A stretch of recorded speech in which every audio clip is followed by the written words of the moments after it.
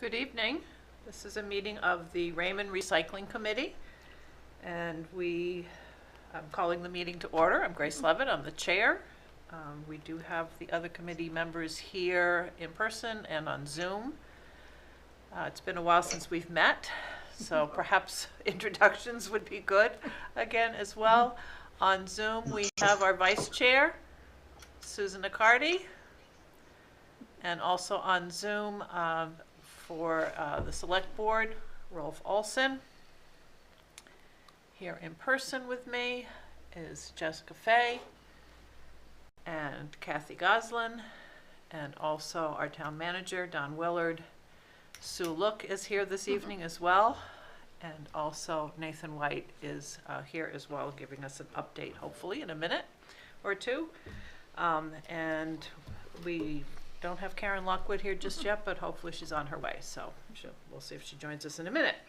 So the first item on the agenda is approval of the previous meeting minutes, which actually are from June 2nd, was our last meeting. It feels like a year ago, but not that long ago. Is there a motion? I'll make a motion that we approve the minutes from the last meeting. Thank you. And a second? I'll second that. Thank you. And any discussion? Seeing no discussion, all in favor of approval of the minutes of June 2nd? Sue, are you all set? Okay, great. Thank you. We have approved the minutes. Thank you. So on to new business, asking for Public Works Director Nathan White to give us a report on compost bins, sample compost bin, recycle tote to display.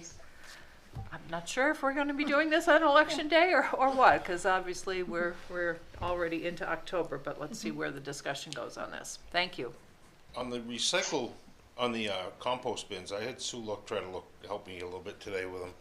You can find them online. They're $130 to $250 depending on what you want.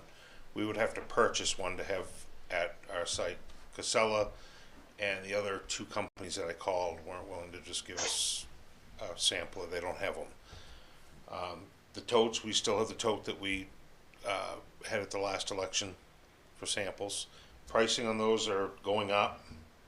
She said weekly. I talked to Mrs. Bent today, and she said they're $59, $60 going up. She said the best thing to do is get a count of what we want and then call and get pricing on that. Outside of that, that's about all I got. The other thing that I would, in talking to Mrs. Bent, Wyndham, as you all know, is looking at the automated curbside pickup program, and Casella Waste is strongly pushing that way for us. We're locked into a contract until 26. I don't know where this is going to go. She seems to think that this is going to be the way of the future and how things are going to be coming up. So I don't know if that changes things or. The understanding we had before was that, Auburn was going to get the truck, but that didn't happen. Auburn's not doing it yet. Auburn's not doing it yet. So you have to have a critical mass or a major, I guess town. So that might be Wyndham in this case, and then some of the smaller towns would participate with that same equipment, I guess. There's a lot of restructuring that's going to have to go on. She told me this. There's going to be a lot of restructuring that's going to have to go on for this to work. One of the discussions we got into was private roads. She went on to tell me that Wyndham's working on a private road program in Wyndham. I told her that I would be surprised if that really passed here. When I mentioned that we don't maintain any of the private roads, that didn't really go well. She said that's going to be a problem. They talked about getting a smaller truck, and they'll run the smaller truck in and out of the roads. We'll get talking about the tonnage that we're doing on Tuesdays and Wednesdays, and that's going to be another problem. But we are a ways out from it. It's going to be expensive. Just for Raymond, you're probably looking at $400,000 for totes in that neighborhood. For the automated totes. For the automated totes. Yeah, I know that the towns have bought them. I know Scarborough bought them, and They're looking at two programs with Wyndham, whether the town buys them or Casella buys them. The advantage, and she was saying the advantage of Casella purchasing them If something gets damaged, Casella will bring out another one. If the town owns them, we would have to have an inventory of repair parts and totes and Right, but whatnot. the town's gonna buy them either way though, because they're gonna be Oh, built yeah, in the contract. they're gonna recover the cost whether we own them or they own them. They're gonna Right. recover them in the contract. And the way pricing's going and the way labor rates are going and operating expenses are going, she said they're gonna shy away from the 5-year contract and try to go back to a 3-year contract. I was thinking more like 10 or 15-year contract would be a lot better for us. It pulls the cost out further and it gives you a better structure of what it's gonna cost. So can I just clarify, the totes you're talking about are, there's one for recycling and there's one for Correct. the trash? So Yep. there's 2 totes per household? Correct. Okay. Right, you can get smaller totes for senior citizens, and then the large totes, I think they're just large and small, as far as I know. And then the automated pick, but the problem's gonna be, I think, the narrow roads, the difficult roads, the volume of people that we have, households on those roads, and, you know, you're not gonna do it with one little truck. No. And so that's a problem, and I don't know what Wyndham's doing, but I'm sure they're doing something to improve the situation on those roads. Mrs. Bent, I'm getting 2 conflicting stories, one from the Public Works Department in Wyndham, that yay, it's going great. She said they're running into all kinds of problems. Confident that they're gonna work through them, but it's a ways out. So since the contract for us is till 26, there would be no change until 26? Even if Correct. they start using the automated pickups in I other towns? doubt it. I don't think they would come to us and change. They could. I mean, there's nothing in the contract that says they can't. Okay. They could come forward and say, we're gonna go to this program. They've changed the recycling on us several times through the contract. I don't think they will, because they got Auburn's out to 27, I think it is, on their contract. They just signed a new contract. But by the same token, if we wanted to do it, there's nothing that would prevent us from reopening the contract if we wanted to do it. You know, I'm not sure we would, but, you know, so I'm agreeing with him. I don't think we'd be compelled to do it. Go ahead. So the question is, in anticipation of making these changes in the system and the way that we have trash pickup and recycling pickup, do we, given the potential change down the road, do we want to have people buy totes and then tell them that they have to change them? I Like, that's wouldn't. the question, I right? wouldn't. I realize that even if they're at $60 a piece, it's not a ton of money, but in dealing with trash and recycling for 30 years here, it's near and dear to people's heart, and they will be really butthurt if you've got a couple hundred people that have bought totes, and then we come out with these nice shiny, owned by Casella or the town of Raymond, and so we can't use them anymore. Here are your 2 new ones. My recommendation would be to hold off. Wasn't that Talia's recommendation as well? Yes, that was her recommendation too. Drag your feet is what she said. She's Casella's person he was talking to. Yeah. She's our recycling representative. If you remember. But we could still do that. Oh, sorry. Yeah, no, Oh. go ahead. Rolf's been So trying to I get in, but we could still do the other totes. I mean, given what the situation is right now, it might be for another 3 years that people are using them. But Rolf, sorry. Yeah, I mean, if, the option would be ultimately to do that, we buy them or Casella buys them and they own them. But if Casella buys, can we buy, because they obviously have a bigger bulk buy than we would have. Would we be able to buy them from them at cost? I don't know. I would assume so. I would assume they would. I mean, their bulk buy is gonna be in the multi-thousands, where ours would be in the Hundreds of thousands, yeah. much lower. So when you look at price breaks, by combining 2 or 3 towns, they're gonna get a better price break than we can get by ourselves. Assuming they pass them through at cost and don't put a multiplier on them of some kind. Yeah. I mean, and then the other thing is there a potential out there of any grants to assist on that? I don't know of any. I did a little digging on grant stuff for recycling and didn't come up with a lot.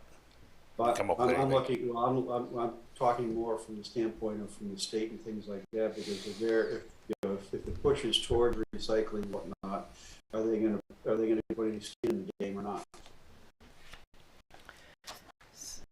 I would say that there are some state grants available for recycling, but mostly they're for technical assistance. I don't think that they're necessarily to buy the infrastructure for it.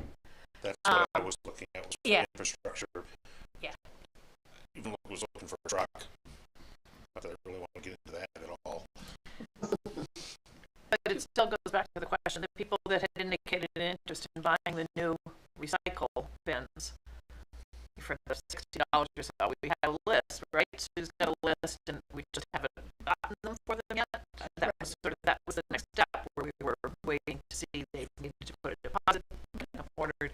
So the question is, do we not now do that? Because in a few years, we might be doing something else, or maybe while we're recycling, I hope. I can speak personally, $60 wouldn't stop me from buying one. Right. But in dealing with these people, for as long as I have, you'd want to have some sort of avenue to pay them back. Maybe derate them, or maybe nothing. Or maybe advise them that this is a possibility coming down the road. And I don't know that these totes, if we buy the right totes, I believe they all load onto the truck the same way. So it wouldn't matter if we bought Billy Bob's totes or Sally's totes. I think they're all compatible. The only thing she did recommend was to stick with the 65-gallon one. That's the one we brought in for show and tell. And I would strongly recommend that if the people that want them, we get a deposit. The one stuck with them. We talked about that. So, Kathy, go ahead.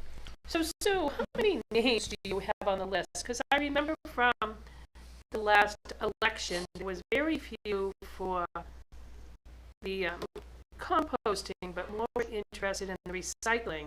And I guess my suggestion would be, we're kind of in limbo with the other company, whether it's 3 years or 4 years. Maybe we just find whether it's Amazon or some other company and say we have 60 people, point them in that direction. Here is the Zoom link, a web link. It will cost you $60, order it there, have it delivered straight to their house, to get the town out of doing it. Unless we have a few hundred people, but I don't think we're at that many. The ones you're going to buy on Amazon and online, they're nowhere near as rugged as these things. Mm-hmm. You can get the better ones at Home Depot and Lowe's. That's where we've so gotten a couple whether of them. it's Home Depot, but they still do online. They're $80, $90 though. Do you really think ours were only going to be $60? Yeah, they're going to be today. They would have been 61. I think they were today. Mm-hmm.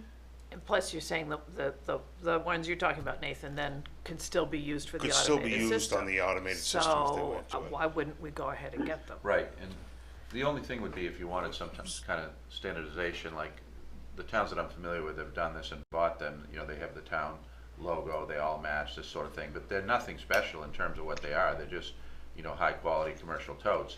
If you pointed people in the direction of that, and we somehow went to automation, and they had the right, type of tote, and you didn't care about the idea of it being marked with the town, logo and so forth, then it would be fine.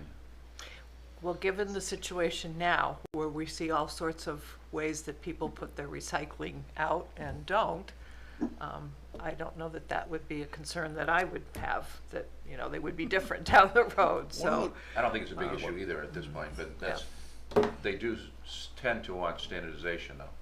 One of the things that we've struggled with is identifying the totes. People don't seem to be marking them, and with the lid down, we have a problem with them getting picked up. And when you purchase these from the companies that they recommend, they're going to say recycling or MSW or trash. I think mine says household trash on the top of it.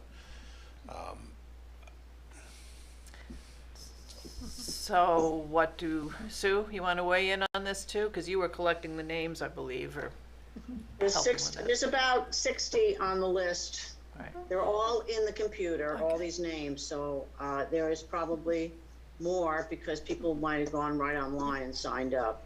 But there's about 60 that I got from the these sheets that I have. Mm-hmm. But they're all online in the setup that we have. So that's what we need to use that. Most of them want the recycling tote. Many want the compost totes. maybe two-thirds want the compost bins as well as the recycling. And most of them want the recycling, but they a lot of the compost. So we do, but if these totes work for the automated pickup, then that's great. So the ones if we get them, we don't have to worry. If we go to automated, hopefully they're still around in 4 or 5 years. But that seems to, Yep. solve the problem of whether we should do this now or not. I mean, it would be good to get people used to using these, because when you go into towns, like through Falmouth, and you look at everybody's trash, 2 bins, lined up, all similar, nothing else around. It's nice. It's nice, but we have a long ways to go to get there. I mean, I know that now I look at the side of the road on trash day and see we have a long ways to go. So it'd be good to get these bins now and start training people if for the automated that comes down the road, and we would be in better shape. So I think we should go and get these and see if people still, put it down, deposit down. I'm going to get one myself. But it's going to take a long time training people with this business. Did you have something? Yeah, I actually have 3 points. I hope I remember all 3 of them that I'd like to make. And I think picking up on something that Sue said, which is, I don't know what kind of problem we have with sort of residuals on the side of the road on trash day, and what those issues might be. But it might solve some of the problems if we start to have standardized totes that people will realize that, if I can't fit it in this thing, they're not going to just pile up a giant stack of whatever next to there, and that ends up out in the environment. I think that was just one thing I thought I wanted to point out. The second thing was that the part of the reason why we're talking about the compost was to try to reduce the weight of the trash that we're throwing away. And so I just wanted to remind us that that was part of our hopefully reducing the cost, so that we could balance that with the cost of recycling. I hear it on a regular basis from Dave McNally. The amount of weight would be reduced by a lot, getting the food waste out. Mm-hmm. And that's going to save a ton of money, because that's where a lot of our cost is the per ton to get rid of the MSW. So, to explain to people the benefit, well, recycling costs us more. I mean, that's a fact. But if you want to minimize that, then it's good to recycle, and people want to recycle. So to minimize that cost, composting is the way to offset it, for sure. I mean, it's an argument that can be made. So the issue with the compost bins, you started off with the price range and not having the sample lent to us for people to see. But people already indicated they want a compost bin without having seen what it looked like. For, what was the cheapest one, Sue, 130? You said 130. That look like decent ones, yes. Yeah. If we're gonna do this and you wanna show people, why not just buy a That's what I was couple going to and say. get We'll them just here? buy one, we'll order one online, we'll order it, and Yeah, one of we'll each or get an whatever. idea of what it is and if it's any good. So some people have already indicated they want one without seeing it. Perhaps what would work is communicating with the people. That want them. Yeah, we need a deposit for the recycle tote. Yeah. Decide on an amount and get it to us by whenever, then make the order and then come pick it up, pay the rest. But here is what you can also get for a compost bin. Just send them a picture in the same message. If it's going to be an email, I'm hoping that we send out to We people. have mostly emails for folks, Okay. and I should have run the numbers before now, but a month ago, there were 97 requests for recycle bins and 67 for totes, for compost. Great. 97 That's cents, Sue. That's great. Yes. Okay. But, so the compost bins that we had before, years ago, granted, they were $35. Is that what?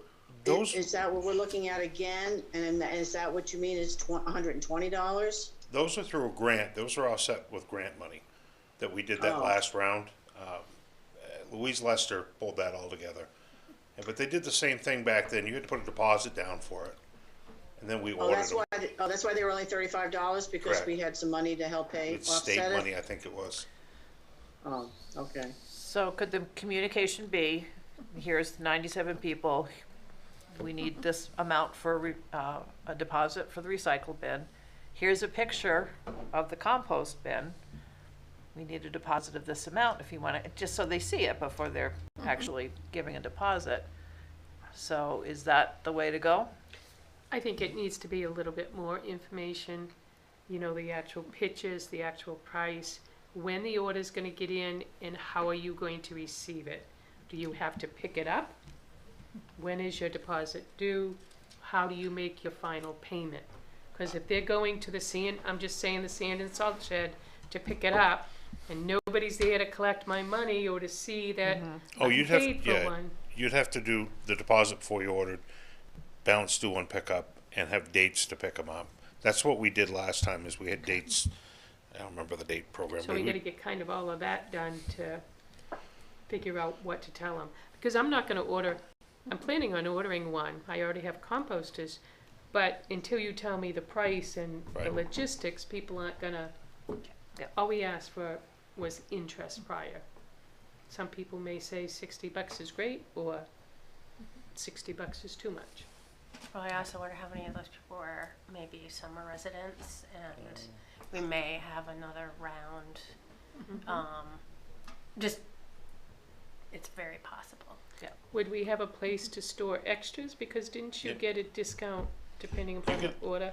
When I talked to her last time, which was 3-4 months ago, 5 months ago now, there was a price break for 100, and I think the next price break was 500, and then it got into, and there weren't huge price breaks. There were 2%, 3%.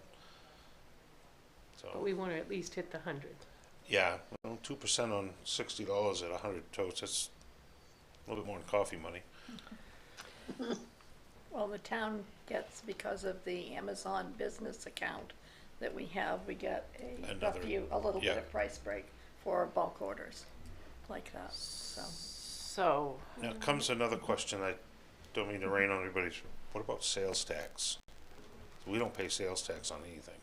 Do we need to collect sales tax on this? If we're purchasing them, and then reselling them, I don't think I that don't we're the think so, purchaser, yeah. the original purchaser, we're probably okay. Okay. That's my thing, I'm gonna stick to it. Okay. I'll go with that. That sounds good. Yeah, I Right, mean, we're right. purchasing it, so we can purchase them, tax exempt. Related question, do we have anywhere the copy of the grant that Louise wrote back in the day? I mean, 20 years ago. I know, okay. Or more. I It's mean- been a while. Yeah. Time flies, I The guess. answer would be maybe, we Maybe. can put Sue searching paper archive. Well, I don't I want can to call have to Louise search. and see if she Louise has might have any. a copy. I mean, that, yeah. I'm just Or curious know because I where don't it know if that grant is still available, and it might be worth just, I'll run that down and see if there's any grants available for composting. And of course, if there aren't, and composting were deemed to be something that was in the public interest, we could always, change the program, right? We could, Maybe that's another way to do it. potentially. Do you think Eco Maine might have some information? But, they're big. They're composting is. They're very big on that. It's a good Wonder question. if they I was would- gonna I reach could- out to DEP. They probably would, we're not an eco town, but they seem willing to help, so they probably Yeah. would help you. I have a card from one of them I got at the fair, so I could call them. Its Right. number. so it's sounding like this is the way to go with the details that Kathy's saying people will need in order to decide and in order for this to go smoothly. How do we make this happen? Who's sending the message? Well, Nate, Yes. they would go to the sand and salt shed, and we're getting into winter, is this not a good time of year, or No, it's, you're well, okay? the only thing that would be a headache if you gave somebody a date and it snowed, that would be a bit of a problem. Well, the other thing is that most delivery trucks don't deliver to the sand and salt building. Yeah, they do. They will? Oh, yeah. Okay, Yeah, yeah, no, that's not a problem. okay. So maybe when we find out how soon they'll be delivered, we could pick like the 3 consecutive weekends and pick up. We'd have to staff it, 10 to 2 or whatever. Yep. So I'm gonna get pricing on blocks of 100. We got 97, so order 100. I'll get the pricing first. Well, and that was the number a month ago. So tomorrow I can get an updated number from. Yeah, on the totes, Yes. the number of candidate people that want them? Yes. Yes, okay.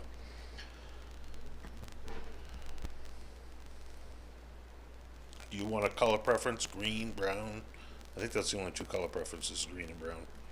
And blue, I think there's a blue. Blue. Isn't Blue. recycling typically blue? For recycling or for composting? Recycling, Recycling Is blue. Blue. blue. Composting normally black because they absorb the heat. So again, who sends out the message once that we have that information? Is this something we help with somehow, or Sue's got a list? I don't know. How do we? I could do we easily need to- put together an email to go with it and, send And it to the group. If we wanted to, see what the numbers are by advertising it, you have various means, social media, the website, the Roadrunner, the signs, there's all kind, an article in the Wyndham Eagle and so forth, and say, here, now's the time, if you'd like one, here's how you do it. The next And then you might have election. some different numbers, and, because what happens sometimes is you do this, and you buy a certain number, and then people want them. And Right. so I think when we did it before, we had, extra copies, so people could come get them. But this is a little different than the bins, because storage is gonna be an issue too. Right. So I would probably try to figure out or find out how many people want each thing as best you can up front, and then maybe a little bit of float, but not much, and do it. Yeah, and right now we did the collecting names at the election, and we have a thing on the website where people can sign up for it. But we really haven't put it on the signs or Yeah, made it I say really one push, visible. maybe put a push on for a couple of weeks and see if that gives you some more names, and then call it good on this round. So it'll go on the electric sign, you're saying, It can just go as on a the electric reminder? sign, yeah. We'll Okay. put it out on all our channels, Okay. right?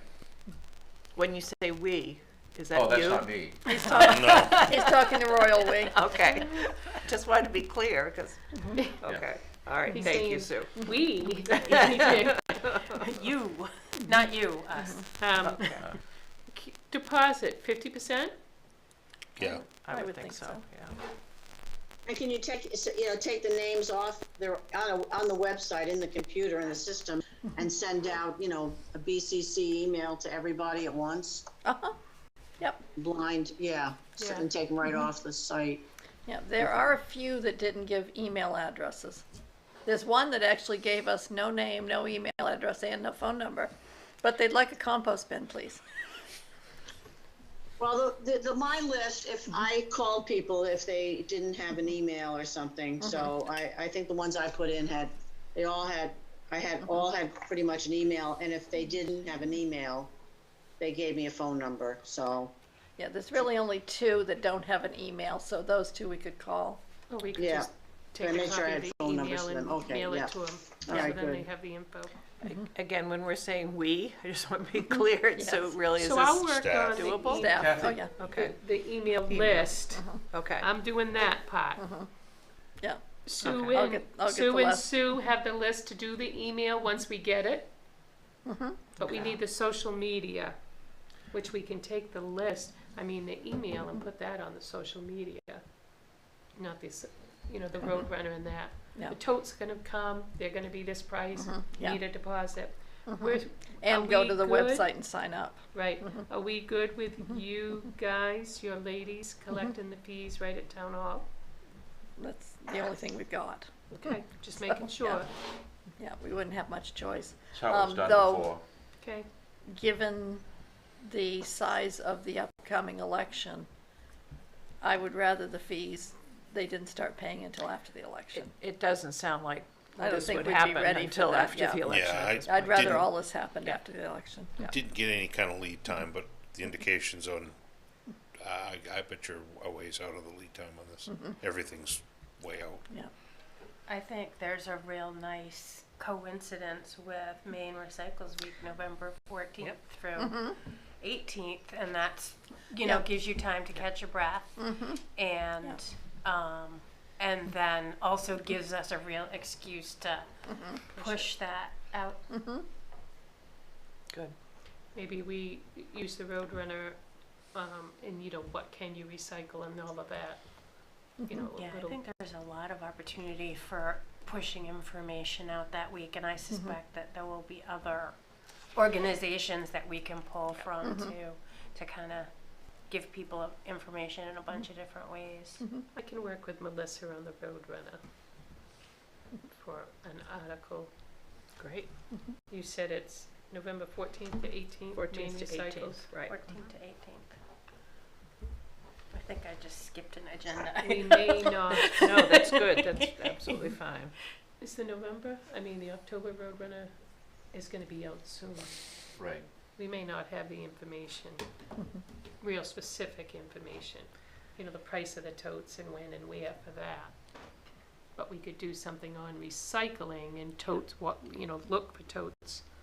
Look for this information coming. Yeah. Yeah. That'd be great. Good. Are we covering all the bases on getting the bins and the totes and the composters and whatever? I think so. We're good? Nate, you're gonna get us definite prices Mm, and pictures? Pictures, of- diagrams. Yep, please. What is that? 8x10 color glossy photos with There you go. descriptions and arrows on the back, describing where they go. Okay. Autographed, please. Yes. Okay. Sounds good. Anything else on that? Thank you. Thank you very much. So the next thing is just update on the amended trash recycling policy. It was approved in June by the select board. Is there anything you wanted to share on that, or? No, nothing's really changed much. We got the policy. I tried it once and not gonna go there again. So at this point, we haven't done much with it. By tried it once, you mean there? I had somebody complain that their trash got strewed all over the side of the road, and they wanted us to pick it up. And I asked them. We went down and cleaned it up, and I asked them to put it in trash barrels, and that didn't go so good. Okay. Did they have a copy of the policy? Did you have a copy to hand? I got to it them? back, so yeah, I'm sorry? they gave it back to me. They gave you the policy back? Yeah, I handed it to them. They handed it back to me. Is Well, that the that's one that I unfortunate. went with you on? No, That's that was another. unfortunate. Are that a different one? Okay. Yeah. I found, I gotta say this, 99% of the people are very easy to deal with. It's that 1%. And Right. they're the ones that are piling the trash up in a bag at the end of the driveway, right on the edge of the pavement. And we're coming into a time of year with the plow trucks that we have to pay attention to trash day. White trash bags blend into snow banks, and so we're gonna try to get a little bit, step into it a little bit, see what we can do with it. Is there, I mean, I know we're the recycling committee, but it's all tied together, as we all know. Is there anything more that we can do from this end of things I don't to think try so. to help? I don't think so. The problem is I don't know what, when they say no, what do you do? I'm not buying a trash barrel. Well, and I think one of the good things is that as people are coming into the town office that are new, one of the things they ask for is where can I take my bulky waste and whatnot, and we've printed on the back of the bulky waste sheet the policy. So or if they ask us about trash pickup, we give them that as a welcome to Raymond kind of thing. So they're getting it the newer people are getting it to start with. So is there a way to put something on the electric signs as well about, just to alert people to the trash policy? It might pique a little interest, and it's on the website. Here it is on the website. Maybe we should advertise it in the Roadrunner Yeah. when that comes around next. That might be because I don't think we did we so? No, No, we we didn't. didn't. And it's a one-page policy, so we could. It doesn't have to have the full policy necessarily if the space isn't there in the Roadrunner, but Just to the alert highlights of people it. to it. Yeah. Yeah. Yeah. Okay. That might be a good thing to hold off till spring, right before we start the season of visitors. Well, we could do it more than once. Yeah. I think it may need it multiple Yeah, times. you know, it's not, yeah, I think we could do it a couple times a year, just routine. I know it costs, right, to put it in there, but, Does it- what amazes me is that Casella picks up pretty much any amount that's out there, they seem to pick it up. They keep a pretty good tab on who's putting what out. We've got the same people on the trucks most of the time, and they pay pretty good attention to, this house has had nothing out for a month, now they've got more than their 2 bags. That house has had 5 bags out every week, that's the ones that I get the call on. Oh, So they've been pretty good about that, and they do very, very good at trying to clean up the mess. They don't They carry do. rakes and shovels on the truck, so that's when we get involved. They don't leave the trash behind, they pick it up. If it's out there, Yeah. they pick it up.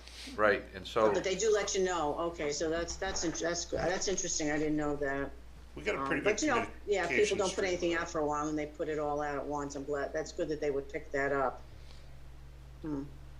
I get these, Nate, Sue, we get these all the time, but when I get them, I tell people, put it out the night before, put it in a barrel with a good lid. I mean, ideally a toter, but a lid that, is secure for animals. If you do those 2 things, you'll always have collection joy. It'll happen just magically. If you try to time the trucks and put it out in the morning, that's a problem, because sometimes they changed up the route, sometimes there are different drivers on the route, that's a problem. If you put it out in, bags and, animals are gonna get in it, or if you've got a flimsy barrel, that's gonna be a problem. You'll get a good container, put it out the night before, put your recycling out beside it, it'll be a winner for you. That's Good it. advice.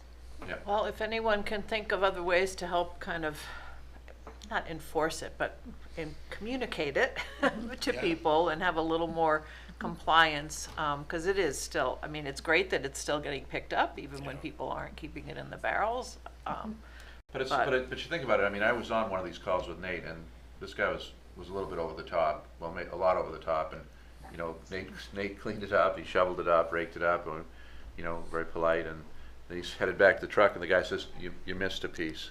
Was it like an orange peel Yeah, it or was a something? little piece of orange Oh. peel. A little piece of orange peel, and I'm like, He there's should a be limit here. composting it. There's a limit here. I said, get in the truck, Nate.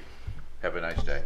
Yeah, Oh, God, I'm sorry for that, but yeah. maybe Oh, just that's having, terrible. right, getting more communication out in terms But of we something do on the we road do run. give a very high level of service. Not only the town, but Casella does as well. They pick Okay. it up. Yeah. All right, well, hopefully everybody's watching this committee meeting at home and hearing about the trash policy. Yeah. Okay, thank you. Again, if there's any other ideas going forward, let's hear them. Anything else on that? If not, going right along to the Casella presentation at schools, is that sort of at a standstill, I suspect, Sue, with things going on, or do you have anything for us on that? Well, I did talk to Beth Peavy at the beginning of the school year, and she was still interested. So I've recently emailed Beth and Taylor, what's her name? Talia.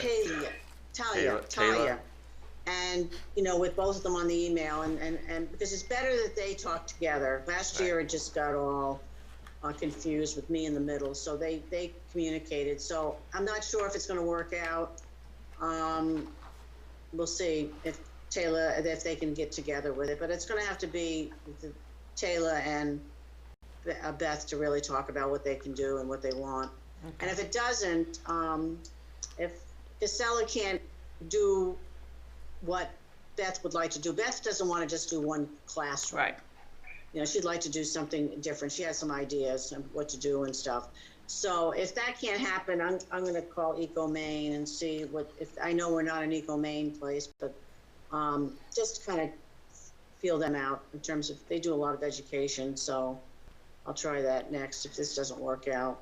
I just wonder if there's even if there's a club at the high school of students doing some sort of presentation on composting and recycling to students. Anybody happen to know? I don't know. I can find out. some sort of environmental club. There usually is something like that at a high school, so. Might be a project for students to do for students. Does that make sense? Yep. There may be a Save the Earth Club, you know, where the composting would fit right So you're saying in. have them come and talk to the younger students? Mm-hmm. Yeah.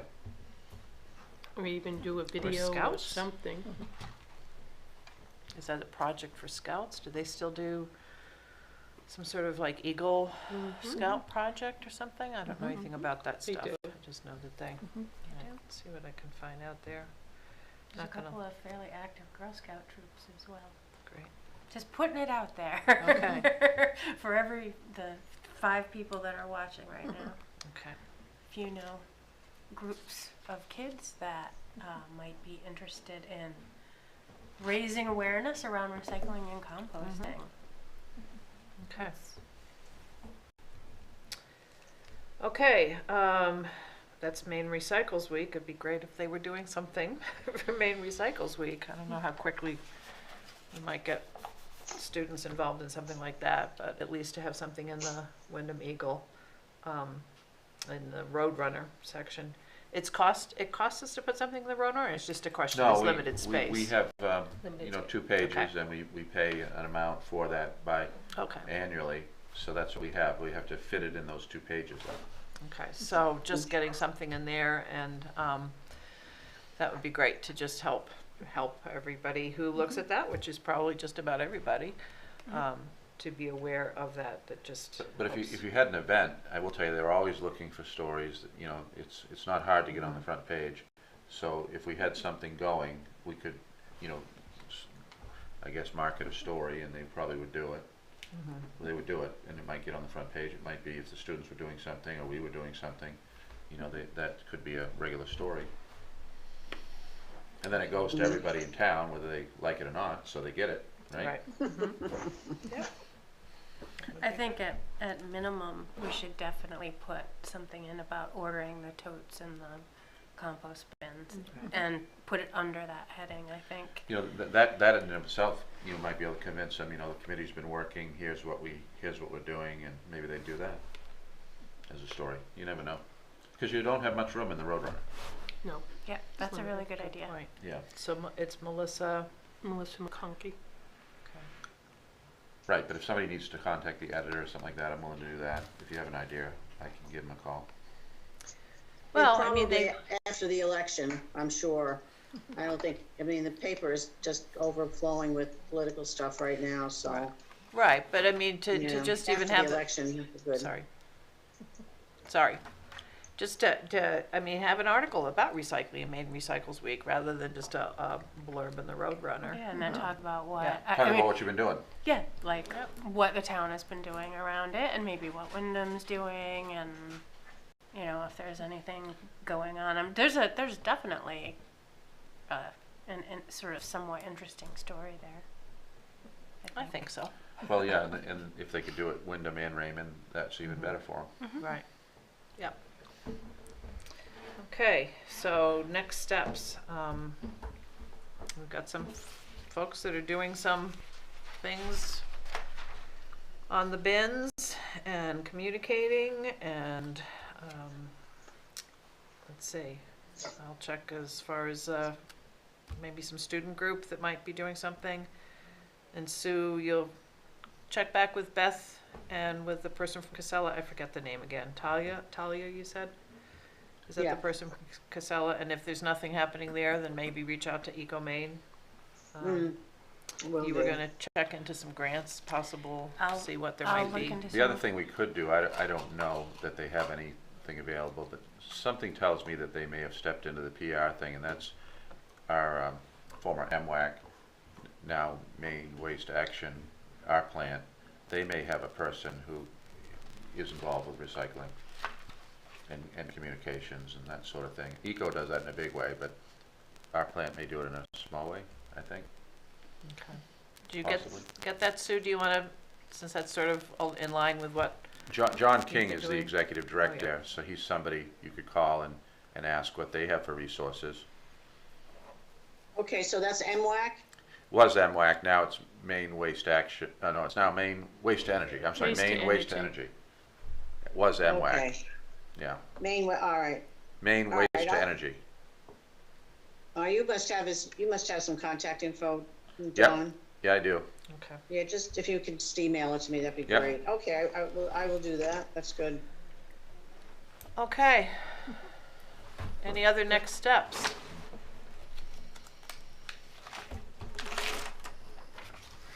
Sounds like we got enough next steps for now? Okay. A next meeting at some point. I'm not sure how long we continue to meet as a committee, but do we need a next meeting? I Maybe think until we we've got the need bins? to find out when the bins are coming in, and a meeting before that to kind of make a plan of how we're distributing them. Okay. When, where, who's gonna staff the pickup. So maybe the meeting date can be up in the air for right now. That sounds good to me. Once Nate finds out when we can get our bins.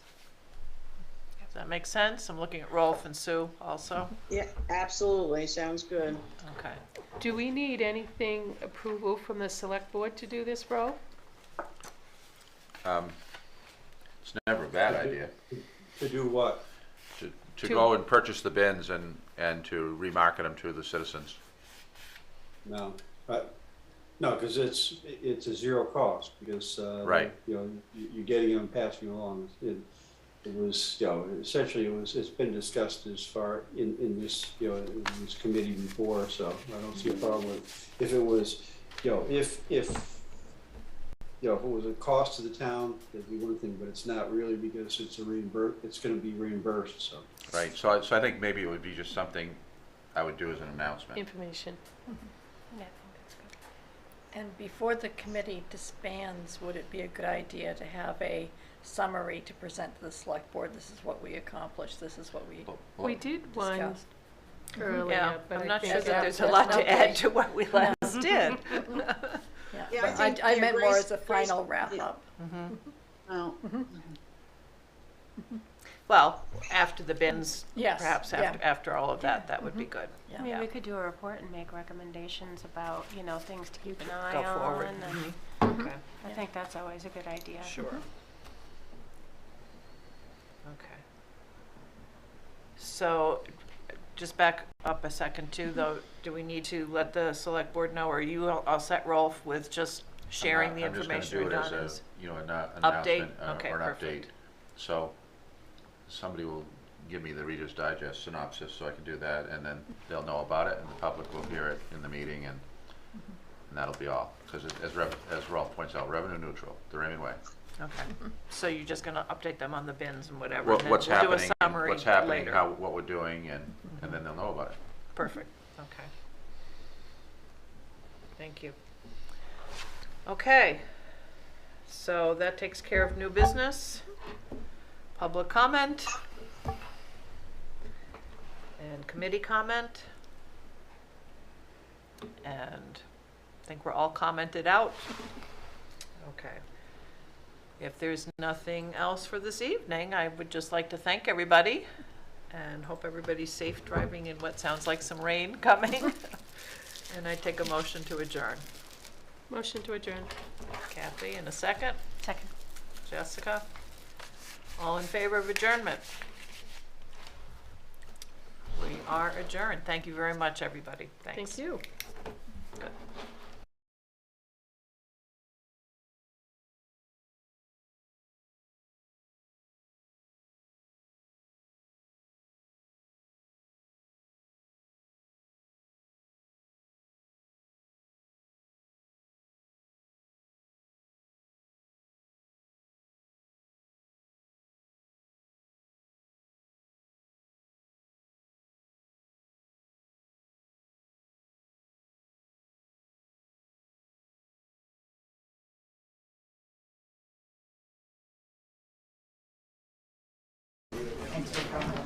Okay, welcome to the Town of Raymond Special Town Meeting.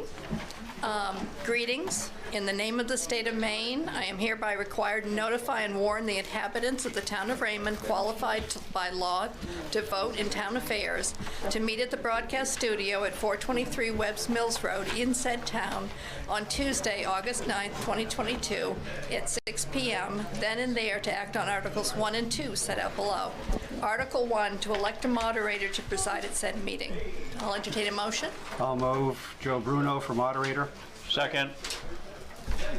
Okay, so for that, we need to vote. Would anyone like to? I only require 3 ballots. Yeah.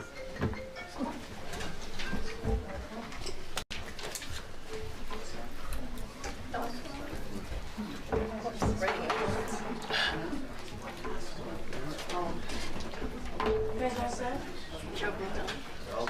Okay. Thank you. Which turn in?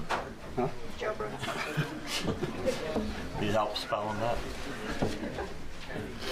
Jamie. How do you spell that? Maybe you don't. It is unanimous, sir? Okay.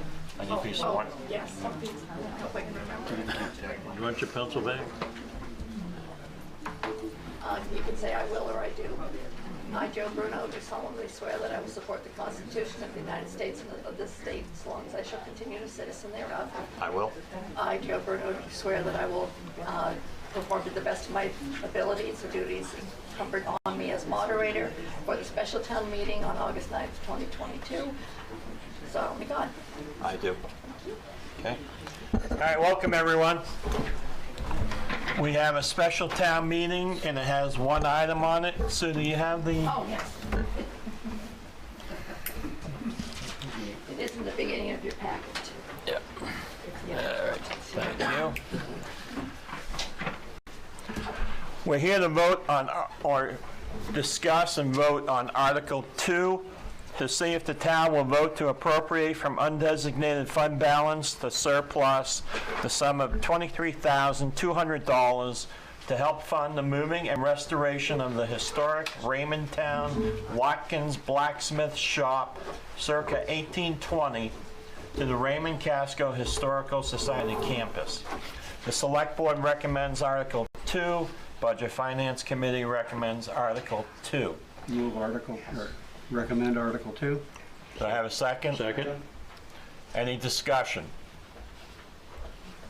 Step right up to the microphone. Can I use this one? Nope. Step up to the microphone. Make it hard, Jeff. So,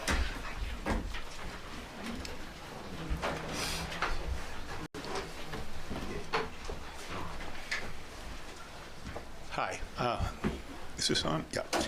My name's Alan Stone, and I live up on Spiller Hill Road in Raymond, and I just want to make a short statement in support.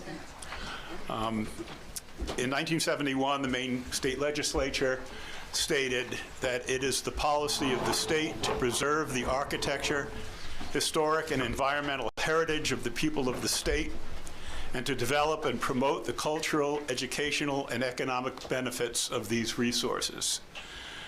Many states and municipalities throughout the United States have addressed similar issues, and they've said similar things. I'm just going to kind of quote from one of them. The history of a community contributes to its personality. Preserving the history of a place through its significant historic resources gives a community its unique character. Historic preservation provides a link to the roots of the community and its people. Overall, historic preservation adds to the quality of life, making for a more livable community. Historic preservation is beneficial to the community in the following ways.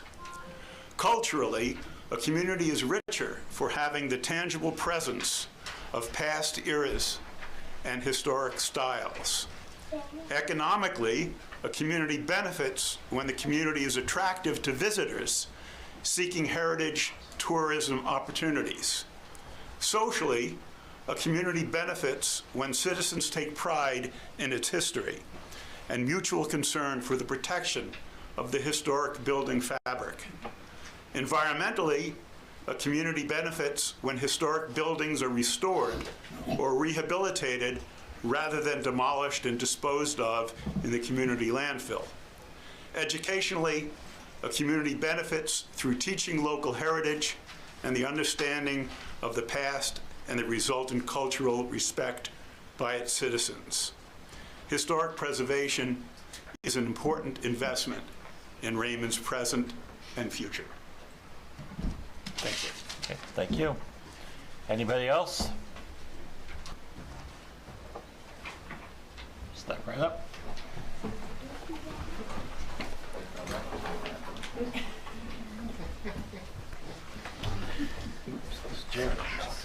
Marilyn Westcott, 172 AI Road. I just want to ask a question. It's my understanding the town of Casco has committed $25,000 to this project. Why are we not matching it? We are matching it. There's money in the general budget that would bring it to the 25. Oh, okay, so the So that difference. we already had an appropriation. So basically, the request came in too late for the major fund that we're talking about tonight.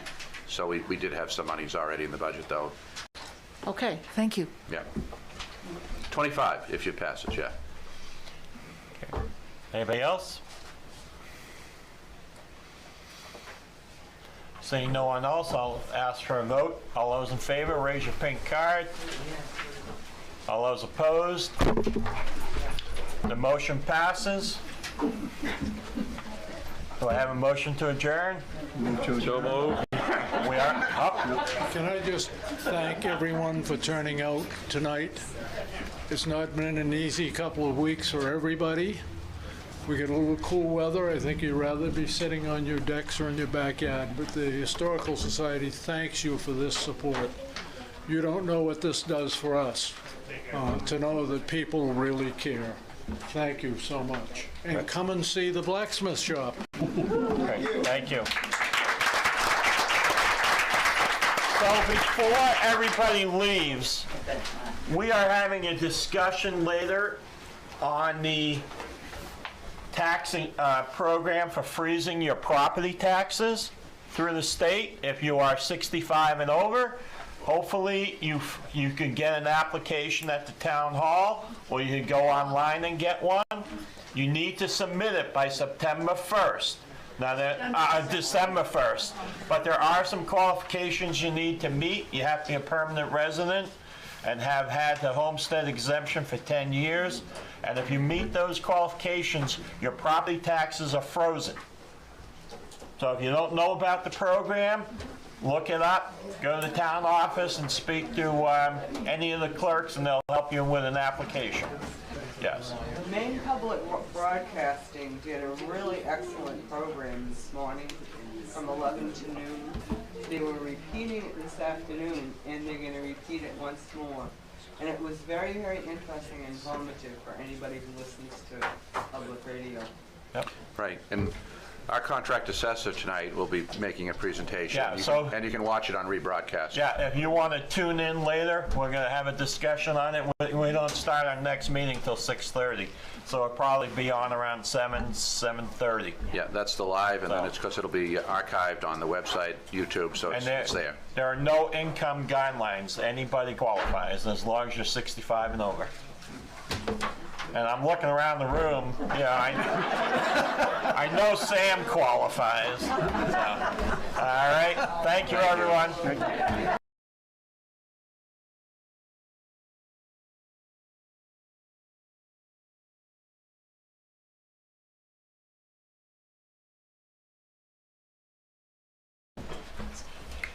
Good evening.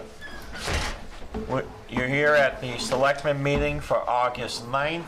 2022. We have a fairly long agenda, so we're going to get started. Can I have a motion to approve the minutes of July 12th? So moved. Second. Moved and seconded. Any discussion? All those in favor? Unanimous with one absentee. We now have a public hearing on Cafe Sebago liquor license renewal. So, is it actually a public hearing? Yes, it is. It is, yeah. Okay. All right. So I'm going to open up the public hearing on the renewal of the liquor license for Cafe Sebago.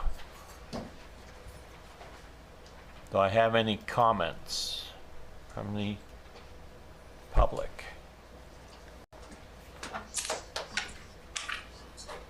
Okay. I'll turn it over to the select board. Any questions? Joe, that Yes. letter that came in, can that be read and put into, I don't have it on hand though? And it would be a letter concerning the garbage out back? That's the question I was going to ask. If I can find it, I'll read it into the record. I know it was sent, hold on, sorry, I'm trying to find it. And also regarding, is this where when we also go over the fire inspections? Yes. Yeah. Okay, because there's a lot of things on here, knowing that this has been put off a couple times, and there's a lot of things on here that still have to be done or have not been done. Understood. So Wayne, we just received your inspection report tonight. Can you give us a rundown, please? Sure thing. Was there yesterday for the inspection for this liquor license and the special amusement license. Some of the things that we found in particular was the grease hood was dirty. There was quite an accumulation of grease on the walls and ceiling area in the kitchen. Talked to the owner about the oil and grease that was in open buckets outside the dwelling instead of, outside the building, instead of placed in the approved container. Emergency light was not working, and that's the only emergency light in that whole building for the public to be able to see their way to exits if we lose power. And then the other item was the rear exit door. It's starting to rip out from the hinges and needs to be secured back in place so the door will operate properly. And the other thing was the fire alarm system. There's annual testing and maintenance that's required with a report submitted to the fire department. That has been scheduled, but the date of that testing and inspection would be the 15th of this month. Wait, I don't know if you said it or not, I'm sorry. What about the dance floor inspection too? Did you mention that? Yeah, so as far as the fire department's concerned, it's kind of the same thing. But the key there is State Fire Marshal has to come in, perform their inspection, submit their report, and if everything passes with them, then they grant a license, which, for us, that's kind of a condition for the approval for the amusement part of the license. That doesn't expire in closer to the end of this month, so there's still a little time for the fire marshal to come in and do that inspection for Cafe Sebago. Okay. But that's where we stand at the moment. Joe, I found that letter if you didn't find it. No, I actually have it in front of me. If you want to read it, go ahead. All right, we got the letter, and it said, to whom it may concern, I am writing regarding the pending site plan for map 55, lot 004A for a patio and parking expansion. As a property abutter, it appears the expansion was begun long ago. The back of the property has already been extended onto residential property and is currently used for parking. Is there a new parking expansion plan, or is part of the parking lot going to be used for patio extension? What are the stormwater runoff ordinances? The current parking extension of residential property has been stripped of vegetation, allowing water runoff onto my property. I would like these issues addressed. I do hope when you are considering the liquor license renewal that you take into consideration what the properties that abut this one must contend with. I can only speak for myself and my tenants. So here is just a few things we deal with regularly. My back parking lot is gated, so there is no access by vehicle at night. On the portion of that lot that is separated only by a cement barrier from the bar, it is common to arrive in the morning and have to clean up broken glass and drug needles that have been left on our property. If it is windy, we have the pleasure of picking up their trash that is blown all over the neighborhood. Disgusting is an understatement, not to mention the horrible smell that comes from dumpsters that do not get dumped regularly. In closing, I do support any extra parking that is within town ordinances. I do not support the patio extension or liquor license renewal. Sincerely, Jeffrey Cox. So is Kyle here tonight? I can't see the audience. Yeah, he's here. But we're not ready for you, Kyle. Okay. We're still working as a select board. And I think also looking on the report too, one of my concerns is as a selectman, as a parent, as a citizen, is the police reports. As far as how many people are leaving there drunk and getting OUIs, getting tickets for driving. And I do know at the last time that I think we renewed Kyle's thing, it was mentioned to him, you know, we were concerned about hearing things. And Kyle said that they watch, he's a bouncer, and I may be just assuming here, but to me, a bouncer is someone that is watching someone's personalities, the way they interact, and if they are letting people leave there that drunk that they're getting picked up with OUIs, I have a really big concern. Okay. All right, that's just me. Any questions for Wayne? Hey, Wayne, I have a question for you. Wayne? Yes, I'm right here. Okay. That grease issue. Yep. If I remember last May, it was still a problem back then. It was. And then it was supposed to be rectified with regular cleaning. And now you're saying it hasn't been cleaned in a year and 3 months? No, I'm not saying that it hasn't been cleaned in a year. But it was actually cleaned in May. But what the conditions we found there yesterday during the inspection, it needs to be cleaned again. I know that Kyle has reached out to the contractor that does that professional service, and they're actually scheduled to come back in tomorrow morning and clean that system again. So in all fairness, you should be aware of that. Okay, thanks, Wayne. Alex, are there any permits that have not been obtained or any zoning violations? So there's still an open violation for this property, and that is for the parking area that was created in the back of the building without site plan approval. So Kyle is aware of that. We've had multiple discussions about that and how he can correct that, productive discussions, with what he's thinking he's going to do to try and correct the violation. It's really two different permits. One would be site plan to keep the back parking area the way it is and use it as parking and with some modifications. And the other one would be just a building permit application for the modifications outside of the building. A few years ago, there was a rear deck with some, outside storage behind the building. That area was turned into seating. So that's a very simple building permit to just modify the change of use of that area from storage to seating and patron area. He hasn't applied for that permit yet, but those are the two things that we would need to get everything.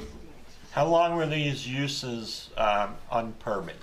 let's say? I think the seating area goes back to before he was actually operating over there. I think it was at least 2 years. And the rear parking, I believe, was last spring that they did that. Okay. Any other questions for Alex? No. Okay. Thanks. Any other questions from the select board? Teresa? No. Okay. Kyle? So you just heard everything. Absolutely. We'll run down it piece by piece. Let's start with Wayne. The inspection, I received the report this morning. Me and Wayne have talked about the core things that need to be taken care of that. He has an email that I sent to him this afternoon. We've taken care of the door, the emergency light, everything minus the state inspector for our dance license. That's scheduled for Thursday at 12. The alarm company is scheduled for Monday at 12. It's the earliest I can get them in there to take care of that. Hoods is coming back. The problem that we had with the greases, I hired an outside contractor, and both times, August 2nd, I had this company come in, and they charged me $600, did a full service. Wayne came in 5 or 6 days later, was not happy with the work. I had them come back and do it again. I was sure that this time around, when I scheduled it again in May, that we weren't going to have these issues. Clearly, this company is not putting together what I need them to do. They will return because I already paid for this service to get it completed tomorrow. We'll speak with Wayne and have him do an inspection after, so that will be taken care of as well. So the only open items that are left on Wayne's list are going to be those things that I just mentioned. The meeting on Thursday with the state fire marshal, the alarm system on Monday, and then hoods tomorrow. After Monday, the 15th, his checklist will be complete. He'll have everything he needs for a full sign-off. Okay. What about the parking lot? What about the permits? The permits, so I've tried the online system 3 times. I've called town hall. I actually spoke with Kirsten today. I said I'm having problems doing the online permitting. Is there any way I can come in? She said, yeah, I'll be here tomorrow from 8 to 4. I said, that's not an issue. I'll make sure that you have the permit for the back extended area that he was looking for, and after the fact permit. The issue with that is I can't do it online. I've tried it 3 different occasions. Now I just have to go manual. We'll take care of that tomorrow. It's been 6 months. That was just brought up to my attention less than 2 months ago. This is 2 separate things, as Alex had stated in the beginning. There's a rear seating area that was existing that I have to get a permit for now because that's what is believed should be done. I'm okay with that. It's a $50 or $100 permit. We'll get it taken care of tomorrow. The second, the extending the parking area in the rear. When I had acquired a lease on the rear area, which is a commercial zone property with a residential use. We had removed the topsoil from the area. That's where the violation stemmed from. That was before we added any gravel. That was before any work has been done out there. So that violation is in standing from the very beginning, from the neighbor that actually wrote that letter that Teresa had just read for us. What I did was work with Alex, and I had misunderstood after I had submitted an engineered plan of the facility, what we were doing, that there was additional tasks that need to be done. There's been no construction back there. There's been no fence installed. There's been no extension of my patio. There has been 6 inches of gravel that's been laid down, and it was my understanding when we had talked prior that the engineered plan would get us where we need to be to at least do that, and that could have been on me, a mistake that I made. But we're in the position now where I've met with Alex and the town planner. We have a plan formed to get this up to speed. I'm currently waiting for a surveyor to come in because the town planner feels that I need to survey that lot before I can submit any more plan. Unfortunately, I'm waiting for that to come back. As soon as I can get a surveyor in, we can move forward with the plan that me and Alex put together. If you remember, we had sat in the office, come together with how we're going to do this, and we were going to move forward in that direction. So I'm doing everything I can, as quick as I can, to resolve that issue on that front. How often do you have your dumpster picked up? The dumpsters are dumped regularly. So there was an issue with my dumpster supplier, and I actually received a $900 credit for that month. There was an accumulation of cardboard that was overfilled the dumpster. And I called them up. I said, listen, there's an obvious discrepancy here. They came back and actually credited my account $900, brought a truck out as quick as possible, and I let them know that this is unacceptable. Since then, we haven't had a problem. Those dumpsters remain dumped every week, both cardboard and trash, and we are very vigilant about picking stuff up, which can lead us into our next thing. The complaint from Jeffrey Cox wants to talk about broken glass and drug needles. That gentleman has a camera pointed on our property line, but it seems like he has failed to provide any evidence other than a letter making up stories about what he sees, because at any time he could provide still photographs or video of the shared property line in question, but he has yet to do that. What I've done for probably the last month and a half since I found out about this violation, I've taken videos on different days of the week, both on the weekends and during the weekdays, documenting that property line, showing that there's no broken glass, that there's no trash, that there's no drug needles. And I have it on a thumb drive in my pocket. If you guys want to review that here, take it back with you. I'm fine with that as well. So a lot of this comes down to a neighbor riff. And I will note that if this was the case, it's come to my attention that abutters all got a notice of this meeting, correct?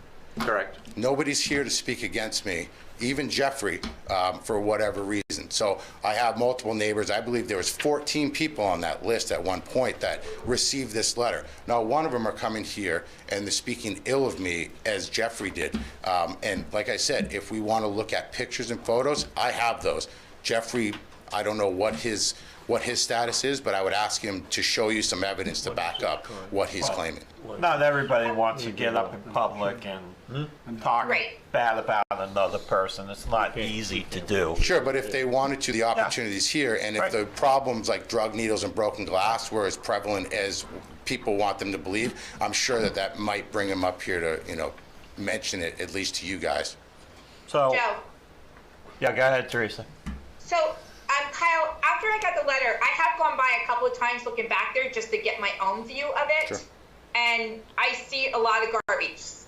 Cardboard boxes thrown on top, cardboard boxes laying on the side of it and in front of it, and I've seen it several times. So like I said, I don't want to take somebody's word for it. I want to see it myself. So if I go to Wyndham or whatever, I do see it. So I have seen it several times. And I guess I would also have Joe address the question to you as to the OUIs and the people leaving really drunk.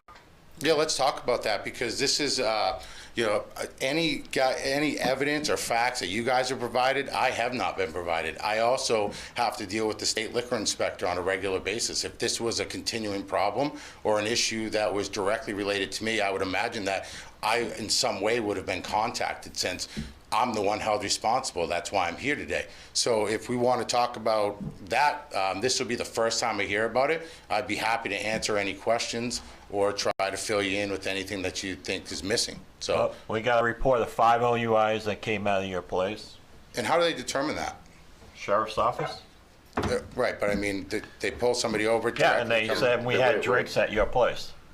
Yeah, they've been observed leaving your parking lot and then get pulled over. Okay, so if you look into the state law, my responsibility as somebody that serves liquor or alcohol on it is to not let anybody that is visibly intoxicated stay on my premise. That means if they're falling down, if they're falling asleep at the bar, if they're slurring their words, that's what my responsibility is. So if these guys are drinking and they are holding themselves together, they seem like they are well put, we look at them and we observe them, and they're not falling asleep, causing problems or any of these issues, that is beyond me. So if I don't have a breathalyzer, I don't have the right to breathalyze any of my customers. I can't do a field sobriety test before I leave. So my only obligation is to make sure that these people aren't visibly intoxicated when they're in my establishment. No one's asking you to do a blood draw and figure out I the mean, blood alcohol level. Yeah. And I'm there every night, and that's the thing, is that I am there on a regular basis every night. If somebody comes in and we had shut them off, what we see on occasion is most bars close around 9 or 10 o'clock. So you'll get an occasional patron that'll come in and we won't serve them, but they're not okay to leave there. So we offer them, can we give you a ride? Can we give you a water? But beyond that, there's nothing I can do. I can't withhold somebody from leaving my building. I can't take their keys. I can't tow their vehicle. I don't have that power. So, you know. How many fights have you had in your bar? I have had 0 fights this year. 0. There was no one that was assaulted? No, there was an incident that happened outside of my establishment, and somehow it ended up in my parking lot. And I clarified that with the sheriffs. The people that called from across the street, and from what I could gather of the situation, somebody was burning out at a resident's house and caused a ruckus. There was a case of mistaken identity with somebody that was in my parking lot picking up a patron, and an argument ensued. And a customer from the gas station across the street came over and said, I just called the cops because I heard all this yelling. I don't know what's going on, and this is, you know, we're calling the cops. Cops came in, they talked to the parties involved. I spoke with the cops. The exact words out of the deputy's mouth was that we don't have to come here.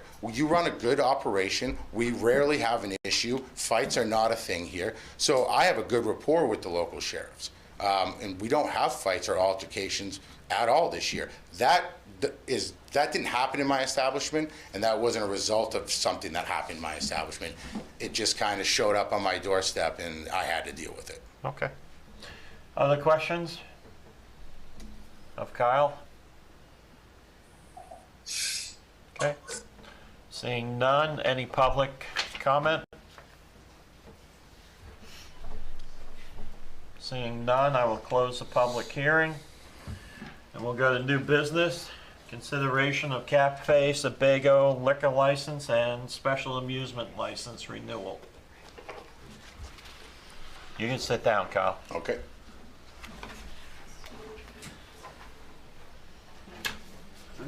You know, I'm having a hard time doing this, knowing that there's still violations out there that need to be cleared. And you know, Alex, is this something that's solvable within 10 days, within 2 months, within 6 months? What's the timeline? Definitely 6 months, I would think. Within 10 days, no. You know, we met, I think, 3 weeks ago or so, and, you know, he left that meeting going to hire a surveyor. I know quite a few of the surveyors in our area. There's not many. Most of them are 3 months out, and some of them aren't even taking new clients right now. So it can be tough to get that. So for the site plan itself, I think we're looking at 3 to 6 months before that part of it's resolved. The seating area, that could be resolved in the next couple of weeks. And do you have a firm resolution, or is that still in flux right now?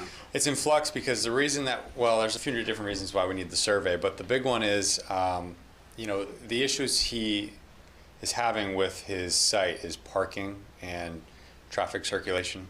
So that survey will kind of give us the information we need to really see how much space he has on each side, to calculate, you know, what he has for parking spaces based on the, you know, dimensions required for a parking space. And so he has a couple different irons in the fire as far as that goes, with possibly getting more land in the back or the side, or working out some type of agreement, you know, with one of the abutting businesses to try and secure some off-site parking. There's a lot of different scenarios that we worked through to try and make this work for him.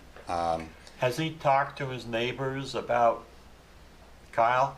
That I'm not sure. Have you talked to your neighbors about getting parking after they close at night?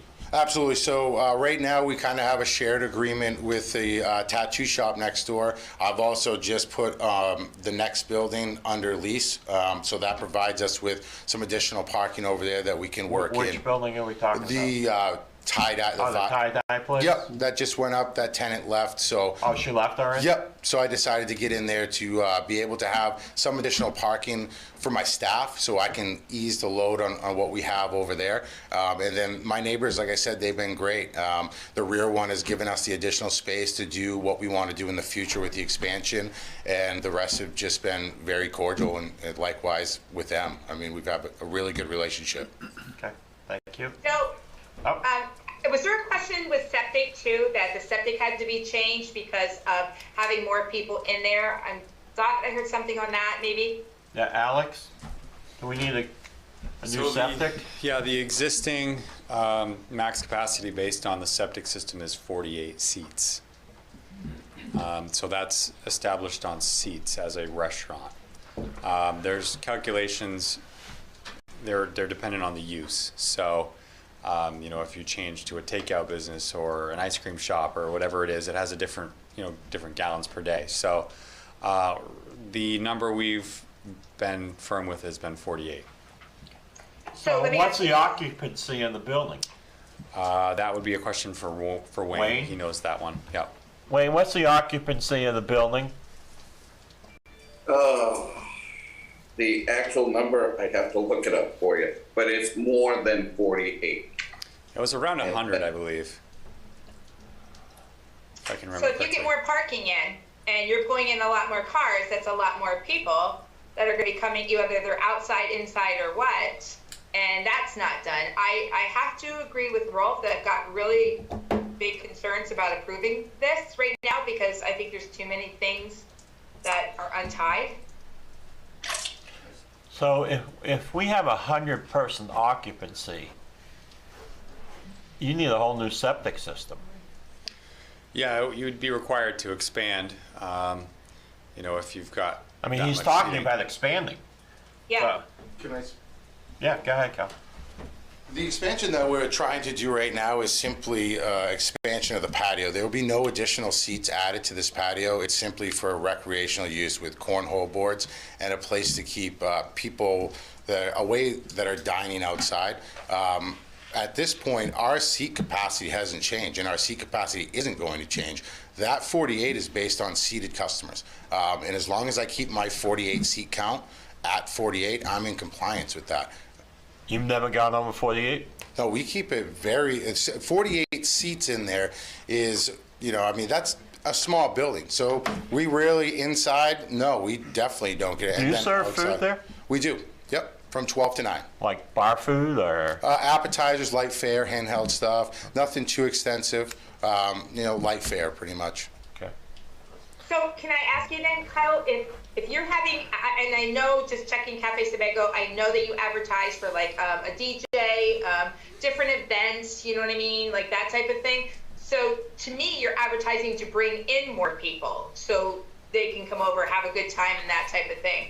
So in that case, it is going to be more people than the 48. I mean, we advertise our services just like any other business. Right. We just want people to know that we're there. We're in a small town of 4,000 people, so we need to be realistic on the numbers that we're actually drawing in. This place has been in a capacity of restaurant since 1962.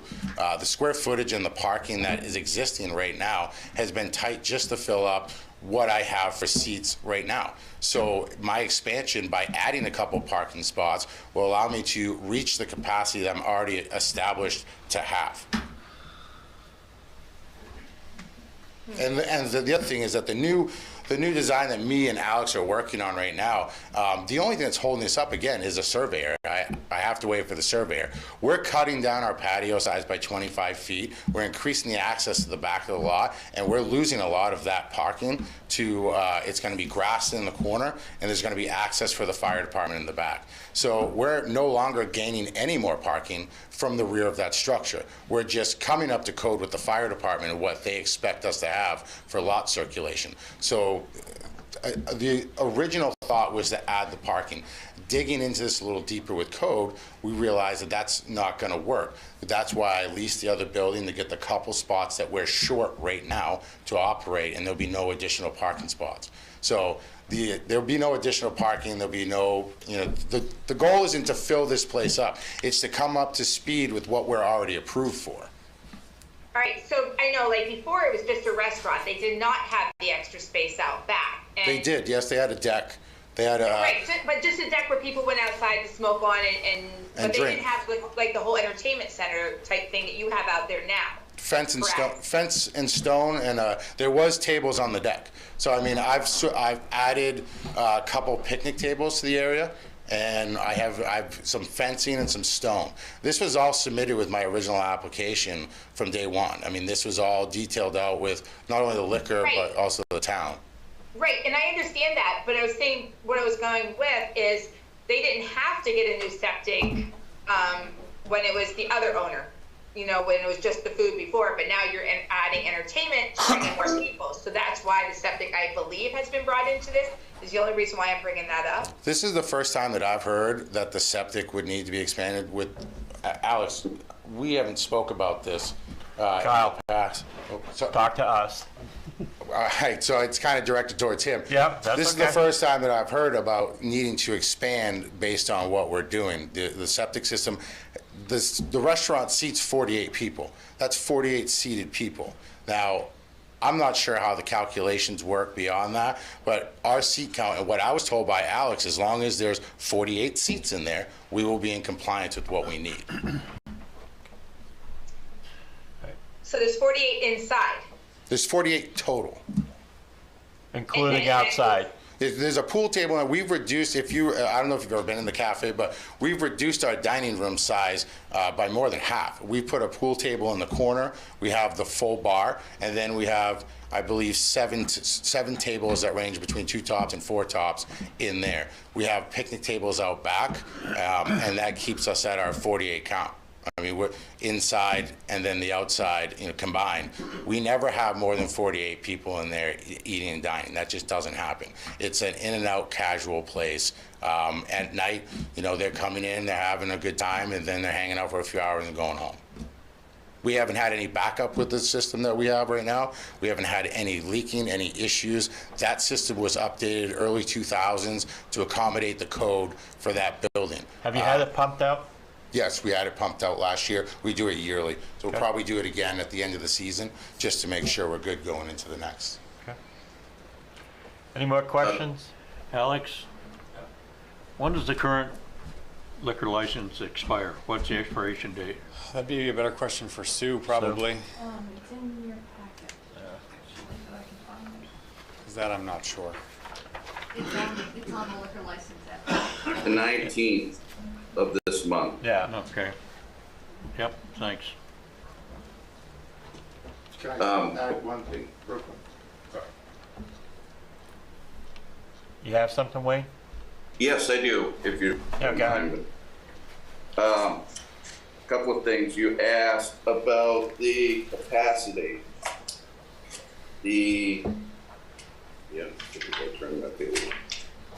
There's an inside capacity and an outside capacity of occupants that the building can hold, and the current outside patio with the picnic tables can hold. The inside capacity is 112 persons. The outside capacity of that patio is between 109 and 125. So that's to answer your question on that. And then just for a point of clarification on licensing, on liquor licensing for the different things that we're talking about, there's the liquor license, which the business has had right along. There's the special amusement license, which is basically allowing entertainment and dining. That's a separate license. Does he have that license? Yes. Yeah. Yes, he does. He got that this past year. Okay. And the third thing is liquor license expansion, expanding the area that liquor can be consumed and served, and that's like that rear area that we're talking about with creating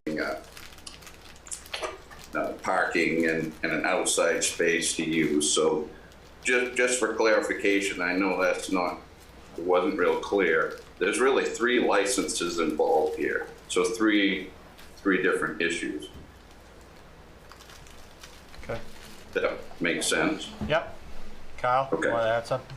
Yeah, I'd like to speak to the capacity rating. Is simply they take the square footage of the building, they tell you how many people you can put in it. That doesn't mean that I'm going to have 107 people in there. It doesn't mean my intent is going to have 100-something people in there. That's simply during the inspection that's required by the town for my dance license. She has to go in there and figure out what that space can hold with tables, what it can hold without tables. So it by no means that I'm advertising to put 200 people in there. It doesn't mean that I'm trying to put more than what, it just says is that that facility, with the way that it's laid out, can potentially hold that amount of people. I can't call her and say, hey, listen, it's, we're only allowed 48. Can you bump this down so it looks better? This comparison between what I'm allowed to do as far as my septic system capacity and then this number up here that seems to be spooking people, there's really no relation other than that's what the building can hold in its capacity if that's what we chose to do, which we're not choosing to do. Okay.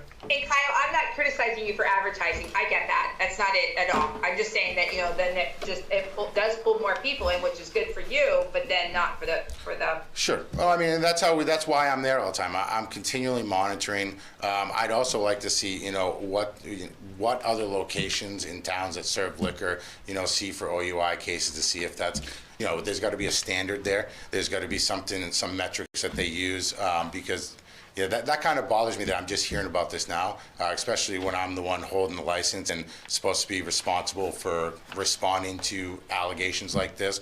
Well, they're not allegations. Sure. They're fact. Well, I mean, those are summons. Those are summons that are written out. So the reality of it is that 5 summons were written. Unless there's 5 convictions in that paperwork, I think that we're speculating a little bit on what's going on, because at any time you could be pulled over and accused of doing what they think you're doing, and you can go into court, and it happens all the time. It gets thrown out, dismissed, or beat.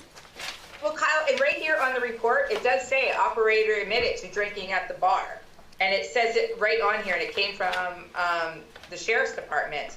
And it's literally from 3/18 until 7/14. And again, my concern is, and it's with any bar, and I tell my kids when they're driving, I'm not worried about them, I'm worried about the other person that's driving. And when you've got people that are leaving there, again, and you keep saying too that you aren't responsible for them on your property, but don't you have some responsibility that they're leaving your bar drunk and they're gonna go drive from your place?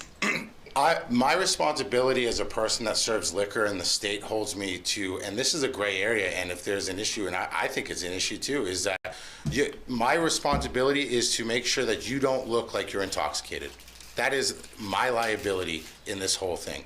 So again, if you're falling down, if you're slurring your words, if you're causing a problem, you're hurting other people, it's making obvious things. I need to, one, stop you from consuming.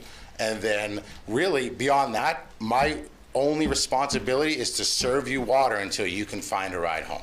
I can't force anybody to do anything else. Now, if these guys went to another bar, maybe they didn't get shoved, whatever the reason may be, I can't take their keys. I can't, and these people, I'd like to see some the reports detailed on what these were. I mean, because these cops are, a lot of times, and this has been video documented, I can present, they're sitting there 3 or 4 in a row watching my bar for 20, 30 minutes at a row. And this happens on a continual basis. And I can provide enough video to fill, at least an hour of clips of them sitting there. For them to sit there and to pull 5 people out of the, however many thousands of people a year that I serve, I think when you put that into context and that number, that it becomes, a different story and a different narrative than what we're trying to push here. This is for 6 months. This report. And Kyle, one person on an OUI can kill somebody. And I understand. And there's not a redo of that. So to I guess minimize it, kind of the way you are of how many people you serve in a year, one person is all it takes. And to me, I'd be saying, okay, if you leave this parking lot, then I'm going to call the sheriff and tell him you're too drunk or whatever. But I have a real problem, I guess, with that, knowing that somebody I know or any other loved one is having somebody drive home. And that's that just one time, Kyle. That's all it takes. And I understand that. But at the end of the day, you're asking me to do more than what I can legally do. I can't stop people from leaving. There's been no instance where people are fall down drunk or causing that got into their car and left. There's been how many times, if the sheriffs are willing to present to you, they've been called one time in a year, to that place. Now, if this is such a big deal and this is happening all the time, and I'm not minimizing what you're saying, and I agree, one drunk driver can change a lot of things, but you're putting the responsibility on a business owner that the state says, if he looks drunk, then you need to serve him water and try to find him a ride home. That's my responsibility with that. I can't control, again, if these guys come in and say they have 3 beers or 4 beers, they look sober, they talk sober, they pay their tab, they walk to their car fine. There's nothing I can do. I know, but again, you're in that business for doing the alcohol, so to me, that is a responsibility, that is on your shoulders. Well, I mean, I'll have to disagree with you. You and I look at it, you look at it differently, I know that. I mean, I can only do so much, and I think that it's unfair to think that I have to sit there and play the role of the police officer and law enforcement. This is law enforcement's job to stop people from driving on the road. Now, I do everything I can in my power to make sure that people that look visibly intoxicated or they have the signs of it do not continue to drink or to go out there. I do everything in my power, but at the end of the day, it's the law enforcement's responsibility to find these people if they're exhibiting that behavior and punish them. It's not, I can't do anything about that. What I can do is just what I've been doing. Keep an eye on my patrons, make sure that they're not visibly drunk, and continue to do my business. And I know that, liquor has a sore spot for, this and that. I'm doing what I can, and I'm being very responsible. I'm there on a regular basis. I'm there making sure my security is watching for those signs. But I can't do anything beyond what I can do physically within my power. All right, that's enough. Let me try and move this along a little bit. Kyle, you mentioned there's 3 or 4 sheriff's officers watching your establishment. Why do you think that is? It's easy because 302 is there, and when you go fishing, you go where the fish are at, right? So if you're looking to pick up people that have been drinking, you sit outside of a bar.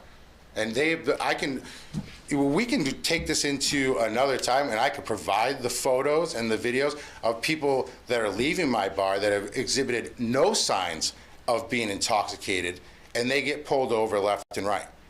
This has happened on video on numerous occasions where they line up, people will leave, which I'm looking into that right now to see if that's even lawful, because they're not even waiting. They're looking at people. It doesn't matter who you are. They get in their vehicle, they'll pull them over, and then most of the time they go on their way because there's no real reason other than they were pulling out onto a roadway from a bar.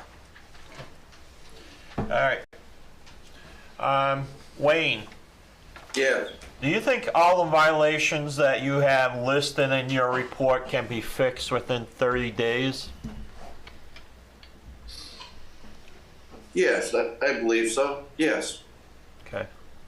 And to Kyle's point, I didn't see his email from late this afternoon. A number of the issues were corrected today, and he did tell me that he would be working on these issues today. So he did send me verification.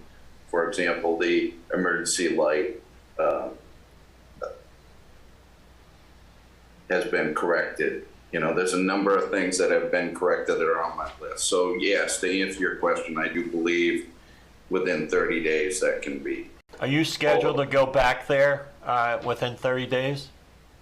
Not currently, because Kyle needed to try to schedule those appointments, like with the fire alarm system company, with the cleaning company for the grease hood system. He needed to make those scheduled appointments. So we didn't set up anything when I left yesterday, but it's very easy for us to do that once he gets everything done. Okay. So I'll tell the select board where I'm at right now. Kyle's a business person. I know what it takes to run a business. You put your heart and soul into it. You put a lot of money into it. You lose that business, you lose all that investment. There's a lot of things going on that could be done better, obviously. For example, the garbage control, making sure everything is up to snuff. I would kind of like to just give Kyle 30 days to fix it. And then come back and see if everything gets fixed the way it's supposed to be.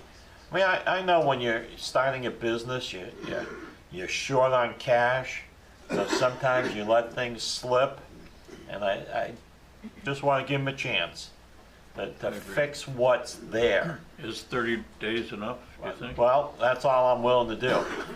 I mean, it's been a year, Yeah. you know, and we're coming back with some of the same violations. So, you know, did you fix it in a year? I mean, we still got the permitting issue, which, okay, it's a surveyor thing. Give them some, you know, I'm willing to give them a little slack on that one. But as far as some of these other violations that Wayne pointed out, they shouldn't be there. They should be fixed. So, I'm open to anyone else's thoughts. So what happens on the 19th? If we take no action tonight? We can extend it for 30 days. Yeah, we can. Yeah. The state can extend it for 30 days. You would have to contact the State Department of Liquor. Yeah. And your next meeting is on September September 20th. 20th. Yeah. So are you thinking table it until the 20th? Yeah. Yeah. I have a question for Kyle. Do you think you can correct these in 30 days? The only 30 thing days that from Wayne's whole list will be done by this Monday. So Wayne will be 100% whole. Everything he requires will be completed. You know, some of these repeat violations that we're talking about is, you know, the grease stuff. I've hired these companies and I've gotten a terrible. Find a new one. I got it. You know, but they're limited. You know, that's that's the other thing. But you know, I've held them to the fire. So, and everything else I've fixed. These aren't, you know, things that are.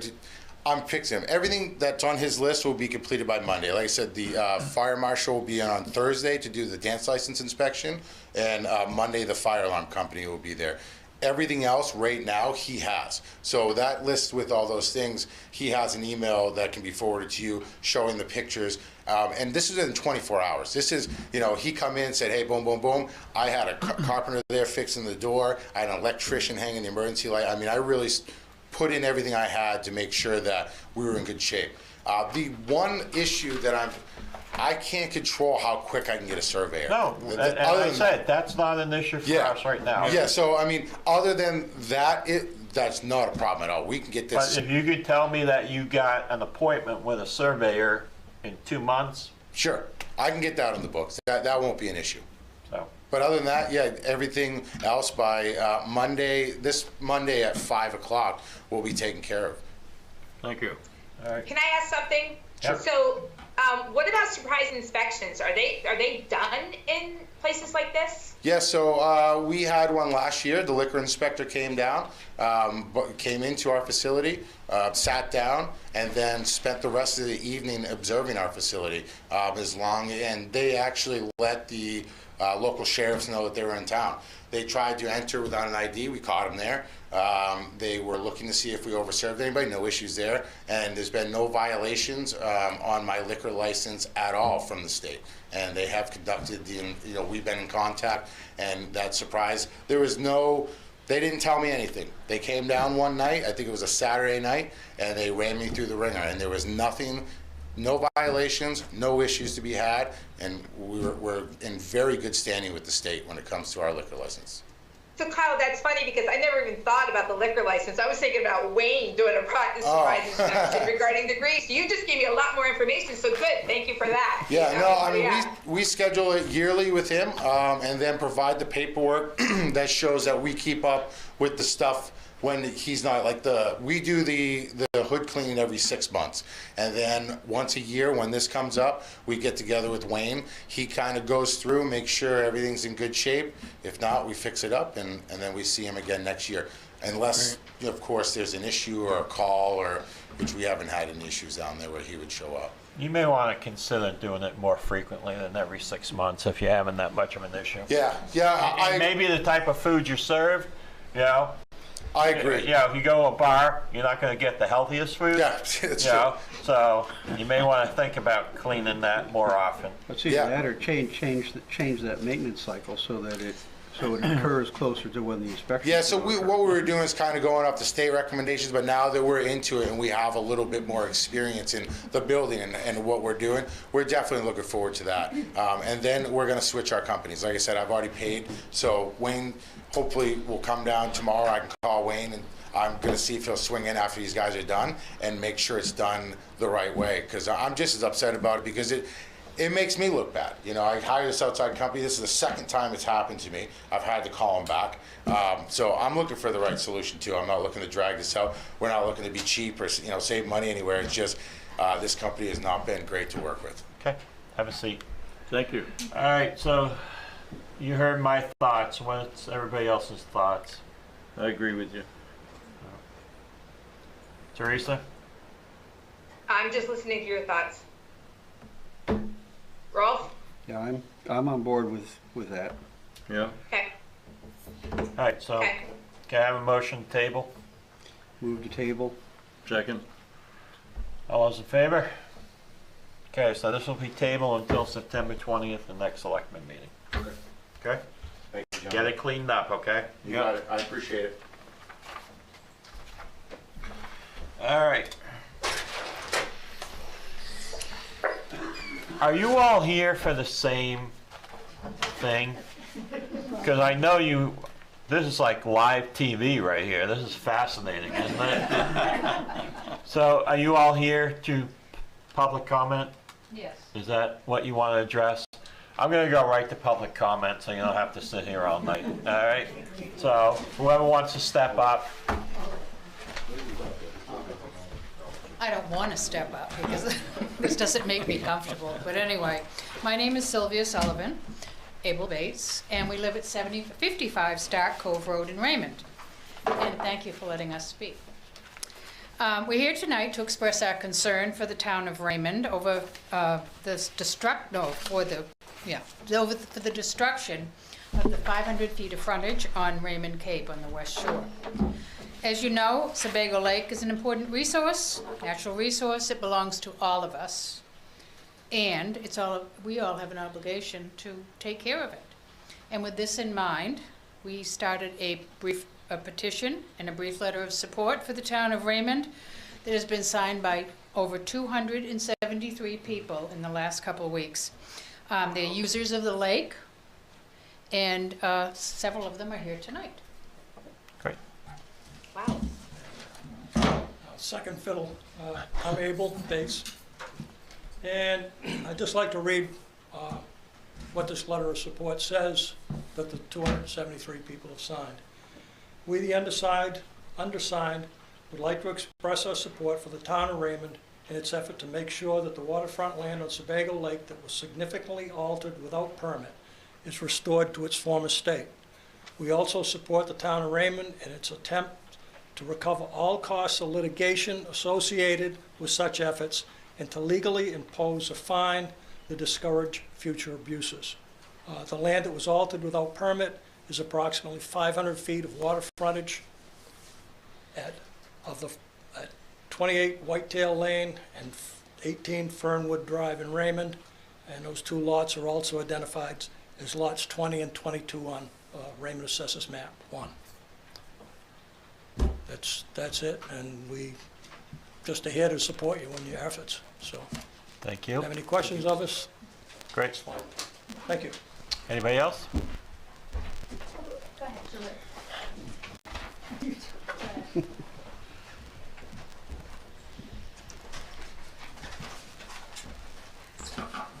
My name is Charlotte Newberger, and I live on the Forest Road on Raymond Cape. Just like to give a little background. We purchased our land in the late 60s, built our house and moved in 1971. We cherished every moment of the process and the joy we felt in the magnificent place to live and to bring our children. Now just a short background. I remember when Mr. Riley came to such a meeting in the evening and influenced the selectmen not to consider the use of DDT. That was quite a few years ago.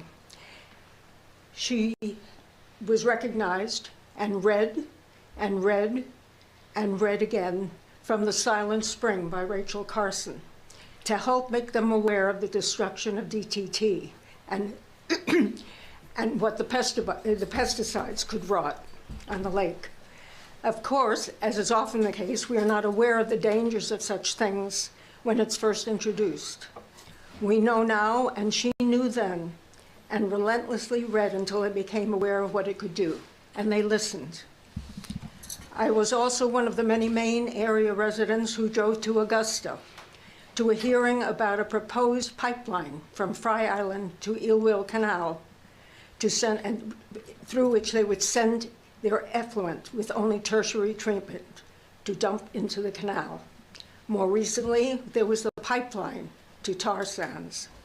Each time, those who care for this magnificent area came together to save it from destruction. Apparently, there are those who do not consider this area a treasure for those who live here and for those who visit. This makes me not only sad, but very, very angry. There are laws for others to follow. It appears not for them. There is no consideration for the beauty and the ecosystem that many of us cherish, where we live and where we have brought up our children, and where we want to leave as a better place and not destroy.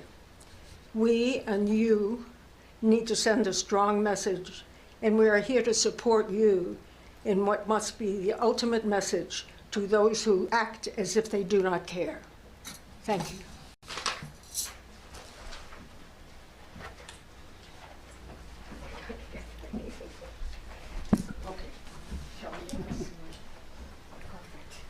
Good evening. I'm Sarah Cusson, Sylvia and Abel's daughter and stepdaughter. I think everybody's on the same position, but I'm not going to assume. This is crime. It's ridiculous that people, and I'm going to say that think they have money, it's entitled behavior, it's disrespectful, it's rude, it's against the law. And I'm not mad at anybody here. I'm mad about the situation, and I want to help. I want to do something. I want to be heard.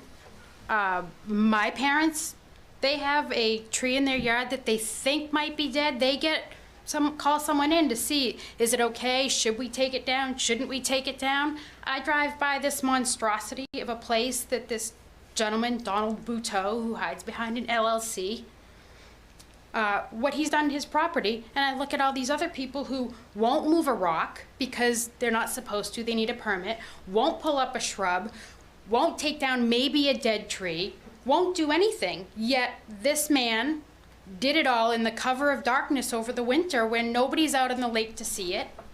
And all of a sudden now it's spring, and what the heck happened over the winter? And now it's done, so he'll pay his fine and move on, and I'm sure that's what he hopes for. But I'm here to say it needs more. It needs to be back the way it was. It needs something. It needs a message, because apparently he's done it before, and he's not going to stop with a fine. That's all I have to say, but I sound angry. I'm not angry at anybody here. I'm angry at the situation and the balls of this man. Yeah. All right. Anyone else? Good for her. No, she's right.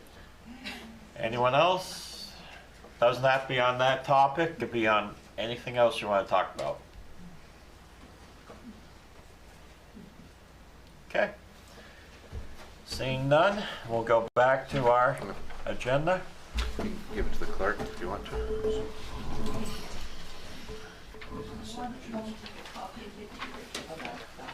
Mr. Bruno, what can we say, what is the status of it? What is anybody doing? If you look at our agenda, there's an executive session later. It's on that same. And we can't talk about it in public. If you want to see a public statement, you can watch Channel 13. Go to WGME and take a look. I would assure you, at the staff level, the elected official level, we're taking good care of this, and we understand the importance of it, the environmental impacts, and rest assured we're doing what we need to do. Yeah, and we can't really talk too much about it. But thank you for the petition and the signatures. We do appreciate that. Yes, And very much. And I will also say that, you know, it's not a fight we're fighting alone. We have also gotten the support of the local senators, the local Congress, the local representatives and whatnot that are on board with what's, you know, what they're seeing and things like that. So it's, you know, it's not being taken lightly. The LEA, the Portland Water District. So there are a number of entities that are in this with us in support, and so we appreciate your support very much. I spoke with Abel, and I knew he was doing this, and I think you know, that's an amazing amount of signatures in a short time. But we're not, One more thing. we're not supposed to talk about it. I just want to say that there's 273 signatures we got. There wasn't a single person who was opposed to this. And if we had more time, we could have got 90% of the citizens of Raymond, plus all the people that are using the lake. Nobody, everyone is on We understand. the right side. We believe, if we could say more, we would say more, but we can't, so. Is there more that the regular citizens could be doing? I mean, you could write a letter to DEP probably, and express your dissatisfaction. It certainly would not be out of line to write to Your state rep, your state senator. representatives, because they are aware of it, but the more they hear it from other people, the more it drives it home to them as well. You could also contact the LEA and I did contact Colin Hume and see what he has to say about, I'm sure they've had fights like this in other places. He probably could give you some advice. Is the Corps of Engineers involved? They are, but only, can you speak to that, Eric? Oh, we can't. Can't do that, can't do that, can't do that, can't do that, can't do that. They're involved, they're involved. I keep telling you, we're working on this, but we can't speak about it.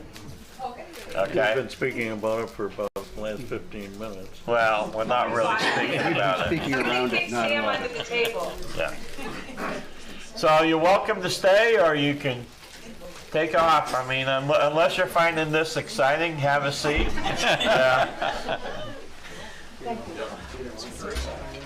Thanks, Abel.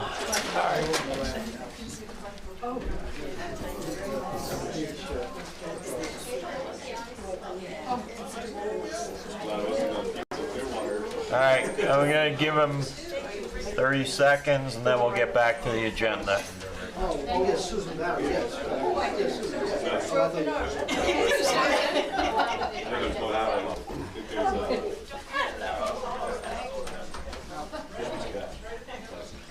All right, consideration of Fisherman's Catch liquor license extension. Wayne, any violations here? No. Okay. The only question I had was, are they up to date on the personal tax? As far as I know, they are. Okay. Okay. In that case, I would move to approve. Second. Been moved and seconded. Any discussion? All in Yeah, I fa- want to know if we're considered politicians who are bottom feeders.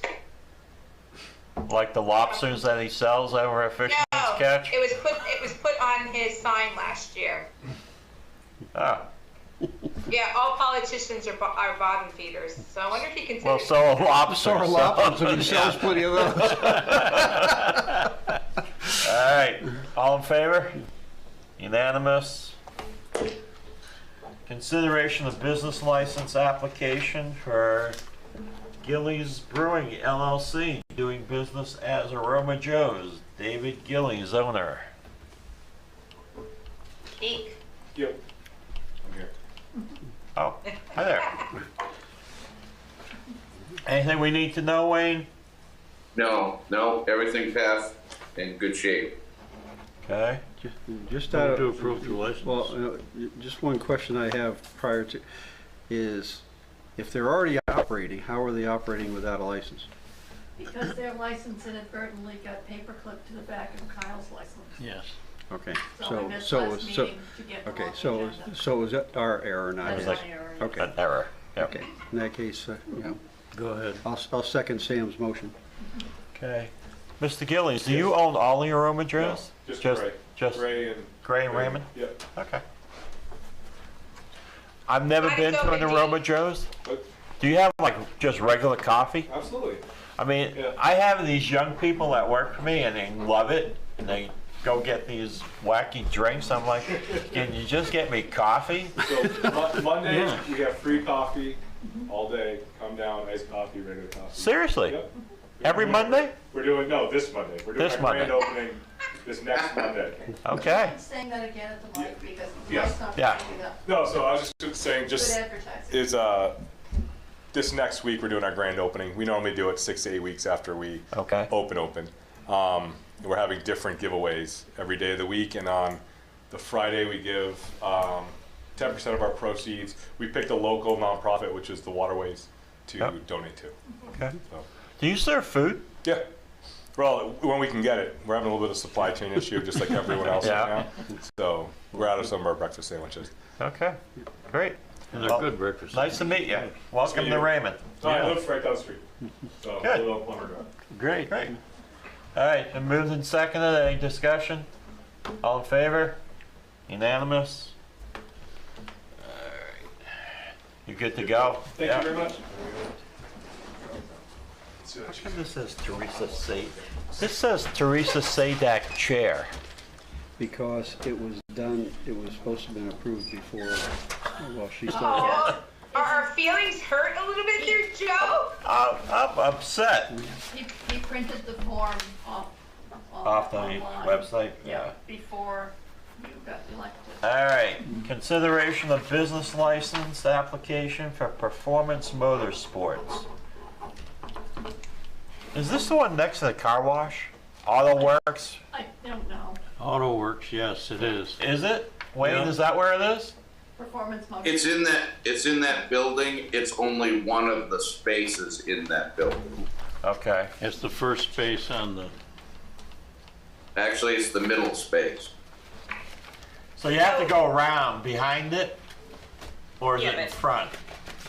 You go to the front. you go to the front, the garage is in behind In the it. back? Yeah. Right. The garage is not part of this business.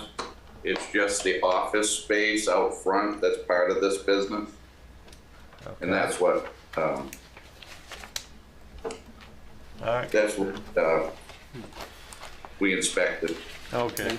Any issues there, Wayne? I'm sorry? Are we concerned about some of the stuff in the building, or?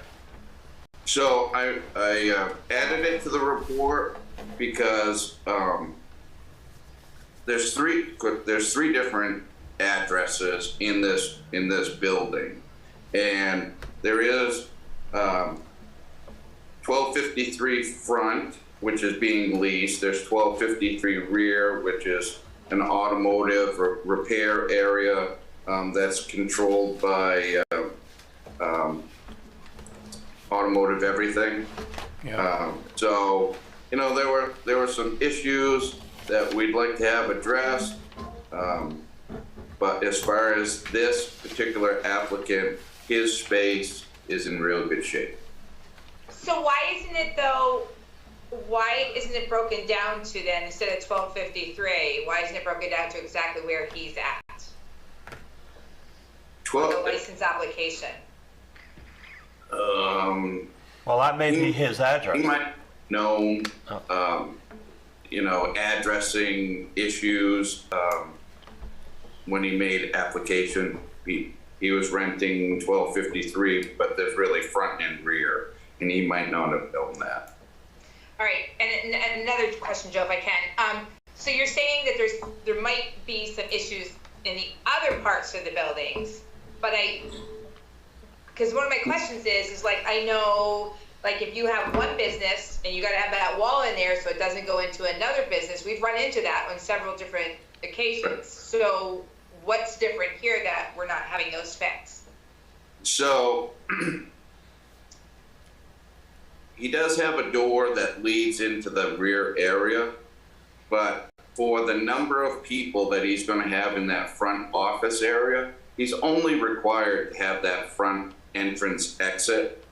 And, you know, I looked at the rear just to make sure if worst case scenario, somebody had to use the rear exit, just make sure that they could use it, they can. The biggest thing that I had for an issue at the rear was there's some ATVs stored up by the heating unit up top. And they don't have any gasoline in them. The tanks are all dry, but they're a little closer than they should be. So that's an easy fix for the owner of automotive everything next door to take care of for us.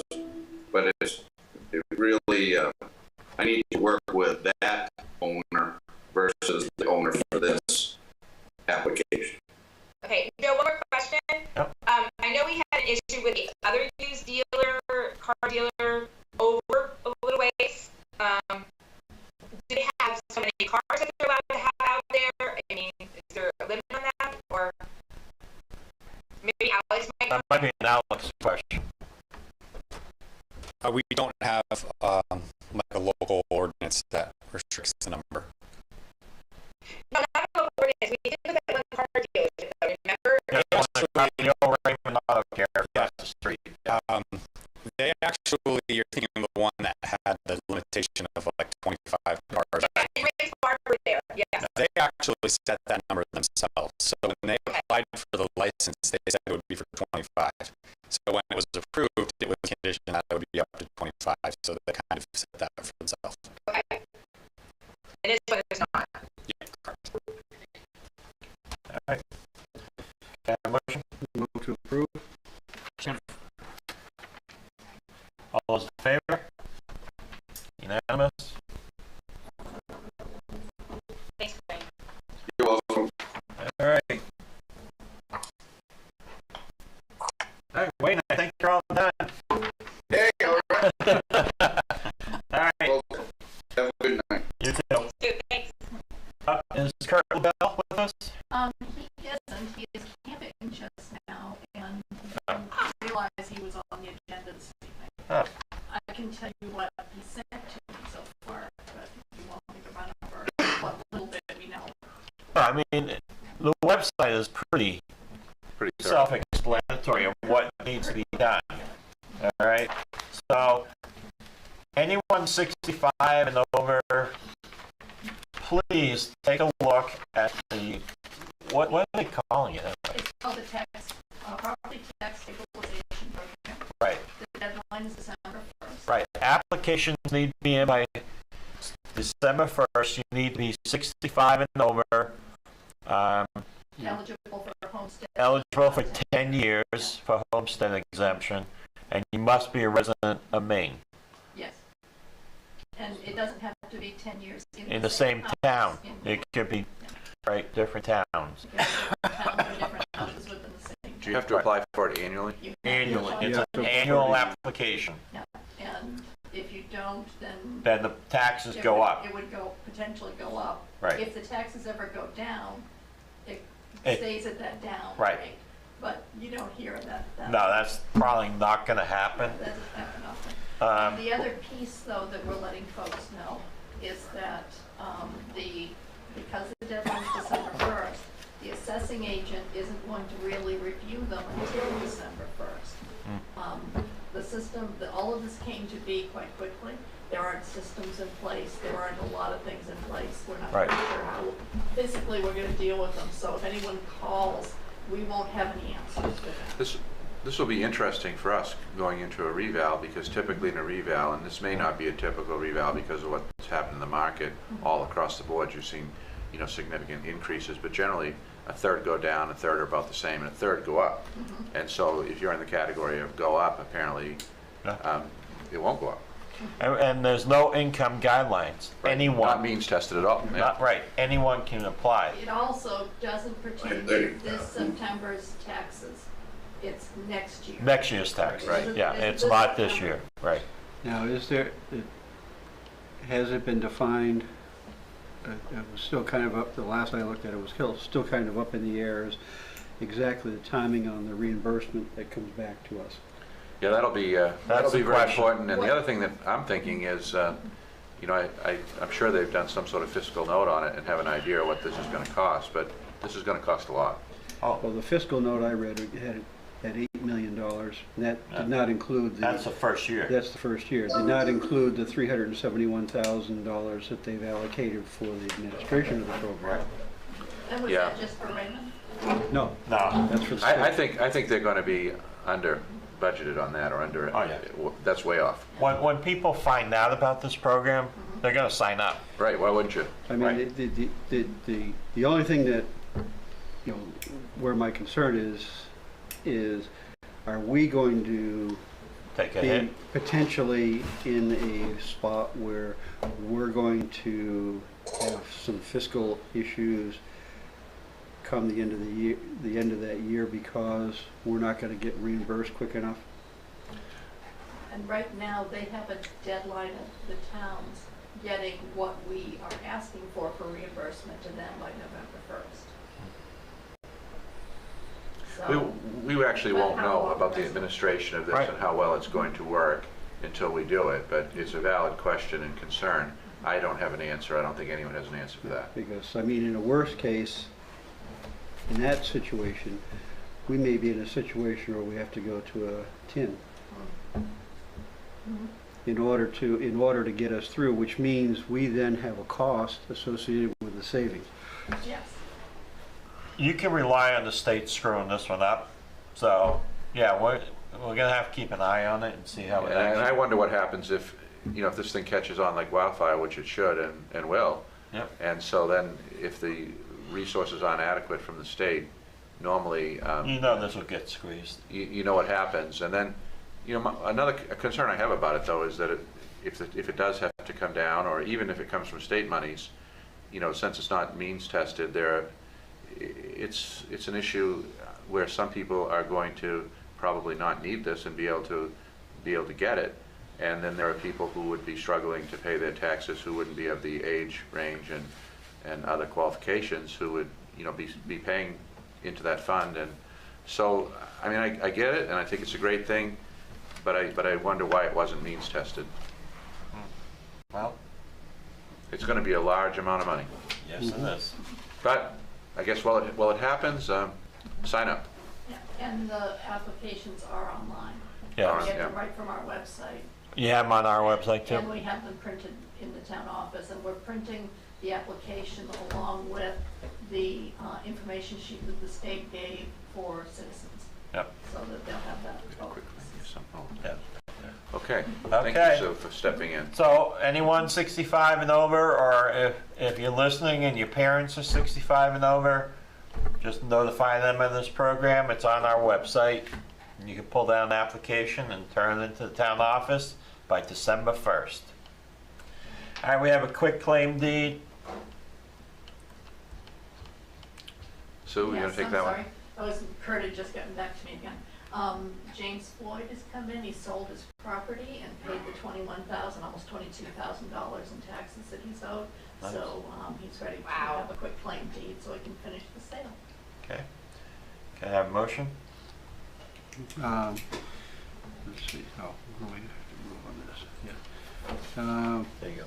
Oh, okay, there we go. You move for a quick claim deed filed against map 008, lot 093A, in the name of Floyd James E. in the Registry of Deeds, book 32517, page 100, book 35064, page 304, book 38553, page 64, book 33358, book 286, or page 286, excuse me, book 35913, page 190, book 34141, page 04, book 37080, page 32. Second. All in favor? Unanimous? All right.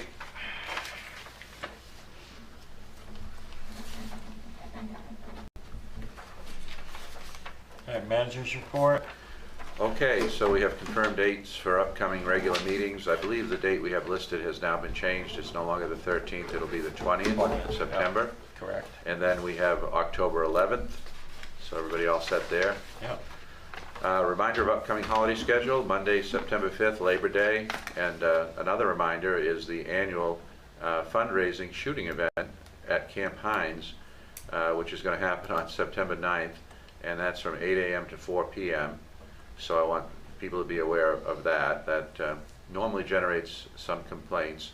We have provided them with a butter list, and they're doing notifications. I think we put it on our website, and we may assist in other ways to try to get the word out so that people aren't alarmed by that. But if anyone's been in residence for any period of time, for instance, Sam probably knows all about it, and it's something they do every year. So that's coming around again. Other things I want to tell you about, the Main Street Sidewalk Walk project is on schedule. It should be completed in 2 weeks. Looks good. Interestingly, I haven't got a single complaint that has come to my level. I know Nathan's had some de minimis complaints, but Nathan and the crew have done a great job. The engineering firm, the contractor, Sebago Engineering Firm, and Glidden Paving doing the work. I think it looks spectacular. I think it's going to be a super improvement for the town. The only question I've gotten, and I've gotten it from a half a dozen people now, is are we getting streetlights? The answer is no, not now, but it's something that could be considered, you know, in the future, but that's not part of the program. But so I've not had a single person say that they are unhappy about it, which is good news. We're seeking a full-time human resource officer, finance assistant, and that advertisement's posted on the website. It's posted in the local weekly papers. And so Rita Terrio, who's been with us for a long time, I think about maybe 18 years or so, is retiring. So good for her, and we're looking for someone to come into that position. So if you're interested, please apply. The town report finally is available. It's finally available, and it has an audit report in it, right? So that's a good thing. And I forgot to bring the select board. You had to bring them, but that's okay. We'll get them in their boxes. So Kevin tells me that he's working with the library, some things that are happening there. They're going to get the full complement of town technology. They got only a partial one now because Kevin's done it on a volunteer basis for years, but they're getting their automatic locks, new phones. They're getting video security and all that entails. And this one you'll really like. We're getting a fiber link between the town office and the fire station that's going in, and apparently it's going in tonight, which is why we don't have the connection to the outside world on television, because they're splicing the connection, and apparently they cut our fiber connection tonight. So that will be fixed, and we'll be broadcasting live next time.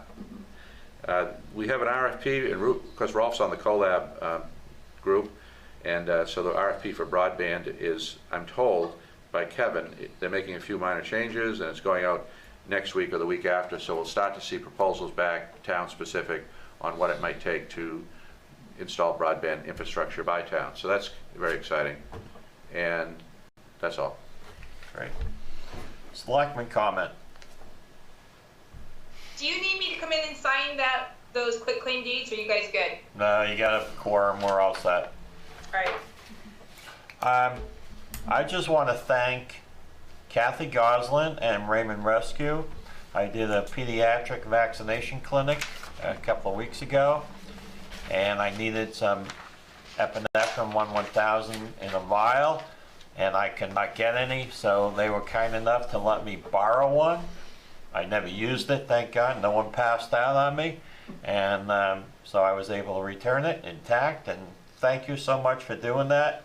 We spoke to the department, the rescue department in the town where I did this clinic, and they refused us.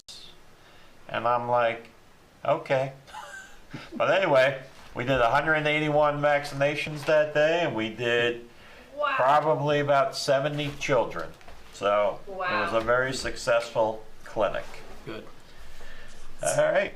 So thank you, Kathy, and your crew. Very, very appreciative. Can I have a motion to go into executive session? So moved. Move to go in, yeah, pursuant to 1 MRSA 405-6E. Okay. Second. All in favor? All right. We're in executive session. No, you're. Bill? Let me know. I don't know if you can. Okay. All right.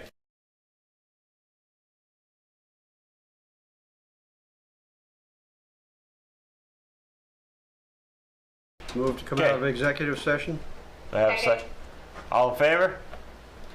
Thank you. Move to adjourn. Second. All in favor? Thank you.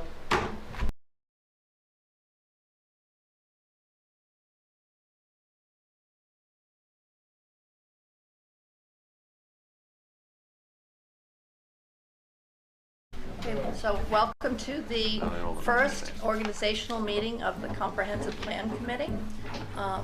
The first order of business has just been happened. We've called the meeting to order. The members that are present have been sworn in. I would like to tell the committee, for one, you'll have name tags next time as soon as Deputy Mason finds where they are. And one member of the committee, Bill Frazier, has already resigned. He'll still see him on things to sign tonight because the selectmen haven't accepted his resignation as yet, but he had some health concerns, so, and not, just, I'll leave it at that. So he's not going to be able to do the committee. I did send out just a standard type of agenda to all the committee members, just to get us started. The first order of business is election of officers. And is there any nomination for chair? You know what, just in the interest of getting to know one another, I'd like to move to table that until maybe another meeting or two, just so we can get to know one another, work with one another, because the leadership of this organization is going to guide it for the next 2 years here. Is there a second to that motion? Second. Any discussion? Okay. I have one thing that I will say, and if that is the case, the committee is going to have to set the agenda before this meeting ends, so that we'll know what to do next, because that's part of the purpose of the chair, is so that I can bounce an agenda off the chair. And this is a little unusual circumstance. I mean, this is a committee that hasn't been impaneled for 14 years or something, you know. So, you know, I certainly appreciate your point, think it's a good one, but you know, we have the practical matter of having to have somebody to coordinate with. So a few meetings, a couple, 3 meetings, not an issue, but at some point we need to have, you know, a chair. And the chair has really no more power, I guess, than anybody else, other than, you know, perhaps, you know, hopefully representing the interests of the committee and setting the agenda based on the meetings. I mean, it'll become obvious in the meeting what you want to do, I hope. And then we'll put that on the agenda and off we go. So is there any sense of having a chair just for this meeting, a temporary chair? It sounds like you can run it, can't you? I can run the meeting, I can. No, that's a good point. Yeah, that's how I'll do it. I nominate Sue for a temporary chair. I'm not a resident, so I can't be a temporary chair. So all those in favor of the motion on the floor? Thank you, it's unanimous. So the new business, the first is consideration of adopting the remote meeting participation policy.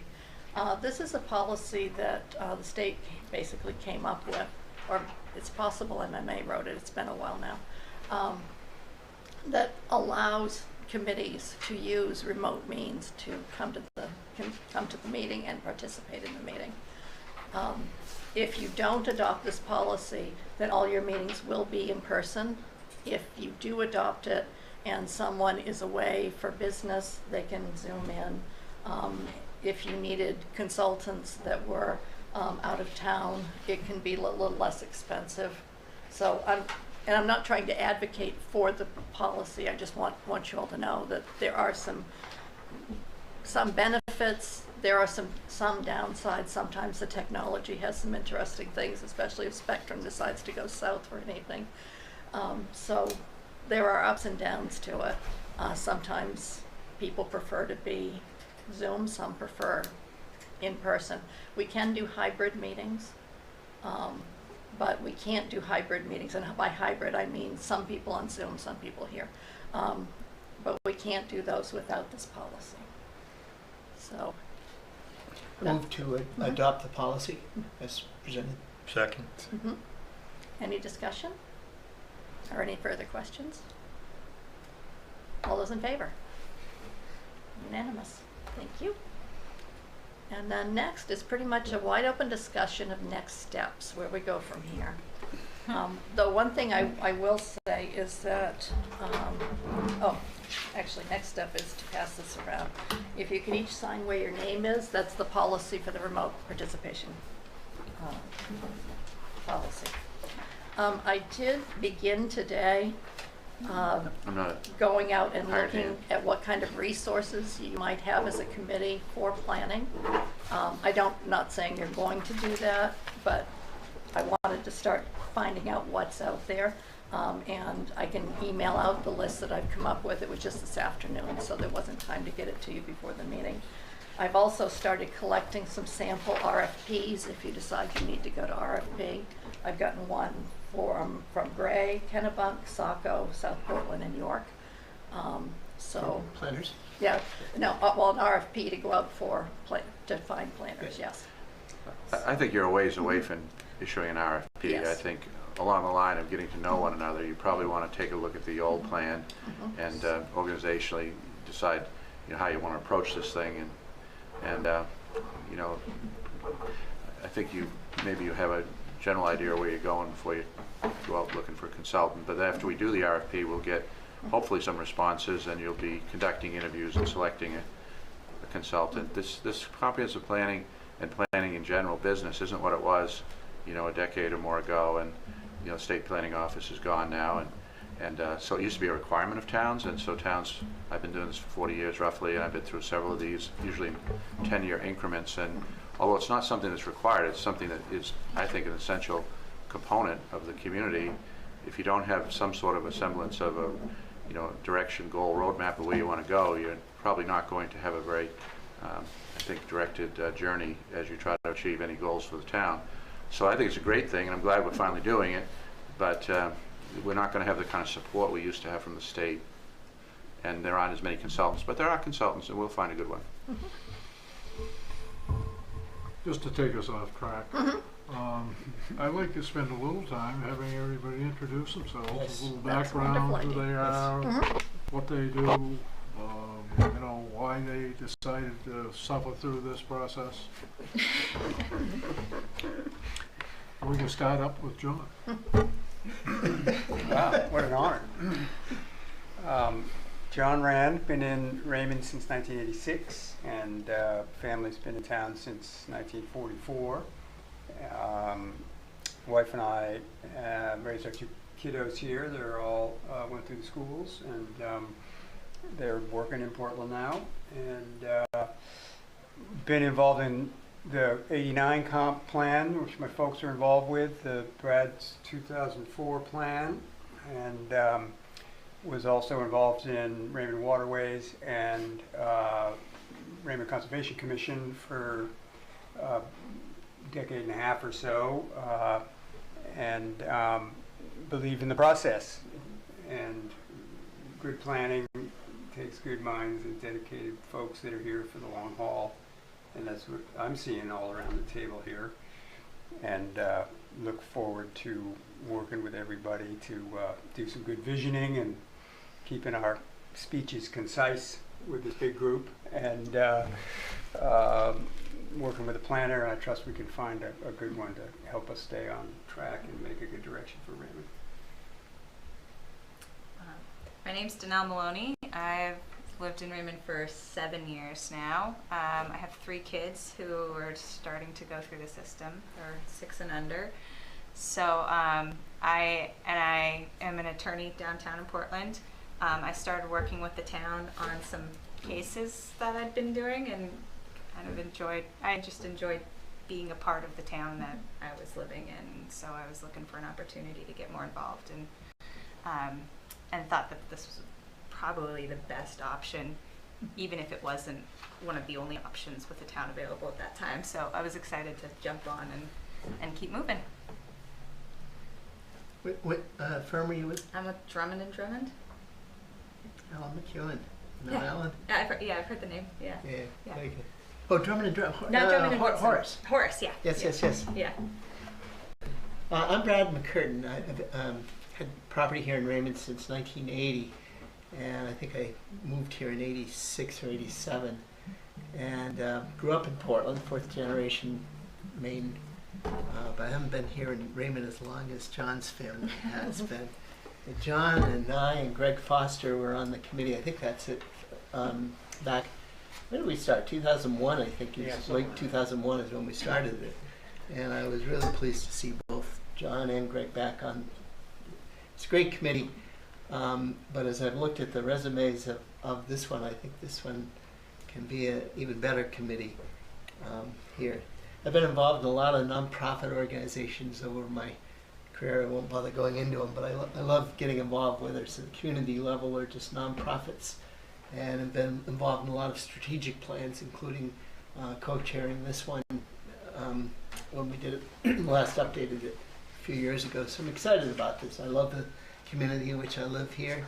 I'm very happy with the leadership of the community here. And Sue, I haven't gotten to know you very well yet, but I think we will over the course of this. I was a big fan of Louise Lester and whose shoes you have filled here.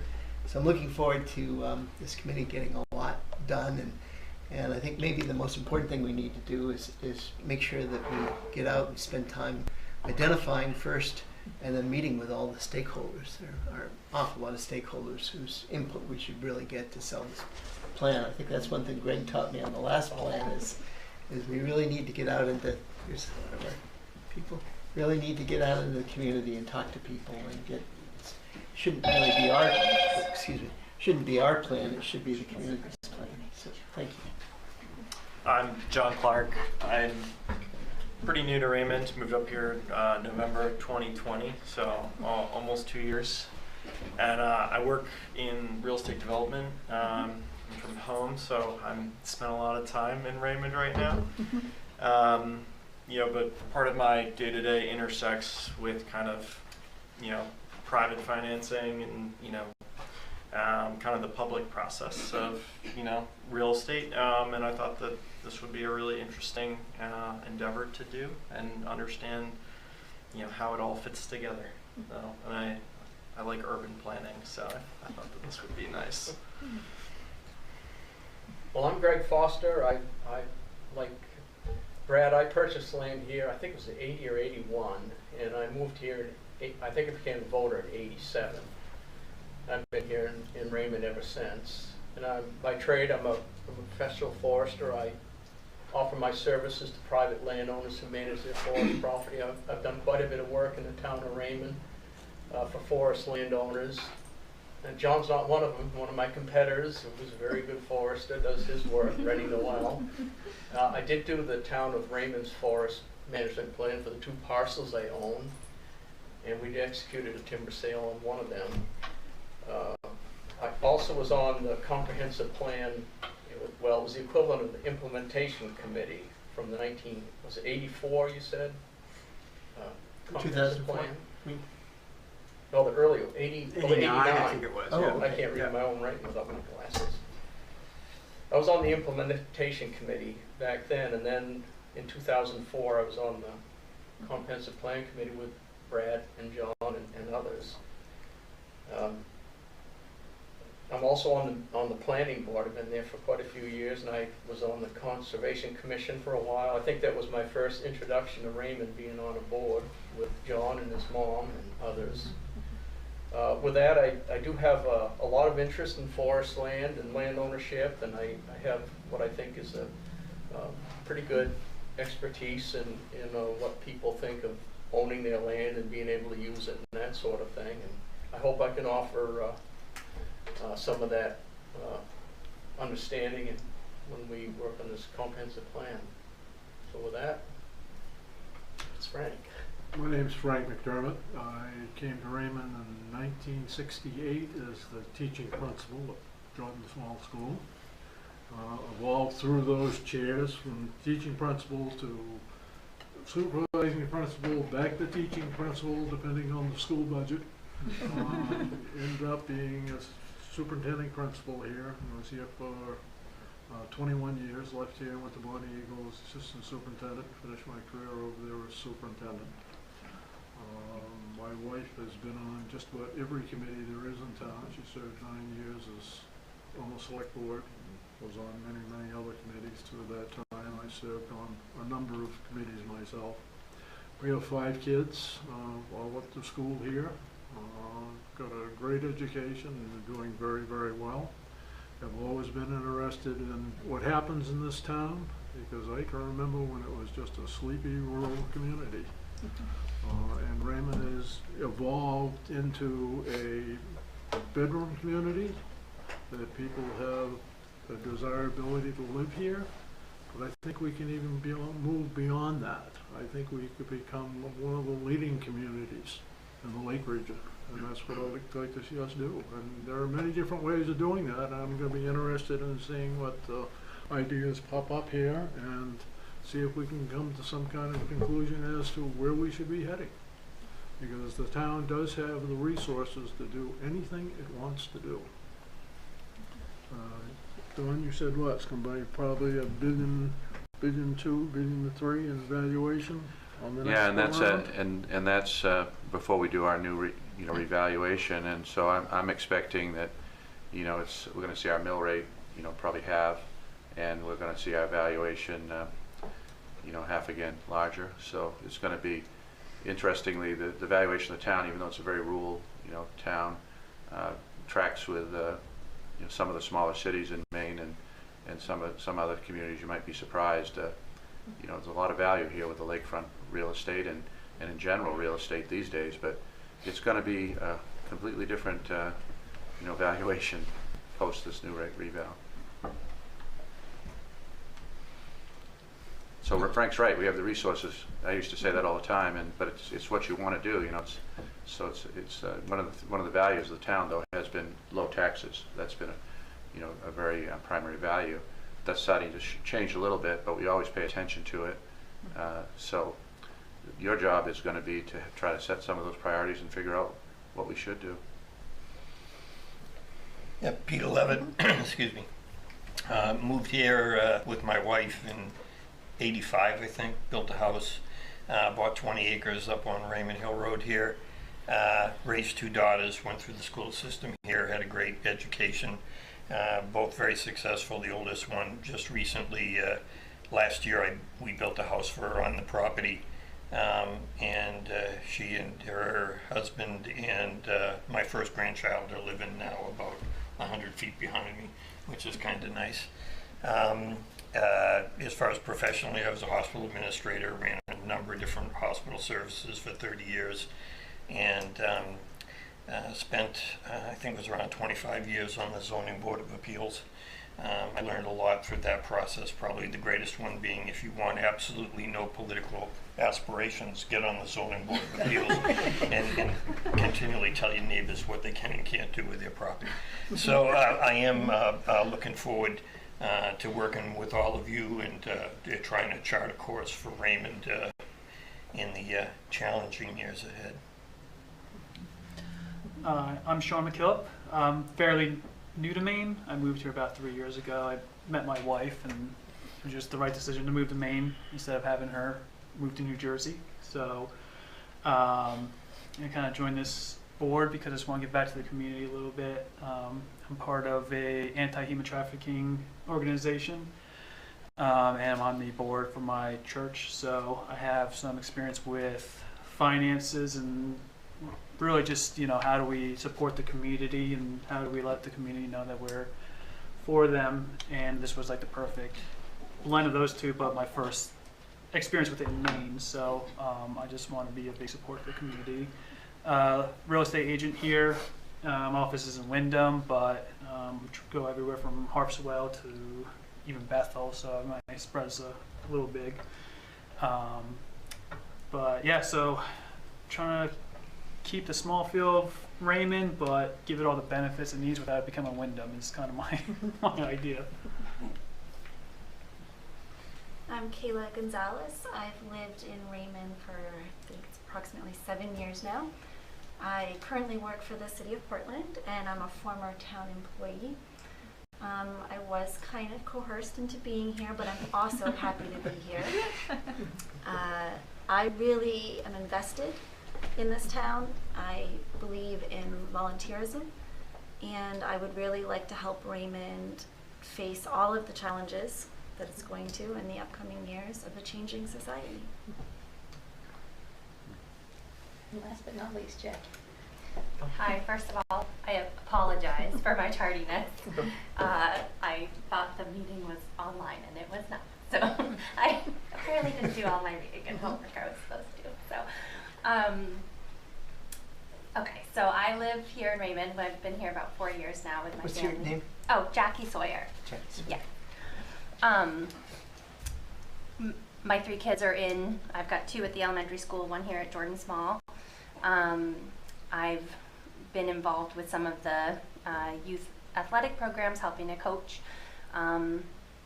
And I work as a real estate agent. My office is Meservier and Associates. We're based out of Auburn, which is where I formerly lived, but we've got a Sebago office as well. So being here in Raymond is kind of a nice middle point for me. In college, I studied international development. So development is an area that I've never really pursued, but I've always had an interest in. And, you know, I grew up in Yarmouth, which had a really kind of thriving, you know, pedestrian-friendly feel to it. You know, a lot of recreational activities and everything, and I would love to kind of see that side of things grow here in Raymond. Get people outside and enjoying life around here. So.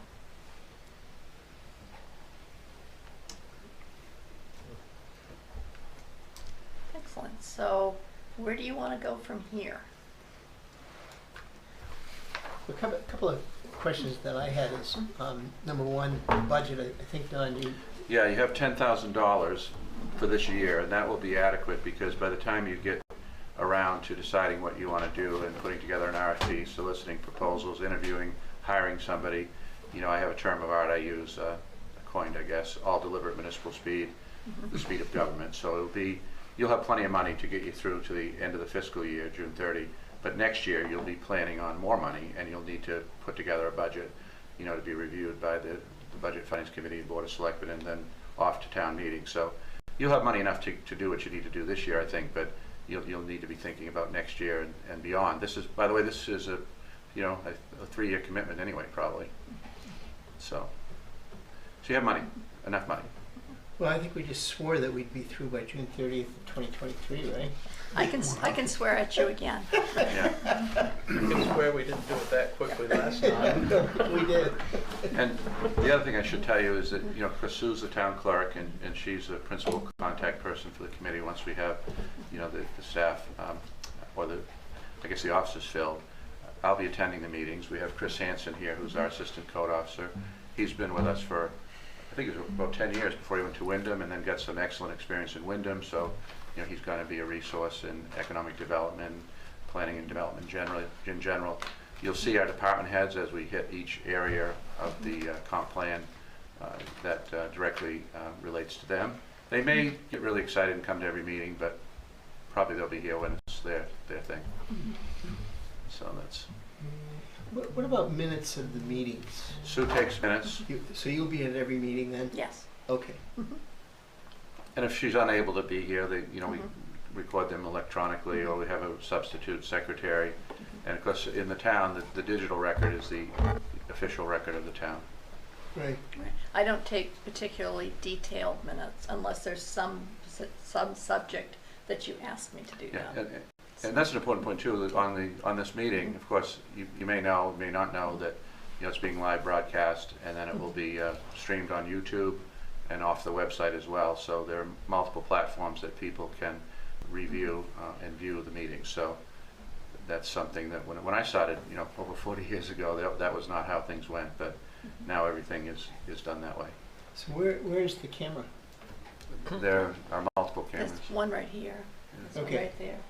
And they pick up on whoever. Yeah, and of course, and when we do the hybrid, the people will appear on the television screens and so forth. Behind that wall and behind the curtain is a gentleman who's running the whole system that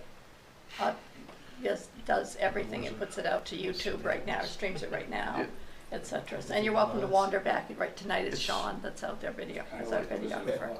It's the system, not the electronic mouthpiece of it, but the system itself, you know, kind of reminds me of the Starship Enterprise. It actually came from Harvard, of all places. Kevin, our tech guy, got the cabinetry, and of course it's been updated over the years, but it's quite impressive, and that's just part of what we do. We have server locations at the town office and also the public safety building, but yeah, it'd be worth taking a look, see what's behind the curtain. As far as the process, is it too soon to decide amongst us if are we going to use Roberts? Are we kind of started off by making motions, seconding and voting, but just to clarify. That's typical, yeah. Yeah, it's fairly standard for the town, so. So is that something we need to vote? You can vote to adopt Robert's Rules of Order. All right, then I'd make that motion that we generally use the accepted version or the current version of Robert's Rules. I'll second that. And if anybody would like a copy of that, we'll provide a copy. But I think it'll be most important probably for the chair and vice chair, or however you do it, or co-chairs. Is there any discussion on that motion? Just one question, yeah. How many are, everybody's probably familiar with them, but how many have actively used them in organizations? Yeah, to some degree. Because, it does get pretty formal. For example, I believe the motion to table that I made at the onset Would actually kill it if you use the direct interpretation, yes. What's that? That would actually kill that. We wouldn't have a chair because a motion to table kills the motion. No, it doesn't kill it. It just puts it on the table. But it's non-debatable. Right. The motion, but we debated it. Yes. So that's why I was wondering, how formal. How formal we want to get with this, because if we say we're going to run by Robert's rules, it takes away the friendliness of it. And, I would think that, it can be loosely interpreted through the chair. I mean, that would be some way to control it to some degree. I don't think we need a parliamentarian or anything like that. But I think those are called the Bobby rules. Yeah.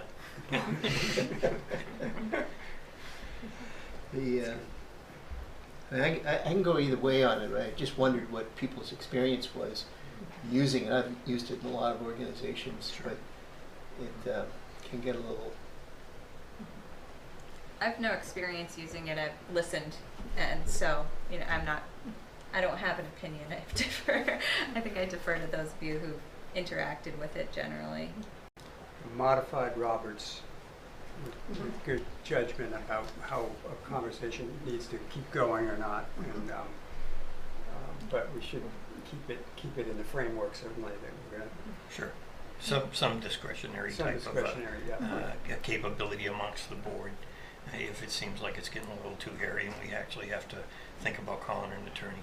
I don't want to go there, believe me. Right, I already have one. Yeah. I have experience. But at least the motion of the structure of the motions, the seconds, the vote, that makes what you do have a little more substance. Yeah, that part we hold on to. Yes. Yeah. For sure. Sure. So Brian, it's a great question. So maybe a modified version of. Sure, with discretion to the chair or the board. And what I could do is send out the Maine Moderator's Manual to the board if you'd like, and that has a one-page, very mini Robert's Rules of Order that moderators use to moderate town meetings. And it's really, I don't want to say watered down, but it's just it's a one-page document. So that explains the motions and whatnot. It would be helpful if it's just one page. That would be helpful. Yeah. You've been in a lot of organizations. You have any?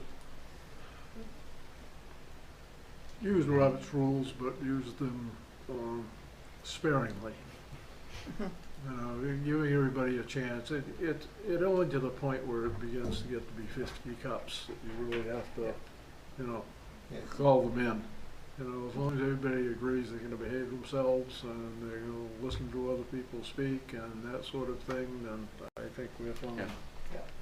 Yeah, correct me if I'm wrong, but we're really not, any of the votes we take, they're going to be on recommendations anyway. It's not like we're setting statute or anything. Right. That's correct. A lot of what you're going to do, in my experience, is going to be more like a workshop meeting than a formal meeting. although you'll have both, you'll be making votes on various issues, but there'll be a lot of not exactly scintillating TV that goes on. Yeah, and most of the time you'll probably come to consensus as opposed to Right. coming to a vote. But for instance, at the beginning of each meeting, I'll have you approve the minutes of the last meeting, and that I would prefer a vote on.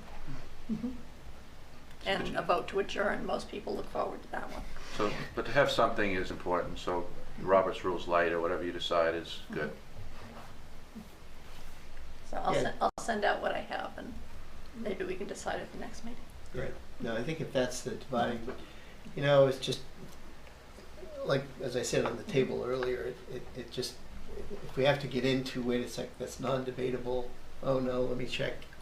It is non-debatable, but it's not going to be fun. And I think this really, we're all here to kind of have fun and get involved in the community and just kind of help shape the future, I think. So.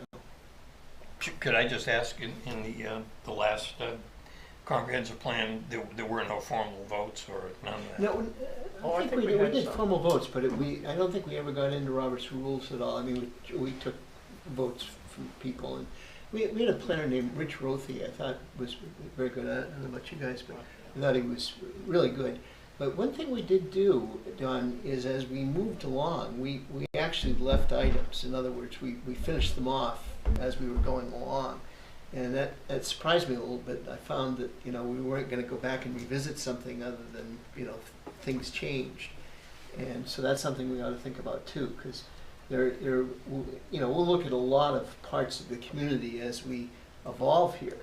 And the last planner had us, let's just say we were looking at where should businesses be encouraged to locate in the community.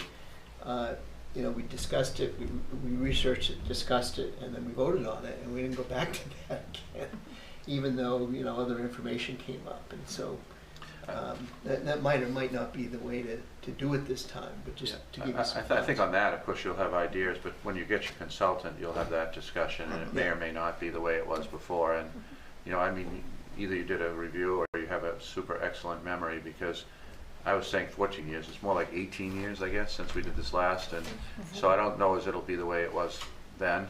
And I mean, a lot of it will be how you want to do it and what the consultant thinks is the way to do it these days. Yeah. And I agree, Rich was good, though. Yeah. I do remember that much. I'd like to get some input on video conferencing versus live meetings and hybrid meetings. Like just about everybody here, I embraced it during the pandemic, and I still embrace it. I happen to like video meetings, but what's everybody's feelings on? Before we go to that, Yes. We do have a motion that's been seconded on the table. Oh, on Robert's rules, sorry. Yes. Thank you. So is there any more discussion on that topic? It's maybe a hybrid of, not a hybrid, but a loose. And Peter, do you and Greg both agree with that interpretation? Yes. All those in favor? Opposed? Thank you.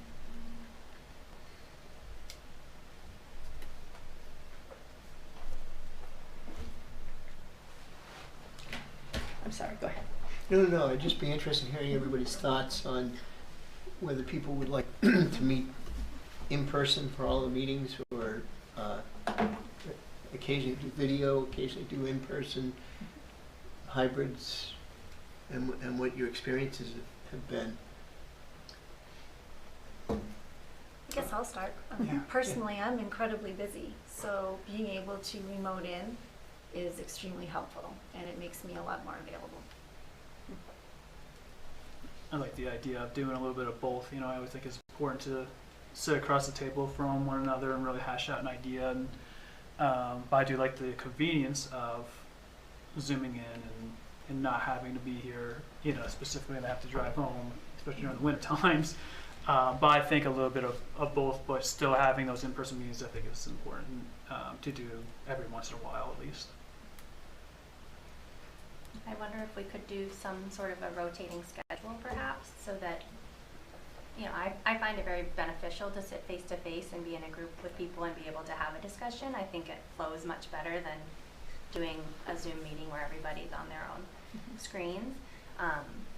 So I wonder if perhaps there are certain topics that might fit better with an in-person type meeting, and some could be more remote and it would work well for whatever it is that we're discussing during that meeting.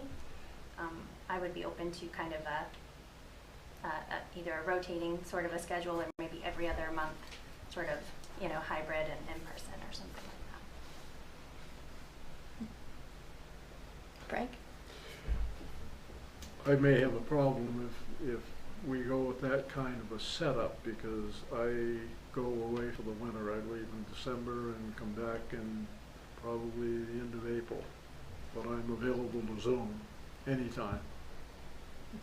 Even if that's a problem, then that would be a problem, and I will graciously get off the committee.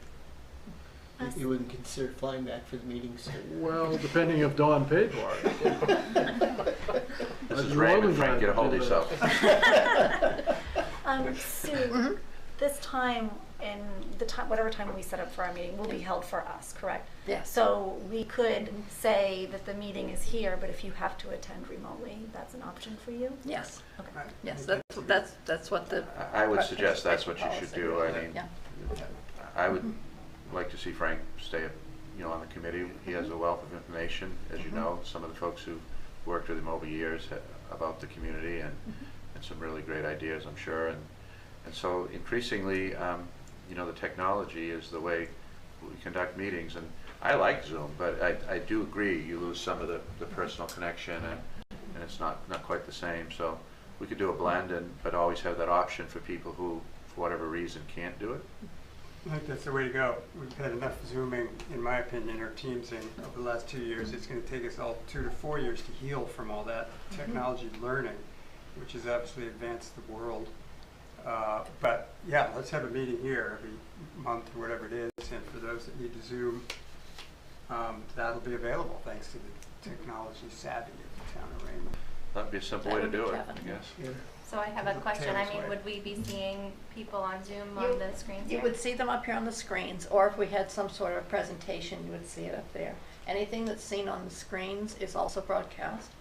What you don't get when you Zoom into a meeting that's here is getting to see everybody at once, because the camera angle is so far back that you don't really see anybody other than little stick figures around the table. It's So not going to be the same. It won't be the same as experience. Zoom. Yeah. You're going to be looking into the meeting room, Yeah. as So- opposed to a Brady Bunch thing. Yeah, so whoever is being focused on at the time, basically whoever's speaking generally is who the videographer will move the camera to. And that's who you'll see on your Zoom if you're on your phone or on your laptop or whatever. But you can still hear everyone if someone else speaks. You just won't, unless you get really good at recognizing voices, and you we won't can see you. necessarily see. Yeah. And we see you all the time. And if you're the only one, we see you really well. No, this is well set up for hybrid meetings. So often you get one little laptop over in the corner, with people who are on it. This is great for hybrid. Thinking that assuming that that's pretty well agreed on, is thinking we do monthly meetings right straight through until we're done. That would be my suggestion. I think that's what we probably did last time. Yep. So we did, that was only monthly? I think more than a monthly would probably be tough for people like Kayla and others. A number of folks still working full-time here. I'm one of them too with Kayla, probably some of you folks. You're still working full-time? Yeah. You weren't going to retire for this committee, Brad?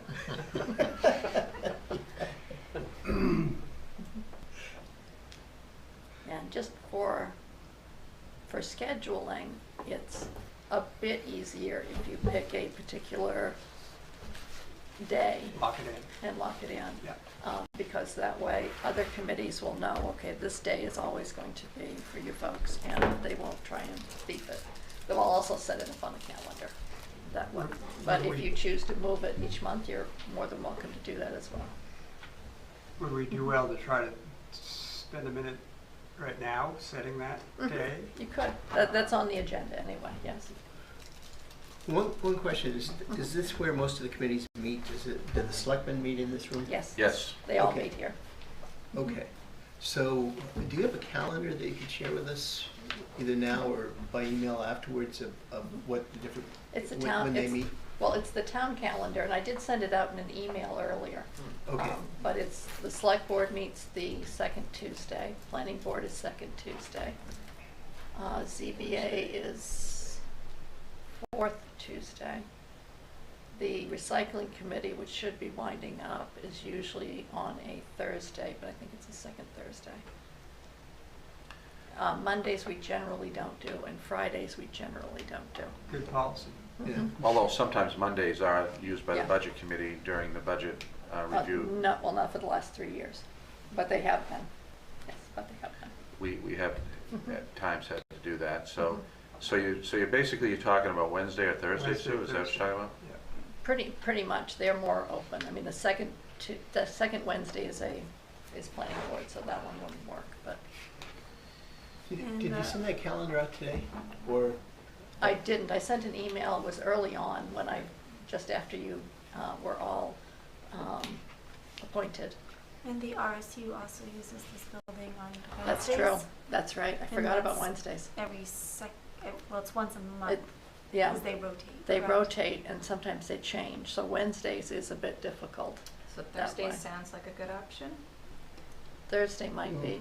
Yeah, it's a tough, it can be a tough night for me. Yeah, Thursday. and Yes, it can be for Thursday Kayla. I usually have a standing meetings, Mhm. but they Mhm. start at 5, so if we did remote, on my way home, I can tune in and pop in as I drive by.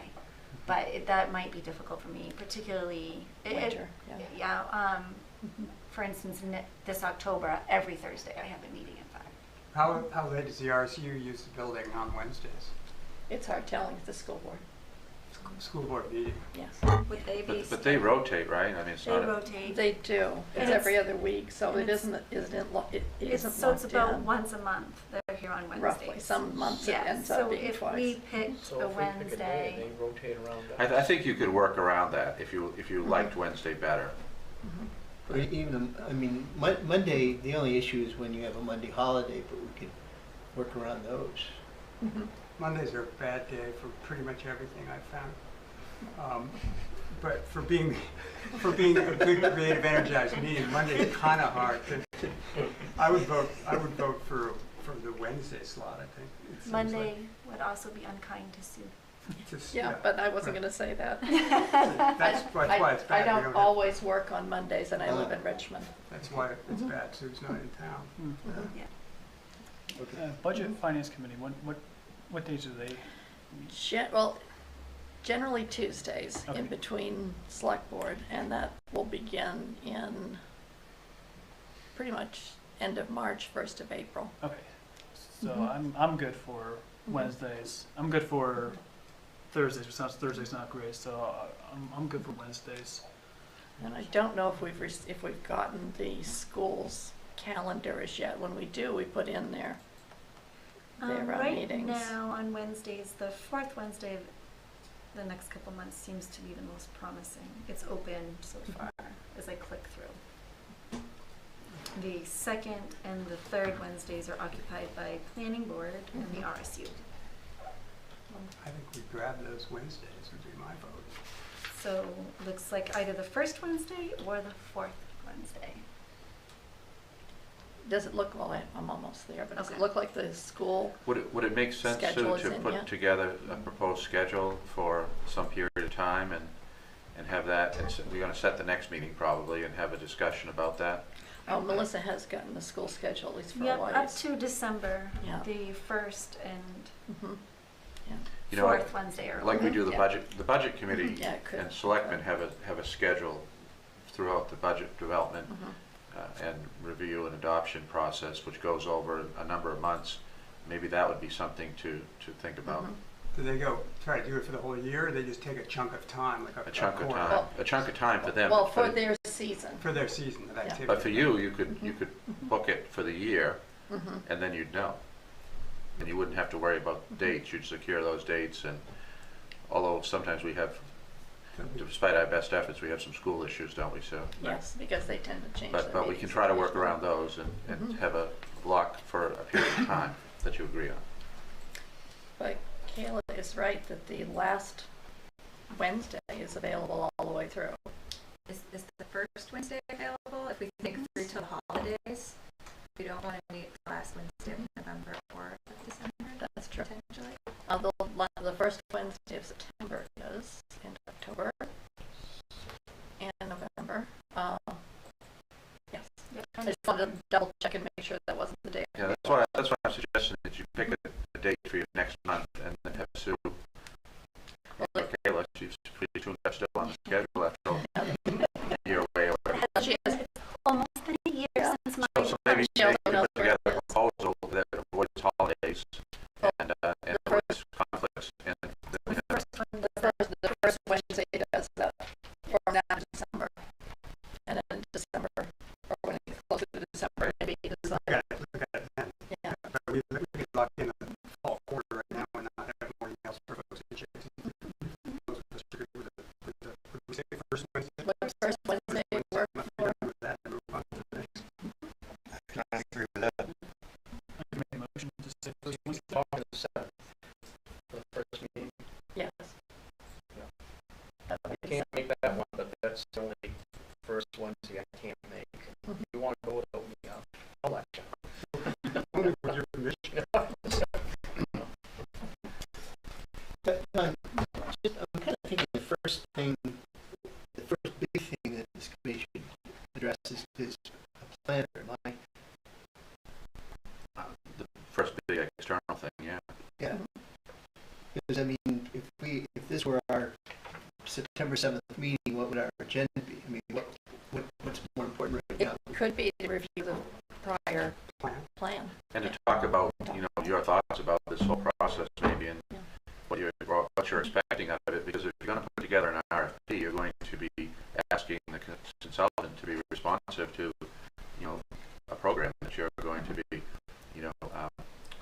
implementing. So you might want to have a discussion about what you think it ought to be, look at some other RFPs maybe, and just have a general discussion amongst yourselves about what you'd like to see out of this process.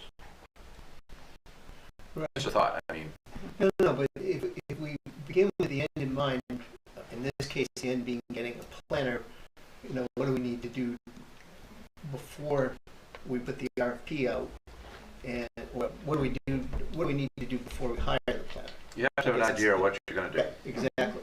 Yeah.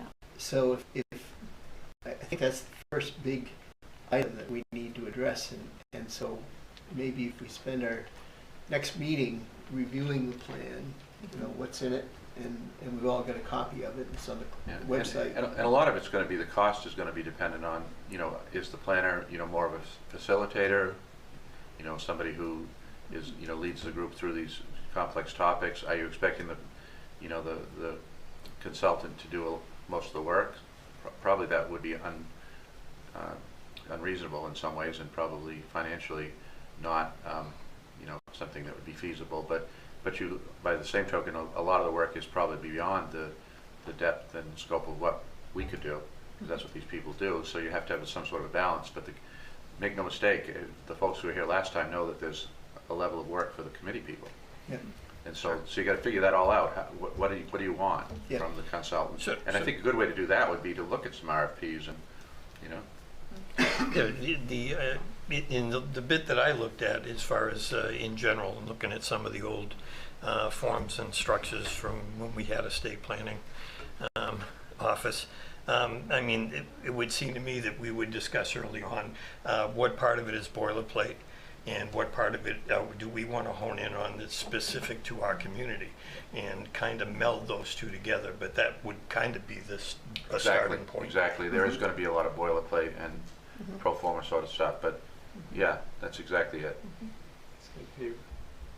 Okay, I think this document, to me, this document is a great start. I mean, all those categories, we're not going to probably drop any of those. I think we'd be updating. Some of them would be boiler, but most of those chapters would need revision and revisiting in terms of the current state of housing, for example, in southern Maine. And, Sure. When you guys worked on it last, I don't know that PFAS was even on the radar. Right. So that's going to be something new. It was still legal. Yeah.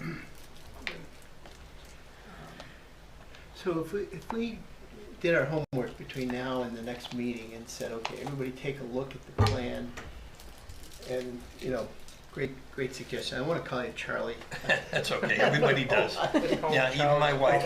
Is Charlie your brother? He is. Yes. Ah, okay. He was great on the committee. He really was. And look at the plan. Okay, is most of this still relevant? And if so, okay, we need this. And what sort of agenda items, we don't have to have them at the first meeting certainly, but what should we be adding, like PFAS as an example? And then, where do we go on a planner? I think Rich, I think he did most of the plan himself. He wrote that up, and he really... Well, typically the consultant would probably put together the final report, but what I'm talking about is a lot of the gathering of data, analysis of data, reaching out to other communities if that's useful, or agencies and so forth.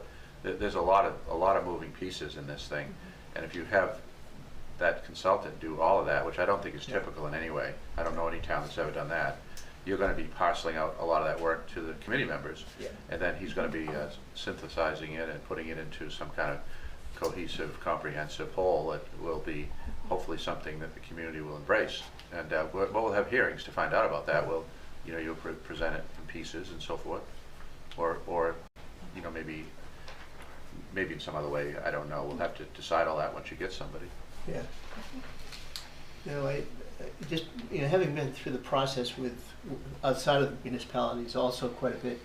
I think ideally, what I think constitutes a good planner is somebody who's knowledgeable about the topic, whether it's municipal or just anything in strategic planning, and can guide us through the process and essentially put the document together.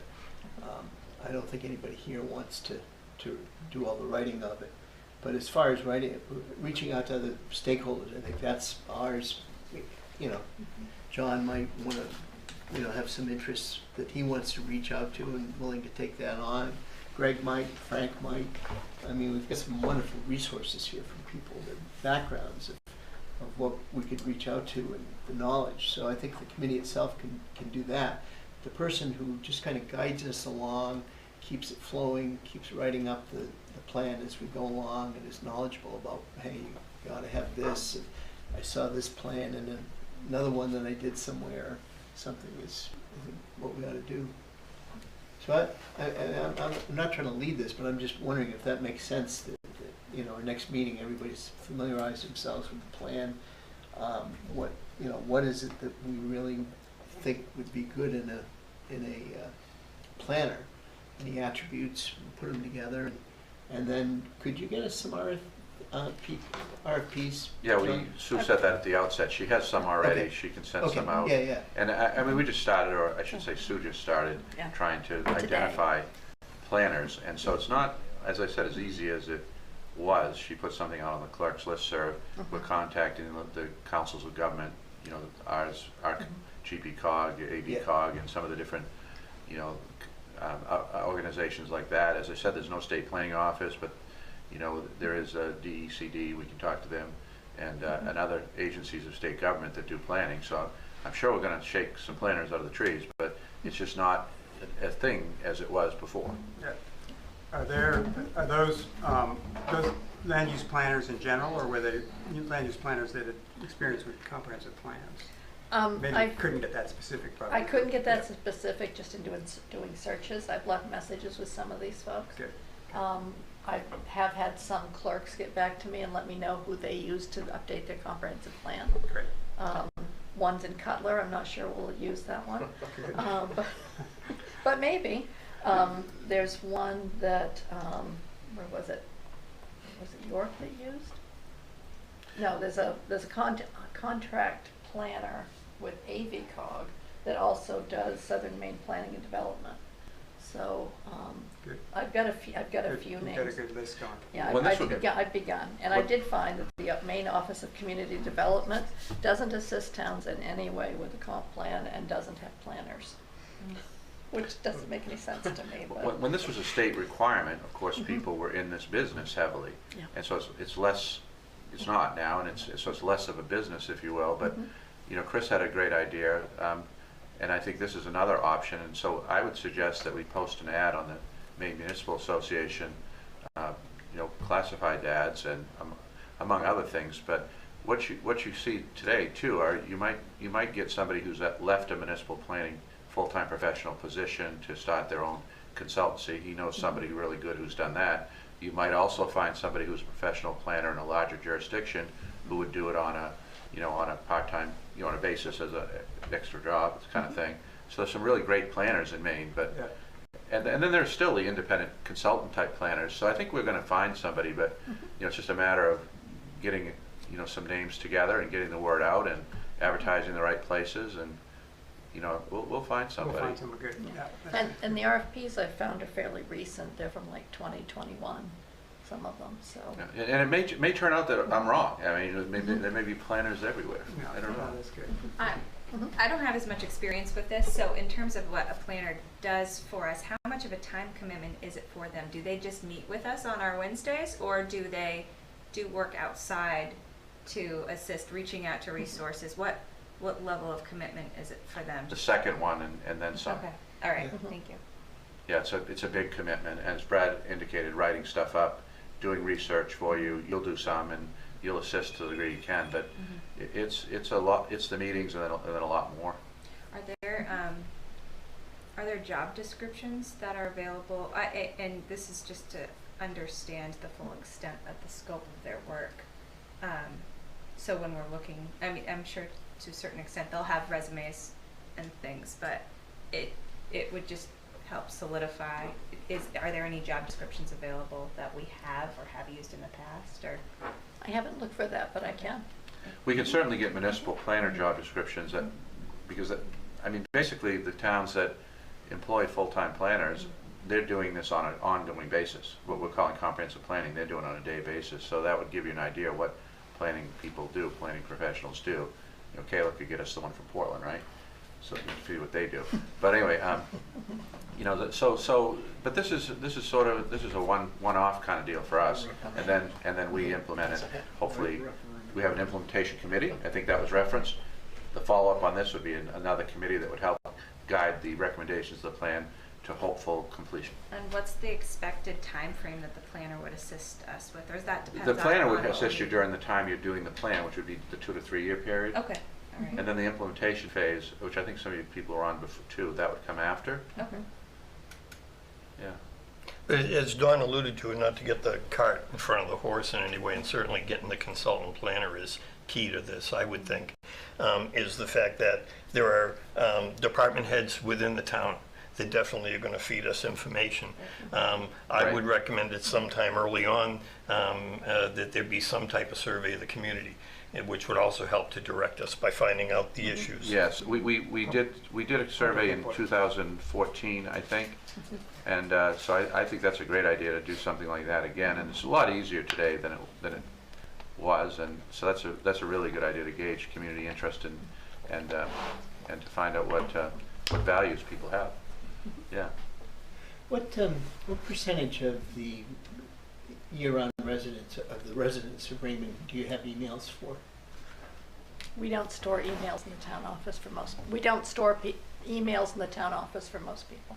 Though we do have emails for people that have signed up for the Roadrunner and compost bins and certain projects, but we don't, as a general rule, have email addresses for people. Would the town have any privacy concerns if the committee were to ask the town to ask Sue, for example, to send out an email to everybody who had emails for? No, there wouldn't be privacy concerns. Okay. But it's a pretty low percentage is what you're saying. Yes. Yeah. And it would be kind of targeted audiences because they signed up for specific things. Yeah. And it would be people who are already engaged with the town, usually. So your best bet would be to create such a survey and then put it out for everyone to do. So you would advertise that the survey is out and to where to go if they wish to complete it. I recall, this is dating, so this is a while back, but I remember attending at town office. There was a meeting of, and it was just basically dispersed as general information to the community to come in and talk about what the priorities were in the town. I think what happened at that time is number one was clean water, which was interesting as far as what was most important with those individuals that showed up. Once again, probably a couple of dozen people, but even a couple dozen beside us that are engaged enough to give an opinion about what direction we should be going, where they think the issues are going to be in the coming years, would be helpful. But once again, that's a cart before the horse. Getting a planner to guide us would be number one priority. So I'm kind of thinking if we came here next month, looked at the plan and just some ideas. We have our RFPs, and what do you think, Don, is a realistic time from the time the RFP goes out? And do we mail out the RFP or Yes. we go through? Okay, so We'd advertise its availability in places where planners might hopefully look for such opportunities. We would mail it out to known planners directly. So we'd publicize it to the best of our abilities, and you have to give a sufficient amount of time, because it's going to be, I think, somewhat of an undertaking to reply to the RFP once you see what it is. I would think 30 days anyway. A month, yeah. Anyway. And then you're gonna get them in. You're gonna have to have a meeting to go through them and decide who you like to interview. And then you're gonna start up interviews. So there's another month. You see how we get to deliberate municipal speed, all deliberate municipal speed. So I think your best case is probably, maybe the first of the year or something like that. Yeah. Is there a requirement to use an RFP?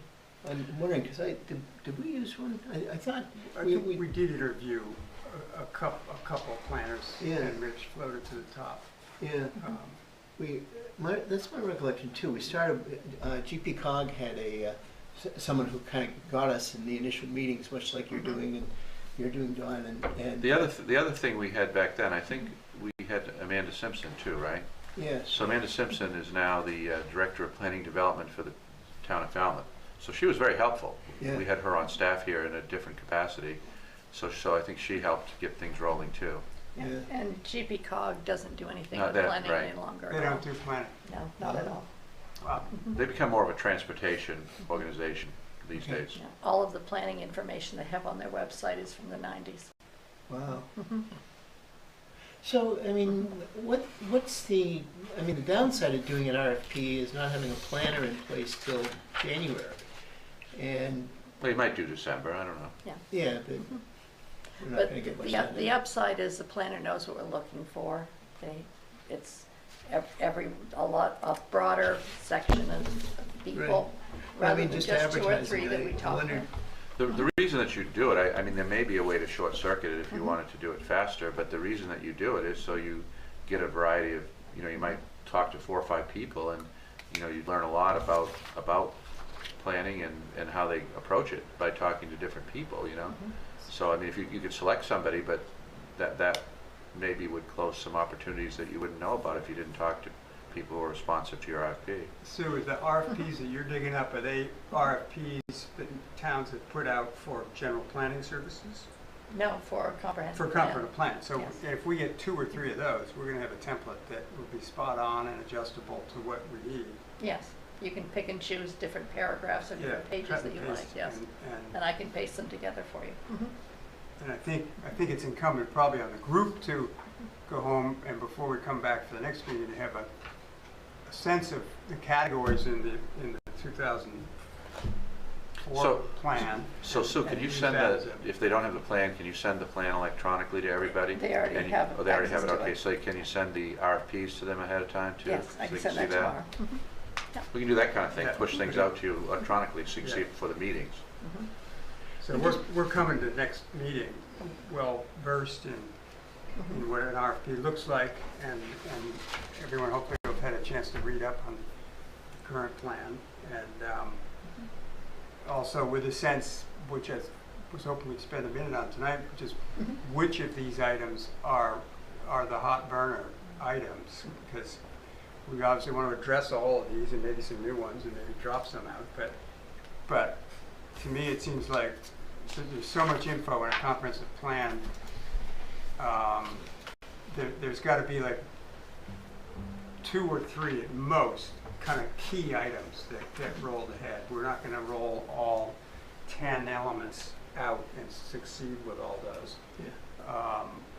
But 2 or 3 big things, whatever they are, housing and economy or conservation and my experience has been in preparing for numerous accreditations, evaluations, and inspections in healthcare. What an inspector told me once is, what you want to be looking at is what's on the news. So what's in the paper, what's on the news, that's what they're going to be looking for. So it's not that the other stuff isn't important, but I think that's one way to kind of identify. So I mean, I joke about PFAS, or you mentioned, John, housing. Housing seems to be pretty hot right now. Yeah. Yeah. So it's those type of things, but. Right. I'm just kind of, I mean, the way I would do this if I were trying to do it for our company is I basically would talk to people, in this case, talk to some other communities. Gray, I think, just completed one or is in the process of starting one. I think McGloucester completed its. And I'm happy to do this. Maybe somebody would like to help me with it, but get on the phone and call a few communities.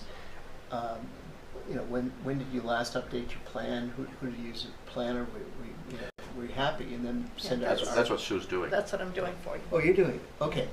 That would be That's great. And then just send the RFP out to them rather than, you know, if we advertise the thing, you know, and we got to wait however long before the publication of the website.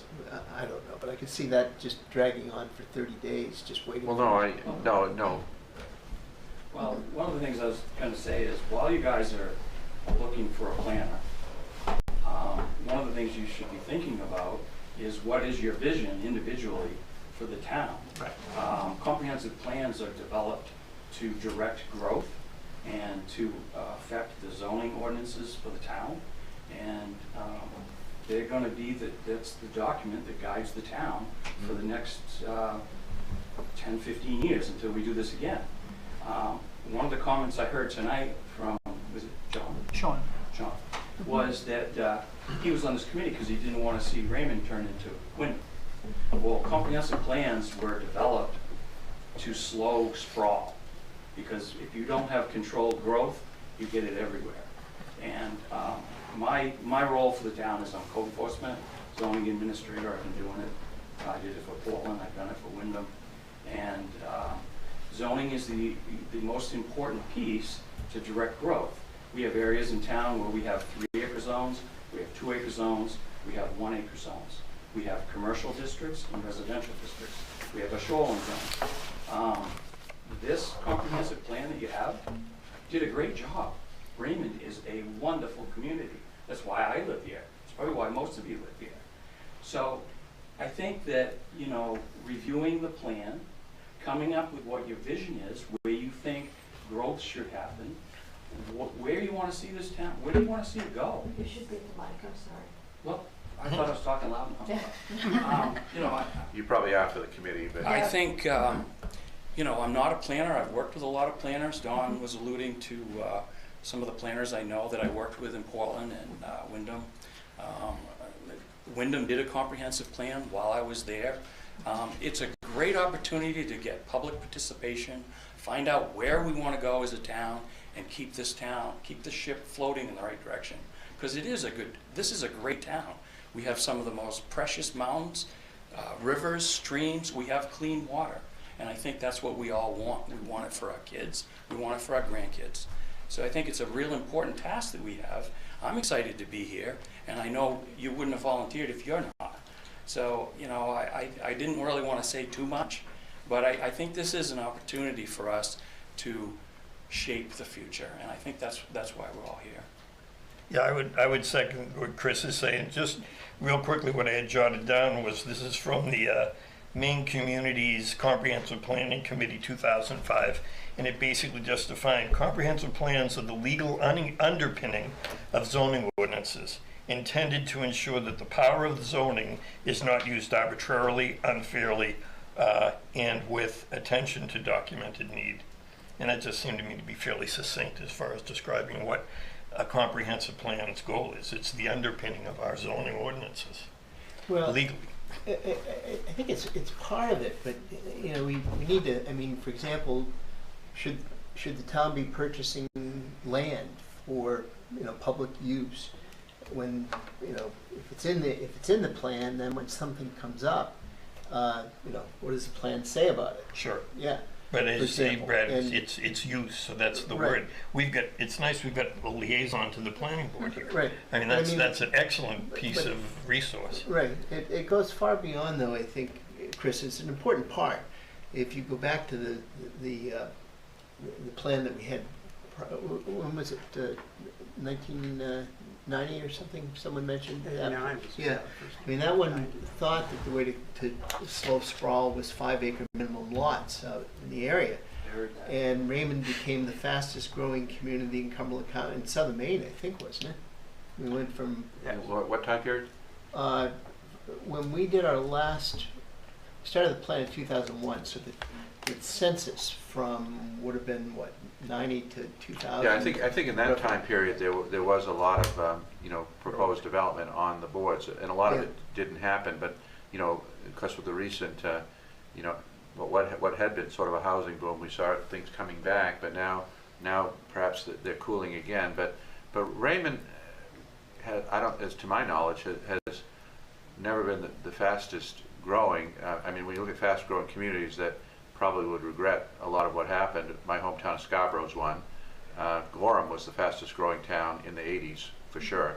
Maybe Scarborough in the 70s, Right early now 80s. it's Wyndham and Auburn. It's Wyndham and Auburn. So it's not us, but that's good in a way, because you know, we want to preserve the values that we have, but you can't have zoning that's, you know, discriminatory, as Peter, you know, outlined. That's a big part of it. But there's also, you know, there are other elements. You know, there's environmental protection that's unrelated to zoning. There's capital planning, which of course we do in a much better way than we did, you know, 15 years ago, 18 years ago. So there's all kinds of different elements of the plan. You'll see it when you look at the plan. But he's right. I mean, that's a big part of it. Chris, it goes beyond zoning. For I example, totally bus agree with you. service was 100% something that we advocated for. It's everybody's vision, and you know. Can you go to the podium?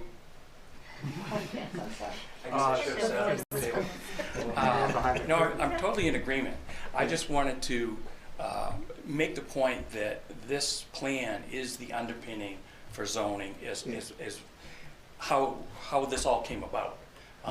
But it involves, in the 2005 guide that he was referring to, I think it's 255 pages of guidance to the comprehensive plan, which we don't get from Maine State Planning now, but there's a lot to this, and I agree with you. I mean, to get buy-in in the community too, this needs to be the community's plan, not the committee's plan.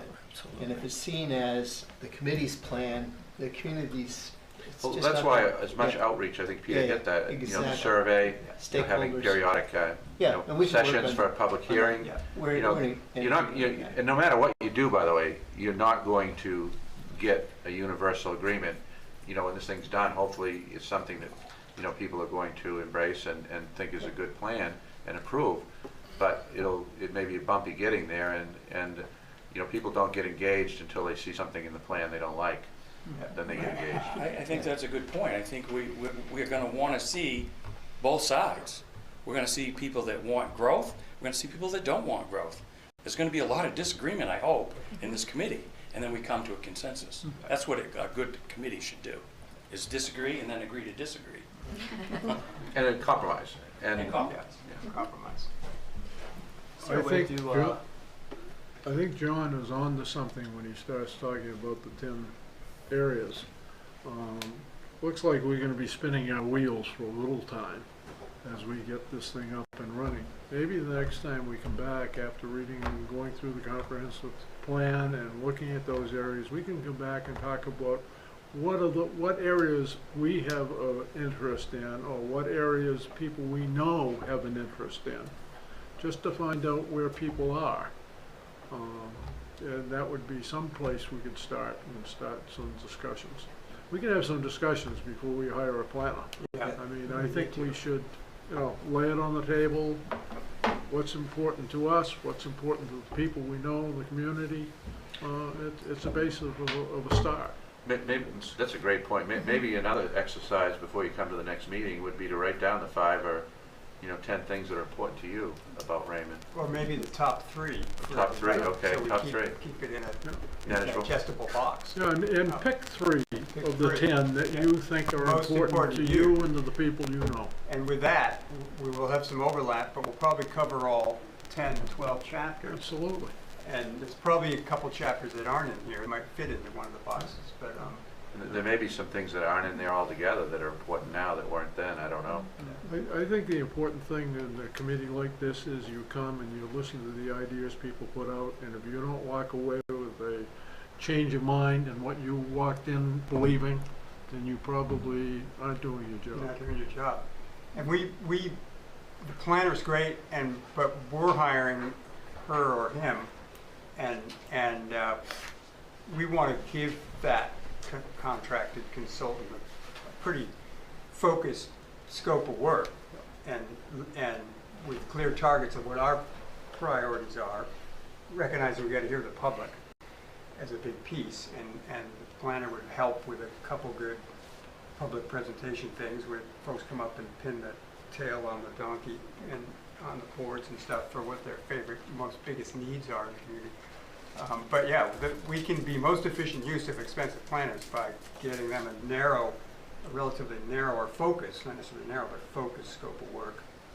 That one wants to spend most of your time on housing and land and whatever, and not have him just or her go free range on the whole book. I would say something I found delightful is section 1, which is history.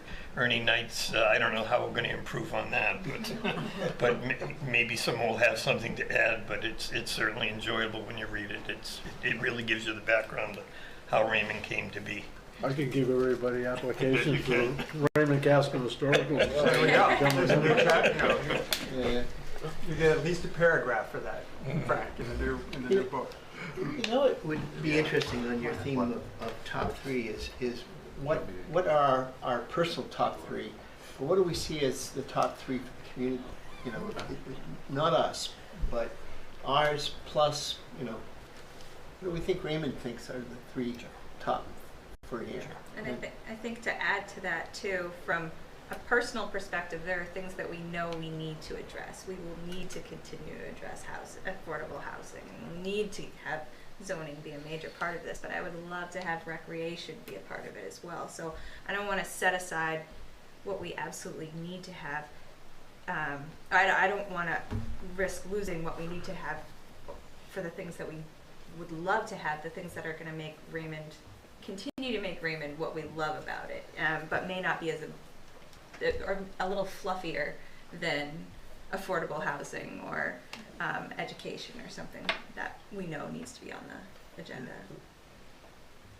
So that, I think we have a charge. yeah, I think we do. So we got RFPs coming. The meeting's going to be on that Wednesday, the 7th. I believe it was the 7th. So in 2 weeks? Yes, roughly. It is.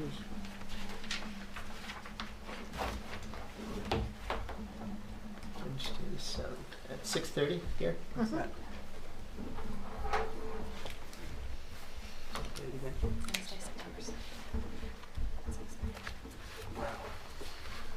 And we'll come with 3 items that we think are important to the community.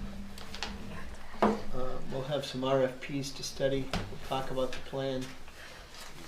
Looks good to me. Do we want to have a target for run times on these eventful nights that we're signing up for? The ZBA just did that. They said let's stop at midnight. They went till 1:30 the night before that. Is that local time or? I think you want to have maybe a couple hours. Yeah, I think they said no new items after 10. Yeah, I don't think you want to go past 10 to begin with. but that's just me. It's fine with me, because I'll be in Arizona for the winter. It can be 3 hours after the time change. 6:30 to 8:30 is a pretty good run for a meeting midweek. I mean, we don't need to go to 9:30, do we? No. Okay, no, thank you. I think a 2-hour meeting, I mean, it'll focus all to be, it'll encourage us all to be focused in what we're saying and trying to get to common ground or areas that we need to debate further. But I just suggest a 2-hour.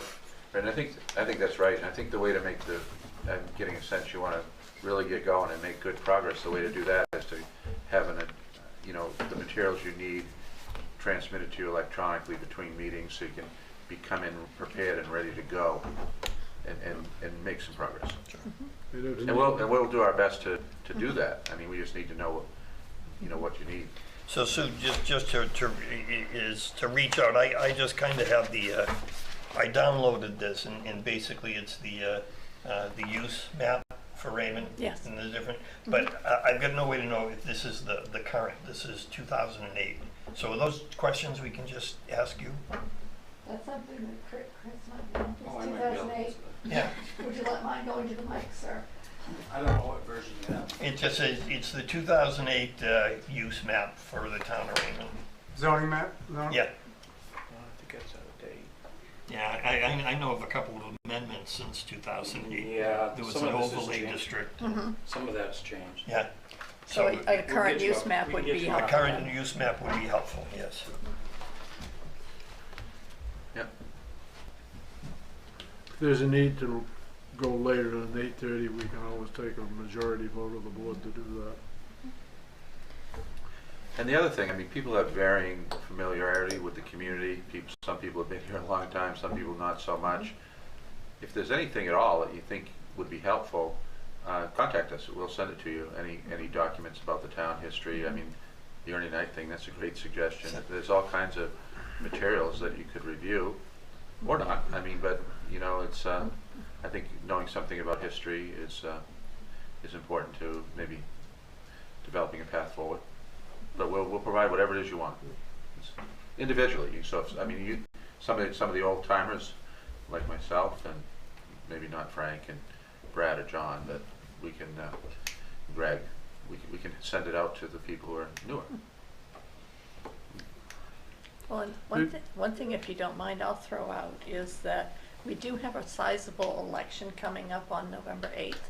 It's quite soon, but if the committee had anything they wanted to try and get out to the community, or do a straw poll type of That's a great opportunity thing for at the the survey. election, it is. Frank has some experience with how many people will stop and talk at the Absolutely. election. He did that for the Absolutely. blacksmith shop. Yeah. But November's is potentially going to be huge, so. When do you go south or west? In December. End of December. So you're here 3 calendar year end, and then back in May? Be back in April. April? Yeah. Excellent. Quick question. How well do you know the town? And that's rhetorical. I mean, think about it. Would it be useful for us to take a tour sometime of the town of Raymond and see the Yes. hither and yon of it? Because Yes. Raymond covers a pretty That's a big great territory. idea. That is a great idea. And it's interesting to go from the tip of Raymond Cape to the gray Raymond line in North Raymond, and around the horn here. And not to belabor that point, but as far as in Ernie's history, he talked about just the size of Raymond. And one of the things that interests me is just the topography. So, I mean, at one point, a few hundred years ago, I mean, we also incorporated Casco and part of Naples. Right. And they actually had to cut it down. So we are pretty big land-wise, but when you think about planning and zoning, we're all hills and lakes. Yeah. So as far as actually boulders. So we have a rec bus. We have a town recreation bus. We can have our rec director, who has the appropriate credential to drive the thing, do that if you want to. We have a 27-foot Coast Guard patrol boat that we could probably get most people. I mean, the committee certainly. I think we get you on there, but so we can take a tour of the big lake, and but I mean, we've got besides Sebago, you know, we've got 5 or 6 other ponds. 5 or 6? 5. 5 ponds, 2 lakes. Mhm. So, if you're not familiar, that would be great to take a driver. Yeah, I love the idea. Raymond is an amazing town. Once you get around it and start to see some of the things you get to see here, it really is an amazing place.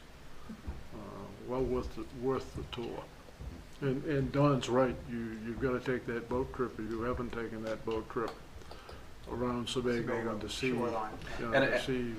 And right now, if you're following, and probably you are, the media, right now we have a unprecedented in my career and I think in Chris's as well, and violation that has happened on Sebago, and it is striking, and it will tell you why you need to protect the natural environment and why this process you're in is so important, and to have strong ordinances and to uphold them.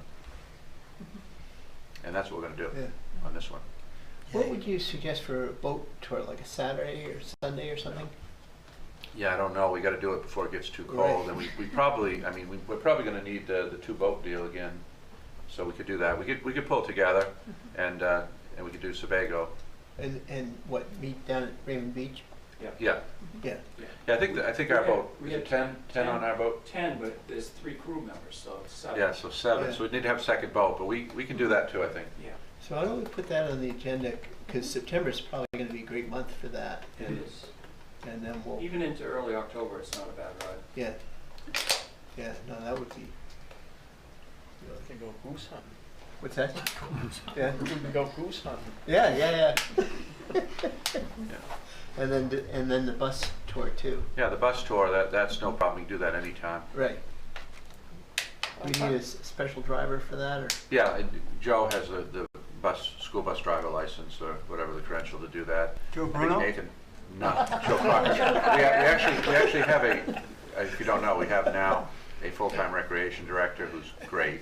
He's got excellent programming, and he's working a lot with young people, but also he's working on developing programming for adults and senior citizens. I think that we could do a lot more in that area. That there's the whole age-friendly thing.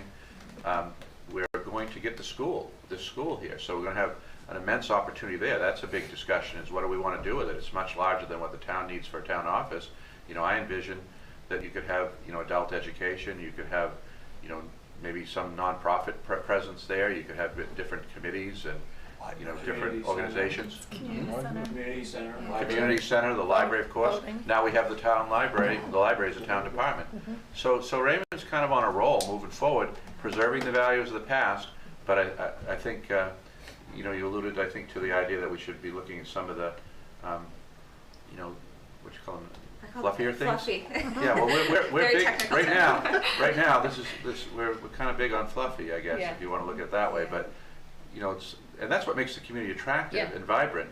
And if we're only attracting retirees and the only metric is what's the tax rate, I don't know if that's a sustainable and proactive way to look at it. And that said, I mean, one of the strong values of the town has been the tax rate. But I can tell you from the time here, 21 years, and the 16 years roughly I spent in Rockport, you can have both. You can have low taxes and great services. And fluffy. And fluffy. Yeah, so that's an important point. That really is. I mean, what don't we do now that we might want to do? What a difference in the village. I said, what a difference in the village. Oh yes, that was done on a grant, a 50-50 grant, all deliberate municipal speed. Only took 7 years, but basically we went from a federal program to a state and back again a couple of times, but it's now done as of today, and I think it's great.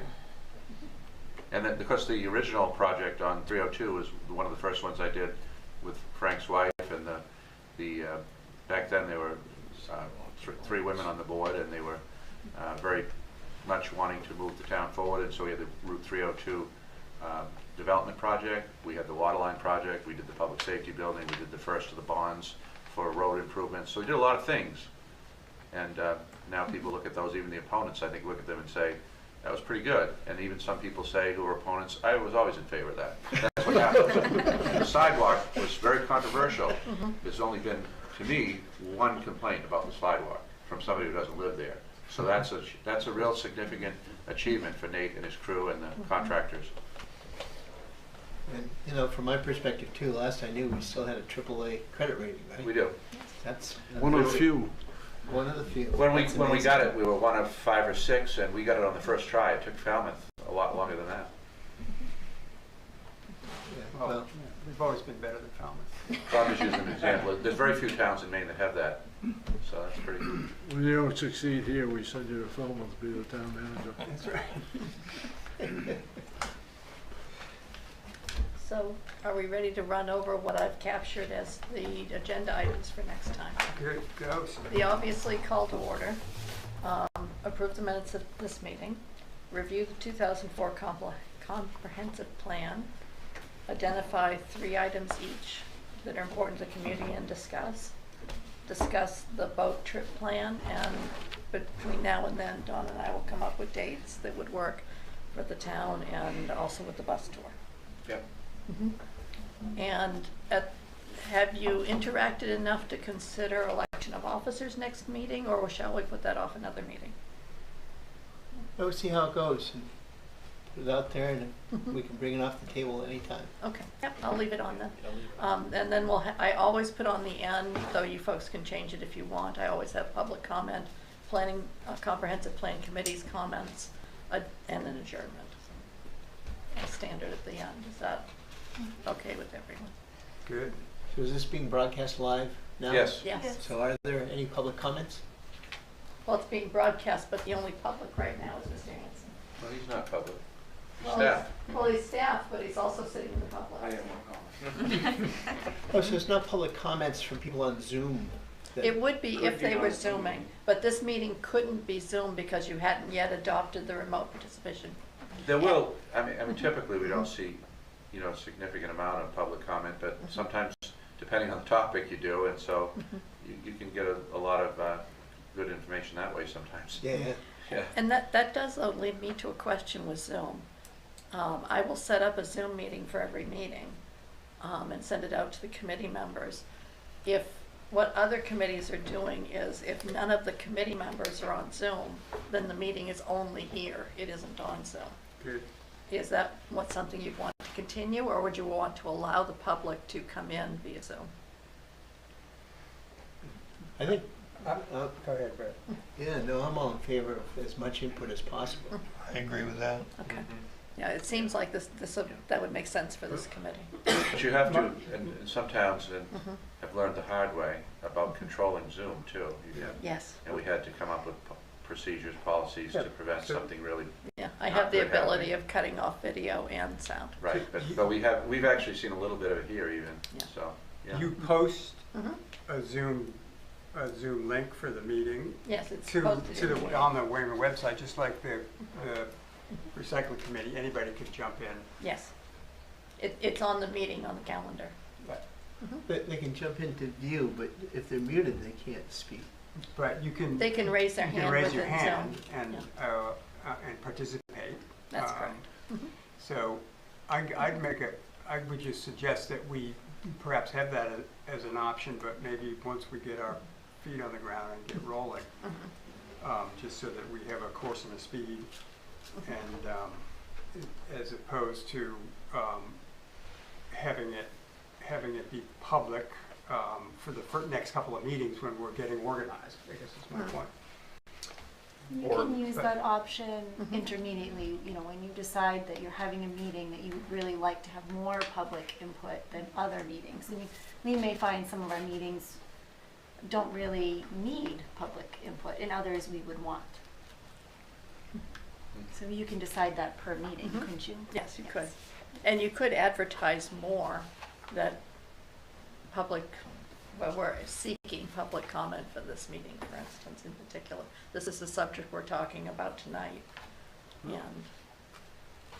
And we'll be able to put it on Facebook, on the website, on the sign out front, on the sign by the fire department. But when it's live, anybody from the top of Pismere Mountain or maybe Cape could show up in a corner in the screen here and say, I think that's a great idea, or don't think that's a great idea. No, they wouldn't. They'd have the ability to raise their hand, yes, get because- acknowledged by the chair or Yes. whoever, and then they're on the screen and they're in the meeting. Well, if the public comment, and I'm looking to you two for guidance on this, but if the public comment is at the end, why would the chair recognize them? Not until their yeah. their piece in the agenda. Right. Right. Right. Yeah. Right. Yeah. Right. Yeah. But if they want to comment and you want to entertain comments while you're discussing something that's on the agenda, then the chair would recognize the people. I would let the chair know there's someone that's raised their hand that has something they want to say. Right. But I like the idea of having the public comment, but maybe just having it at the end, unless it's a separate, separate agenda block. where we're looking for the comment. Dedicated block. Yeah. Is there a way to do like a mailer for a survey to That's what we did last time, was a mailer. And it was Can be very very successful? expensive, But it can be, pardon?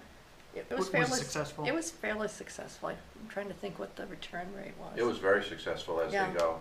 Yeah, it was, Yeah, we it was had- much we had, higher than they expected it to We be. had Pat Murphy from Pan Mhm. Atlantic do it. Yeah. You probably know him, and so, Yeah. yeah, he was really good, and so, Mhm. it wasn't terrible. I mean, I think the cost of it ranged, I think the high one was about 20K, and I think Pat came back with about 13.5, and then I negotiated him down to about 10, so the Raymond thing. And so it was money well spent for what we got out of it, I think. So it's not big money, not huge money. No, but, I wrote a lot of articles. I was looking at them the other day for the, whatever the newspaper was at the time. And, we were out there all the time, and just letting people know the comprehensive planning was out there. We did neighborhood meetings, and we were, you mentioned about the election. I'm glad you did that, because that was a great opportunity, as you know, Frank, to just get in front of people and have some conversations. And here's our survey. An idea, if you were able before then to identify the 10 things that you think are important, let's say, and you had the ability to have somebody at the checkout with a single sheet of paper with 10 things on it, pick 3. Maybe people would do that. Yeah. They would, actually. That's how I found out about the Raymond Casco Historic Society. So that, and then that led to the voting of it too. So I thought that was very impactful. So somebody would have to be manning that throughout the day, and Or you'd probably somebody's, yeah. Yes, you'd probably get. I mean, you'd probably get good feedback, I think. Yeah. Absolutely. Oh, yeah. It would be great feedback. Yeah, and there's probably going to be at least a couple thousand people go through there on election day. Usually, it's either the polls or the dump are the best people, but we don't have a dump. The best places to meet people. Talking about politics, those are the best places. That would be a great start for us. It really would be a great start for us. We're getting feedback there. So should I add to the next meeting as well, identifying what you want to ask the voters? That's got to be simple, something you can do Yeah. fast. Yeah.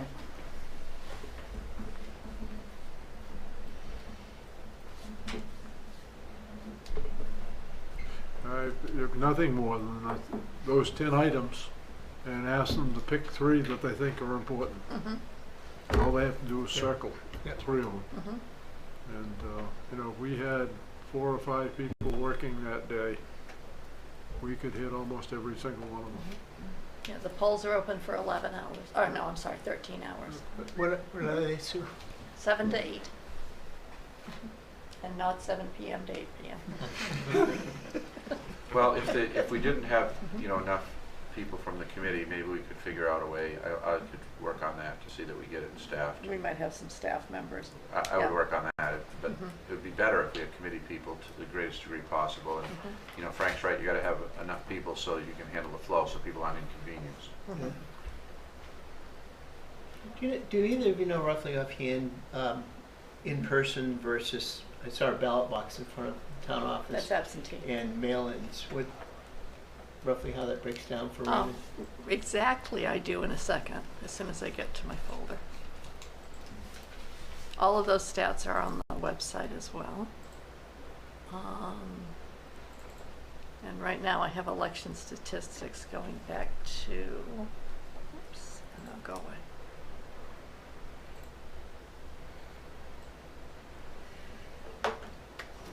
Going back to the 80s, in as much as I could glean from there. With the primary election, no, that was, why am I missing that? With, let me say, with the presidential, we had 56% of the turnout was with absentees. 56% absentee on the presidential, she said. 56 absentee. 56%. Wow. Of 4,300 registered voters. We had 1,799 absentees out of a total of 3,177 Do you think cast. the pandemic influenced that? Yep. Absolutely. Well, it has and it will continue to, I believe, because through the pandemic, it really has changed. Yeah. The pandemic made people more aware of absentee voting. They tried it for the first time, realized that it was something that was easy to do, and we're seeing higher and higher percentages of absentees. The prior presidential, let me go back to that. There are other avenues, though. We could have a survey at the library. You can have it at the town office. So as people go in and do their business, there's one that they could fill out and return. That's what we need is creativity of Yes. different places. We should do that too. Yeah. We do everything we can. Well, is the survey something that could go out with an absentee ballot? Or No, it can't. That's not legal. Okay. It's a good idea. But we can have an electronic survey that we send out and we advertise. Survey Monkey. The other thing that we'll be going at is tax bills. That hits a few households in town. And that we could potentially put a slip of paper in that said, we have a survey online or whatever. And if you like, I could look into possibly Survey Monkey, for instance. There's And some the online Roadrunner- surveys that could be done. The Roadrunner page is what, once a month? in the Once a month, we have the Winnebago? Roadrunner, you can put it in there. And that goes So to we every can put household. things in there too. We could You put, could actually Which put the gets to survey everybody. in the Roadrunner. Yes, you could. we could put Because we this- could use that space, that She used to produce the Roadrunner. 2 pages that you have for the Roadrunner.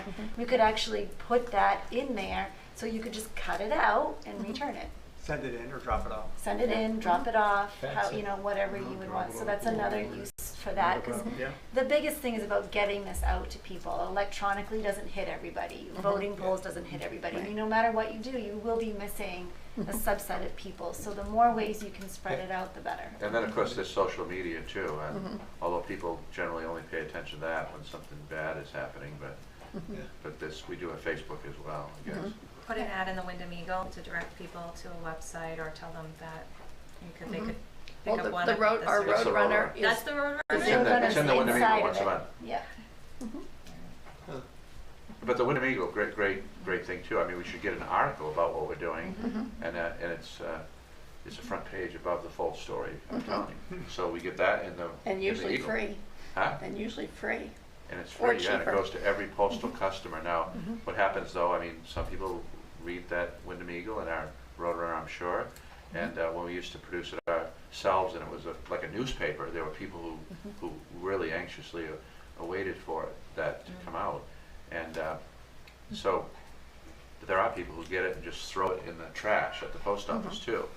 So that's a great idea. I mean, let's use the Eagle.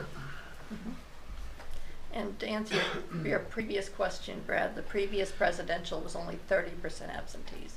So And that's a then big we difference. went up to almost 60%. That was 2000?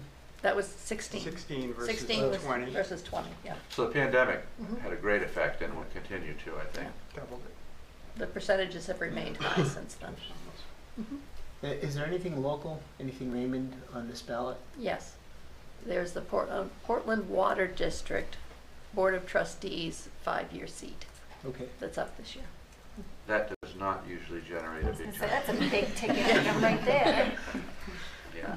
I almost forgot to do it. That's how big it is. Yeah. But we don't have our own seat though, do we? No, we have a shared seat with Yeah. With Wyndham. Wyndham. Yeah. And I'd never met our representative until I compelled her to go out on our boat trip to see the violation. She's nice. She's a nice person. I'd say we got a pretty good list for next time.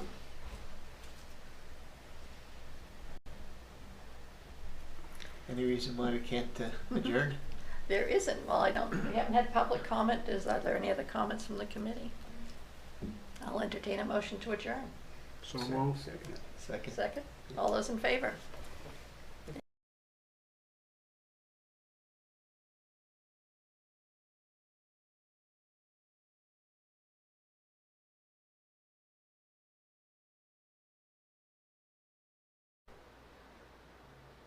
Welcome to the August 30th, 2022 Zoning Board of Appeals meeting for the town of Raymond.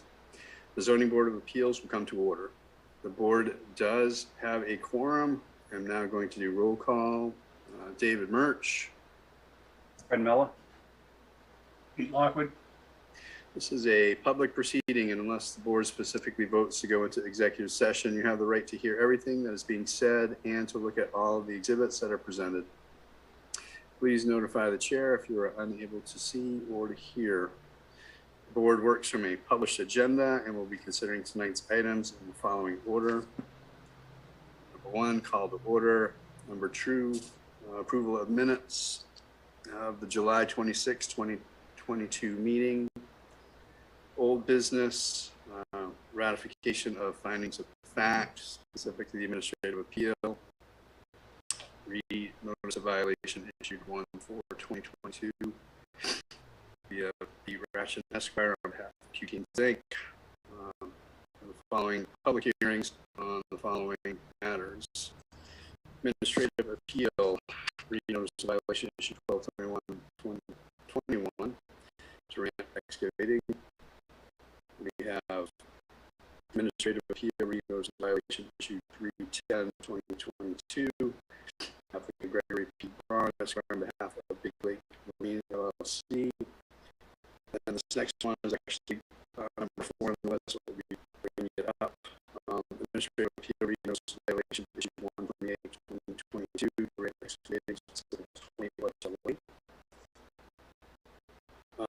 Then we have administrative appeal, read notice of violation issued 1/28/2022, the Ration on behalf of Management Controls, 28 Whitetail Lane. We have administrative appeal, read notice of violation issued 3/10/2022, applicant Gregory P. Braun, Esquire, on behalf of Big Lake Marine, location 28 Whitetail Lane. Then we have new business, administrative appeal, redenied business license, applicant Adam Happy High Wire Hydroponics. And we have code enforcement officer communications, and then finally adjournments. In each instance, the burden is upon the applicant to demonstrate compliance with the provisions of applicable ordinances or state law. After the board votes on the merits of each application, it will prepare a written notice of decision. Because the notice of decision may substantially affect any appeals rights, and also as a matter of courtesy, the board asks those attending the meeting with regards to a specific application not leave until the board has completed its discussion. Generally speaking, appeals from adverse decisions must be filed with the Superior Court as otherwise provided by law within 45 days of this board's decision. Also, to be certain that you preserve your individual rights to file any such appeal, you must be certain that the board's record evidences your appearance this evening, opposition, and basis for your opposition. All persons speaking, including representatives of the applicant and members of the public, are asked to state their name, their address, and their affiliation with the application, being it for, opposed, or neutral. All persons speaking shall address all remarks or questions to the chair. This meeting is not over until the board is formally adjourned. Any discussion not included on the meeting agenda or accepted by the board is to be held until after adjournment or conducted outside the meeting room. So, Fred, Pete, assuming that you received the meeting minutes from Sandy, did you have anything to discuss with regards to those? I do. Okay, so I'll take a motion to approve those minutes from the July 26, 2022 meeting. I'll second that. I was going to take a motion, so I need someone to actually make the motion. I motion that we accept the minutes from the last meeting. I'll go ahead and second that. Okay. So any further discussion? All those in favor of accepting the minutes, we have to do a roll call vote. So David Murch, yes. Fred Miller, yes. Pete Lockwood, yes. All right, very good. So moving on to old business, ratification of findings of fact. For administrative appeal, notice of violation issued 1/4/2022, applicant Leah B. Roshan Esquire on behalf of Q Team Inc. location 18 Wood Road. This is something that got put on the table at the last meeting, so I need somebody to make a motion to take it off of the table. David, can I just have a point of clarification on the procedure? Just of course, yeah. Business, yep. So I think I just want to clarify because I think there's a little bit of a discrepancy I'm seeing now between the agenda and what I advised council of in terms of what we'd be covering today. Okay. Old business. So just to confirm, my understanding is we'll start as it is with finalizing the decision for the Q Team Fernwood appeal, and I've circulated a draft decision for that. Then we'll proceed to continuing the public hearing and deliberations on the Durant Excavating Fernwood appeal. Then we would also cover the Big Lake Marine Fernwood appeal, and then we would address the timing issue only of the Durant Whitetail appeal. Correct. That matches this board's expectation. Does that match our other participants' expectations as well? Greg? I point out that the appeal for the Durant excavation for 18 Fernwood Road and the appeal application for the 28 Whitetail Lane are essentially combined in the same document, and they are initially, going to be decided on the exact same issue, which is this idea of timeliness.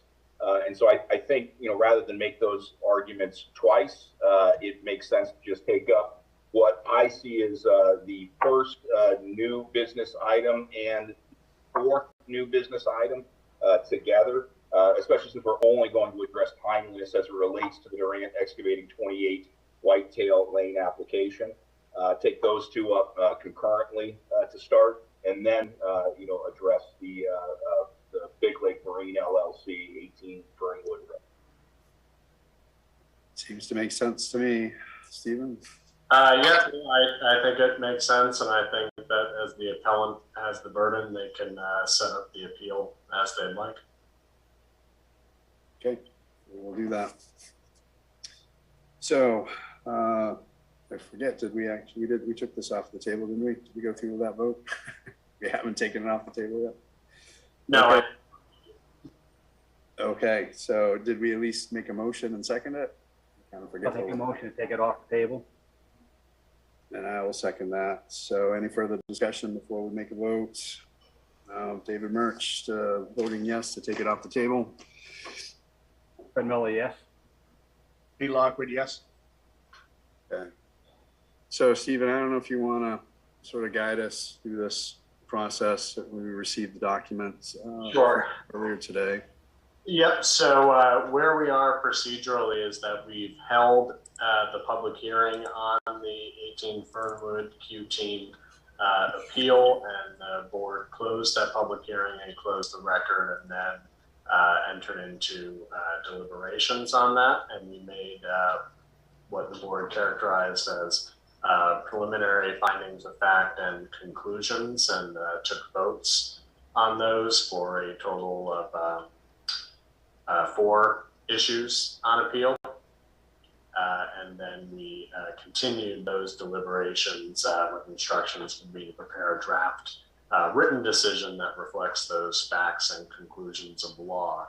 And so I apologize for how close to the hour I submitted the written decision to everyone. I will endeavor to do much better with my timing moving forward. But can I confirm that the board members have received the written decision of the Administrative Appeal of Q Team Inc. January 4th, 2022 notice of violation? I did receive it, yes. Okay. And had a chance to review it, I can go over just a high level what it says. I did have a chance to review it personally, yeah, but a high level review would be appreciated. Sure. So it follows the same format of the board's prior decisions, concludes the appellant has standing, it was timely submitted, confirms the scope of the contents of record, including everything that's been submitted and is available on the websites, in addition to the letter from Q Team that was submitted on July 26th.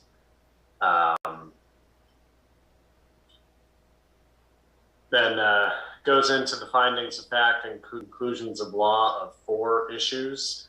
The first issue is whether all the violations should be vacated because Q Team reasonably relied on the property owner's contract to obtain all the required permits.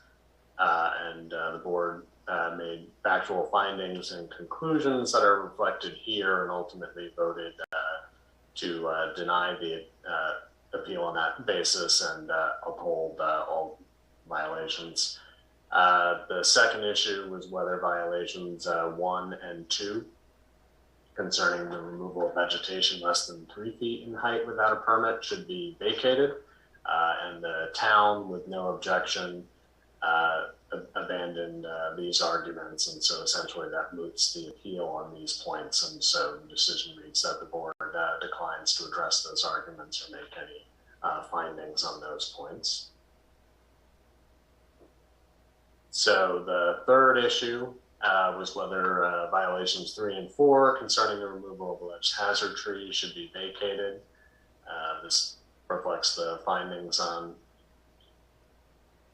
this point, and ultimately the board concluded 5-0 to uphold violations 3 and 4. Everybody happy with those findings? I think that's the most detailed of the findings. Seeing nodding heads. And the fourth issue the board addressed was whether violation 5 should be vacated or consolidated with violations 3 and 4 because they are duplicative. And on this point, the board was split 4-1. So ultimately denying that ground of the appeal. And so we'll now take what I would suggest is the board take a vote to deny the appeal based on the findings and conclusions of law reached at the July 26th deliberations as reflected in this draft written decision. So I have a question, Stephen. Two of the board members who were part of this meeting last time are not here tonight to vote on this. Is there anything we should be concerned about with regards to that? The decision that was reached at the last meeting was a preliminary decision only. So I can make a notation in the written decision reflecting that we have a form of the board taking the ultimate final decision. So in my view, that is legally adequate, but I would suggest opening it up to the parties on this appeal to argue otherwise. So yeah. Yeah, I don't have an argument to the contrary. I just want to make sure, and I think the record is clear that it's the case, but that the folks who are here were also members present at the prior meeting and participated. That's my recollection, but I just want to confirm that that's the case. That is the case. Yep. Thank you. Derek, do you have any? No objection in proceeding in the way that you're proposing. Okay, very good. So if I heard you correctly, Stephen, we're just looking for a motion now at this point to deny this administrative appeal. Is that correct? Deny the administrative appeal based on the findings and conclusions reached at the July 26th hearing and adopt the written decision as presented with that modification to note that we have 2 members absent. I'm going to do a so moved to that. Do I have a second? I'll second that. Do we have any further discussion before taking a vote? So roll call vote in favor of denying the appeal. David Murch, yes. Fred Miller, yes. P. Lockwood, yes. Okay, very good. So Attorney Wagner, you'll take it? I'll make that modification and provide this written decision at the end of tonight's meeting to Sandy, so she can make that available to you to all come into the office to sign at your earliest convenience. And I would ask that the last person to sign add the date of the written decision above, but the date of the decision will be tonight. So as a matter of clarification, those signing it, will it be all board members or only the three? Just the three that voted tonight. Very good. So next on our list is public hearings on additional administrative appeals. We have 1, 2, 3, 4, 5. Clearly discussed that we're not going to discuss all of them, but just for the sake of ease, can I get a motion to take all of these off of the table? Make a motion to take all these off the table. I'll second that. Any further discussion before we vote? All right, David Murch, agreeing to take these tabled items off of the table? Yes? Fred Miller, yes. Lockwood, yes. Okay, very good. So next on our agenda is administrative appeal, re-notice of violation issued 12/21/2021, applicant Durant Excavating, location 18 Fernwood Road. Description administrative appeal form, notice of violation. So this is one that we had discussed at our previous meeting. We were looking at the timeliness of the submission, and as part of that, we asked Attorney Wagner to provide some additional information with regards to good cause exception, to which we did receive a substantial overview to that. Attorney Wagner, what do you recommend? Do you recommend that I read this for the record? What should I do? I don't think you need to read it for the record. I think we can just agree that it's part of the record, absent any objections from any of the parties to that effect. I think I would summarize it as consistent, though more detailed than the opinion I gave to you at the last meeting, which is that for a good cause, you essentially need to look at the special circumstances of this case and ask if they are such that it would be a flagrant miscarriage of justice to strictly apply the appeal deadline in this case, and whether an exception should be made. And essentially, you look at the totality of the circumstances, and really you're guided by the principle of fairness, and that this rule, this exception is really the exception to the rule. So it's really extraordinary circumstances that you need to find are present here. So I'm happy to entertain any questions from the board on that standard. Are there any? I don't have any. Fred or Pete, please feel free to ask. Yeah, I don't have any either, Dave.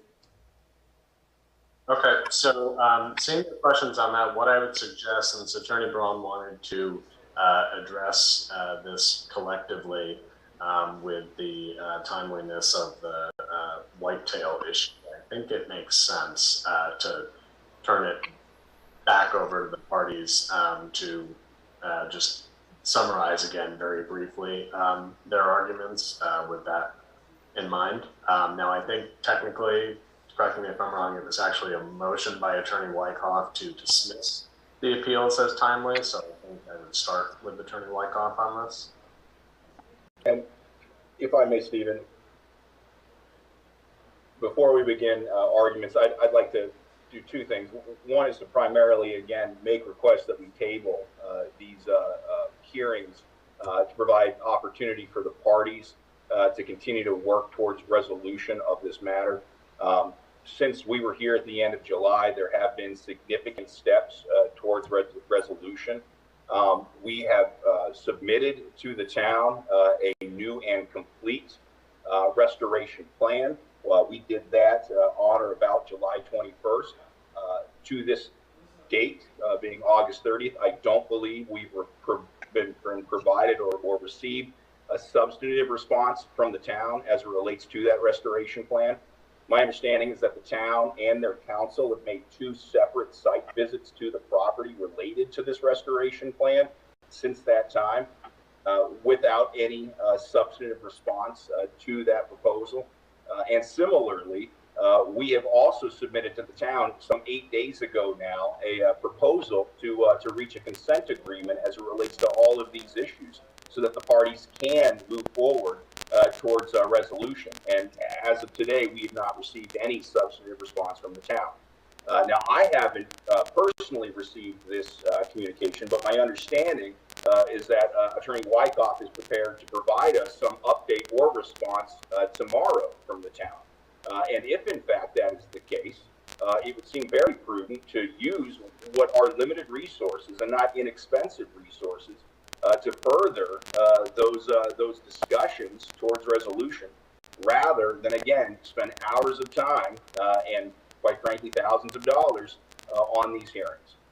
I also have a concern, given that this issue was actually brought up at the last meeting, where other board members present who are not now present, whether or not it's proper, or if we should continue these hearings to the next specially assigned date, where all of the board members that were party and participating in that prior hearing can be present to continue these deliberations. Attorney Wyckoff? Yeah, sure. I'm happy to respond. So, on behalf of the town, we have received a restoration plan from a consultant that has been retained by Management Controls, and staff from the town did visit the site. I don't know, I think it was about 2 weeks ago or something on that order. I visited it just last week with our consultant, and the town is currently working on providing comments relating to the restoration plan, so that's true. As to the consent agreement, it's true that we received comments to that 8 days ago. I would point out they've had it for, I think, 5 months. We circulated a draft of that 5 months ago, and we received comments 8 days ago. So yeah, we're still working on the comments to that. And we will be providing those in due course when we're prepared to provide those comments. As to whether or not this should be continued, the town opposes a continuance. There is a quorum of the Zoning Board of Appeals present here today, and we think that we should proceed.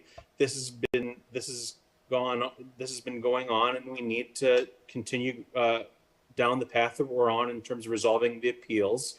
That doesn't mean that the parties can't continue to talk, and the parties are talking. And, you know, the town is working on providing comments, but I don't think that impacts whether or not the Zoning Board of Appeals proceeds here today. The fact of the matter is, as we sit here right now, there is not an agreement. We're working on seeing if we can find an agreement, but we're just not there yet. So for those reasons, the town would oppose continuing the hearing. Attorney Ratchin, I recognize you don't have any appeals tonight, but I'd like to give you a chance to speak to this. Yes, thank you. I appreciate that. I guess I would echo Greg's, or I should say Attorney Braun's comments about the fact that we're seems a lot of time and energy and legal bills when we are so very close. And we also have 2, as I understand it, dates appointed in a month from now. The other thing I would say, just from a due process standpoint, is the fact that, you know, it's going to be a tough standard for the applicant when they only have 3 folks present. And I guess I would ask Attorney Wagner to talk about what if the vote would have to be 2 out of 3 or 3 out of 3. Is it present and voting, or is it a quorum of the board that is required when it comes to the final vote? I just don't. I guess I'm not familiar with your bylaws. Maybe we need to have a look at that to see what would carry the day. Because I am concerned about, you know, if you have only 3 members present if a quorum of the board is required, meaning 3 of 5 as opposed to 2 of 3, that is certainly a significant disadvantage for the applicant here. So this is Stephen Wagner. I guess what I would ask for is, since I was not aware that we'd have just 3 members, so I didn't take any time to look into this issue. So maybe just a brief recess to let me take a look at the ordinance and the bylaws, and then I can provide the board some guidance on how to rule on this issue. So I just 3 minutes. You can certainly do that. I have the bylaws up in front of me, Stephen, if you want me to read it, but if you want to take some moment to review, it's up to you, whichever works best for you. Sure. Well, I mean, I'm certainly happy to defer to you on, do the bylaws speak to whether there's a, is the vote majority of those present or a majority of the total board? Sure. So according to the bylaws, Article 4, conduct of meetings, workshops, and executive sessions, Section 3, a quorum shall consist of 3 ZBA members. All actions shall be determined by a vote. A majority of the quorum present is needed to pass any motion. When a vote on a motion ends in a tie vote, the motion fails. The determination of a quorum for any vote shall not include any member who cannot participate in that vote due to a conflict of interest. Thank you for reading that. And I'm also looking at Section 3A, or no, rather 3B, which says that a concurring vote of the majority of the members of the Board of Appeals present and voting shall be necessary to reverse an order of decision. So I think that squarely addresses that question, which is that it's a majority of the members present. So 2 out of 3 will prevail tonight. In terms of the broader question of whether you should grant the continuance or not, my advice from last time remains the same. You know, I do think that the requirement to address an appeal is primarily to benefit the appellants. At the same time, there's absolutely an interest in efficiency and fairness, and an appeal has been pending, and the appellants could have withdrawn the appeal if they didn't want to continue with this, but of course that could hurt their appeal rights. So those are all the factors that the board has to consider. The same conversations we've had before, and at the end of the day, it's really a discretionary matter for the board. I'm not terribly persuaded that there's a significant due process concern here, as we do have a clear quorum. But certainly if the board felt that it wanted, for various reasons, to have the full membership of the board here, that I think is a decision squarely within its discretion. Sure. Thank you, Attorney Wagner. So Fred and Pete, as you know, with any meeting, we can't guarantee which members are going to be here. Both of our members had emergency issues that came up, which prevented them from coming. At our next meeting, we have no guarantee that some other emergency issue could take either one of you or myself out of a meeting. So given the fact that we cannot count on consistent membership at each meeting, I believe we should continue.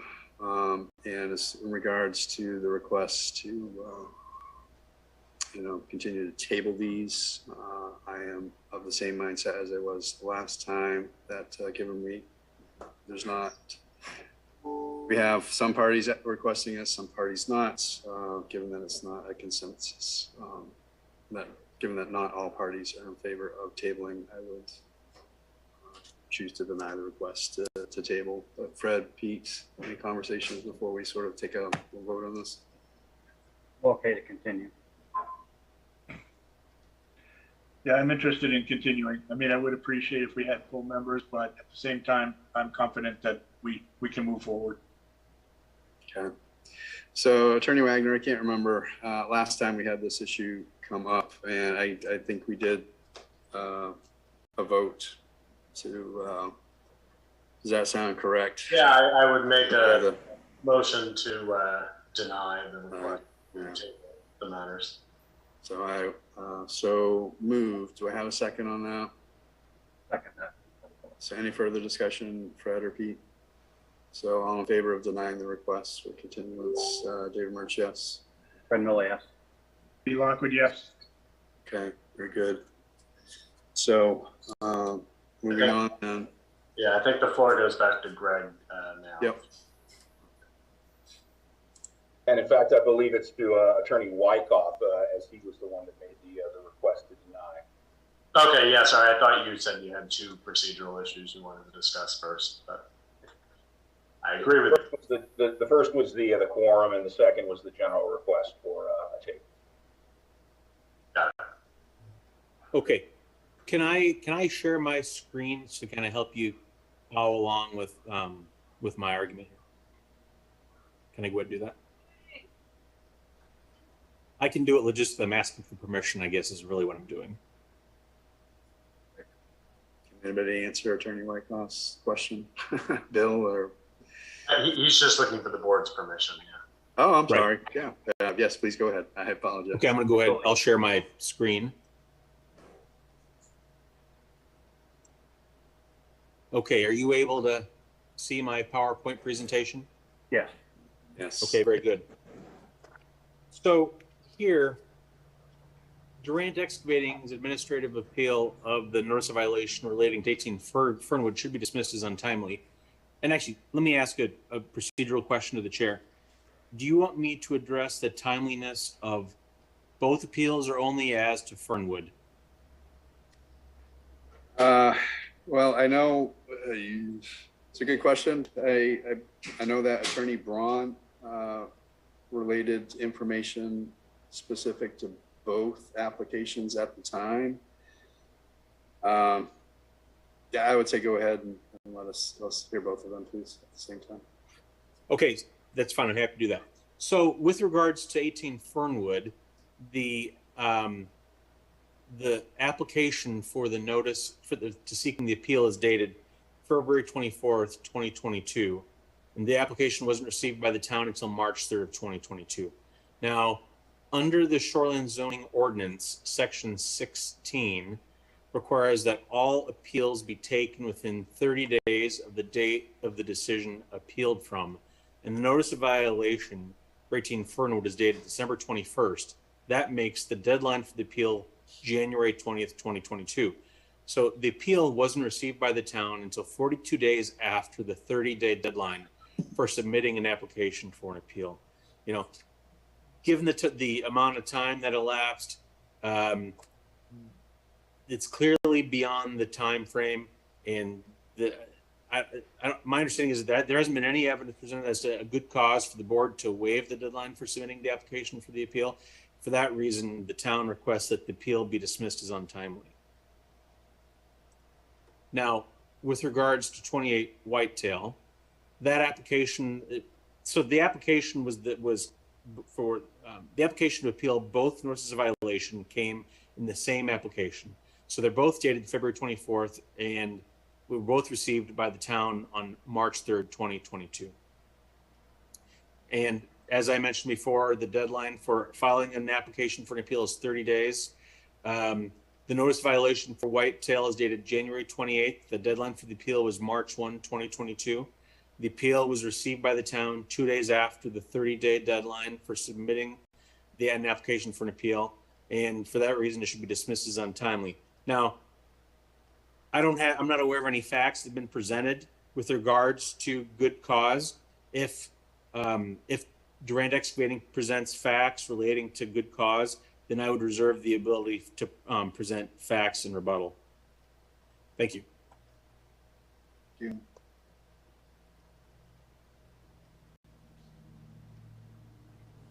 Greg, sorry, Attorney Braun, did you have just some follow-up to that? So I'd start by reminding the board that this project was commenced back in the fall of 2021, and that the stop work order was issued on or about October 26th of 2021. All right, and so that was back in the beginning of fall of last year. notice of violations, the first of these, weren't issued until almost 2 months later. Rob Durant has been in this industry for more than 20 years. And during that time, he has never once received a notice of violation for any work he performed anywhere else. He was an unrepresented individual who had no experience or history with these types of administrative issues. More importantly, and as I would expect Attorney Wyckoff might point to, and I've seen in some of the materials he circulated to the board, from the date that he was told to stop work through the period on which he submitted appeal applications, he was in constant contact with both the town and the Maine Department of Environmental Protections. He, in good faith, entered into discussions with the town aiming towards and intended to resolve the issues at hand. All right, so that's the first and foremost. The second, as this application clearly indicates, the primary argument that he meant to make through these applications was that the town had cited the wrong company, the wrong individuals per se, as it related to the alleged violations. In support of that position, I would note that after he filed his appeal the first week of March, the town immediately issued new violations against the company that he identified and told them had informed them previously that they should have correctly cited. And so the first thing I would say is that we're dealing with an individual who has no prior experience with this process and who was in contact consistently with the town towards or with the intended purpose of rectifying and curing the alleged violations. Now, that I think argument is conclusive, or the total of it as it relates to 18 Fernwood. Now, as it relates to the timeliness of the 28 Whitetail Lane, which was issued at the end of January and which by the calendar was only some 3 days late, I would note several important facts, all of which I would hope and expect the town and Alex would confirm. The first is that the town was dealing with significant staff shortages and issues in the lead up time to when that appeal was due. And Rob Durant, in fact, I believe he cites in his application, had contact with Sandy Fredericks related to the necessary fines to be paid and the materials to be submitted. And for whatever medical reasons or personal otherwise, absolutely no fault or harm to anyone, right? She was unavailable to provide either those calculations or the necessary plots and plans. That on its own slowed down his ability, again, an unrepresented individual, in completing and submitting this application. We compound that with two other things. The weekend, right, I believe the application was actually due on a Friday. That ended up being a snow day where the town of Raymond offices were closed due to inclemental weather. And so even, right, had we been able to get there, the town office was closed. And I believe that the way the schedule falls, the following Monday is a day that typically the town is closed for general business. So he was unable to otherwise submit the application on that day either. And so what did he do? He ended up filing the application on the next available business day that the town had available. And so I think given the consistent communication he had with the town, given the lack of resources the town had and the limited hours, both due to weather and due to typical scheduling, it makes sense and justifies good cause for why he would have been very modestly delayed in submitting that application. And when we speak to the harm, again, in this application exclusively, what he has argued is that the town has cited the wrong party, right? He's indicated that Big Lake Marine LLC, Big Lake Marine Construction LLC, is the proper party. And he's submitted an application as it relates to those notice of violations which were issued to that party, to that company, immediately after he submitted this application. And so I can't think of much more in the way of injustice there would be than to try to find the wrong or the inappropriate party responsible for something that it didn't do. And so I think that speaks to the timeliness issue, and it speaks to the significant good cause for why there should be an extension.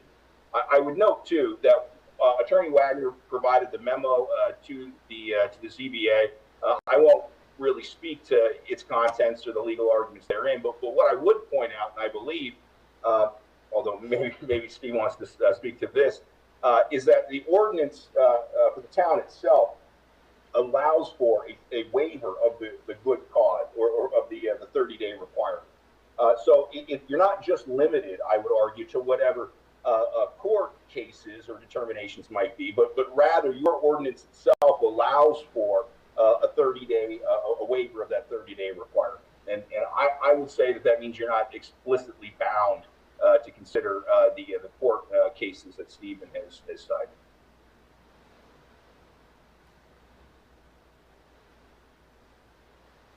Attorney Wyckoff, did you want to respond to any of that? Trying to find the right button to click. Sorry for my delay. I guess, so I have a question. We heard a lot of argument there. I didn't hear any evidence. So if the board is of the view that they just received evidence, then I'm happy to put evidence on and have Alex testify about this. But if the board doesn't, yeah, I'm looking for a little direction here because I heard argument, but I didn't hear any evidence.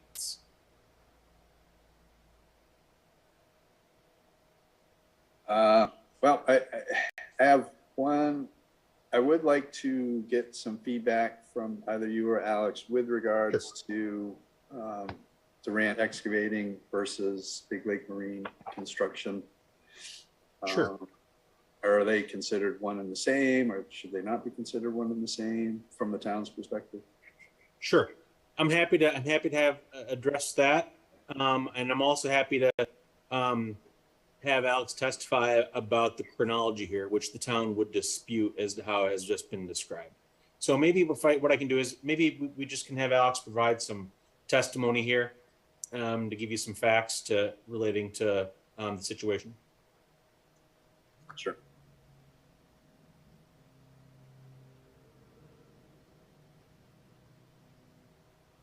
I think Alex may be having a technical. No, I'm good. I'm good. Good. Okay, so Alex, I want to focus first on the notice of violation relating to 18 Fernwood, please. So that notice of violation was issued to Durant Excavating, and it's dated December 21st, 2021. Is that right? Yeah, that's correct. Oh, okay. And do you know when Mr. Durant received a copy of that notice of violation? I don't know exactly when he received it. We did send it certified and first class. We never received the first class mailing back. So we assume that he received that one at least. And then a week later, after Christmas, sometime around the 26th, 27th, I can't remember the exact date, Rob actually came into the office and spoke with my assistant, Chris Hansen, and myself, and thanked us both for sending him the Christmas card. So we didn't send him a Christmas card. I would assume he was talking about the NOV, that we had sent the week before. Okay, and did you have a conversation with him about the gravity of the matters raised by the notice of violation? Yeah, I've been working with Rob on projects around the lakes for a number of years, and I like Rob. What we told him was, this is a very serious situation, and we suggested that if he didn't have an attorney, that he had an attorney really quick. Okay, and that was at the same time you were meeting with him in that last week in December? Yeah, correct. Okay, now I want to switch gears a little bit and talk about the chronology relating to the notice of violation at 28 Whitetail. Sure. Durant Excavating relating to Whitetail. Now that was dated on January 28th, 2022. Is that right? Yes, correct. Okay. Now, when did the town consider the deadline for submitting an application for appeal to occur relating to that application, to that notice of violation? Yeah, so the 30-day time period actually would have expired on Monday, February 28th. And there was some back and forth on this. I can't remember exactly with who over email, but the town office is closed on Mondays. So since we would have been closed Monday, February the 28th, we decided to consider the deadline March 1st, the next open business day. And was an application? Go ahead. As we would if a deadline fell on a Saturday or a Sunday. Okay. And was an application for an appeal submitted on March 1st? No. Okay. Now, did you have some appointments scheduled with Durant Excavating relating to these matters, in the time leading up to the deadline for the appeal? Yeah, Heidi, Rob's assistant, had scheduled an office meeting for February 24th, which was the Thursday before the deadline.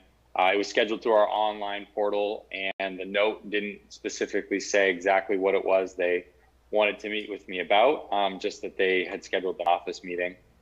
And that was meeting, on? Go ahead. Yep, that was February 24th. And did it take place?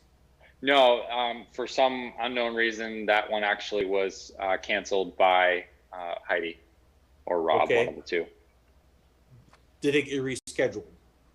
It was rescheduled for the next day, which would have been the 25th. Okay. Can I share my screen again here?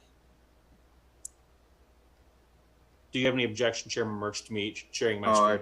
I apologize. No, I don't mind. When I hear you say that, I work in the technical world, so I'm thinking you're asking, do you have the ability to? So I apologize. Okay, good. No problem at all. So I've got a document that's up here, Alex. Setting aside the handwritten marks, the electronic document, can you describe what this document is? Yeah, this is the email notification that Durant Excavating 11 at yahoo.com would have received when the Friday office meeting was canceled. Okay, so that's the email. So that's the email address they were using to electronically schedule these meetings. Is that right? Correct. Yeah. So that's Durant Excavating 11 at yahoo.com. Yep. Okay, and so did the meeting on February 25th? It didn't occur, did it? No. As Greg said, the town office actually was closed due to a snowstorm that day. Okay, and did that meeting get rescheduled? It was rescheduled for March 1st. Okay. And can you describe that meeting and what your call about it? Yeah, so Rob came in on March 1st, as scheduled, and he described that he had his appeal application, and he was missing a copy of, I believe it was a tax map, and he didn't have that for his application to submit. At that point, I suggested that he submit what he has. The issue was when he came in to get a copy of the tax map, the assessing admin was actually out. And she's the one that kind of takes care of the tax maps. The tax maps are available for download as a PDF on our website, which they have been for a decade or more, I think, at this point. And so I suggested to Rob, look, just submit what you have today. And if it's incomplete, just get the tax map in a couple of days, tomorrow, tonight, if you can go home and download it or print it, whatever you can do, but just get something in today. Okay, so in other words, he didn't actually need anything from any personnel at the town in order to complete that application, did he? No. Most people, typically, we don't have to provide any details for someone to submit an appeal. When they're given an NOV or a denied permit, that's really all they need from us in order to submit, other than the application, obviously, which is at the town office or on the website. And on the day that the appeal was due, you told him that he should submit what he had that day because it was due that day. Is that right? Correct. Yeah. Okay. Now, did Durant Excavating submit its application for an appeal on March 1st? No. When did it submit it? March 3rd. And how do you know that? We stamp all applications when they're received, and the date on the application is stamped March 3rd. Okay. Did you ever tell anyone at Duran Excavating that it was okay to file their appeal on any date other than on March 1st? No, like I said before, I had suggested that he submit what he had that day as soon as possible, just to get it in, and then if he was missing information, just get it in as soon as possible. Okay. So now I want to change gears a little bit, and I want to ask you why you issued a notice of violation to Duran Excavating regarding the violations here. Could you describe? Can you just describe that to us? Yeah, absolutely. So you guys may remember this all got started when we received the email from Alexis Savavlos from Maine DEP. And in that email, she had included previous emails. I was copied on this email. She was corresponding with Heidi. I believe that was specifically Duran Excavating 12. They have two email addresses, 11 and 12. And in that chain of emails, I relied on the email signature, which the first business in her email signature is Duran Excavating, which is, also the email address is durantexcavating12@yahoo.com. So that was kind of the first, real reason I believed that the professional that was doing the work was Duran Excavating. In the email address that was used to submit that permit by rule application, do you recall what that email address was? I believe it was Duran Excavating 12 or 11, but I'm pretty sure it was 12. Okay. And any other reasons you issued the notice of violation to Duran Excavating? Yeah, so the emails from Alexis that continued to come in that day included photos, and photos that we received showed the equipment on site was lettered with Durant on the back. So as we know, that's Durant Excavating's equipment. Okay, so the equipment that did the work was actually labeled Durant Excavating. Correct. Okay. Very good. Thank you very much, Alex. Yep. Okay. Now, I'm going to share my screen here in just a moment here again. So here's a copy of the appeal that was submitted relating to this violation. And as you can see from the first paragraph, it says Duran Excavating wasn't the hired contractor for the project, and says Big Lake Marine Construction did the contract. I just want to point you to that. And it's important because there is no entity called Big Lake Marine Construction LLC. It doesn't exist. There isn't one.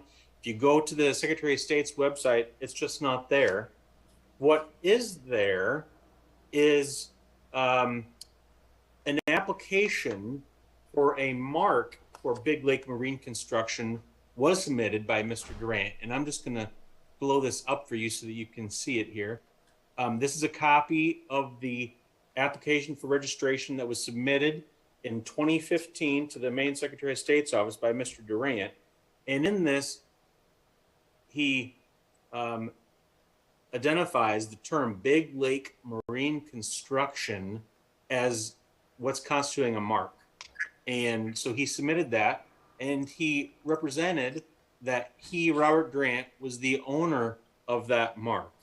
And the point being here, this is really what's going on here is that it's an attempt by Mr. Durant to hide behind corporate formalities. So this notice of violation was issued to Duran Excavating because the email address used to communicate with the Department of Environmental Protection regarding the work being done here was sent from a Duran Excavating email address. The signature had Duran Excavating on there. That same email address was used to schedule meetings with Alex Soroy regarding the matters.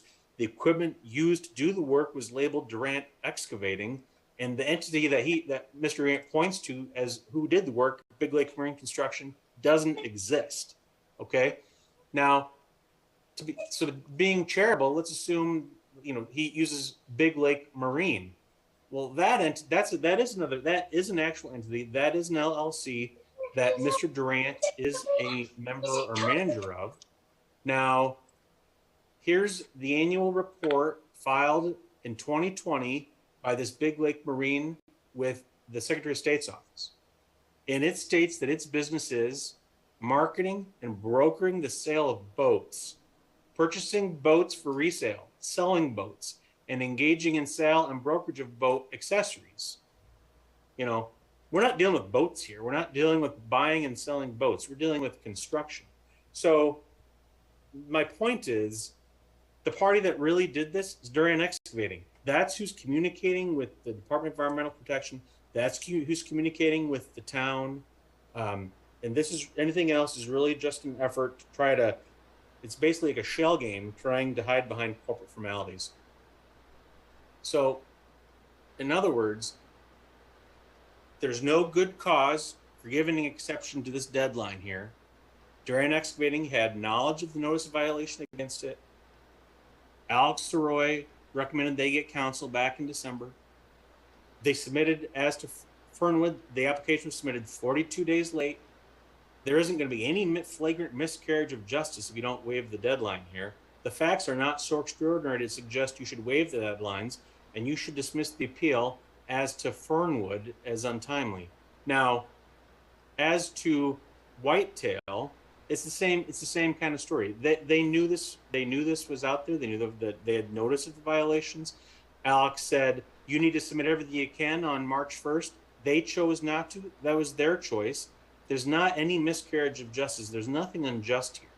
And then beyond that, substantively, the notice of violation was properly issued to Durant Excavating for all the reasons that I just described. So in the first instance, you should dismiss these appeals as untimely. And in the second instance, on the substance of it, these violations were properly issued to Durant Excavating. Thank you. So Attorney Wyckoff or Alex, given the information you presented with regards to Big Lake Marine and their business model, why then did they get notices of violation issued in March? I can answer that.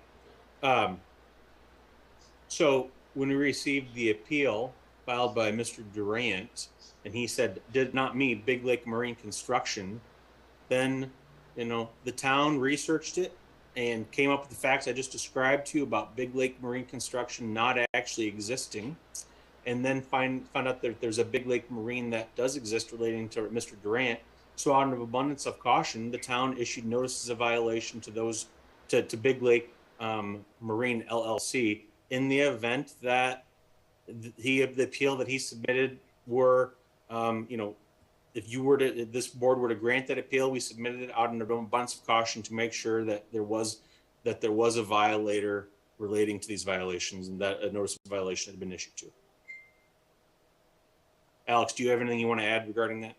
The only thing I want to add, I don't know if it's necessarily directly an answer to that question, David, but I don't believe Big Lake Marine has anyone has a DEP certification to be working in the shoreland zone. Any contractor that disturbs a certain threshold of material in the shoreland zone is required to be DEP certified. Durant Excavating, I believe, is, but I don't think Big Lake Marine is actually DEP certified.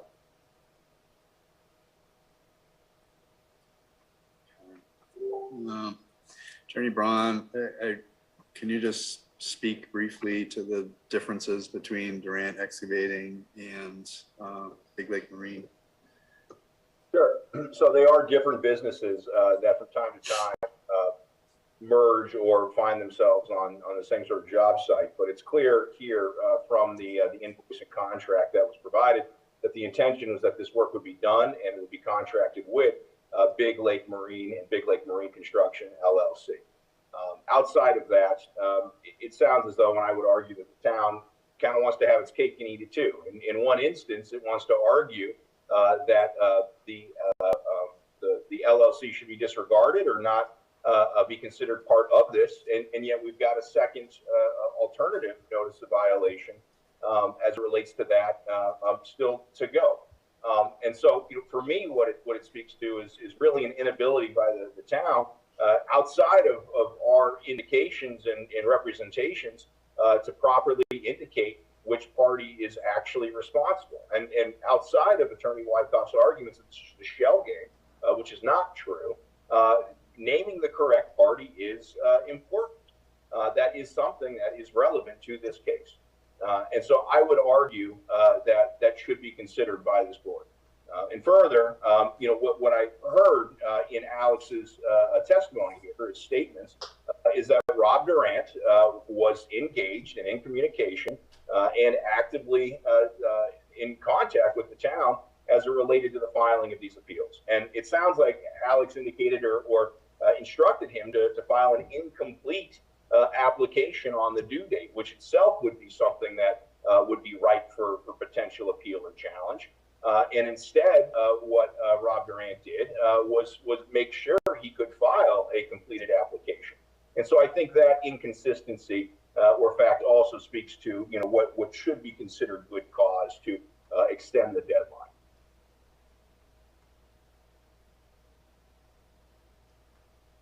Thank you. David, is it possible through you, can we ask if Big Lake Marine is DEP certified? Because if they aren't, I would be curious why they're engaging in shoreland restoration projects, and if they're hiring an individual that is DEP certified, like Durant Excavation, to actually do the work, since they're not actually certified to do it. Actually, Alex brings up a fair point. I was going to ask specifically, how do Big Lake Marine and Durant Excavating work together? What is their business model working together? That's for you, Attorney Braun. Sure. And at this moment, I can't provide any more detail or explanation than what we provided today.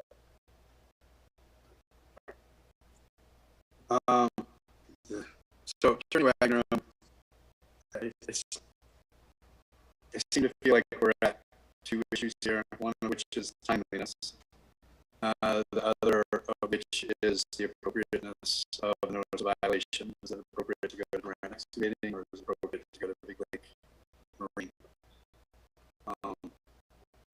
My concern is if one or both is dismissed in terms of timeliness,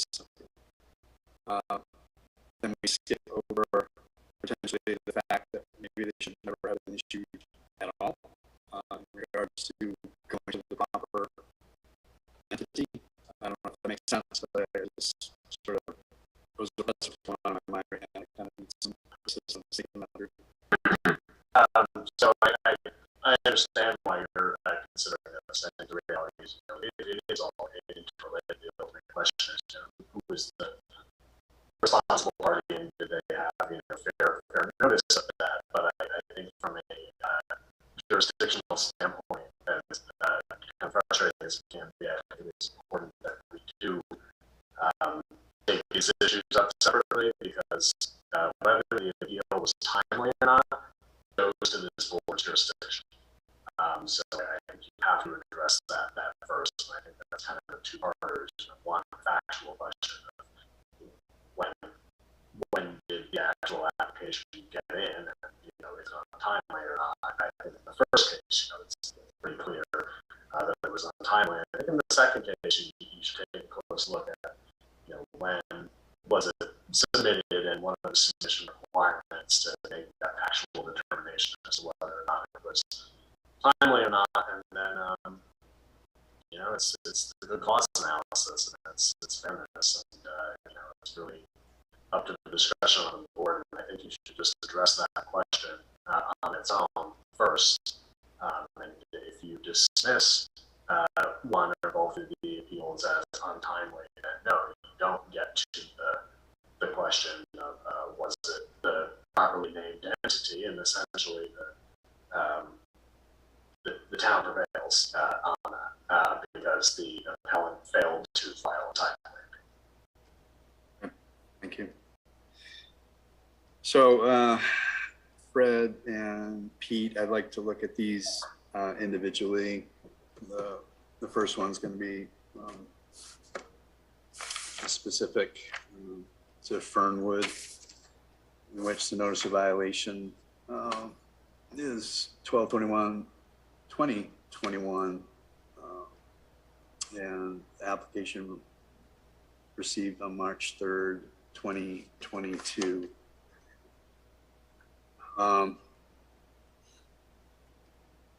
Given the information with regards to good cause exception, I don't necessarily see anything there that would lead me to believe there's good cause to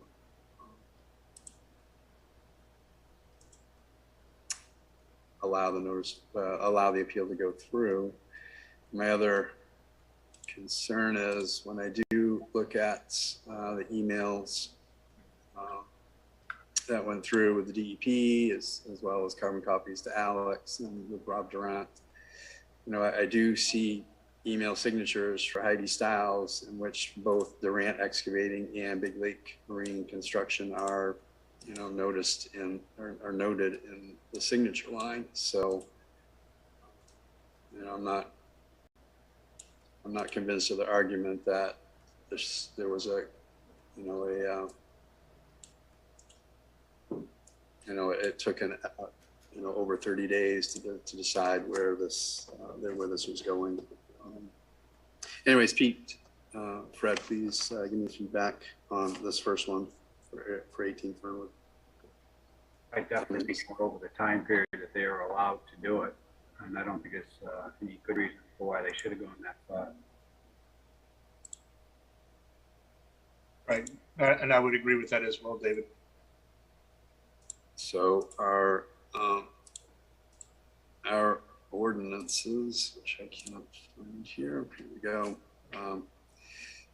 So in our ordinances, the appeal procedure, making an appeal, it does indicate that while an administrative appeal or variance appeal may be taken to the Board of Appeals by an aggrieved party from any decision of the code enforcement officer, such appeal shall be taken within 30 days of the date of the decision appealed from, and not otherwise, except that the board, upon showing good cause, may waive the 30-day requirements. So I just want to make sure that we are in agreement based on our ordinances that good cause has not been shown here in regards to Durant Excavating 18 Fernwood Road and the submission of the appeal. Would you agree with that, Fred and Pete? I agree with that. I agree with that.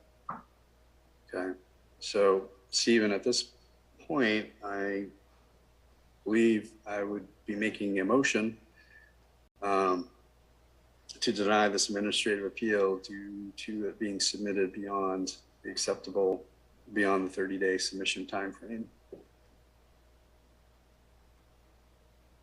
Oh, you're on mute, Attorney Wagner. All right. I would just add to your motion that the board also finds no evidence to support a finding of good cause to waive that appeal deadline, and for that reason the appeal is denied. And so sorry, just make clear which one you're talking about. I think we're just talking about only 18 Fernwood, yes. Yep. So I'm going to say so move. Do I have a second? I'll second that. Any further discussion before we go to vote? So David Murch in favor of denying, yes. Fred Miller, yes. P. Lockwood, yes. Okay. Sir, Attorney Wagner, you'll follow up for us with that? Yes, I guess that was a final decision, so I will follow that up with a written decision in 7 days for you to sign. I don't think that requires bringing it back before the board. If you disagree and you want to stick with our prior procedure, we'll just, I guess, go back and make a motion to clarify that that motion was a preliminary finding, and you would like me to prepare a written finding to review and then finalize at your next meeting. I see no need to do that. I'm good for you to write up the final decision as is. Okay. So now moving on to the administrative appeal for 1/28/2022, Durant Excavating for 28 Whitetail Lane. Again, the subject of timeliness of submission. Let's see. So if I understood correctly, the first valid day, the last day, given office is work schedule would have been March 1st. The submission was on March 3rd. The paperwork we received indicates a February 24th, 2022 date on it, which corresponds to the first meeting date, which was scheduled and subsequently canceled by Durant Excavating. Then follow-up meeting on the 25th, or a rescheduled meeting, I should say, on the 25th, had to be canceled due to a snowstorm. And then the first was March 1st was the first available day. March 3rd was when it was actually submitted. There was information presented about requesting some additional information in order to complete the application, although we did hear from Alex that that information was not necessary in terms of submitting the application. I would like to hear from you, Fred or Pete, your thoughts on this.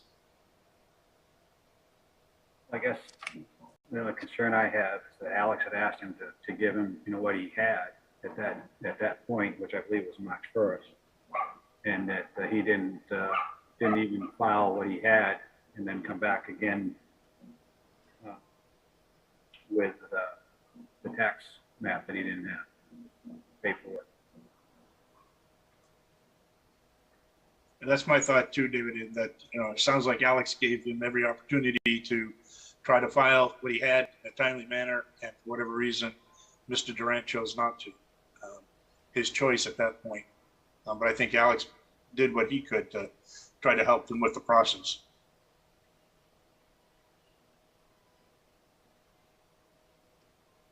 Yeah, I feel the same way, given how Alex spoke to that, indicated that it should be submitted on that day and that it could be without the tax maps. And he was at the town office at that date too. So he was already in the building. That's correct. Yep. So if we go back to, too many windows open. If we go back to our appeal procedure, again, must be taken within 30 days of the date of the decision appealed from, and not otherwise, except that the board, upon a showing of good cause, may waive the 30-day requirements. So Pete and Fred, are you indicating that you're not seeing good cause here? I'm saying that, no, I'm not seeing that, David. I mean, if he had, he would have filed what he had on the first. Nothing. If he thought he needed to have another couple of days, he could have mentioned that to Alex. Say, can I come back, in a couple of days with the rest of the paperwork? And I think Alex stated that he said he should file what he has that day to at least get it started. Yeah, and that's sort of what I'm hung up on too, is the fact that the code enforcement officer indicated that it should be submitted on that date, and additional information can be provided afterwards. And that the maps were not required as part of the submission. So I have a motion on this. Fred or Pete? I make a motion on this. Motion to what, Fred? To not to let this, not to deny this violation. So to deny this appeal? Right. On the grounds that it was submitted beyond the 3 day Correct. without good cause. Do you want to second that, Pete? Yes, I'll second that. Attorney Wagner, is there anything you want to add to this?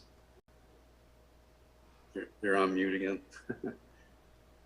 Attorney Wagner, you're on mute. Sorry. That's okay. I would just amend that to say, based on the factual findings that you all just reached a consensus on. So, given that motion, all in favor of denying this appeal? All in favor of denying? David Murch, yes. Fred Miller, yes. Pete Lockwood, yes. So same procedure there. I'll take that as a final decision of the board with clear findings and conclusions, and I'll memorialize that in a written agreement within 7 days to provide to Sandy for the board to sign. Good.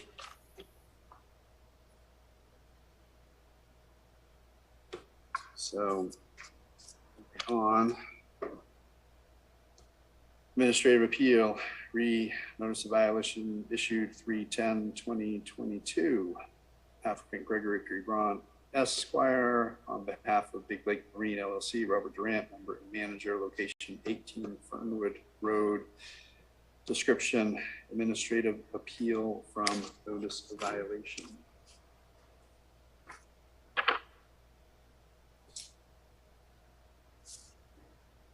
So now we have to look at the timeliness. So notice of appeal was on 3/10/2022. The information that I have in front of me shows that the appeal was submitted and received on April 8th, 2022. So April 8th, so March 10, April 8th, it's within a 30-day time frame. Are we in agreement that this is timely submitted? Pete, Fred?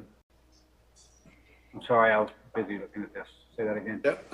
No, I'm just saying, would you agree that this was submitted in a timely manner? This appeal? And what was the date again? The 2 dates?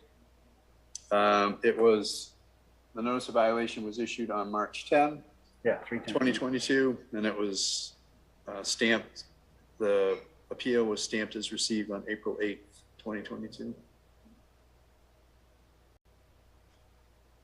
Sounds like it was within the 30 days. Right. Right. I don't, yeah, there's no question there. So,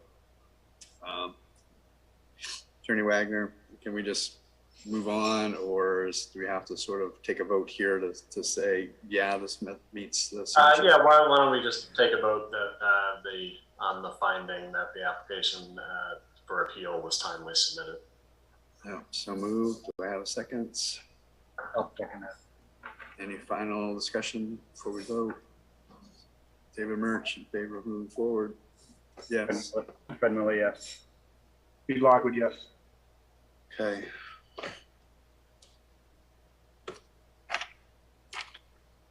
So, Attorney Wagner, you'll have to. Sure. So I can. Procedure. Yep, I can again just provide a brief summary of the procedure that we've been following here. So we've determined the application to be complete. Next step would be, that it's timely. Next step would be to determine that we have a complete appeal application.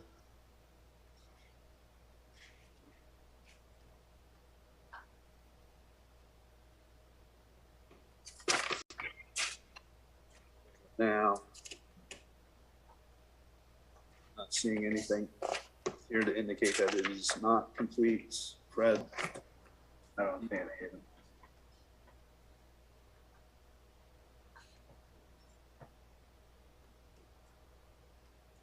Okay.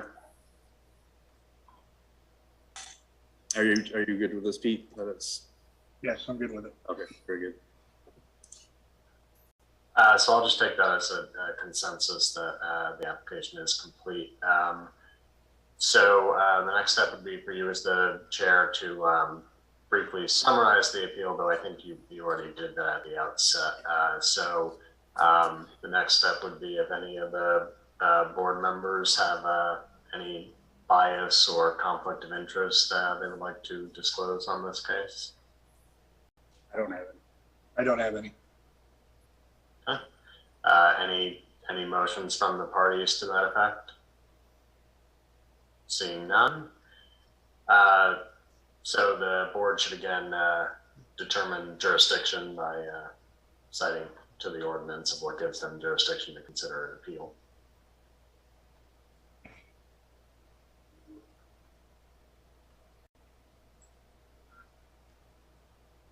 I'm assuming this falls under our shoreline zoning provisions, section 16, administration, making an appeal. So section 3, subsection A, further subsection 1, an administrative or variance appeal may be taken to the Board of Appeals by an aggrieved party from a decision of the code enforcement officer. Such appeal shall be taken within 30 days of the date of decision appealed from, and not otherwise, except that the board, upon showing good cause, may waive that 30-day requirement. So my understanding, based on the ordinances, is that we do have jurisdiction to hear this appeal. Are the other board members in agreement? Yes. I agree. Okay, and I think we have consensus, we have jurisdiction, and I think within that I heard a determination that there was standing as well. So the next step for the board would be to open up the public hearing. The order of presentations we've been following would be the appellant, so Attorney Braun, to start without interruption, and then questions from the board. Sorry, Attorney Wyckoff. I have a procedural motion to make regarding this appeal. Sure, yep, now would be the time for that. Thank you. Okay, very good. I'm going to share my screen. So the Big Lake's appeal should be dismissed in part for failing to comply with the shoreline zoning ordinance's procedures for appeals. Section 16G3A2 of the shoreline zoning ordinance, which is at page 61 of the ordinance, provides that appeals are made by filing a, quote, concise written statement indicating what relief is requested and why it should be granted, end quote.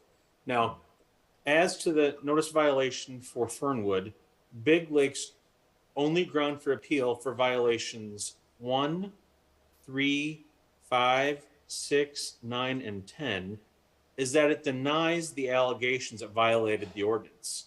In other words, it doesn't provide any explanation as to why the appeal should be granted for those violations. So for that reason, it doesn't comply with the ordinance.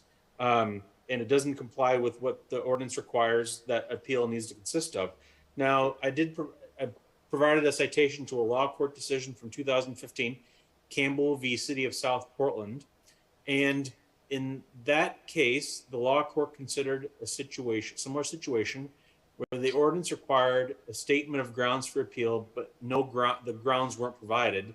And as a result, the law court determined that the appeal couldn't go forward for failure to comply with the written notice requirements for the appeal, and also held that any oral arguments or contentions at the hearing before the Board of Appeals couldn't cure the deficiency. So here, the town requests that the appeal as to violations 1, 3, 5, 6, 9, and 10 be dismissed for failure to comply with the shoreline zoning ordinance's requirement that an appeal contain a concise written statement as to why the appeal should be granted. Can you repeat to me those which violations? You bet. Attorney Yep. Wyckoff? 1, Yep. 3, 5, 6, 9, and 10.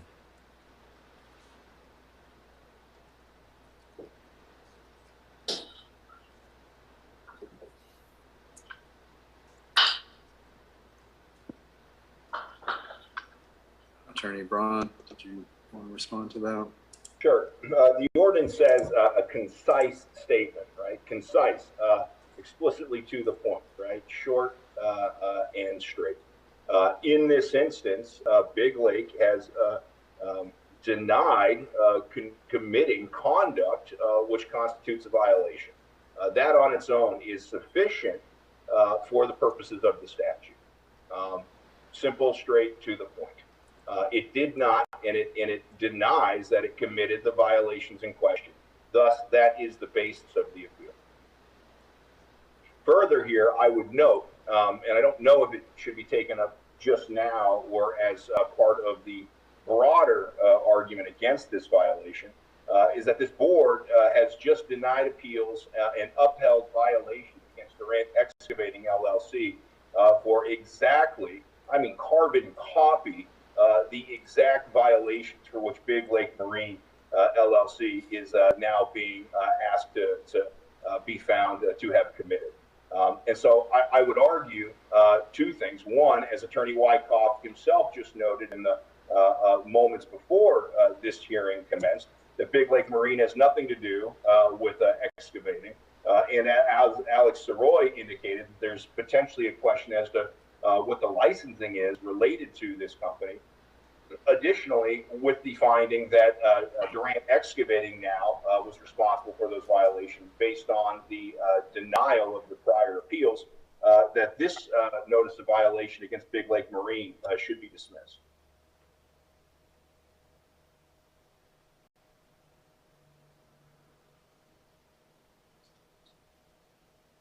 Thank you, Attorney Brown. Attorney Wyckoff, can you repeat to me, please, the section of our ordinances that you noted? Yes, of course. It's on page 61 of the ordinance, and it's section 16G 3A2.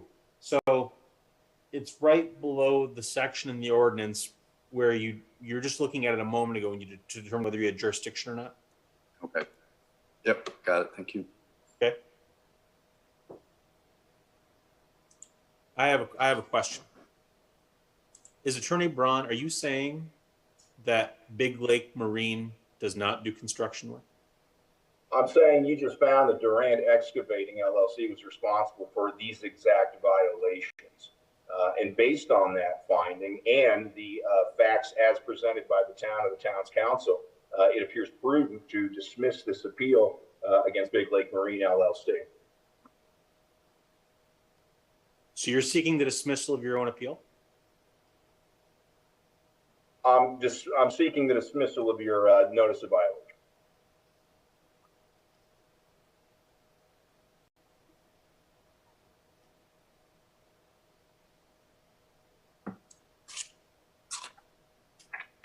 I'm listening. I'm just looking up some information.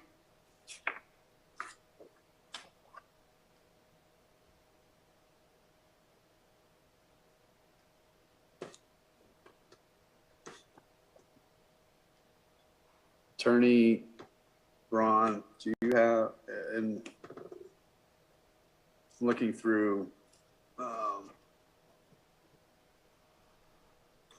invoicing here, estimate, that's, no, I'll take that, I'll take back that, it's not really a question, so.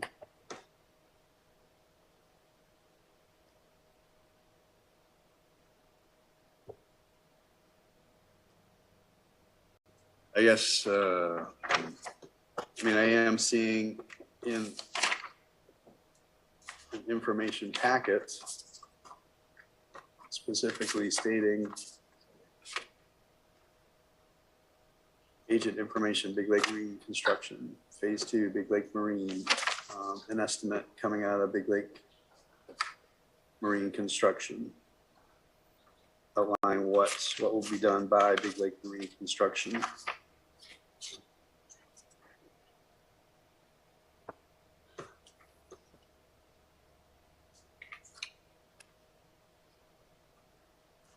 You have to bear with me here. I want to make sure I'm looking at the correct information.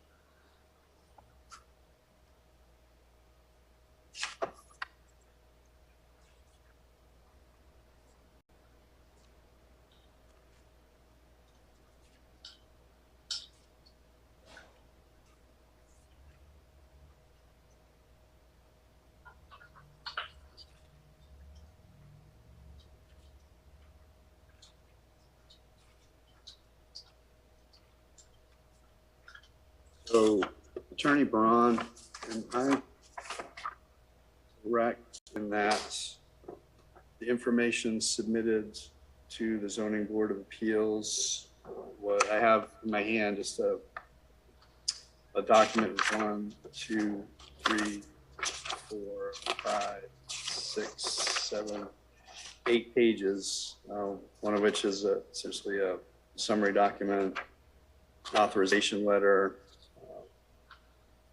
the appeal application, zoning map, and then basis for appeal document, which is 3 pages. Am I correct in that is all that was submitted for us? That's to the entirety of the appeal application.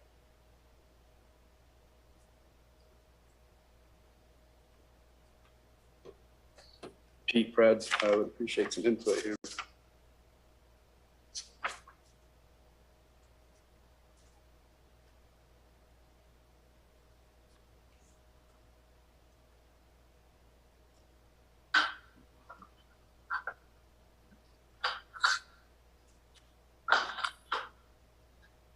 Sorry, Chair Murch, what's the date of that document that you're referencing? Date on the cover letter is April 7, 2022.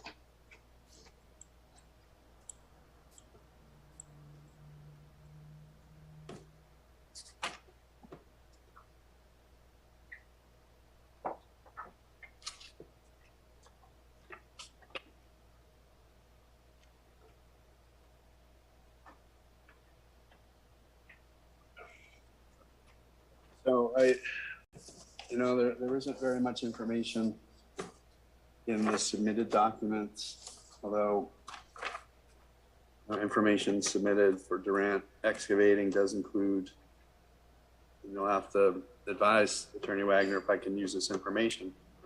But I mean, it includes permit by rule notification forms in which Big Lake Marine is identified, includes an estimate by Big Lake Marine Construction specific to 18 Fernwood Road. Everything I see here, which is in another appeal submission, indicates that Big Lake Marine Construction is appropriate in being issued this notice of violation. So I think that the question before the board that's been raised, Wyckoff, is whether the appeal that was filed, the April 7th document, does that, in the board's opinion, contain a concise statement of the grounds for appeal?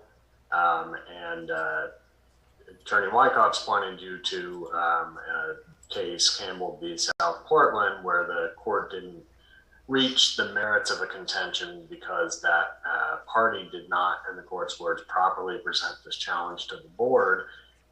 And the court talked about how the ordinance established a notice requirement that the applicant must meet to pursue a particular argument. Particularly, the court quotes that says that it shall be on forms approved by the Board of Appeals, and the aggrieved person shall specifically set forth on said form the grounds for said appeal. So you're dealing with it, it's not a verbatim match. So I don't think the case necessarily directly controls your decision. That's my opinion. I would advise you that ultimately the question for you should be if this filing put the board and the town on sufficient notice that Durant was, or that Big Lake Marine was challenging the basis of the violations. And so Attorney Braun has argued that on its face, it clearly challenges the factual allegation that the conduct was in violation of the ordinance, and that's sufficient notice. So I think that's the question for you is, does it provide the world essentially sufficient notice that this party is challenging the notice of violation and everything in there? In my opinion, you don't have to spell out every single argument. So I think it's a factual question for you to take. I think you've identified the right document. Take a look at that and ask if that puts everyone on sufficient notice of what's being challenged here.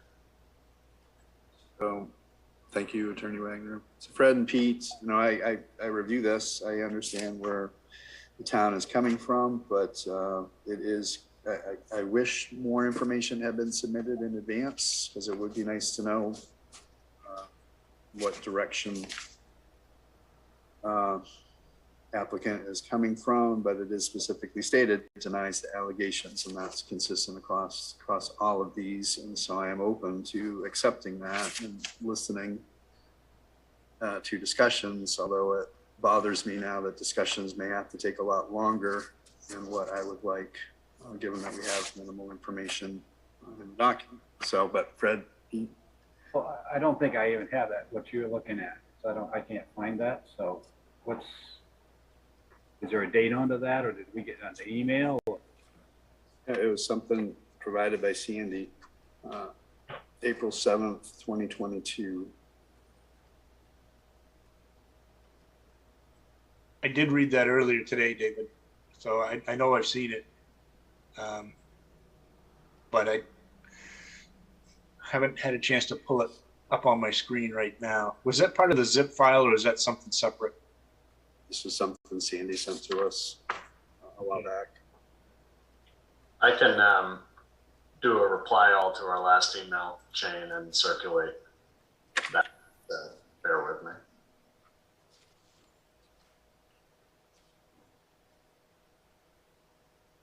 I mean, so that I'm clear, we're discussing whether or not all the board members actually have the notice of appeal filed by Big Lake Marine LLC, dated April 7th and received on April 8th. That's correct. Yep. All right. And then that, I guess, would raise a concern for me in that two of the board members seem to indicate they don't have it before them, yet we've already established or appear to have established based on that proposed or purported review during this proceeding that the application was complete and timely and included all of the necessary material.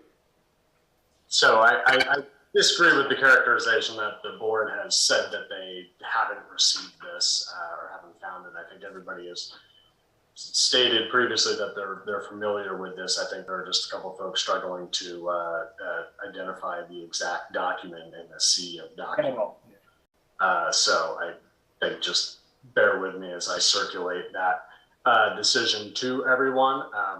But you are right, Attorney Brown, that there was a motion to find the document complete, and so I think that the board, if it chose not to reconsider that motion, would effectively be denying Attorney Wyckoff's request anyhow. So you don't have to procedurally necessarily take any action if you agree with Attorney Braun that this this is sufficiently complete application.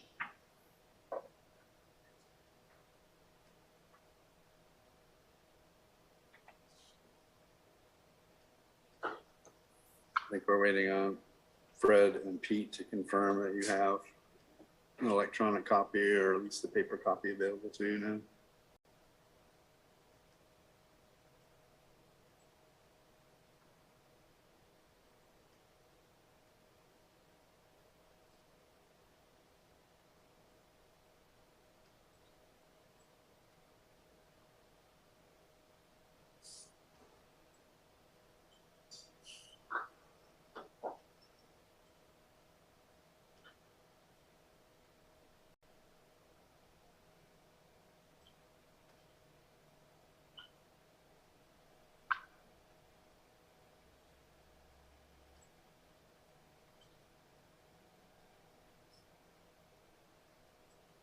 I have received it yet.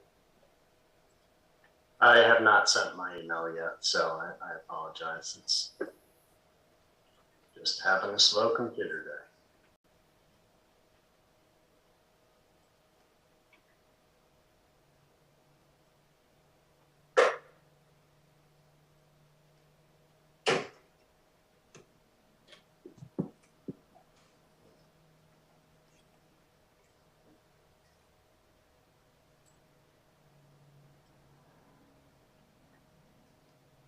I've sent it, so those board members should be receiving it shortly.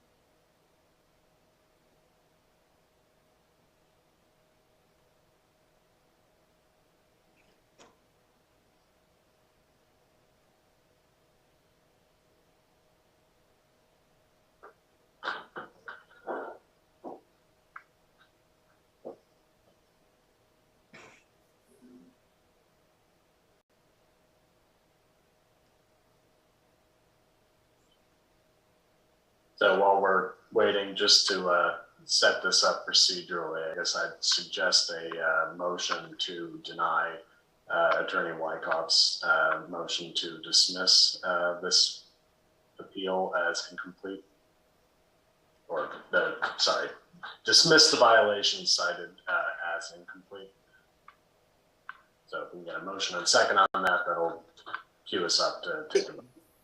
Just to be clear, I'm arguing that the appeals fail to comply with the requirements contained in the shoreline zoning ordinance for an appeal, which I think is a little different than what you just said. You would argue that that's different than saying an application is incomplete? I mean, I think my contention is that the ordinance requires that a written notice of appeal include a concise written statement indicating what relief is requested and why it should be granted. And that here, the concise written statement indicating why the appeal should be granted is missing for the specific violations identified. So I guess you would argue then that it's a substantive determination and not a procedural one. Well, I mean, I guess so. I mean, I guess it depends how you look at it, but I mean, you can look at the appeal and you can see what the ground is, and it denies the allegations. It's violated the ordinance. Okay, that doesn't really say why an appeal should be granted. It's a denial.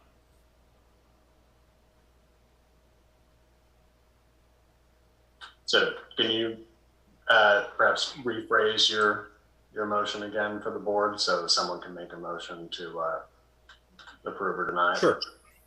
The town requests that the appeal as to violations 1, 3, 5, 6, 9, and 10 be dismissed for failure to comply with the shoreline zoning ordinance's procedures for appeals.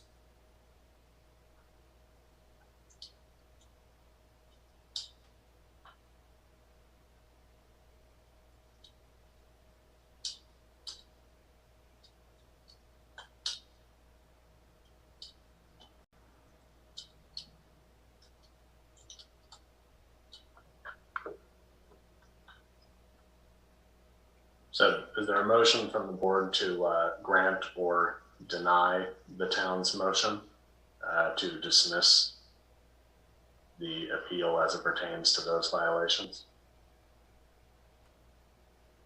You're muted, David. Sorry. I will make a motion to deny the request. Is there a second? Yeah, is there a second?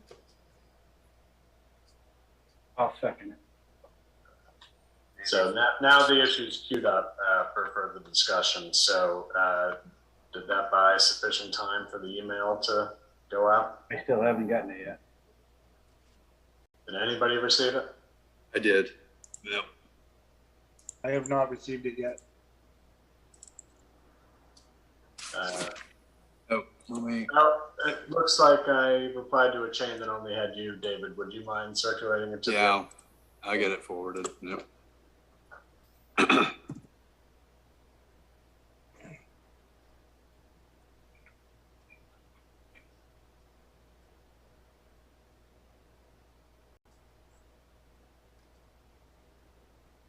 Just got sent.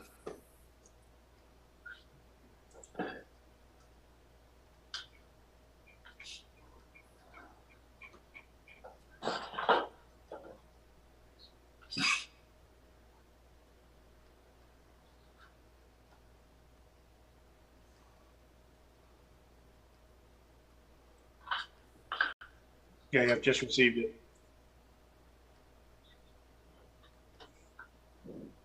I have it now too.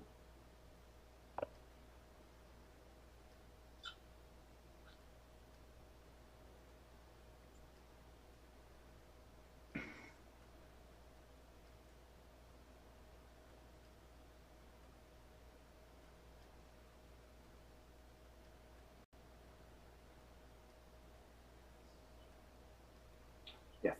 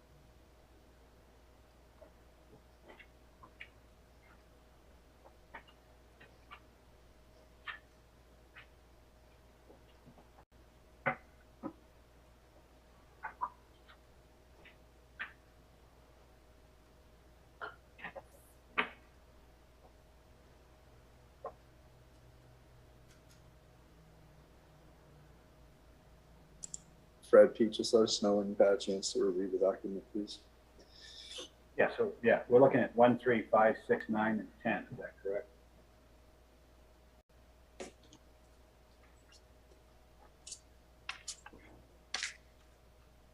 That's correct.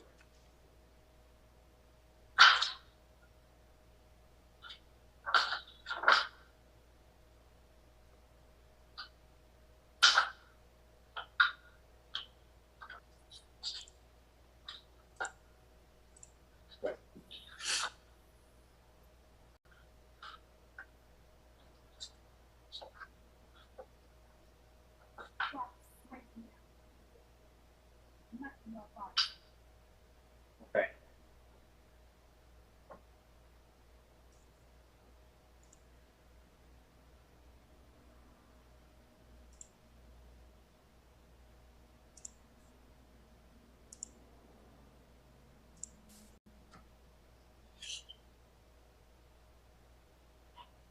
All right, I have it. I'm all set. Okay.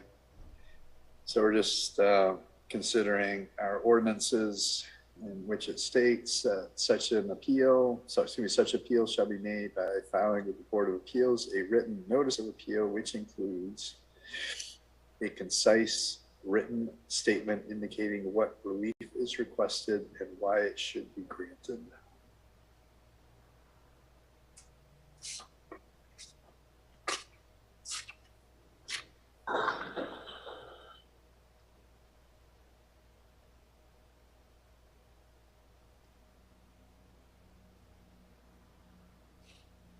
I mean, I will agree. It's very concise, and I do see that Big Lake Marine denies the alleged violation and maintains that the project and the work performed by Big Lake is in conjunction with the project met the requirements of permit by rule. So I'm not, to me, there's sufficient there to move forward with this.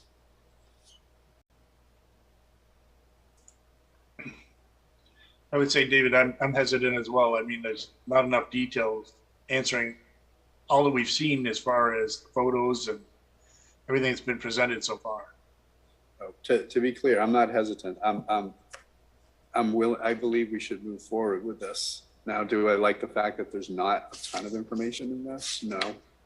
But I trust Attorney Braun will provide the information that we need. But relating back to the question at hand with regards to the shoreline ordinances, we have to evaluate, do we have a concise written statement indicating what relief is requested and why it should be granted?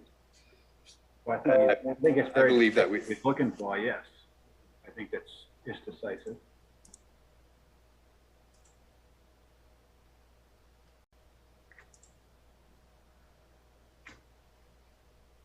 Pete, did you have anything further? I guess based on your explanation that, yeah, this gives us the ability to move forward. Okay, so the motion is to deny the town's request.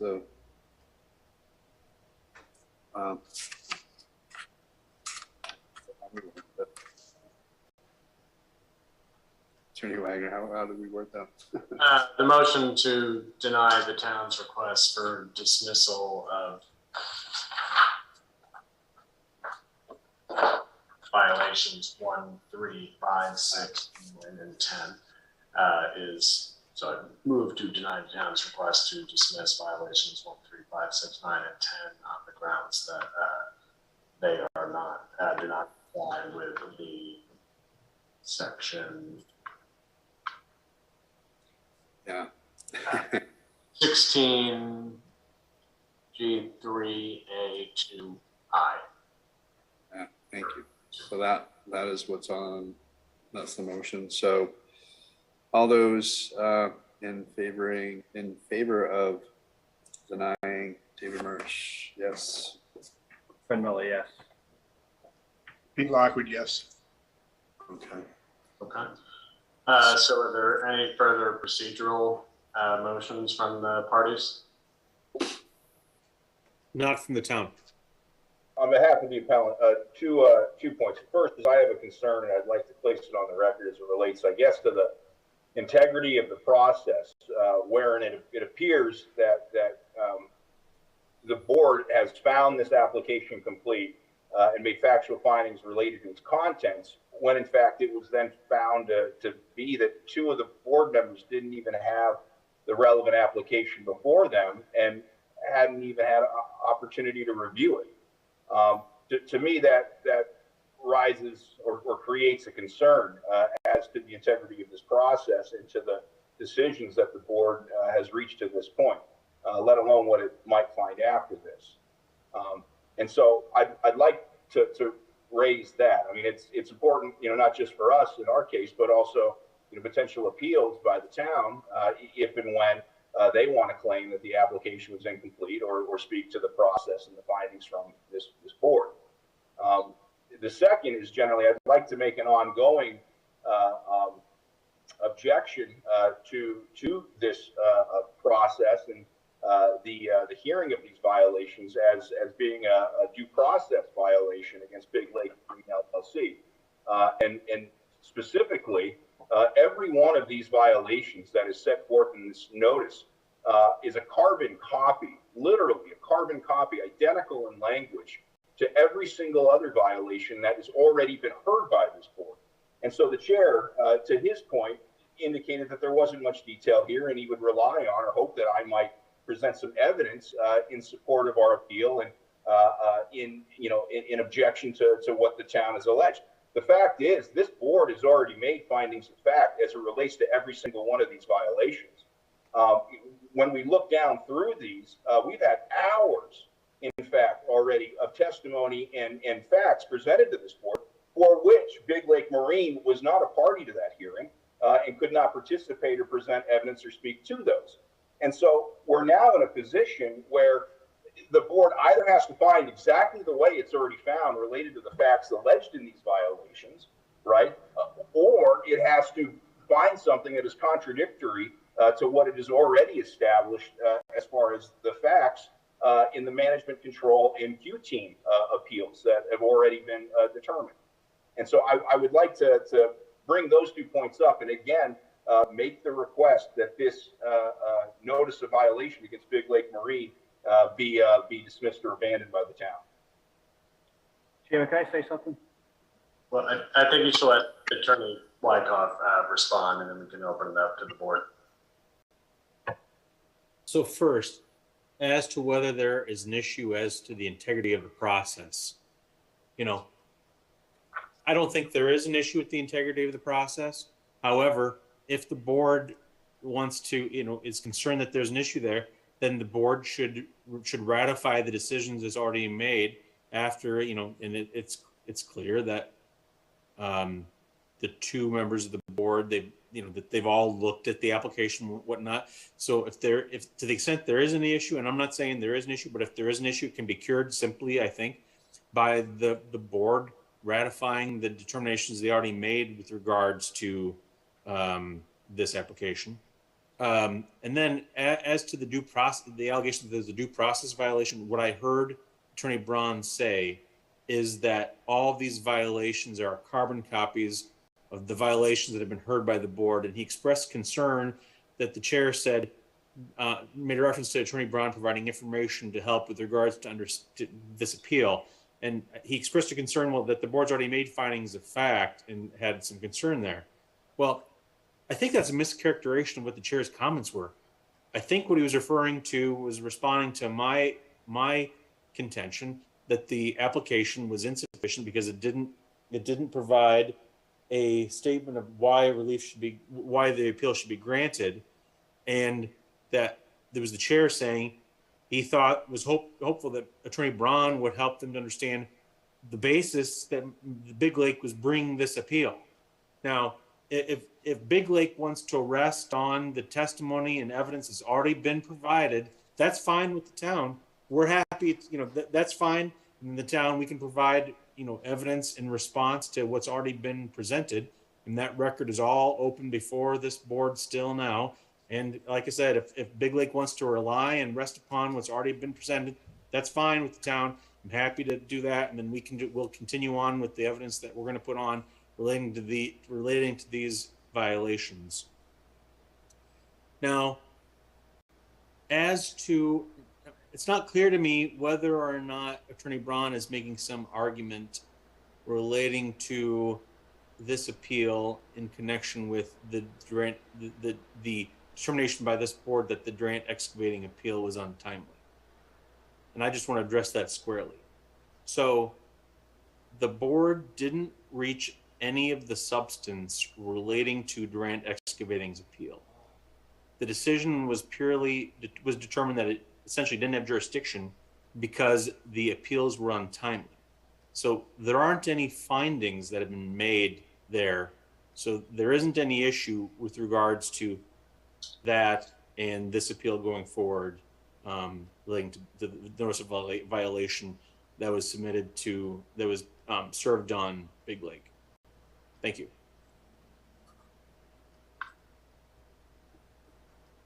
So before I turn it over to the board, Mr. Chair, if you don't mind if I just weigh in here. So I pretty much agree with just about everything that Attorney Wyckoff said. I think the objections are noted, and the board should either overrule or grant the objection, but I'm not even clear what the relief is that's being requested. I think it's essentially to candidly, I'm not entirely sure, so I would defer to Attorney Braun after I'm done speaking if he wants to clarify what the relief is that he's procedurally requesting. But in my opinion, there's not an issue with the integrity of the process, but you know what, my job as the town attorney is to, protect whatever decision you make from appeal. So I do suggest you go ahead and ratify all your prior decisions concerning jurisdiction and standing, and I can walk you through the motion to do that, having now confirmed that all the board members have identified and read the notice of appeal.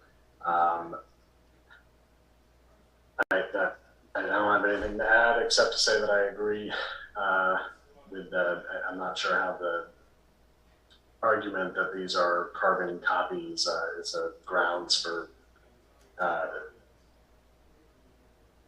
the appeal should be granted at the outset. I think we could, to the extent that there's an argument similar to what the other party made that these are duplicative, that's certainly an argument that can be made, and the board should address it as well. But I think that there's the prior appeals we've had, that was an entirely different party. In fact, a different party. So I think it's a separate factual question. So the board does need to make separate factual findings as to whether this party committed the conduct in the notice of violations. Now, I think Attorney Brown raises some good points of some of those findings. It may be logically impossible for the board to find one way on management controls and the other way on Big Lake Marine. But we can address that as we get into the substance. I don't think that's a ground for at the outset granting the appeal. And I also agree in terms of the applicability of the decision made on the Durant appeals that was not on the substance, so there are no factual findings. So with that was a long interruption to your question, Fred. No, I was just gonna bring to a point again, with all the paperwork we have for all this that's going on here, and when David asked me, I'm trying to find it.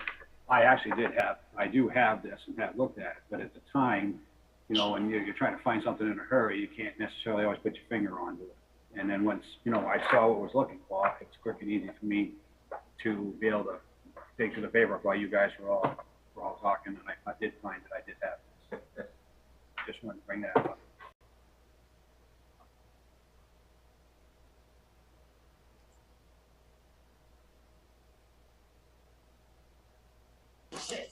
Attorney Braun, did you have anything further you wanted to state?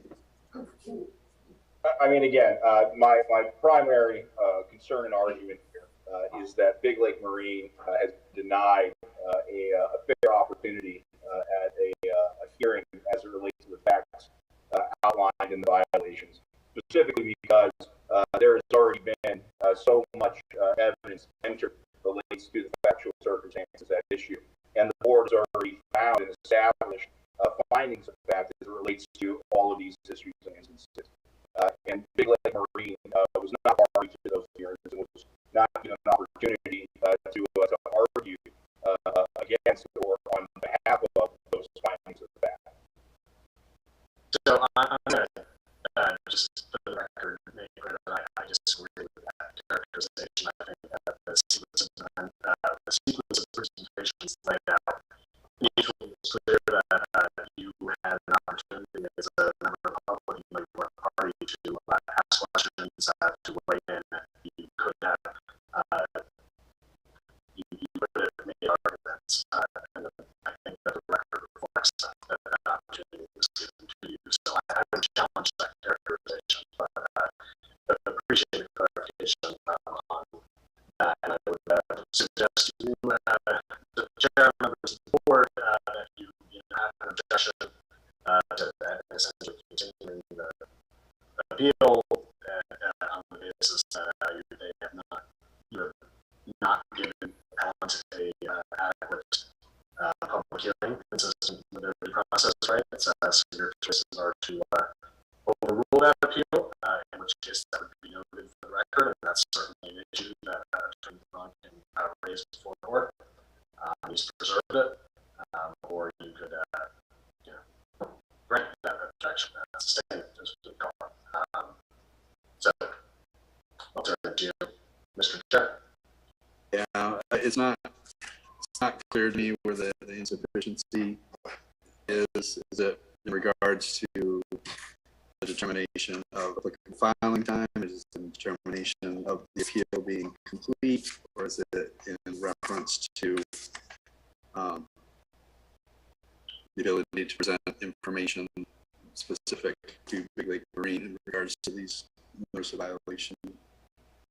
In regards to these violations, I just want to be clear which of those three, or all three, is Attorney Braun contending. I mean, sure, all three. Although you mentioned timeliness, so I don't think that's relevant. The point is, first and foremost, is that there are notice of violations that at this point have been upheld against Durant Excavating LLC related to exactly the violations that are before the board now. And given the fact that this board has denied those appeals and essentially upheld the notice of violations against Durant Excavating LLC, this appeal, or excuse me, this notice of violation against Big Lake Marine should be denied. The second is the argument that there has been an administrative due process violation in that, despite Attorney Wagner's position that as a member of the public, we had opportunity to give some comment, we in fact were not a party to any of the prior hearings that took place. And these violations are carbon copies of each other. And this board has essentially already reached a decision as it relates to all of the factual or facts outlined and alleged in these violations. To which, if you were to look at Management Control LLC's notice of violation dated January 28th, 2022, and look at that of Big Lake Marine LLC dated March 10th of 2022, you'll find as you go through every single one is exactly the same. And you've already made decisions as it related to what that conduct was. And to the extent then that Big Lake Marine I don't see how we have opportunity to in any way sway what the decision might be as it relates to any of those violations. So I will say our board members recognize that each case or each appeal brought before us is its own unique, distinct case. Our decisions made on the previous cases were based on information provided by the appellant. It was not, that's how those decisions were made. I am ready to go into this appeal, ready to listen to the information you have. That's what I want. We want to be able to listen to this. We want to be able to take Rob Durant's concerns and make a finding on it based on that information, not the information that was provided to us previously by other appellants. We want to hear the information provided by this appellant. And we recognize that each case is specific to itself. But the problem with that is that we have relied, or this board has relied on prior evidence and information that's been provided to it in those prior hearings. You did so for Management Control, and you did so as it related to Q Team. Those are both represented by the same person. If I may interject, just as a reminder, when this all started, all the parties agreed that the appeal, that the record here for all of these appeals could be considered for each other appeal. The parties all agreed to that. I just want to point that out. I would not mirror or echo that sentiment. In fact, I don't recall being a party to that decision. I do recall that being discussed and considered when Attorney Rachin began her initial presentation. But again, that was not a specific hearing that I was or Durant Excavating or Big Lake Marine were party to. Rather, we were merely, as Attorney Wagner pointed out, a member of the public here to watch and observe. Well, the record will speak for itself. And thus I've asked to preserve any rights of appeal as it relates to administrative due process.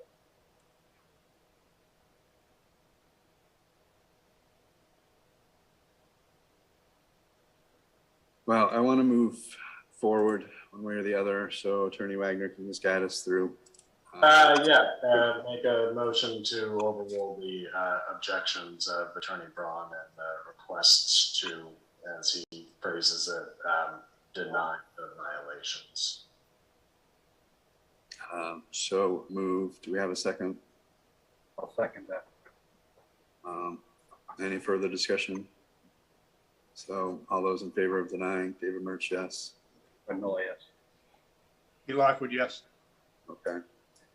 So I would also suggest that the board make a motion to ratify all of its prior findings concerning standing, jurisdiction, and timeliness based on its further review of the record materials. So moved. Do I have a second? Second. Any discussion? All those in favor of ratifying, David Murch, yes. Fred Miller, yes. Pete Lockwood, yes. So we are over 2 hours into our meeting. I would like to propose a brief 5-minute recess just to make use of facilities, get something to drink. Does that sound okay with everyone? Yes. Okay, I show on my clock 8:13, reconvene at 8:18.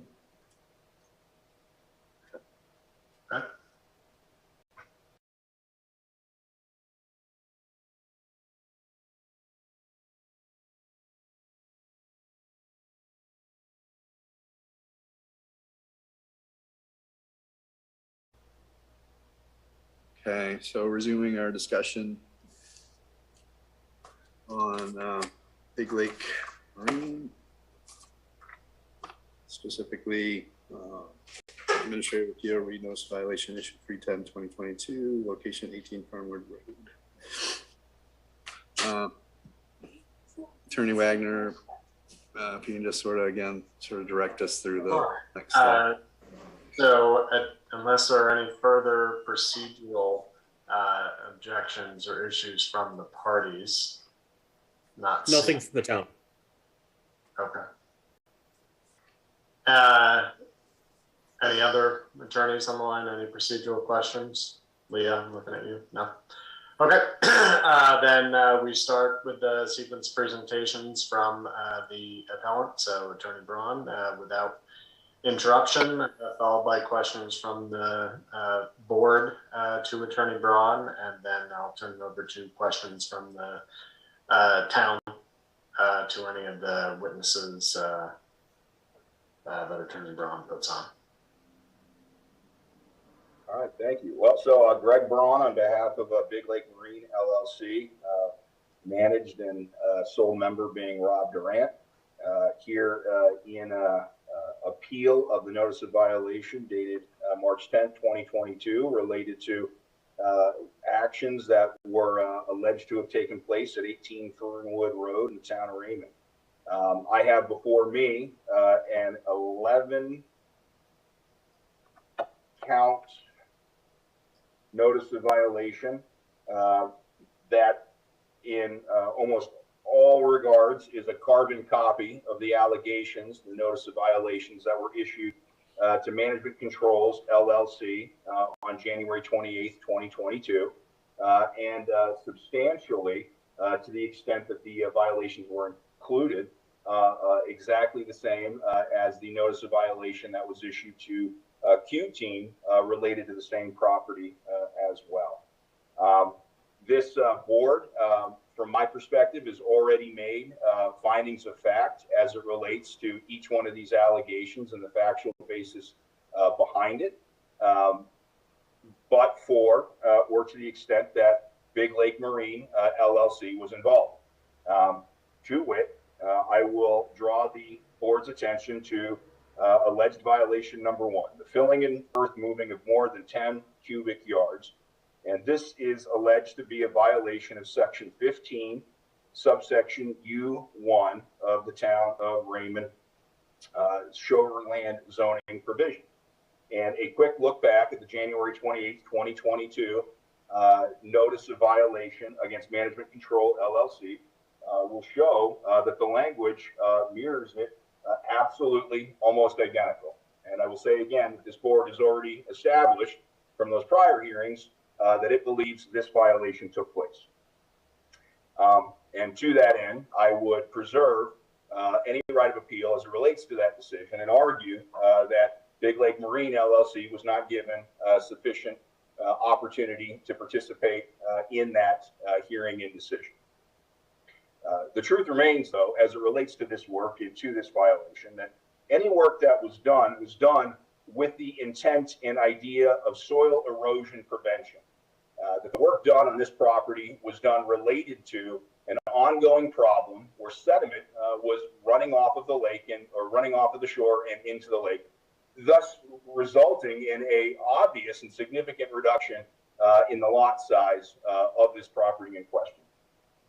The specific argument here is that the contractor failed to both properly obtain the permits and do the work without using the proper tarping or necessary provisions to maintain the integrity of the slope or to keep sediment from running off into the lake.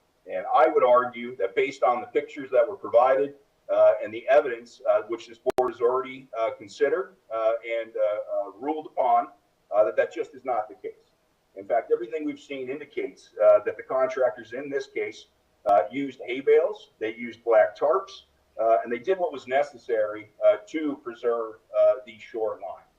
And in fact, many of the photos that were provided to this board when it made these determinations were months old and after the job had been abandoned based on the request of the town to cease work.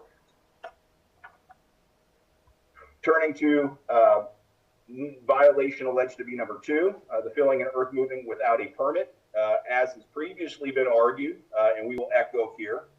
And again, note that the board has already made a decision as it relates to these facts. It's duplicative of the first allegation. Essentially, what we've done is we've charged or alleged that the conduct itself was a violation, and then the permitting or failure to permit itself was a second. When in fact we argue, as has been previously argued, that that should be one in the same as it relates to violations. Notice of violation number 3, illegal shoreline access, has alleged that a second set of stairs to access the water was added without a permit. Now, the respondent, the appellant here, objects to that allegation. It would note that in all of the pictures that it has seen and have been presented to this board, noting again that this board has already made a determination as it relates to this alleged violation, clearly demonstrate that there were 2 sets of stairs that already existed, and that there wasn't, in fact, any second set installed, and certainly nothing done by the appellant here. Notice of violation number 4 alleges that a pier, dock, wharf, bridge, boat launch, or other structure and uses extending over and below the normal high water mark or within a wetland without a permit was established or created. Here too, as has been previously argued and as the board found to be the case here, or I should say it's already ruled as it relates to the allegation of a violation. There were no new docks, wharves, bridges, boat launches, or other structures installed. Rather, what took place was basic repair and maintenance. It was not new work or new structures, but anything that was there was actually already pre-existing. And the only work that took place as it related to these allegations of structures was in the form of maintenance and repair. Essentially picking up rocks, putting them back where they originally belonged, but not actually the installation or creation of any new piers, docks, wharves, bridges, boat launches, or other structures. And this brings me into point 5, which, looking just at the clear language of the alleged violation, makes me scratch my head a little bit. Now, again, I'm under the understanding, I stand to be corrected, but that the board has already established this violation took place without Big Lake Marine having opportunity to participate in that hearing. But what is alleged is that the shoreline itself has been enlarged. I don't see shoreline itself being listed in the specific ordinance here as something that is relevant to section 14, subsection 17B. We speak to piers, we speak to docks, we speak to wharves, we speak to bridges, we speak to boat launches, and we speak to other structures. But a shoreline is actually the circumstance or boundary at which the water reaches the land. It is not itself a structure. And so for the town to allege that the shoreline has in some way been extended or increased is unclear. There's just as much water front footage as there was before. And in no instance does any of that constitute a structure. Notice the violation 6, construction of a beach without a permit. As this board will recall, it considered at length what the definition of a beach was. We went to Merriam-Webster's dictionary, I believe, and this board already established that it felt this violation had occurred without Big Lake Marine having an opportunity to participate in that hearing. We would argue that that is not the case. And in fact, what was alleged to be a beach or found by this board to be a beach was in fact nothing more than the way the rocks looked at the time that those specific pictures were taken, and that the characteristics of the shoreline changed depending on the height or depth of the lake, depending on the season. Alleged violation number 7, the removal of vegetation less than 3 feet in height. We would argue that that is not, in fact, true. I believe that the town dismissed this as it related to Q-Team previously. I don't know if that's because it intended to maintain this allegation against Big Lake Marine or Durant, but I do know that this allegation was previously dismissed or abandoned by the town as it related to other alleged violators. We would echo and continue to maintain that no vegetation less than 3 feet was removed. Rather, it was merely trimmed.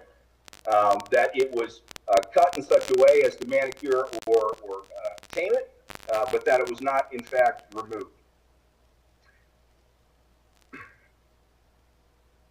We would argue that violation 8, which alleges this behavior without a permit to be a second or separate violation, is again duplicative, that we're looking to count the same conduct as a violation twice, when in fact it should be just considered once.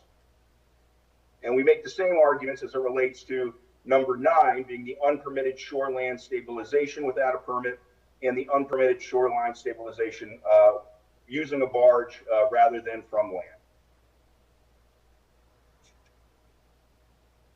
Finally, and most specifically and obvious, is a denial of any allegation that Big Lake Marine or any other entity owned or operated by Rob Durant cut any trees within 100 feet of Sebago Lake. Again, this board has already established through its prior hearings that the Q-Team committed this violation. They were hired to do that work. That's been explicitly stated in the past, and so we would object and deny to that allegation.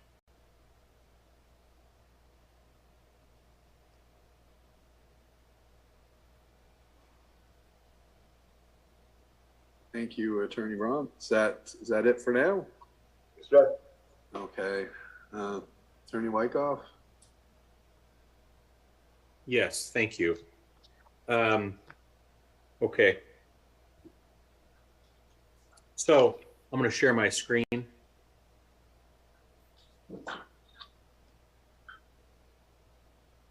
Actually, I'm not going to share my screen yet. I have a question for the Mr. Chairman. You know, when we did this in prior presentations, we began by having Alex Roy kind of walk us through the background of the facts here.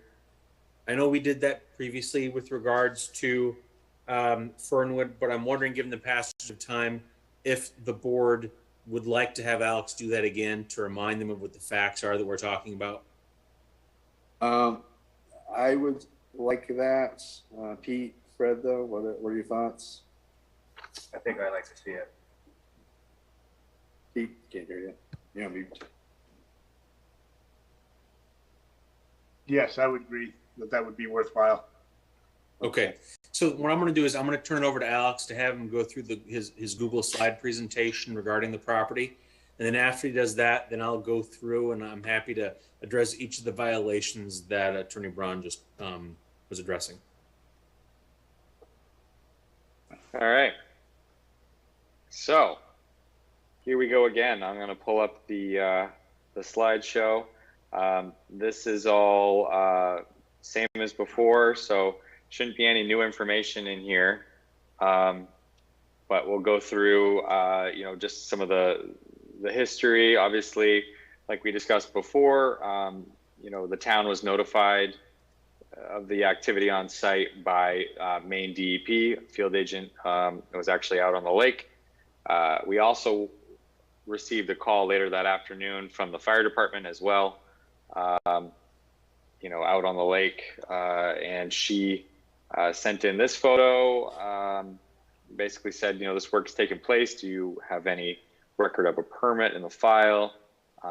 We did some research and found that we did not have a permit in the file or a pending permit for any activity on this particular property. We did a site inspection with DEP, Rob Durant and Portland Water District that October, and these were the conditions that we found the property, you know, a week or so later. So going through the violations, the first one is filling and earth moving of more than 10 cubic yards. Just to put it into perspective, the average dump truck is 10 cubic yards. So if you, you know, looking back at some of these pictures, all of this rock was not on site. It was all brought in. You can tell just by this one picture that there's more than one dump truck of rock that was, you know, brought into the site. That's pretty easy to determine off of that. You know, all of the shorefront was regraded. There was numerous stumps that existed all along this that were pulled out, and you know, the shorefront was reshaped and sloped, and you know, they clearly exceeded more than you know, 10 cubic yards of disturbance. There was no erosion control plan filed with the town, and as you can see, there's actually, you know, there is a silt fence, I guess you could say, installed that's actually falling down in numerous different spots. There's also a berm of mulch at the top of the hill and spread out all over the property. I'm not sure if this is actually an erosion control mix. It looks more like an ornamental mulch. I don't know that we've ever really gotten any you know, concrete evidence that that's actually an erosion control mulch. You need to use stump grindings because it actually you know, is waterlogged and you know, won't just float away during a storm. So this fill was just deposited in spots. The shoreline was natural at one point, obviously, and it kind of, you know, ebbed and flowed in and out. And that shorefront is now linear. It's basically a straight line across. All of this work would have required a permit from the town and an erosion control plan. And like I said, neither of those were things that we had. So the next one would be the stairs. There was an existing set of stairs, granite stairs. You're allowed a single 4-foot wide set of stairs to access the water.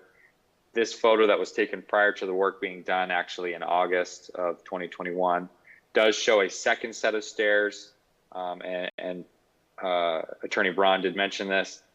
There is no permit in the file for that second set of stairs, so they may have existed prior to the work taking place.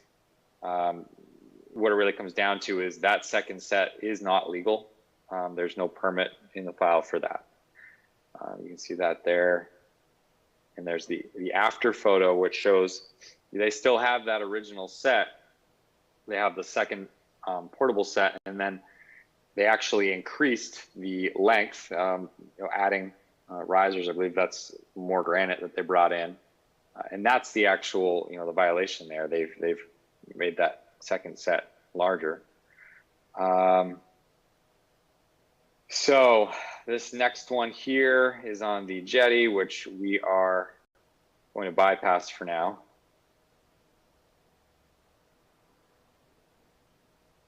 And so in this next one we have, I'm actually going to go back. Sorry, I'm going the wrong way.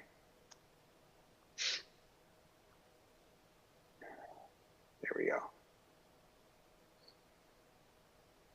This would have been the shoreline stabilization.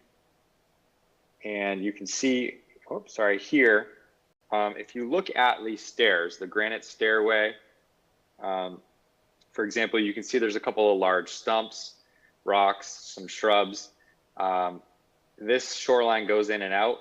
And I like to point to the, I'm actually going to circle it so it's easier. That's okay here. If I can. Oh, it's black, so that's not going to help. I'm going to circle it a few times. This section right here, if you can see that, you'll see that next to that rock and the stump, the water actually jets in. And if I go to the next, clear, just going to turn that off. If I go to the next slide, oh, that's not a good photo of it. Here, I'll go to this one.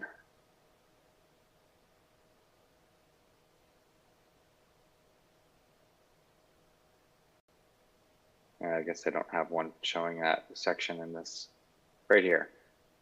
If you look at the stairs again, you can see that the rocks have filled in the area where the water previously, cut in. That's been done in a few different spots along the shorefront, filling in areas that were natural. You can actually see how much lower that rock is now compared to what it was before. Okay, going back here to the beach, I'd like you to look at the water itself, not the shore where the rocks are. But if you look into the water, you see a lot of large boulders, a lot of mixed size rocks. It's not just all small rocks or large rocks. There's a little bit of everything. In this next photo, you can see a strip right down the middle where, the photo before, it looked more like the rocks you see on the right-hand side. Mixed size is a lot of large boulders. And then you've got this section in the middle now where it looks as though the large, medium-sized rocks have been removed, exposing just the sand bed, creating a beach area where if you come down those stairs, now you can go to this nice little beach area later in the season when the water level gets lower. So I think, looking at this photo, you don't see that area where there's less rock. You don't see any exposed sand here. That's really one thing that DEP was really urging us to, to hold on to, because they thought that was pretty significant. So next we're going to go to the tree removal for vegetation less than 3 feet in height. Vegetation has been removed entirely or trimmed in basically this whole 100-foot section of the shorefront. You can see right here all of this natural. There's some saplings, but it's a lot of just smaller ground cover, bushes, shrubs, gone, all completely gone. You're not allowed to remove anything less than 3 feet in height within 100 feet from the water, unless you're, doing it as part of an approved permitted activity.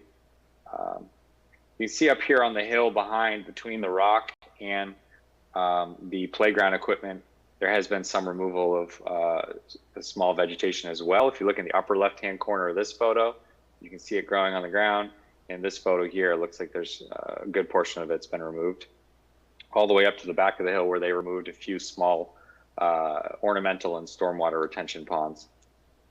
Moving on to the other side, kind of the same deal. You've got a lot of ground cover looking above the shorefront to the tree area. You can see there's some large bushes growing there, and some ground cover, natural ground cover, packed pine needles, leaf litter, all gone. That's all been removed.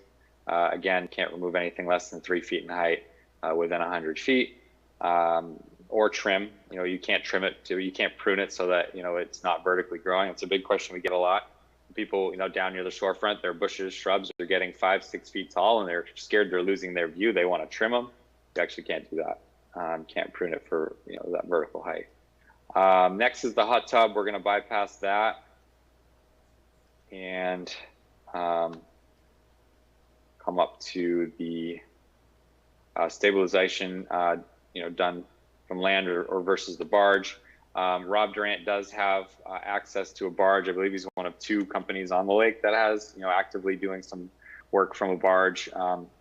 He does use it frequently. This was actually the barge moored in just around the corner in a different cove in November of 2021. You know, the whole goal of this is to see these types of stabilization projects take place from the barge so that the excavator is not having to come through the woods down the hill and, you know, disturb all of that shorefront. The work was not done from the barge. It was all done from the shore. And then the last one here is tree removal within 100 feet of Sebago Lake.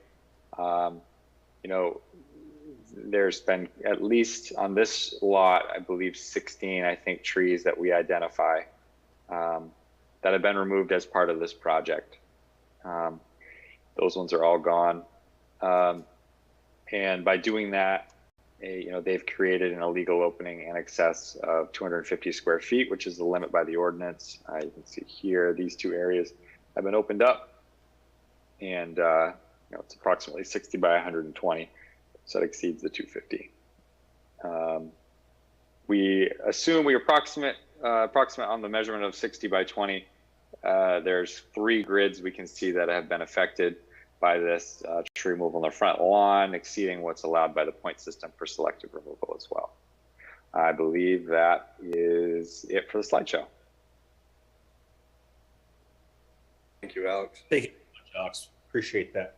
So now what I'm going to do is I'm going to share my screen and share my PowerPoint presentation, and Alex and I are going to go through it together. I'll address the, I'll address the things from a legal perspective, and then if, to the extent that there's any factual information we need, I'm going to ask Alex to provide that to us. Okay, so just want to start with violation number 1. So first, for all of the reasons that you upheld violation 1 and the notice of violation to management control related to Fernwood, you should uphold this violation as to Big Lake as well. So violation 1 relates to filling and earth moving that occurs in violation of the shoreline zoning ordinance.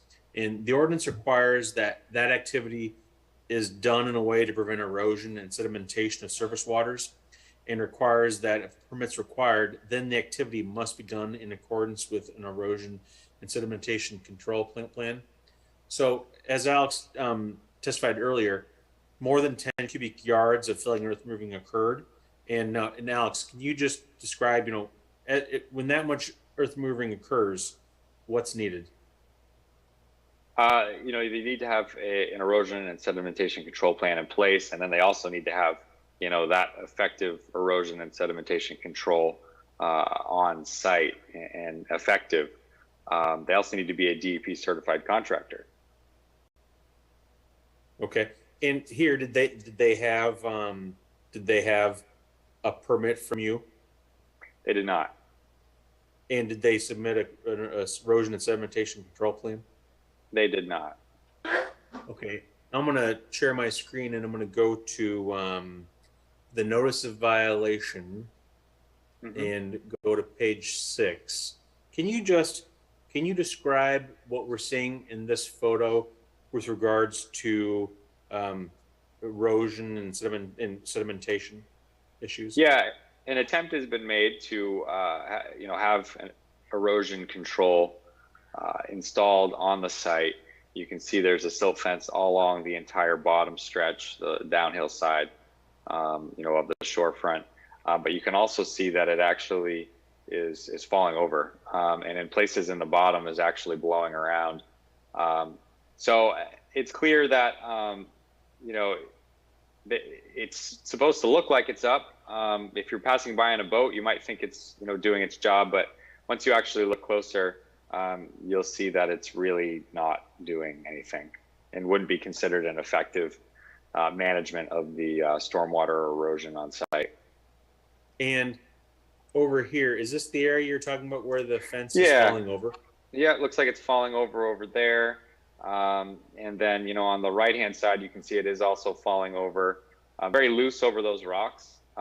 It's supposed to be keyed in on the bottom to prevent any, phosphorus, any runoff coming through the bottom of that. You can see there's bare soil exposed at the top of the hill. If there was a significant October storm like we usually get, it's going to be running down right down that hill underneath that loose fence into the lake. Okay. And what is this photo showing here with regards to sedimentation and erosion control? Yeah, a little bit of the same. Actually, you can see here in this one, it's actually completely down on the left side there. Okay.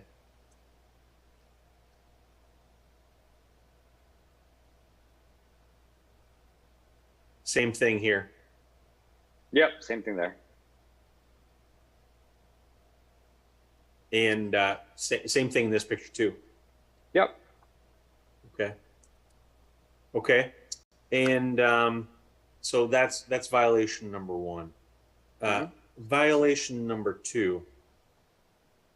Violation number two is for filling and earth moving of more than 10 cubic yards without a permit. And so, you know, the ordinance provides that whenever you got more than 10 cubic yards of filling and earth moving, then a permit from the CEO is required. Alex, did you have a permit for this filling and earth moving work? We did not. Okay. Big Lake contends that violation number 2 is duplicative of violation number 1. I just want to address that. You should have rejected that argument just as you rejected it in connection with management controls, similar arguments relating to violations 1 and 2 and the notice of violation to management controls. Here, with regards to Big Lake, violations 1 and 2 are separate violations. Violation 1 is for filling and earth moving being done without taking steps to prevent erosion or sedimentation. You know, as Alex just described, that occurred here. Violation 2 is for filling and earth moving without a permit. So, so even if you have a permit for the filling and earth moving, there would still be a violation here because of the failure to take steps to prevent erosion and sedimentation. And likewise, if steps had been taken to prevent erosion and sedimentation, there would still be a violation because the work was done without a permit. So violation 1 and violation 2, they're not duplicative, they're separate violations. Okay, violation number 3. Violation 3 is for providing illegal access to the shoreline. So stairs to provide access to the shore are permitted with a permit from the code enforcement officer. And here, as Alex testified earlier, there was a new stairway that was added, and there was no permit for it. Okay, violation 4 related to the jetty. The town withdraws violation number 4. Violation number 5. Violation number 5 is for enlargement or expansion of the shore. And for the same reasons that the Zoning Board of Appeals upheld a violation 5 in the notice of violation to management controls for Fernwood, you should do the same thing here and you should uphold this violation. So in section 14, line 17B, the table of land uses, it requires that permanent structures and uses extending over or below the normal high water line require approval from the planning board. Now, Alex, can you talk this through for us and walk us through this violation? Yeah, what this is the one that I had kind of spent some time on a few minutes ago, which was about the shape of the shoreline. If you look at that, it's a little bit easier to look at it and think about the shape of it. You know, before there was some large boulders, some shrubs, some old stumps. It was naturally occurring and it kind of ebbed and flowed, jogged in and out. What now exists is a straight rock line. So there has been some modification of that shorefront in areas where there was once water is now, you know, rock that's a few feet higher in spots. So that activity is not something that can be just done, you know, without you know, going through the process to obtain approvals first. Thanks, Alex. Next is violation number 6. Violation number 6 is for construction of a beach without a permit. Now, the same reasons you upheld violation 6 in the notice of violation to management controls, you should also uphold this violation. the shoreline zoning ordinance at section 15.0 requires beach construction to be done without a permit. That provides, it requires it to be done with a permit from the DEP. You know, as we've talked about before in the prior hearings, beaches can be composed of stones and rocks. And when you look at the dictionary definition of what a beach is, it's that a shore of a body of water covered by sand, gravel, or larger rock fragments. I think Mainers understand that a beach can be made of stones and rocks. And as Alex testified earlier when he showed you photos of the before and after, it's pretty clear that the beach area has been pretty significantly expanded as compared to before. And Alex, are you aware of there being a permit from the DEP to do that work? There was no permit from DEP to do that work, no. Okay. And was there a permit from, and you didn't issue any permit, so there's no permit from the town or from the DEP? Correct. Okay. Okay, exhibit number 7, violation number 7 is removal of vegetation less than 3 feet in height. So for the same reasons that you upheld violation 7 and the notice violation to management controls, you should also uphold this violation here. The shoreline zoning ordinance prohibits the clearing or removal of vegetation under 3 feet high within 100 feet of the normal high water line. So Alex, I'm just going to go to the notice of violation and just ask you to walk us through this violation. Yeah. I mean, I think this is one of the most drastic changes you'll see for all of the photos. You know, natural green shorefront.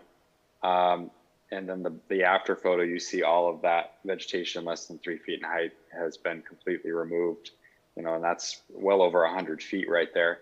That carried all the way back up the hill in that before photo, as you see. And they did the same on the other side of the property as well here. And if you look at that dashed white line, you'll see that area, you know, everything, all the ground cover has been completely removed.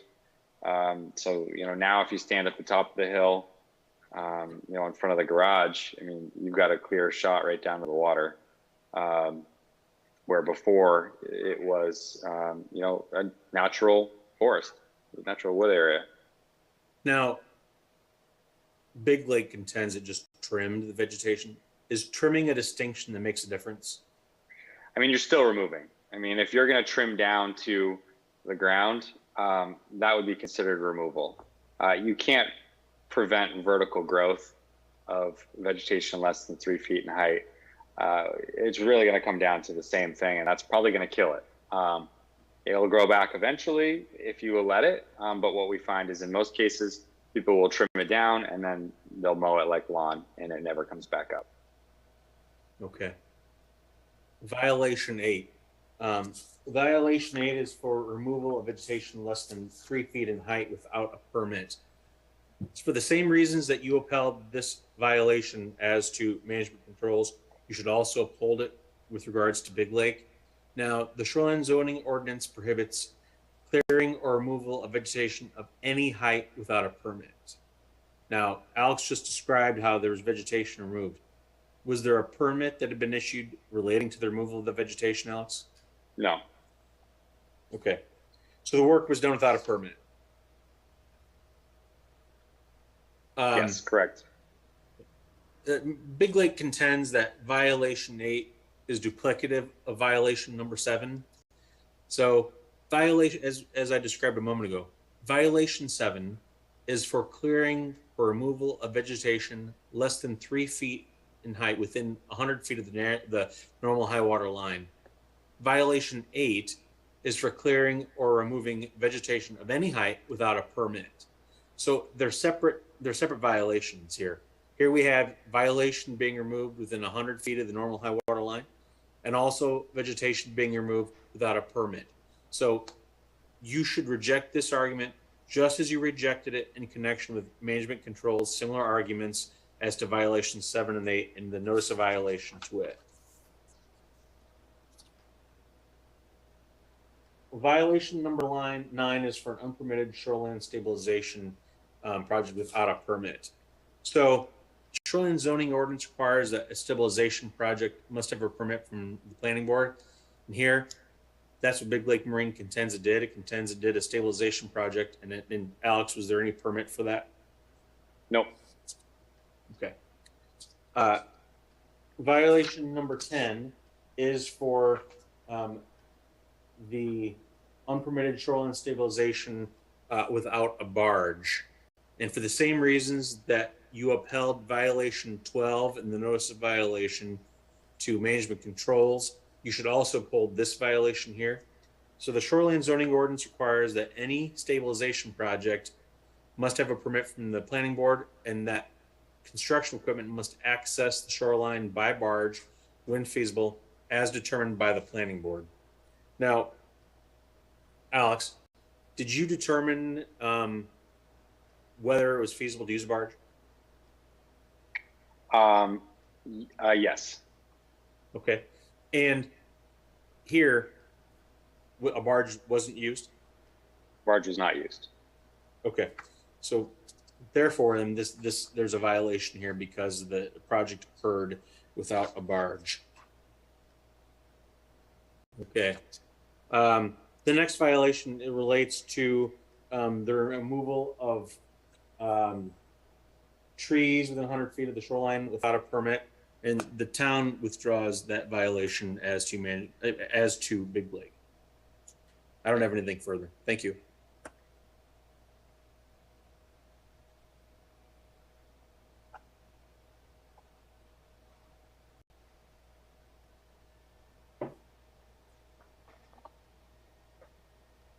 Oh, you're muted, Chairman Murch. I see that. Attorney Braun, do you have anything you'd like to? Oh, actually, excuse me. I misspoke. I do need to.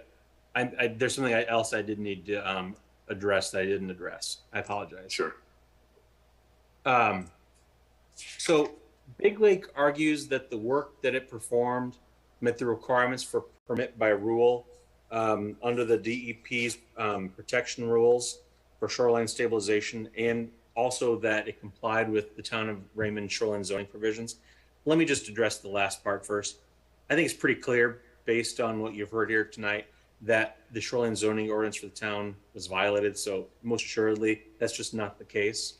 Now, the work also didn't meet the requirements for a permit by rule under the DEP rules. A permit by rule is only permissible for up to 100 feet of riprap on an eroding shoreline. And here, there was riprap installed along 400 linear feet. So the DEP found a violation, and in fact, we've provided you with a copy of the DEP notice of violation. It issued a notice of violation to Mr. Buteau and to Mr. Durant of Big Lake Marine. And here's a copy of the notice of violation. And then if you go to page 4 of it, the DEP noted here that I'm wrong.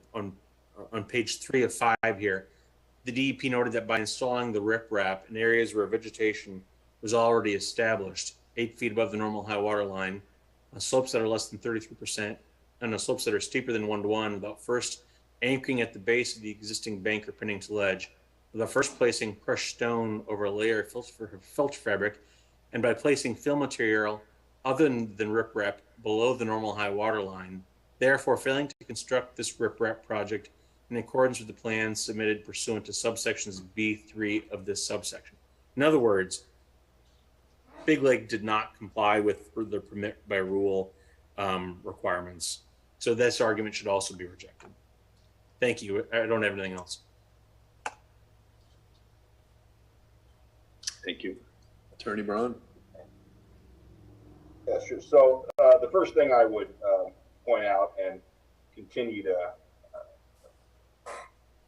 impress upon the board here are Attorney Wyckoff in the town statements that, as you previously found, I think stated for every single one of these notices, again and again, to the point where obviously the presentation is almost identical. The arguments are certainly exactly the same. And they're asking you essentially to find just the way you already have, in most cases, twice before. And to that end, again, I'd like to preserve any rights of appeal as it relates to due process violations or a failure to provide us a fair opportunity to participate in this hearing. Specifically, I would reply to Attorney Wyckoff and the town on just a couple of points. The first is as it relates to violation number 1. Again, this allegation that steps were not taken to protect the shoreline or to diminish what might have been sedimentary runoff into the lake while the job was being performed. Clearly, all of the necessary materials were there. Again, we looked at the black tarps. We were shown that. We were shown the hay bales.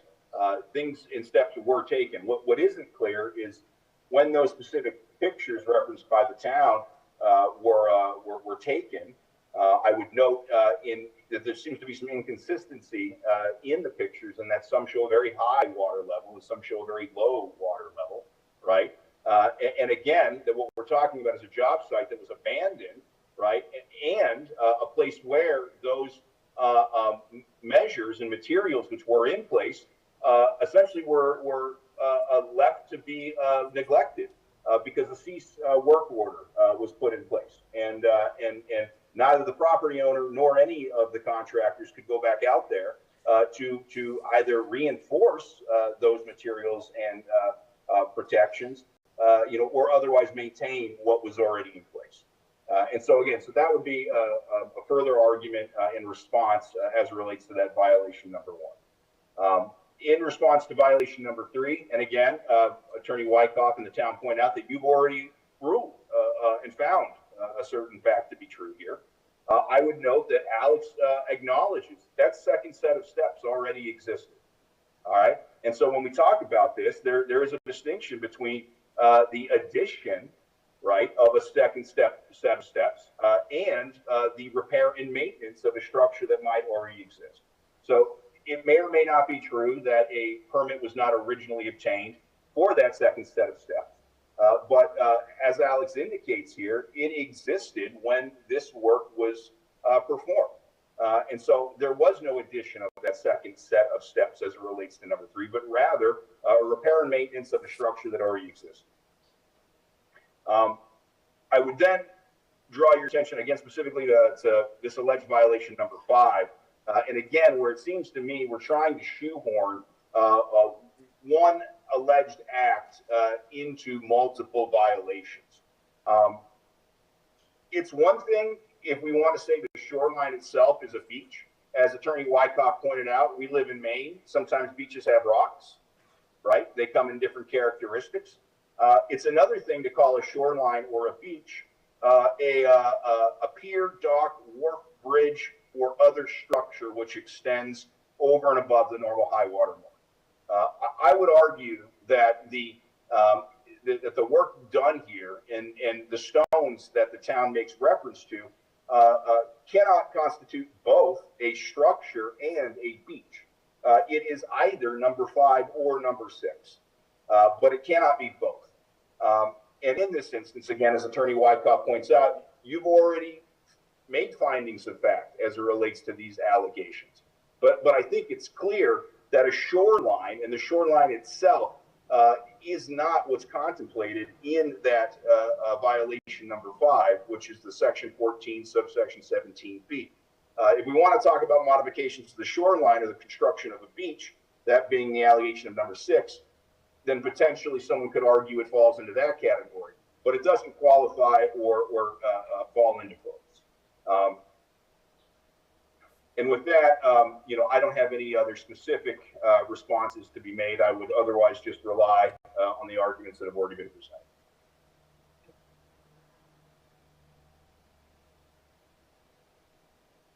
Mr. Chairman, do you want me to respond? You're muted, sir. I see that. Yeah, please go ahead. Okay. I'm going to share my screen. Alex, I want you to look at Exhibit A here. And this shows the shows the silt fence and the erosion control measure that was supposedly taken. When was this photo taken? Yeah, this was taken in October during construction. Okay, so this is when construction was taking place, when Big Lake was on the site doing the work. Yep. Okay. Thanks very much. Yep. I just also want to address this contention. I think I heard Attorney Braun saying that violations 5 and 6 are the same thing. So violation 5 is for enlargement or expansion of the shoreline. And violation 6 is for construction of a beach. Those are different things. Alex, can you describe, are these different locations on the shoreline that we're talking about here? Along the property? You're talking about the beach and the riprap work? Is that what you're? Yeah, exactly. Yeah. So the way DEP has always instructed the towns to handle, the shorefront retaining walls is to treat them as a structure. A beach is not a structure. And in this case, we aren't calling the beach a structure. We're calling it a beach. But the actual rock that is being used to stabilize the shorefront, is considered, something that requires that approval because it's not something that is just typically allowed on any site. You need to have a specific reason for it. Okay. I'm going to share my screen for a moment here. Okay. I'm on Exhibit C to the notice of violation, Alex, and I want to focus on the bottom photograph. Now, the area in which the beach has been constructed, isn't that the portion of it that's on the right-hand side of the photograph? Yeah, and like I said before in the presentation, look at the before photo, which was taken. Yes, it was taken, probably a month and a half or so earlier, but you can't see any. You don't see sand bottom in that. It's all rocks, right. large boulders. So I'm trying to make a geographic location on the face of the earth distinction. Yeah. So the beach that we're talking about that's been constructed is on the right hand side of the photograph. Correct. Yeah. Yep. Okay. And then when you're highlighting the area in which the shoreline has been expanded or enlarged, you were specifically you referred to it generally, but specifically refer to an area to the left of these granite stairs. Am I right about that? Correct. Yeah. So in other words, they're different locations. Yes. Okay. I don't have anything else. Thank you.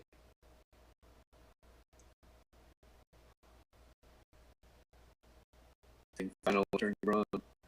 Yeah, just to come back to that final argument one more time, that election violation number 5. A clear reading of the ordinance indicates what we're talking about, right? Permit piers, docks, wharves, bridges, boat launches, or other structures. It does not say anything about a shoreline.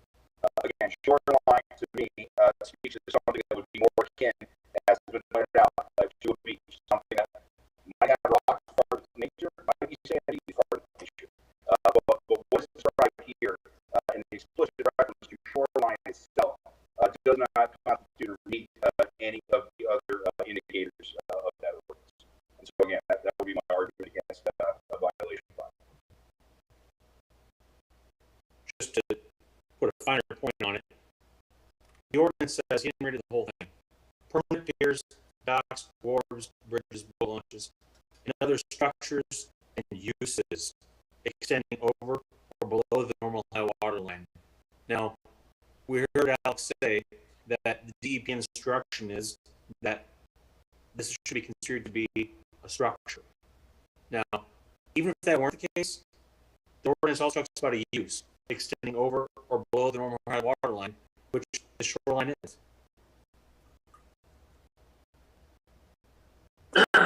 So, I don't have anything else.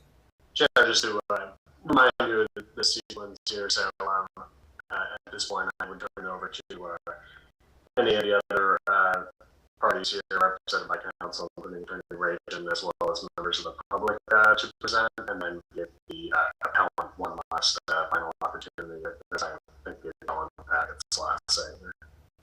And I want to give Pete and Fred opportunity as well. Where does that fit into things? Sure. Yeah.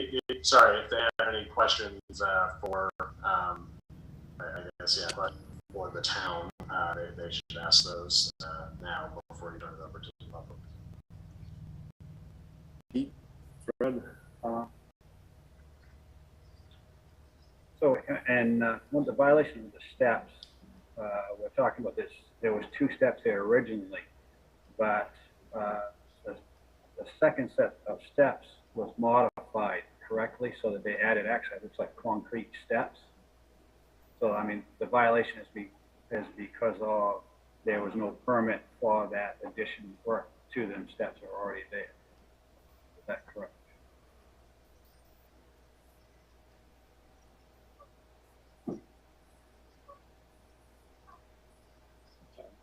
Violation number 3, correct, Fred?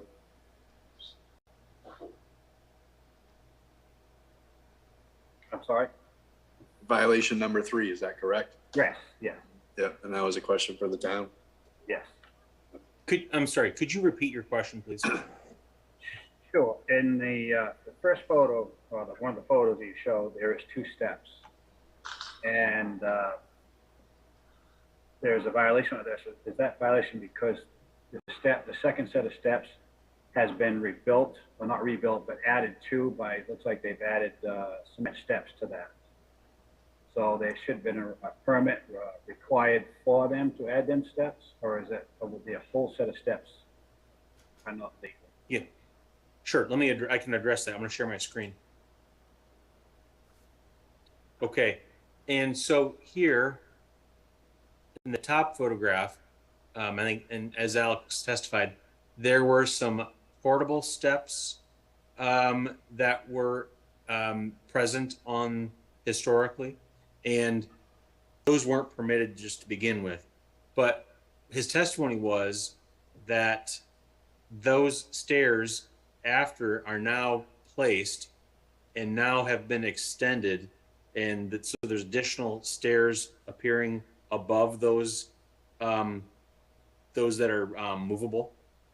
Mm-hmm. And I guess let me ask Alex a factual clarification. Alex, in addition to that, these stairs that were movable, are they movable? Do you know if they're movable now, or if have they been moved to a different location, and have they been made permanent? I'm not sure, but it really wouldn't require. The ordinance is pretty specific. You're allowed a single 4-foot wide set of stairs. There's no permit in the file for that second temporary or movable, permanent, whatever you want to call it, set of stairs. So they're not legal, and they've been expanded. So now you have an illegal, unpermitted expansion of an illegal set of stairs. So I don't find any way to make it legal, movable or not. Do you have any further questions about that, sir? No. I do have another question though on to where we're talking on the right-hand side there, where the beach and no beach. And my understanding is the DEP gave them a violation on after there to the right, because they've added so much riprap there that they got a violation for both the left and the right side, because there was, I believe you said 400 feet of riprap added. Is that correct?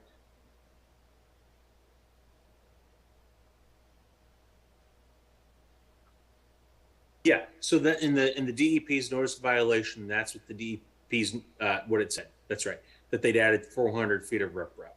So DEP is also stating that it's a violation as well Yeah. as. So right. That's right. The DEP found a violation and found that this was in excess of what would be permitted by a permit by rule, which allows for 100 feet, but they put in 400 feet. That's right.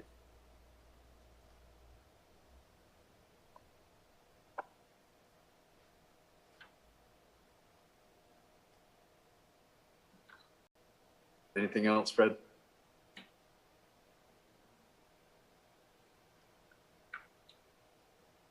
No. No. Pete, did you have any questions? I don't have any questions, David. I just think that the information that has been provided clearly shows that there's been some violations here. I mean, the landscape is grotesquely changed. We'll be sure to discuss what we see in this in a bit. I do have a question for town. Just to confirm, you're withdrawing violation number 4 and violation number 11. Is that correct? That is correct, Mr. Chairman. Okay. And in regards to violation number 7 and violation number 8, it was indicated that Q-Team, you have stated that Q-Team states they did not do the work. Big Lake Marine is also stating they did not do the work. I mean, clearly the work was done, but what evidence do you have that Big Lake Marine did this work? I mean, I think what we heard. Well, I think we heard from Q-Team that they didn't do the work, and I think we heard them. Maybe I may not remember this correctly, but I heard them say that Big Lake did this work. So, and Alex, do you have anything else you want to add here as to that? Yeah, that Big Lake did the work? That's been what we were told. Through our conversations with Q-Team initially, they claimed that the excavation contractor was doing that removal. In addition to that, I do also have, going back to the slideshow, this photo showing Durant's equipment. It looks like there's a front loader. It looks like there is a excavator in there. So it looks as though it's pretty clear from what you can tell here. They're grading that entire section where there once was ground cover. I don't think we could get any more proof, who it was that actually came in and did that work. Q-Team typically does not remove anything smaller than a sapling. And that's at least what I took out of my conversation with Robert Fogg months ago. And I guess what I'd also say is, I think we heard Attorney Braun say they trimmed the vegetation. So, we can talk about if trimming vegetation is removing vegetation. And I think Attorney Braun would say it's different, and we would say trimming vegetation is removing it. So I think we heard from their attorney that they did it. Do you want to speak to that, Attorney Braun? Yeah, sure. So I would first point out that sapling would seem to constitute vegetation less than 3 feet in height as it relates to the matter in question. I also find it frustrating that the town would just take, despite the fact that they gave them notice of violations, would just take Q-Team on their face for any statements they made related to this, and that was in fact the basis of the dismissal as it related to violations 7 and 8 against them. And if all the town is presenting right now, which it sounds like it is, as it relates to evidence of who conducted this conduct, is that Q-Team told them they didn't do it, that seems, to be insufficient. We again reject the idea that we removed any vegetation that was less than 3 feet in height. We will continue to maintain that position, and we will continue to maintain that just generally violations 7 and 8 are duplicative of each other. So I'll start to open it up to the public. Attorney Rachel, do you have anything you'd like to share with us this evening? Yes, nothing much more to add. I just did, as folks were speaking, I wanted to look at definitions. This is just simply with respect to Q team, the allegations about Q team. I think, I'm not going to revisit the evidence that was submitted in the last go round, but I think, we'll certainly state that, and I believe that Mr. Gosling's submission talked about how they only removed trees, and also, well, I don't know if that's somebody asking a question. Yeah, somebody, it's Robert O'Neill. Robert O'Neill, are you able to mute? I know. Come on. Sandy, can you mute him? Okay, Attorney Rachel, you're all set. Okay, thanks. And also the definition of sapling, it's actually a defined term in the ordinance. And it talks about, I think there was some question about whether 3 feet or whatever, but it talks about saplings actually are a species less than 2 inches in diameter at 4 1/2 feet above ground level. So anyway, I don't know how much evidence there was, if any, with respect to saplings. So I would submit that, the evidence, as you heard last time around, and I believe that there was agreement that evidence submitted in prior proceedings would become part of the record, that Q team's position, and there's no reason, I don't think, to doubt it, no contrary evidence has been submitted in this regard, is that all the Q team did was remove trees and not vegetation. And that's all I had to say. Thank you. Thank you. I'll go ahead and open this up to public comment. Is anybody here tonight that's looking to speak in opposition? I forget the correct order. Let me change this. Speak in favor of this appeal.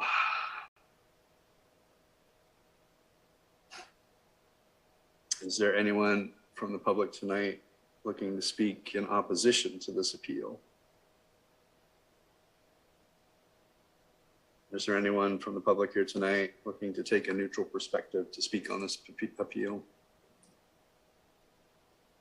Okay, seeing here nothing, I will go ahead and close out public comments. Attorney Wagner, if you just want to sort of brief us on the next correct procedure.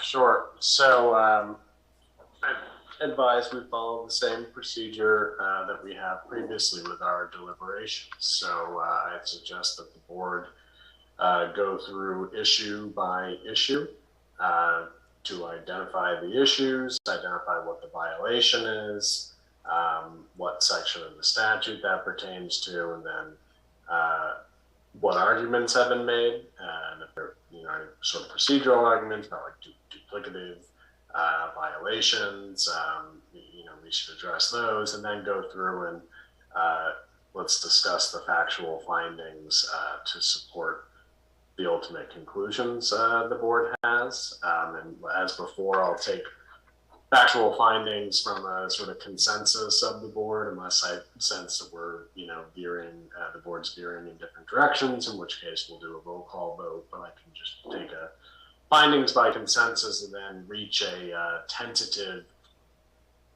decision by vote as to whether to uphold or deny a violation, or to grant or deny the appeal based on a particular argument. And then after we go through that process, I'll consider all of those tentative findings and conclusions, and we'll continue the deliberations to the next date with instructions for me to prepare that decision. So with that process in mind, I suggest, because this is what I'm going to use to guide us here, that the board have before it the statement of findings of fact and conclusions of law dated today, August 30th, prepared by the town. in my opinion, I think that does a good job of framing out the issues, and I think we can use that as a guide for going through the factual findings. But additionally, I think the board should have before it the April 7 notice of appeal. And I also recommend having a copy of the prior decisions pertaining to 18 Fernwood so that the board can see its prior findings under different appeals concerning different parties, but similar, if not the same, factual allegations. So is everybody prepared with those materials and ready to move forward? No, not in regards to previous findings. Although I would say to Pete and Fred, I don't want us to fall into, just because we did it a certain way last time, that requires us to do it the same way this time. I think we've been instructed. Yeah, no, and just to be clear, when I'm, the parties, which I mean parties, I mean all the attorneys in the Zoom room here. In my opinion, we're under an agreement that evidence that was introduced in one hearing could be relied on in another hearing, and so references made to that in arguments. So I agree with you that in this appeal we should be making independent findings based on the facts here, but certainly you can rely on evidence from other hearings, and you can consider it relevant that in one hearing you found, there was shoreline cutting, and you can make that same finding here and say it's based on the same evidence and reasons of the prior appeal. But additionally, we find that cutting was done, by Big Lake Marine, or Big Lake Marine is responsible, for those who are not responsible. I think that's a new factual determination that you make here. So that's why I suggest having those decisions in front of you as well. You have mine. Fred and Pete, do you have that available to you?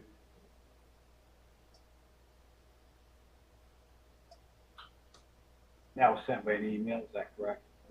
Yeah. Sandy sent us something on August 4th, 2022. It says notice of violation, decision management controls. She added to it, let's try it with attachment.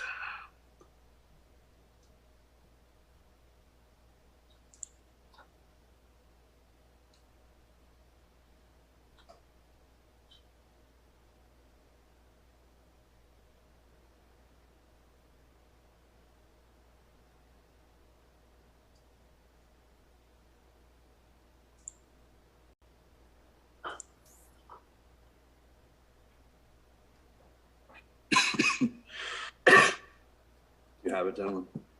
I have two computers and I don't have it on the one that I'm on the side. I'm gonna try to find on this one.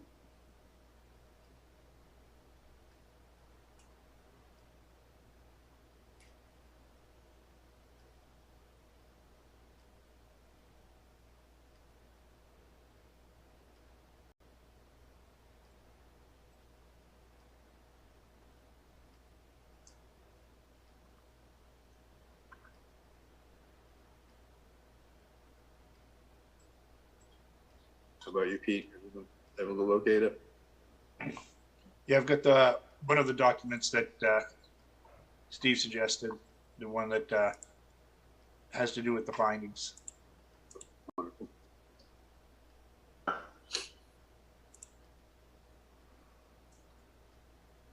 So I think it sounds like we're ready to move forward. So as I see the first issue, and if the board wants to approach it in a different way, certainly let me know.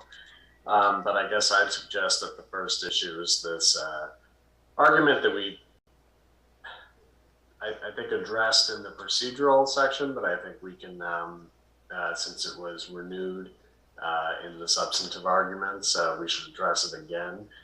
which is that it's a violation of the due process to rely on the presentations and findings made previously, and that is a ground for granting the appeal. So I think the board should address that argument first.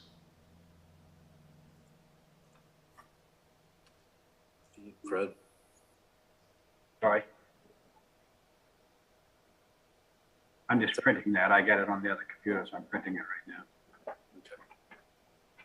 Pete, do you have thoughts on that?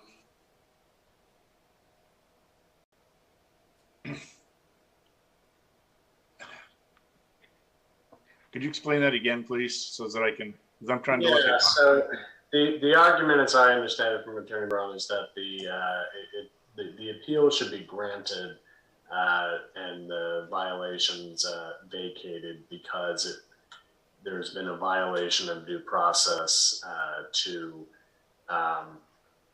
essentially in that Big Lake Marine was not provided an adequate opportunity to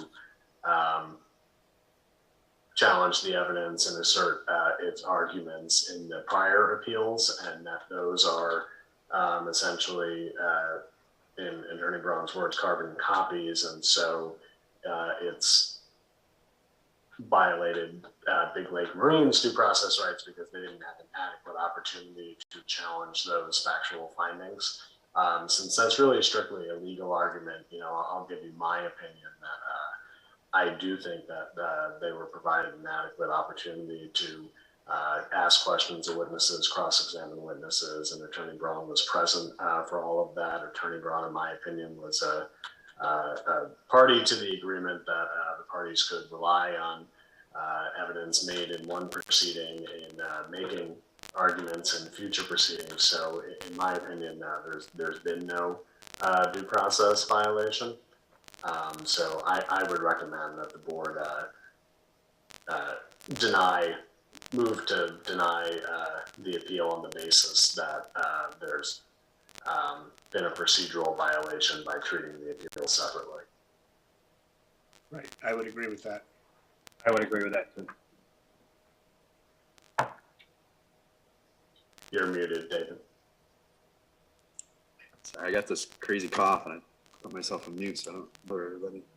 I guess I'm of the opinion tonight, Attorney Braun had opportunity to present their case just as other appellants did before. So, I'm in agreement that we should, forget how it's phrased, deny dismissing this. It's a motion to deny the appeal based on the grounds that there was a violation of Big Lake Marine's due process rights by treating each of the notices of violation separately. So this is a motion to deny it. So to vote in the affirmative would be to move forward. Vote in the affirmative would be to support the town's position. Okay. All right. Thank you. That was a little confusing then. So we need a motion. Well, we got a motion. So moved. Do I have a second? I'll second. Any further discussion? All those in favor? David, yes. Fred Miller, yes. Lockwood, yes. Okay. So the second issue, as I see it, is a larger procedural argument along the lines of what the prior management controls made, which is that there's a unnecessary duplication between allegations that certain conduct violated the shoreline zoning ordinance and a violation based on a failure to get a permit that would have allowed ostensibly that same conduct. So I think you can address that in a all at once of, should any of the violations be vacated on the basis that they are duplicative of other violations. I mean, I'm looking at an estimate made from Big Lake Marine Construction to Management Controls Inc., of which it says Big Lake Marine will obtain all necessary permitting from the town and DEP. So, I mean, if I'm understanding you correctly, Attorney Wagner, and how you phrased it, Big Lake Marine indicated they would obtain the permits. So, and it appears they did not. Right, but I guess as I see the argument that we should address is that certain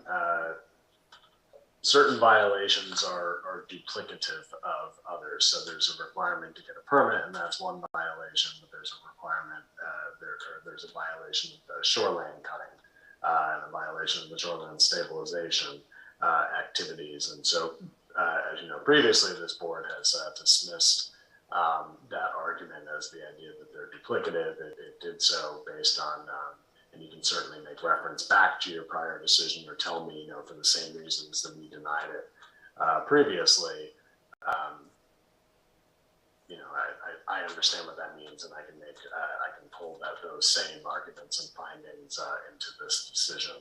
And basically, in summary, you concluded that these are separate conducts.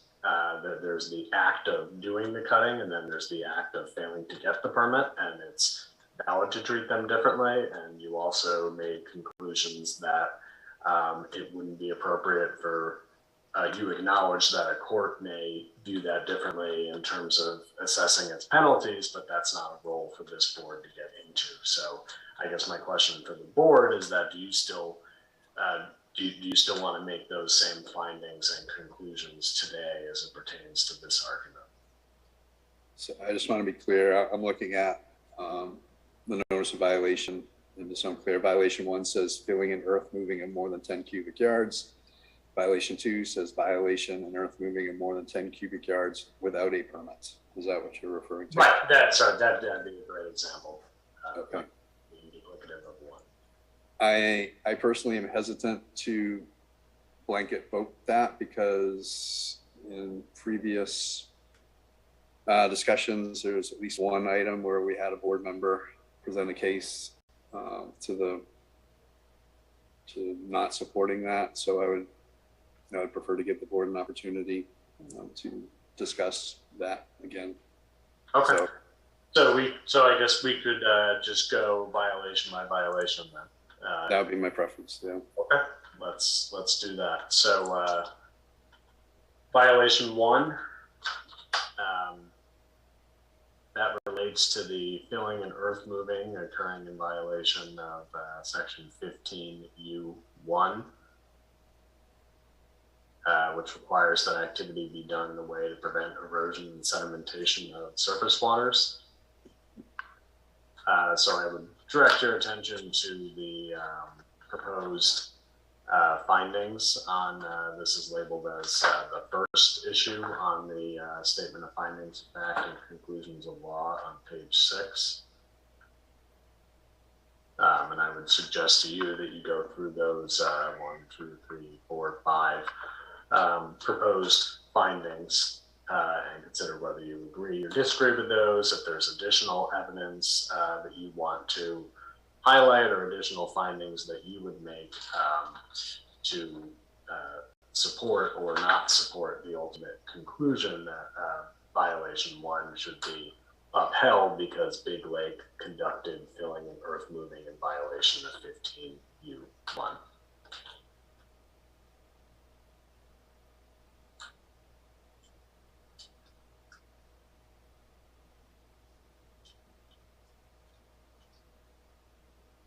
Sorry, David, you're muted. I am reviewing the findings of fact. What I find difficult is it's not clear which item in the findings of fact, as far as the document that we created for management controls. It's not clear. I'll say item 1 correlates to item 1 for. Yeah, it doesn't necessarily correlate that same way. So, again, it just. Yeah, what I suggest is we follow the notice of violation here, which is 1, and in the proposed statement of facts and conclusions of law, we have finding first pertains to violation 1. So you're referencing us to the document provided by the town? Is this Yes. correct? Okay, yes. Got it.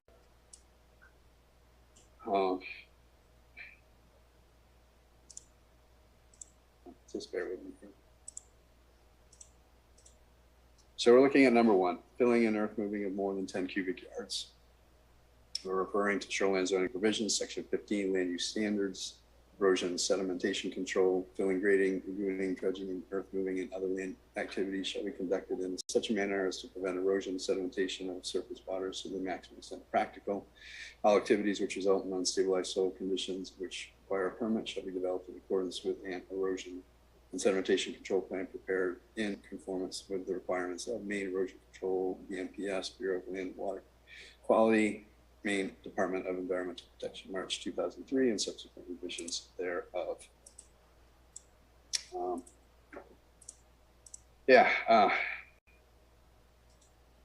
mean, given the information provided by the town, I mean, it's clear to me anyways that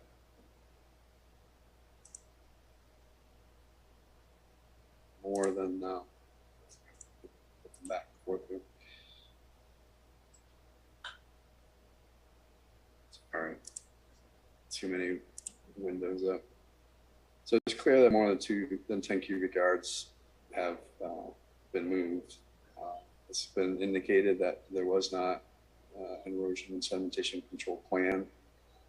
We saw photos indicating, you know, that what erosion control was in place, you know, was not sufficient in doing what it was supposed to do.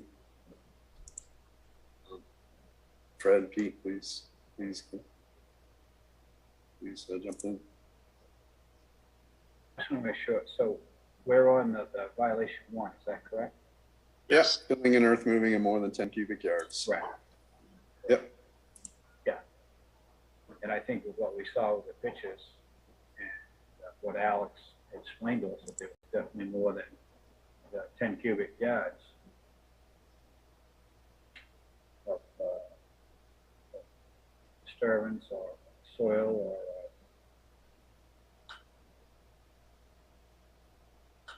you know, the being moved, vegetation, all that stuff being moved. And spots of the riprap, the shoreline, you know, you can see underneath it.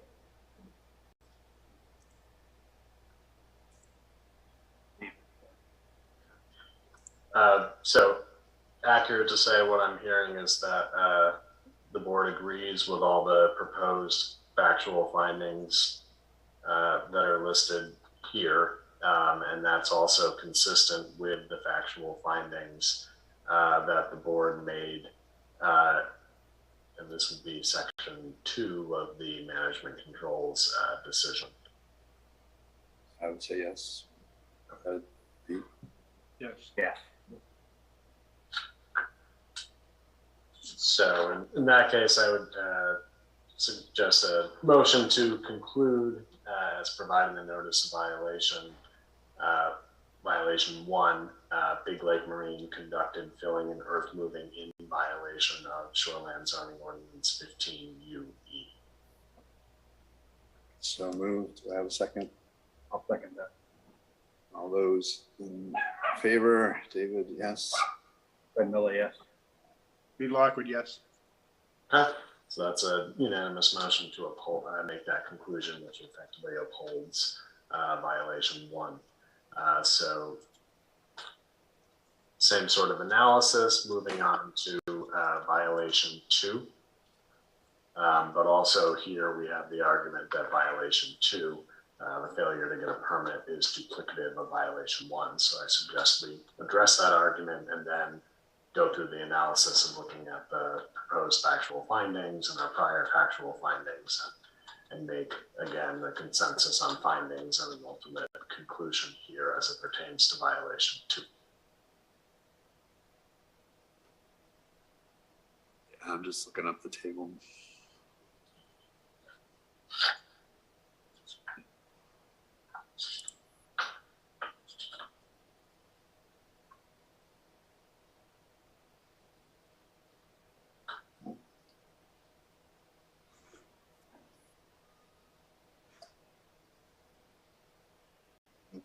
So, so filling and earth moving of more than 10 cubic yards, in LRR1, LRR2, table indicates that a permit is required from the code enforcement officer.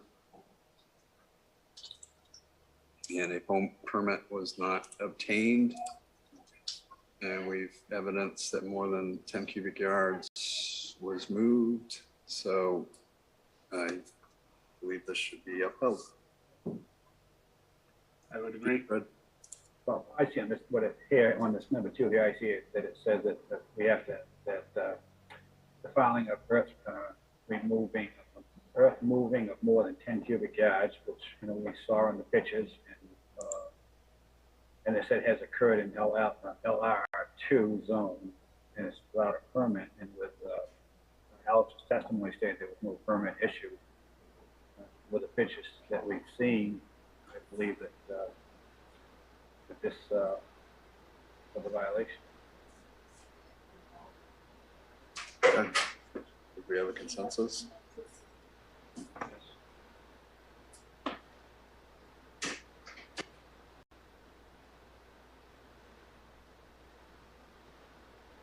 So I guess I would suggest then a motion based on these factual findings to uphold violation 2 because the board concludes Big Lake conducted filling and earth moving without a permit in violation of Shoreline Zoning Ordinance Section 14, Table of Uses, line 30.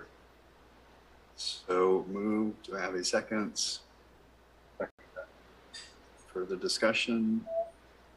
All those in favor? David, yes. Camilla, yes. Lockwood, yes. Okay.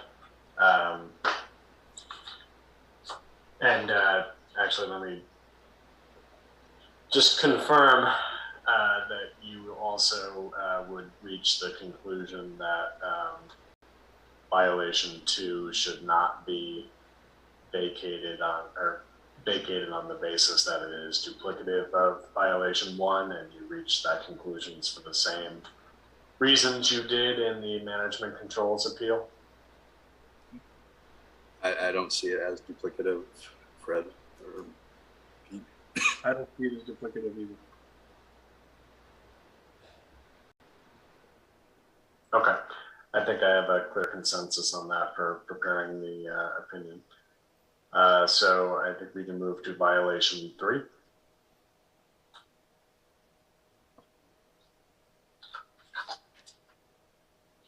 Number 3, illegal shoreline access. Second set of stairs to access water has been added without a permit. Shoreline zoning provisions, section 15, land use standards. Section B, principal and accessory structures. Number 8.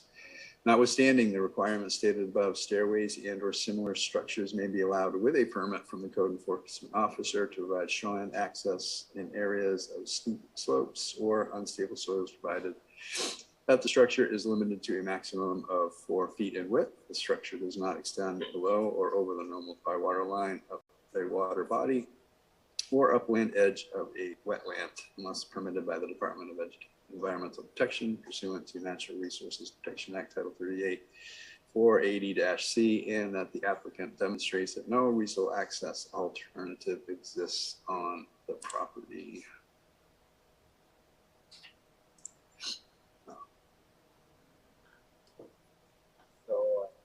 So I see per the town, shoreline zoning provides that stairways provide shoreline access are only allowed with a permit from the code enforcement officer. A new stairway to provide access to the shoreline access was added without a permit. Our understanding is that the stairway was extended. There are what appears to be permanent steps in front of it. It was indicated that no permit had been applied for either in the past or currently. So I believe that this, for myself, I'm convinced of this one in the sense that it has been extended if it hadn't been extended, I think that for me could be a different type of a conversation to have in review of this. The fact that it was extended. It appears that they've been, made from more of a movable set of stairs to, it looks like it's probably a permanent set of stairs where they're having concrete steps added to it. Again, in the beginning, I was not sure who put the original portable stairs there, but obviously it was moved, or by pictures showing that it's been moved to a extended set of stairs and appeared to look like it was more permanent and without a permit. Plus, it was a second set of stairs, which only allows one set of stairs. So to be clear, we're talking about both sets of stairs. Yeah.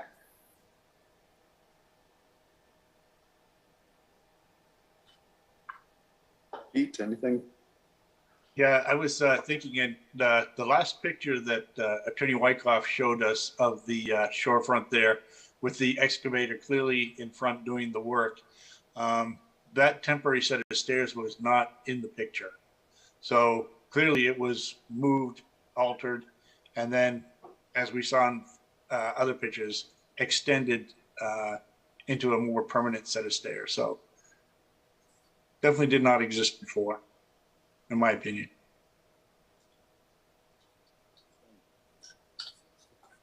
So would I say that we're in agreement that this should not be vacated?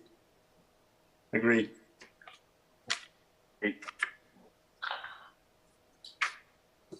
So I guess I would characterize that as a motion to uphold violation 3 based on the consensus on the factual findings and the conclusion that Big Lake added a new stairway to access the shoreline without a permit in violation of Shoreline Zoning Ordinance Section 15B8. So moved. Do I have a second? Any further discussion? All those in favor? David, yes. Pete, yes. Okay, number 4 was withdrawn by the town. So the board could move to vacate notice violation 4 because it was withdrawn by the town. So moved. Do I have a second? You're gonna have to move a little closer, but I can't quite hear what you're saying. I'll second that. Okay, thank you. So any further discussion? All those in favor? David, yes. Fred Miller, yes. Pete Lockwood, yes.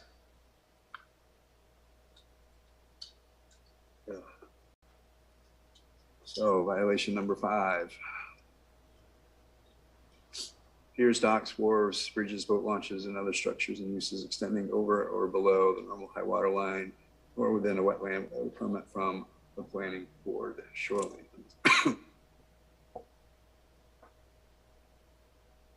This goes back to shoreline zoning provisions. Section 14, table of land uses, item number 17B, permanent piers, docks, wharves, bridges, boat launches, and other structures and uses extending over and below the normal high water line or within a wetland require approval from the planning board within the RPSV, LRR1, and LRR2 districts.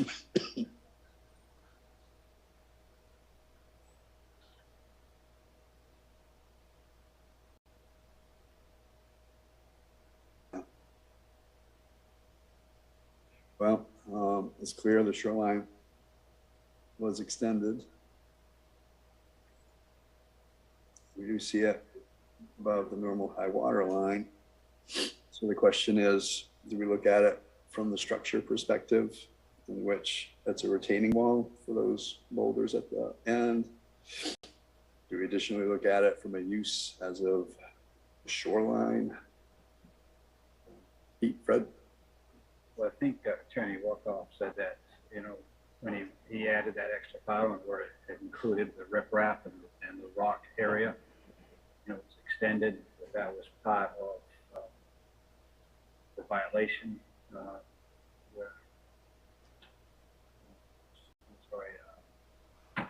lawyer Bruin was saying that there was no dock, pier, wharf, bridges, boat launches. He was saying that there was nothing like that there, but it's extended out to saying that it was the riprap that was put along the shoreline and extended it up. I think that would be a violation under that part of what the attorney says.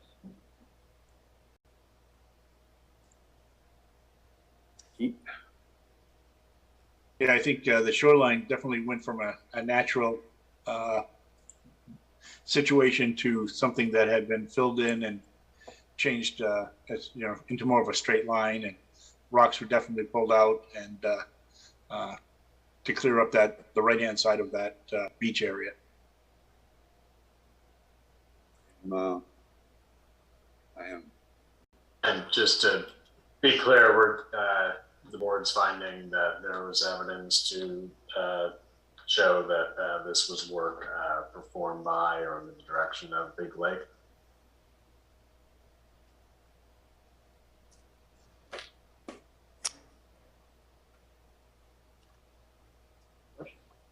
I think you're all saying that. I just want to make sure, because I didn't hear anybody say that explicitly. I would agree. Yes, I would agree as well. Yeah. Yeah.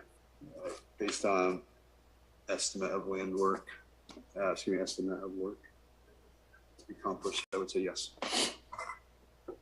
So then I would suggest a motion based on those factual findings to uphold violation 5, because Big Lake expanded the shoreline without a permit in violation of Shoreland Zoning Ordinance Section 14, line 17B of the table of uses. So moved. I'll second that. Further discussion? All those in favor? David, yes. Miller, yes. Lockwood, yes. Okay. Violation 6. This is the allegation that Big Lake constructed a beach without a permit from DEP in violation of section 15O. A beach has been constructed without a permit. Shoreline zoning provisions, section 15, land use ordinance, section O, beach construction. Beach construction on any great pond shall require a permit from the Department of Environmental Protection. Beach construction on any river and stream or brook capable of floating watercraft shall require approval from the Department of Environmental Protection. So our focus is on beach construction on any great pond shall require a permit from the Department of Environmental Protection. It's our understanding a permit was not received. It's also understanding that definition of a beach. And there is a picture that Alex showed during his presentation, which is not in the notice of violation, which does show a strip of area, which is sandy section, which to me is a beach. So I believe that a beach was constructed here. Agree with that. I agree. And does the board agree there was no permit obtained for that work? I've seen evidence of it. Yeah. So yes. And what about the argument that you can't have it both ways in terms of a beach and an expansion of the shoreline? Are those duplicative or are those separate violations? I believe those are separate because what was shown by Alex indicates a beach area, which was separate from the shoreline, which went specifically to the water.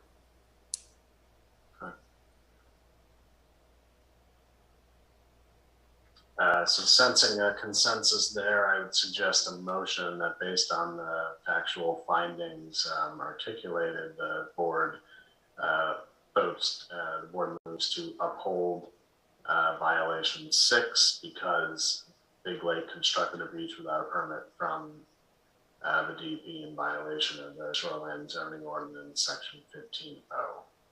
So moved. I'll second that. Any further discussion? All those in favor, David, yes. Fred Miller, yes. Pete Lockwood, yes. Okay.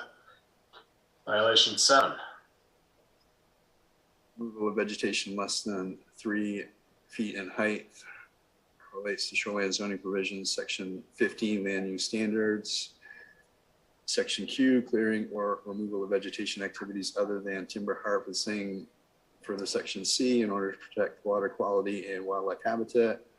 Existing vegetation under 3 feet in height and other ground cover, including leaf litter and forest stuff layer, shall not be cut, covered, or removed, except to provide for a footpath or other permitted uses as described in section 15Q, paragraphs 2 and 2A above. For number 7, the town has not shown to me that this is a violation, which Big Lake Marine has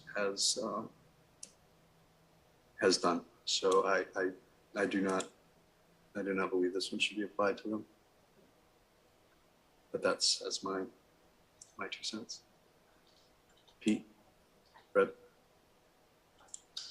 I mean, we all know it's been moved, but, you know, we don't know who moved it, right?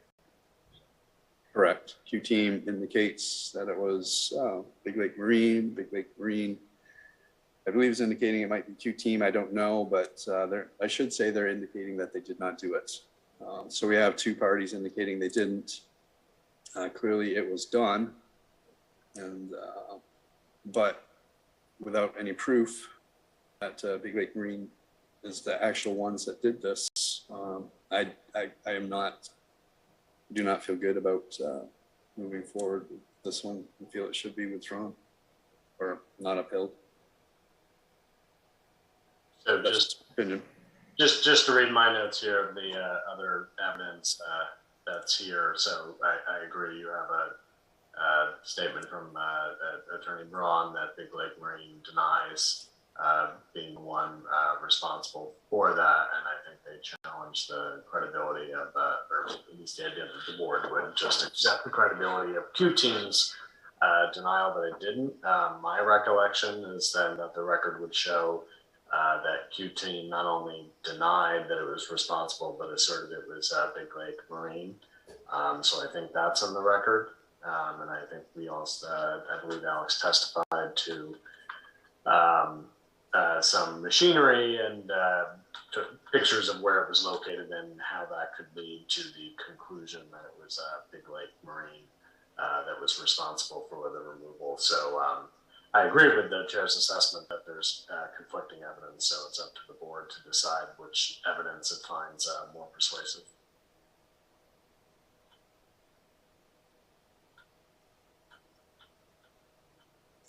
Pete, Fred, you do not have to agree with me. This is an open discussion. Right. Yeah. No, I think I'm more inclined to think that this was Big Lake Marine. The pictures that we saw, the testimony that we've heard, they had the equipment in there to do the actual vegetation removal. And what we heard from Attorney Rachin was that Q Team came in and removed trees only. It's 2 different things in my mind. Fred? I mean, we know it's moved. You know, I mean, the pictures show that, you know, that the vegetation has definitely been removed. And there is definitely the excavator setting there, you know, in the picture. It appears that had been doing some work there. I mean, I don't disagree, but there's not, to me, compelling evidence specifically that Big Lake Marine did this work. So.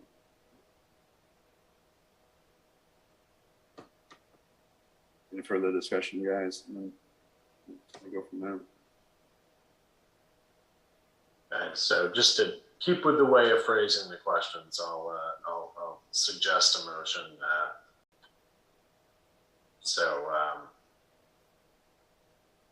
Based on factual findings discussed by a majority of the board. It's just a motion to uphold violation 7 because Big Lake cleared and removed vegetation less than 3 feet in height from within 100 feet of the normal high water line for no valid purpose in violation of section 15QC. So do I have I take exception to the word clearly, but. Did I say, I meant to say cleared or removed, not. Okay, I may have misheard. Yeah. So do we have a motion for that? Do we have a so moved? Brett or Pete? So moved. Do we have a second? I'll second. Any further discussion? All those in favor? Fred Miller? Yes. Pete Lockwood in favor. All those opposed? David Murch? Okay, 2-1. That is upheld. If that's a majority of those present. Again, this is just preliminary findings, and I'll summarize this in a written opinion that we'll vote on at the next meeting. But the next issue here is violation 8. Removal of vegetation less than 3 feet in height without a permit. Shoreland zoning provisions, section 14, table of land uses, number 5, clearing and removal of vegetation for activities other than timber harvesting. Again, it's clear that this occurred and occurred without a permit, but again, I don't see compelling evidence from the town that this was specifically Big Lake Marine. What's the last part you just said, Dave? I don't see compelling evidence that this was done by Big Lake Marine. I can't be convinced that they did this work. I think what we're looking at here is whether there was a permit issued for whoever removed it or didn't remove it. Is that correct? Well, there is, but I think there's the underlying belief that Big Lake construction, I get this all messed up. Say it wrong. Big Lake Marine Construction did the work.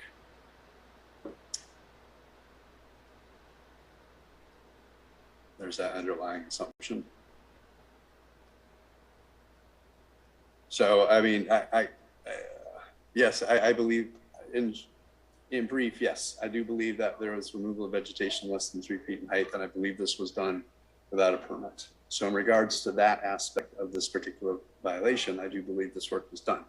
However, as it relates specifically to the appellant, I don't have compelling evidence from the town that they did this work.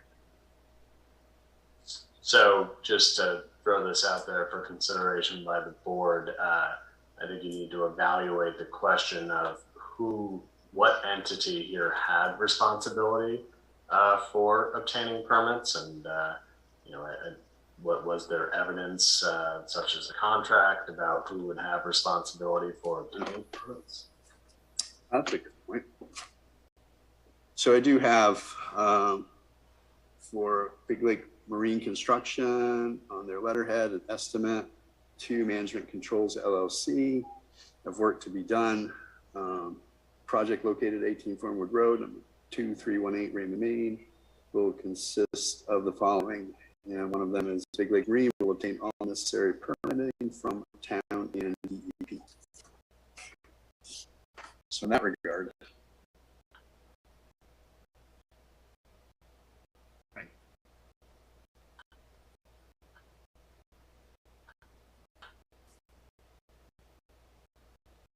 believe if you had, the equipment there in the same area with all that same legal, I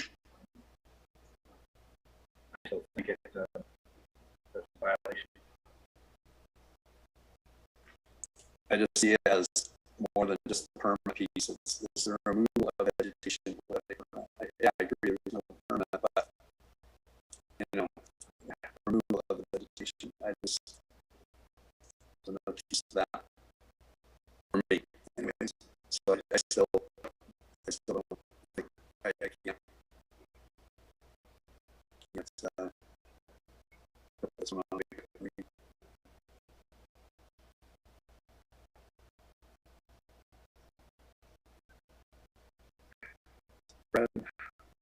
Pete? Further? I'm going to maintain my position. Yeah, I think it's a violation. It's a violation.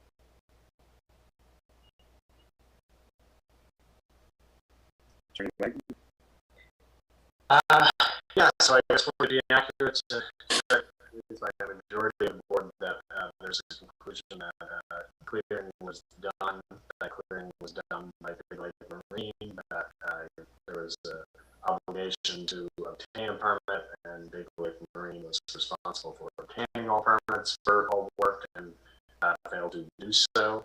Therefore, Section 14 table at line 5 was violated by Big Lake Marine. Is that an accurate summary of at least the majority of the board's findings of fact? Yes. Yes.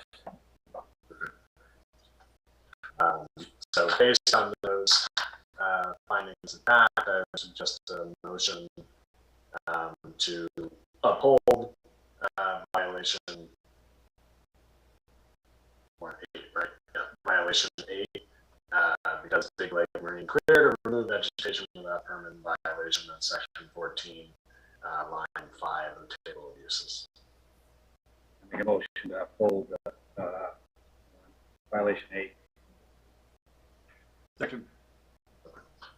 Any further discussion? All those in favor? Fred Miller, yes. Peter Lockwood, yes. Those opposed, David? Okay. 2-1. So that is upheld based on the majority of the quorum present. So that brings us to violation 9. Unpermitted shore stabilization, no permit. Shoreline zoning provisions, section 15, land use standards for C. Piers, docks, wharves, bridges, and other structures or uses extending over and below the normal high water line of a water body or within a wetland. Subsection 12, vegetation may be removed in excess of the standards of 15Q of this ordinance in order to conduct shoreline stabilization of an eroding shoreline, provided that a permit is obtained from the planning board. Construction equipment must access the shoreline by barge when feasible as determined by the planning board.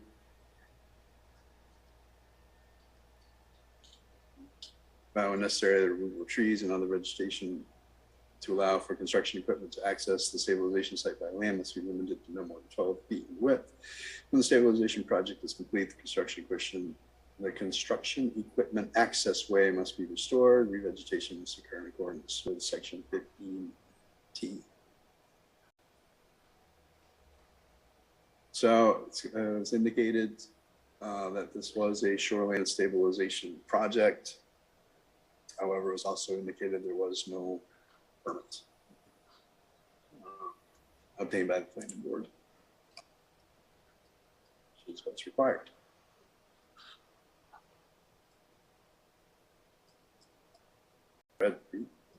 I believe that, especially with the pictures showing that, the equipment was right down in the water, right by the water working, and, it could get access from a barge. And that showed a picture of a barge next cove over. So, I mean, it was, So this one, Pete, I'm sorry, Fred, we're looking at specifically violation 9. So unpermitted shoreline stabilization, no permits. The barge is violation 10. So looking at violation 9, unpermitted shoreline stabilization, no permit. In this case, the permit has to be obtained by the planning board. According to Alex, there was no permit issued by the town. Correct. To do any of that.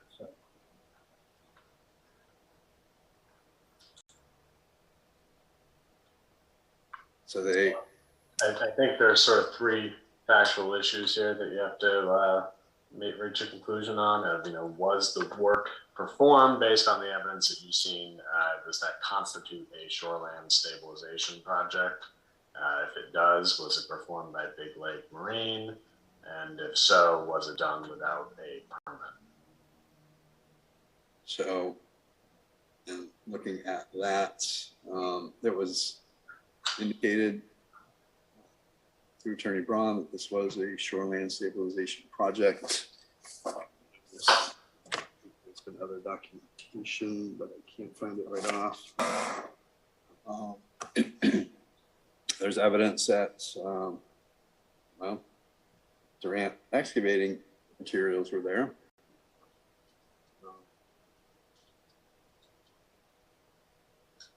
And we know that there wasn't a permit. So I guess it kind of falls back to Durant excavating. How do they relate to Big Lake Marine?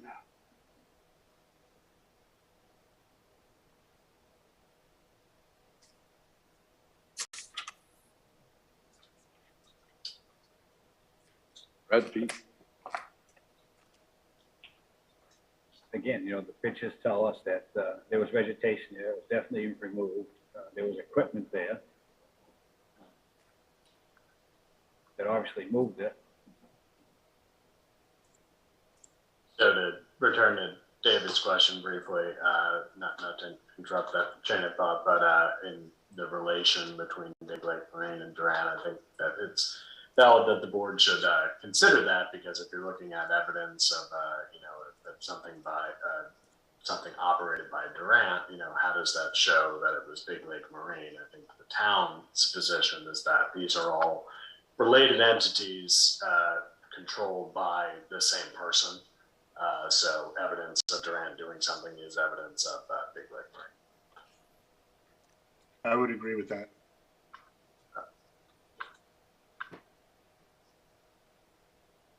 I agree. I disagree. Again, there's no, I can't, for me, there's no, I recognize they're both have the same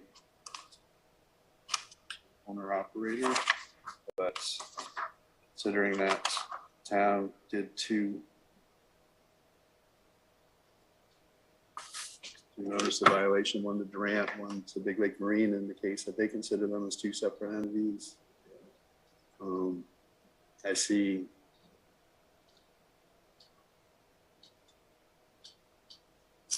all right, hold on. So I'm reading Big Lake Marine Construction, and again, their estimate, an invoice for work to be done. Install 3 feet of riprap in a boat ramp area with 3/4 inch crushed rock stone compacted. All cavities to be filled in with 3/4 inch stone at 45-degree angle. Replace fallen rocks around the deck area. All work to be completed by land and by barge as necessary to complete the project. Banking will be sloped as required, build up to 2.5 to 2 inches of the berm, bark mulch over the berm. So I would say, given I have to forget that I said that, because that was a whitetail. This one's for fernwood.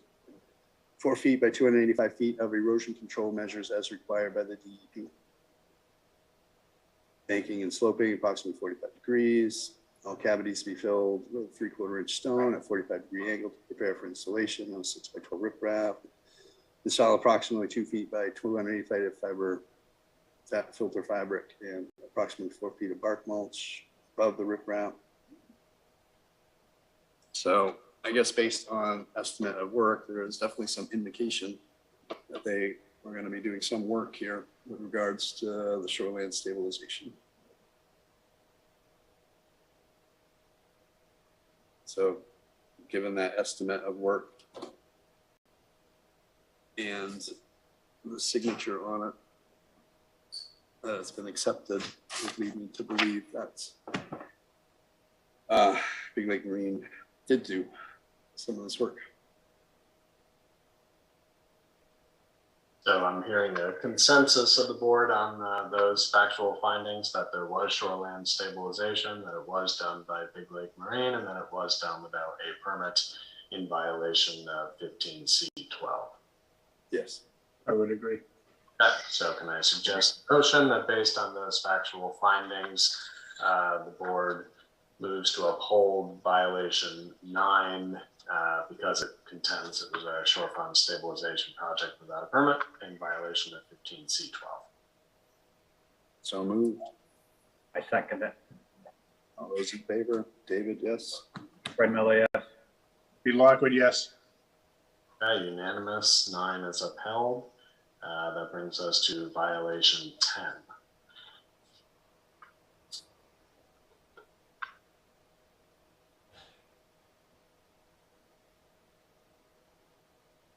Sorry, my dogs wanted to say hello. All right. Violation number 10, unpermitted shoreline stabilization, no barge. Shoreline zoning provision, section 15, land use standards. Section C, piers, docks, wharves, bridges, and other structures and uses extending over or below the normal high water line of water body or within a wetland. Further, section 12, vegetation may be removed in excess of the standards in 15Q of this ordinance in order to conduct shoreline stabilization eroding shoreline, provided that a permit is obtained from the planning board. Construction equipment must access the shoreline by barge when feasible as determined by the planning board. So that's sort of the tough one, is we don't know if the planning board would have determined that a barge would have been feasible. However, no permit was obtained. The evidence was a barge for Durant excavating, but the estimate from Big Lake Marine does indicate all work to be completed by land and by barge as necessary to complete the project.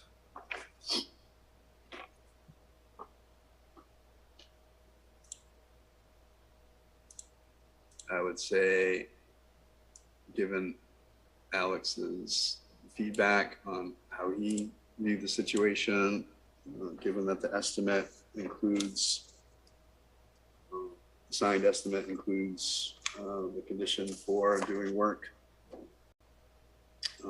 by a barge, leads me to say that this should not be, this is applicable. Brad or Pete? I believe it should, the violation should be upheld.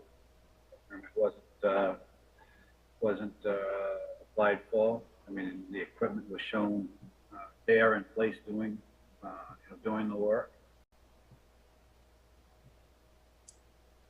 Yes, so you're clear, Fred and Pete, and you probably are, but when they showed us that picture of the barge, it's my understanding that was not a picture of a barge at that property, just evidence that they had a barge accessible through Durant excavating.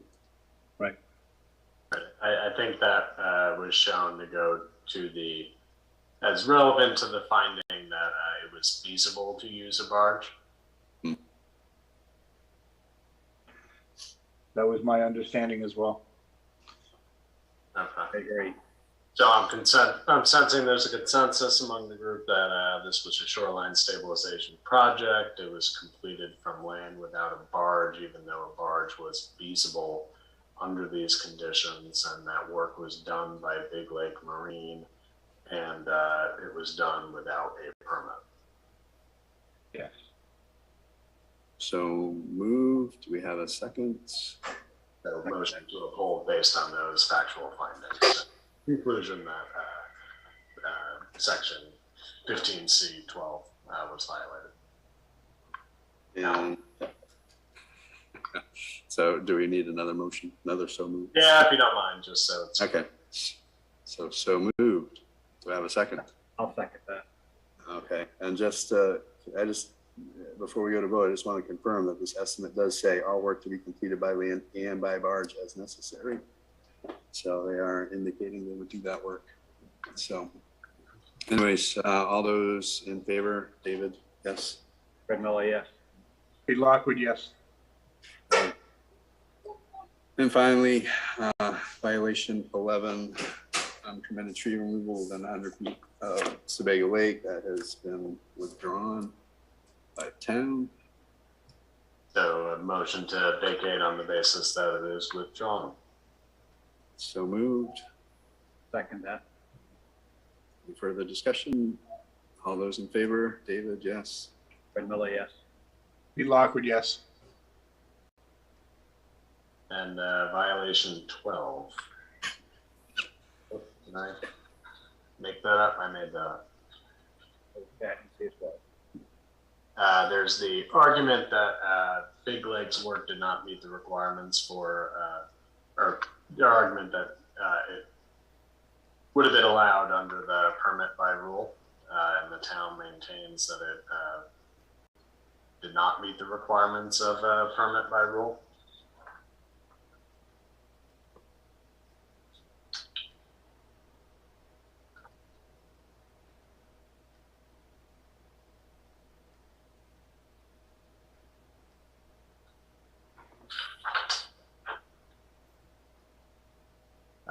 So I guess, does anybody think that the evidence showed that the town maintained the evidence showed that this did not qualify for a permit by rule? And I think they pointed to the DEP notice of violation.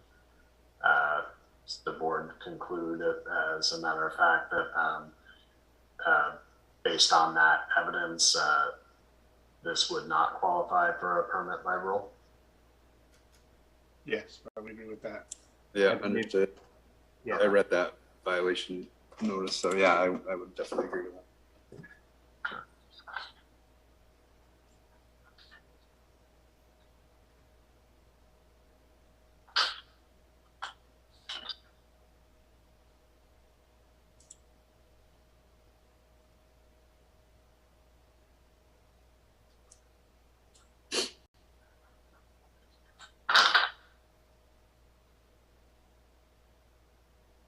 So I think another part of that argument by Big Lake Marine was also an assertion that all of the work complied with the shoreline zoning provisions.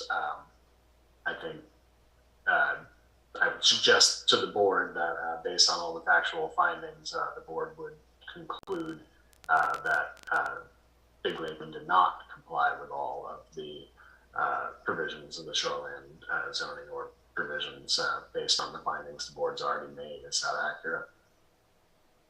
Yes. Yeah. Then I'd suggest a motion to deny the appeal based on the grounds that it qualified for a permit by rule or otherwise complied with the shoreline zoning ordinance provisions. So moved. Second that. All those further discussion? All those in favor? David, yes. Fred Miller, yes. Pete Lockwood, yes. Okay. The only one I wanted to go back on was violations 7 and 8. I neglected to advise the board to consider the argument that they are duplicative.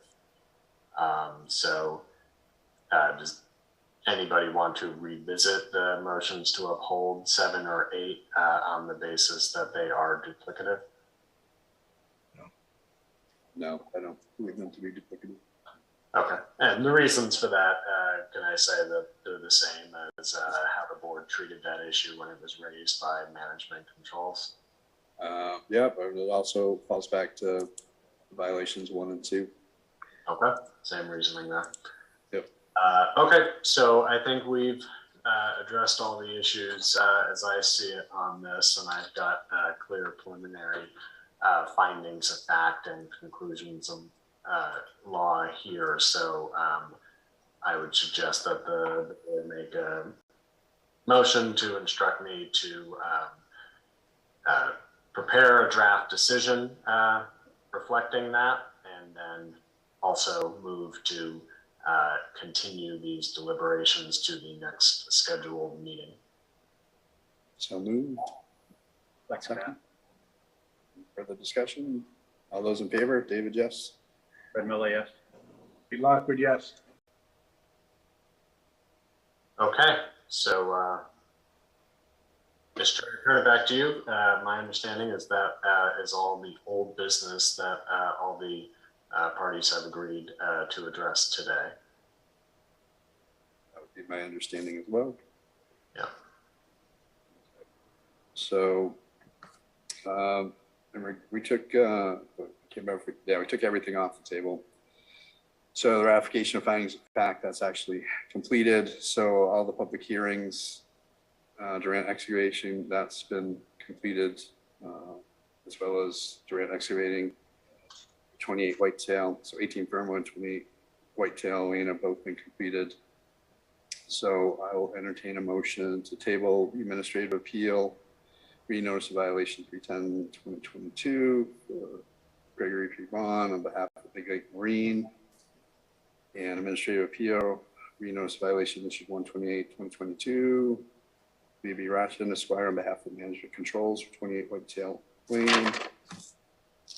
And then finally, administrative appeal, re-notice violation issued 310-2022, applicant Gregory P. Braun, on behalf of Big Lake Marine for 28 Whitetail Lane. Motion to table all those for the next meeting. Brad B. Yeah. You need a so moved? Yeah, I need a so moved, and I need a second. So moved. Second. All right, all those in favor of tabling, David, yes. Brindle, yes. Pete Lockwood, yes. All right, very good. So, attorneys, I thank you for your time. Our next meeting is scheduled for September 26th, I believe anyways, Monday, September 26th at 6 p.m. Again, via Zoom. Pick up pretty much where we left off. Does that match everybody's expectations? So, Yes. All right, thank you much.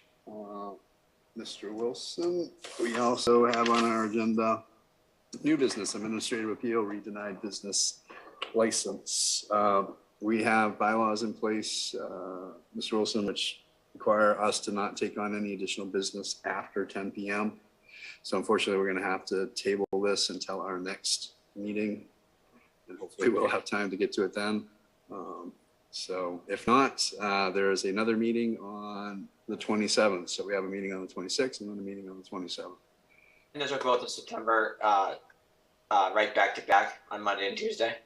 Correct, yep. Great. Yeah, we're just working to try and get all these outstanding old businesses.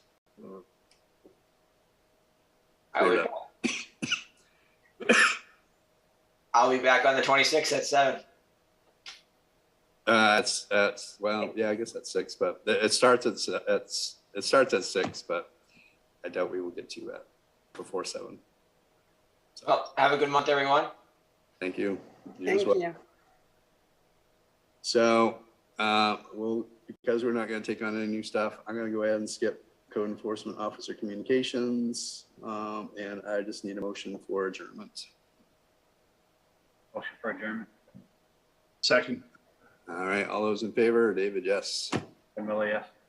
Pete Lockwood, yes. All right, thank you, everyone. I appreciate your time. Good night. Yeah. Good night. Bye-bye. Good night.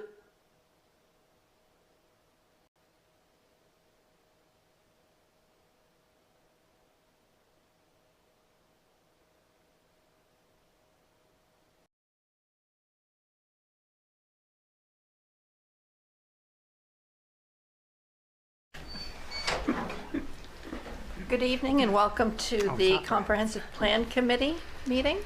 I'll call the meeting to order at this juncture, and the first order of business is election of officers that have been put off from last meeting. Are there any nominations, or where are we going? Yes. I think we need to have a chair and vice chair or co-chairs to continue on through this process. It will get us to a place faster than not. And I would like to nominate co-chairs. I think co-chairs are appropriate for a committee like this because there's a lot of work to do. And I like to nominate Kayla and Peter. Peter has had experience as a vice chair of this committee the last time around. And Kayla has a lot of experience, as well as she has a lot of resources at her fingertips that she will probably be able to use to help us on our way.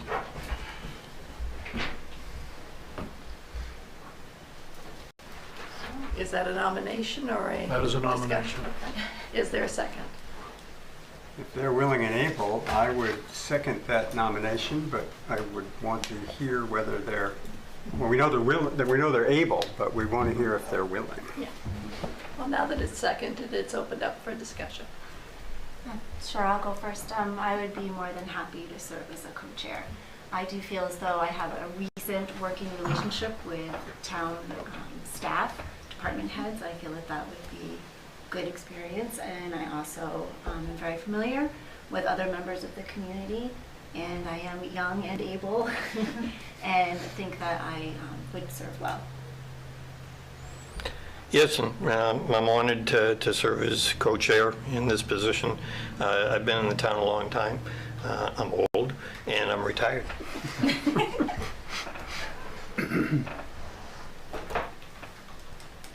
Any further comments or? That is excellent. Hearing none, all those in favor? Opposed? Motion carries. I will turn it over to, I'm not sure which of you would like to try and run the meeting. Okay, you want to start?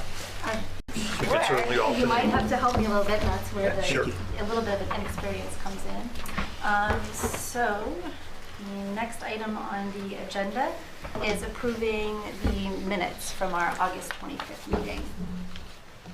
I move approval. Second. Second. And then I believe we go to a vote. Any discussion? Or on discussion. or additions or corrections? Interjection, yes. That was quick. That was quick, but it was, so, we have a chair and we have a co-chair. We have two co-chairs, actually, is what we have. So I'm sorry, we're bringing Brad up to date. Yeah, bring me up to date. So we just elected two co-chairs, myself and Peter. Outstanding. Okay. Right, and now we have moved to approve the minutes from our last meeting. And we're at the discussion part. And I'm hearing none. All right, so then we move to vote. And all those in favor? Yes. Is that right? Okay. And all those opposed? All right, approved. The next item. Madam Chair, I Oh, do want sorry. to ask if I could, we skipped vice chair. Was there any desire to have a vice chair if you have two co-chairs? Well, I think we did is Instead of the vice? Instead of vice I just wanted to be chairs, sure, I co-chairs. didn't want to miss that. if- Yeah. I'm sorry, co-chairs. that's how I understood it. Yep. Yes, Yeah, and I it was and part I of was trying Frank's to motion. type, so, Okay. okay, perfect. I'm sorry, I missed that No, piece. that's okay. So the next item is all of our new business, and we're going to review the 2004 comprehensive plan.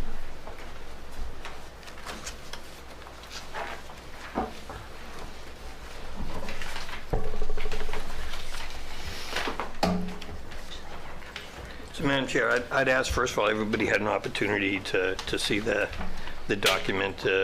It's fairly detailed, and certainly a lot of compliments have to go to the writers, the consultants in the committee from 2000, 2004. And I think in reading it, it humbles me a little bit on just how much work is going to be involved in this, which is why I think there's so many components where we're going to have to draw on resources.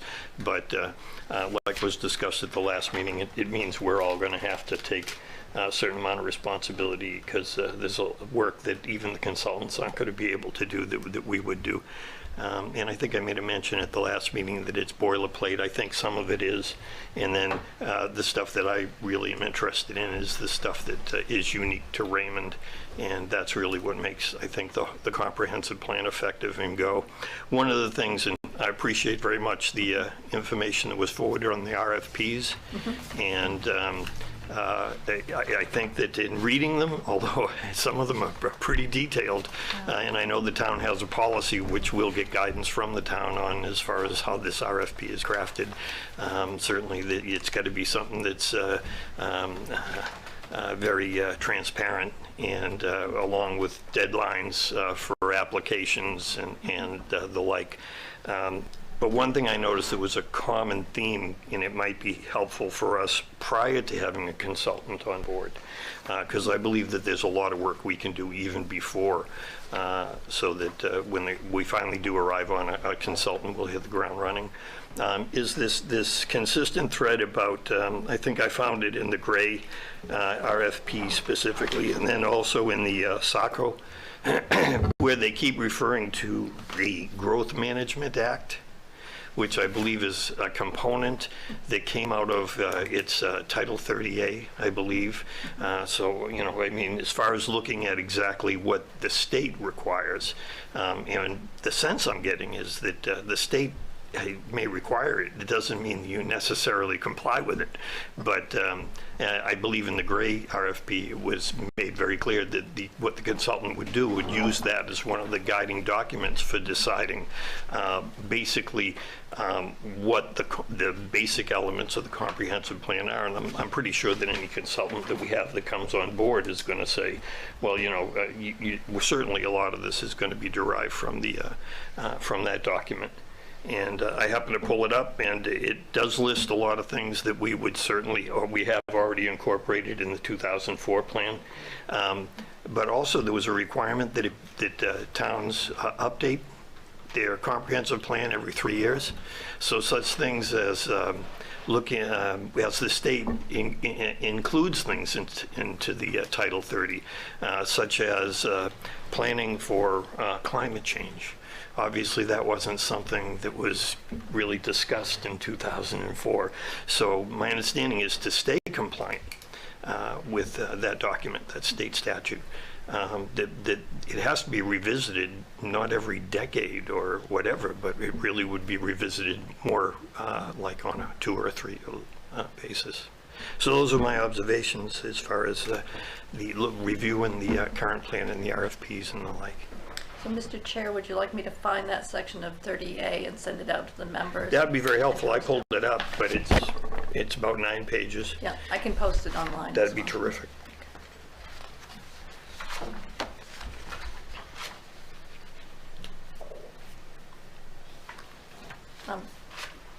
If one thing I did find, I did bring the planning resource list that I've begun. I'm not sure it's really anything you need right now. I have posted it on the website under comprehensive plan. But in looking at all of that, I did find that the Maine Office for Community Development doesn't do anything with comp plans, which I found interesting. But there is a Maine Planning Assistance Program. It has a staff of 1. Busy person. I will absolutely murder his last name, but Tom Miraglio, something like that. But he is very enthusiastic. He does help towns with their comp plans and helps them to find a planner and gives some ideas of things that should be in RFPs. So he's a resource we might be able to call on. He said he'd be happy to Zoom into a meeting if that's something the committee would like at some point. Great. Good idea. But other than that, that's all there is at the state, is that man of 1 department. That's a testament of the times, it seems, going from a planning office of under Evan Reichert of whatever, 20, 30 people, plus or minus. Maybe it wasn't that big, but down to 1. And he also said that there are 2 major players in planning right now that are helping most towns with, if they go the route of having a planner. And that's North Star Planning with Ben Smith and Musson Group with Noel Musson. And Musson Group is the one that I'd mentioned last time that the town clerk in Cutler suggested. But they actually work across the state, not just down east. I'll just chime in. I've been working on some projects in my consulting with, and North Star has been excellent as a town planner for the town neighbors. And I've been very impressed with Ben Smith and his team. He's the former planner in town of Wyndham, so he's very familiar with the area. And he's in New Gloucester, which is a great thing. I also have done a little bit of investigation today. I called a former planner from many years ago, now retired, who was active with the Mid-Coast Planning Agency. I don't know the precise name now. I guess maybe Council of Governments. And she gave me a name of Eric Gallant and a telephone number. I didn't have a chance to call yet. And then a name that a lot of people in the planning world might recognize, Matthew Eddy, who was in Westbrook, is heading up that agency now, and she thought that he might be a good resource. And then another suggestion that I got was, you know, maybe contact the Muskie School and see if they, I mean, they're going to have graduate level planning people. There may be an ability to leverage some help and support there. Likewise, I always tout St. Joseph's College. They are very, very active in trying to assist the towns in any way they possibly can, and we may be able to get some assistance in, you know, data gathering and statistical analysis and things like that if you are interested in that. They've recently reached out to me with some of their students that, you know, are seeking practical work experiences. So that's what I have. And along that line, the Tom at the state has added Raymond to the list of towns that he'll get data for, statewide data and region-wide data for us that will be ready sometime late October. Wow.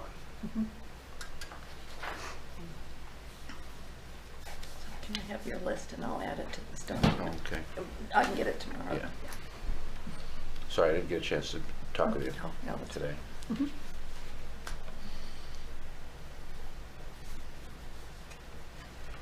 Are there any other comments regarding the 2004 comprehensive plan? One question for Sue. When you said that Tom's going to gather the data for us, when you say that, is he going to be gathering data to compare to all the household sizes and the growth? Is that the data that he's going to be looking at? I'm not sure. Okay. He said it's a data set that he prepares for towns that are updating their comprehensive plans. Okay. And I had like a 4-minute conversation with him, so I didn't get into that level of detail. Okay. But it will be a starting point, or it might raise some more questions and might give us some direction for what kinds of questions you want to ask for surveys and whatnot, is my guess. Is there any unique data available to us from the 2020 census? Do towns get more comprehensive information? I don't think they've begun to release that. They have. They have? I was Okay. able to find a few things about Yeah, the 2020 I haven't gotten anything at census the town data. office yet. Some of it's a little buried and a little difficult to obtain on their website, but if you're persistent enough, Yeah. I find that you can find a great deal of data on there. What's the release timetable? Actually, it's interesting. They release various, you know, information over the next decade, and so, you know, as they do it. So she's way ahead of me, but I've not been contacted in any way or notified of anything. But you know, if the website has the information, then that's great. But I think there'll be more information as time moves on through the process. Thank you. Yeah, no, that would be a wonderful. Yeah, and so I mean, it's resource. probably by mid-decade they may have everything they're going to do done. Yeah. Yeah. What have you found, Kayla? Well, we have a population of about 4,536. And I don't have the 2004 plan in front of me, but some things that I did note that were a little bit different was the median household income is around 71,000. Our median age is 51.8, and I believe, if I'm remembering correctly, that's up quite a bit from the 2004 census data, so that would have been the 2000 census data we would have been working with in 2004. The average household size is down a little bit to 2.36. I also thought it was interesting that the group that seems to have fared the least well is our elderly population. They're actually more poor than they were in 2004 or 2010. In 2000. In 2000. In 2000, yes. So the largest increase in poverty age group wise is those 75 and older in the age group of 75 to 74, which was not predicted. I believe it actually states in that 2004 comprehensive plan that they suspected that the retirement age group of people would fare the best because they would have theoretically the most stable income, but I think that that's proved to be wrong. These would be residents, year-round residents. That's correct. I think the folks who are not year-round residents, you know, as evidenced by the real estate market and the people who are now, you know, taking up more of a presence here, maybe not changing their residency, but spending more time here through the pandemic. There is an element of elderly people who are doing pretty well, I think, but it's probably not the local year-round people. I think it's explainable though. I think what happens in a town like Raymond is people opt out. They don't want to live in the house they've been in the years they've been here. They want something smaller. They can't find something here, so they're moving out, and they're going to centers like in Falmouth, where they can get a place, and the future is pretty well worked out for them. And so what you get is the older people who remain here are the people that can't afford to opt out. So you're going to find that the average income of the seniors would go down just because of that. And that's not a new phenomenon. That's happened here for years. People got to a point in their lives here, there was nowhere for them to get a condo or something like that, so they had to leave. My contemporaries, most of them left over a period of 10 years. Now, Raymond is not a place where older people find accommodations that they'd like to have here. It's also not a place that young people find accommodations either. That's true. That is true. Yeah, if you're younger and just starting out, you're going to be hard pressed here. Absolutely. Yeah. So on the median income, how did that look across comparable communities or other last time around, of course, it was significantly higher. I did not have the time to compare that. Okay, yeah, I was just curious. Well, you had so much stuff, I thought. No, I didn't compare. I didn't even know it was out there, so there you go. I compared the 2020 data to the 2000 data that was in the 2004 plan. Well, at one point I believe we were in the top 10, but I think we slipped out of the top 10 in terms of median income, but we're still, I would guess, in the top 20. Of the state? Yeah. Does that take into account only number year-round residents, or is that people that pay taxes? It would be the year-round residents. It would the census focus on those who permanently reside here. Okay. Right. Per capita income. When you said top 10, did you top 10 number or percent? Top 10% of per capita income. It's a community with a large population of people who do have a high income, I guess. I have to be honest, it would be a little lower. Yeah, it's pretty high for Maine. But that also, and because they have left, it would cause the average to go down. To drop. I did right there in front of me, but I always have thought of Raymond around 4,300. About 42, I think, so it's very close. 42, so we're not seeing a big kick in the projections, and I cannot recall if we're on par for that or not. I'd have to be looking at it to review it again. That was a lot of information to absorb, 135 pages. Just on Raymond or for the state? The 135 pages just on Raymond? That was our 2004 comprehensive plan, so I read through the entire thing, and it was a lot of information to absorb. Yeah. Is there any information available about how long people have lived here? And if not, we could probably... Data. Yeah, that would be helpful to know also. 2004. We are not. Well below that. The environment was very active, and so that was the belief. Capacity ramped up, you know, There are a ready to number go. of subdivision plans that have been approved that have not been built. For instance, C5 plus, I think, isn't it? There's a certain, I haven't visited that in quite a while, but I don't believe you'll even see that start for a while. And, you know, some of these contractors that are throwing out prices that are absolutely ridiculous come down. I mean, I personally, are selling for $575,000 to $600,000 in these subdivisions that I'm talking about. Yeah, ranches have now reached $400,000. Yeah, absolutely. Grow too quickly, because also we have required village residential that is 40,000 square feet. But that's the only comprehensive plan was to steer the development down towards the village district so that people could walk to the village or get to things and get to transportation easier. But it really didn't work. I don't know why, but we don't have a lot of affordable housing.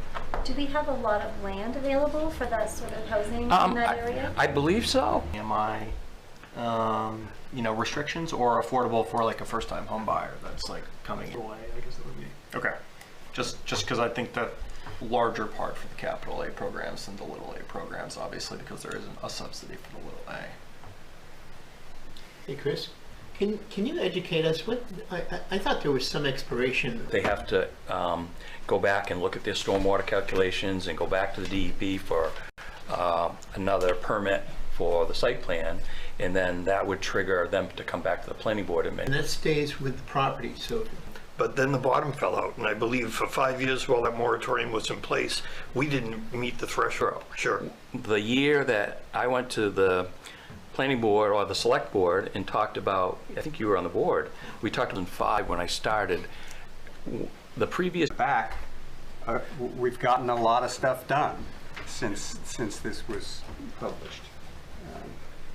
And I just make my pitch now discussing a boat trip and a road trip, which I would encourage as many people as possible to it. Preface for this, right now it starts basically with the established, he fought in the wars and they got a reward, which was, you know, plots of land, and they finally ended up getting Raymond.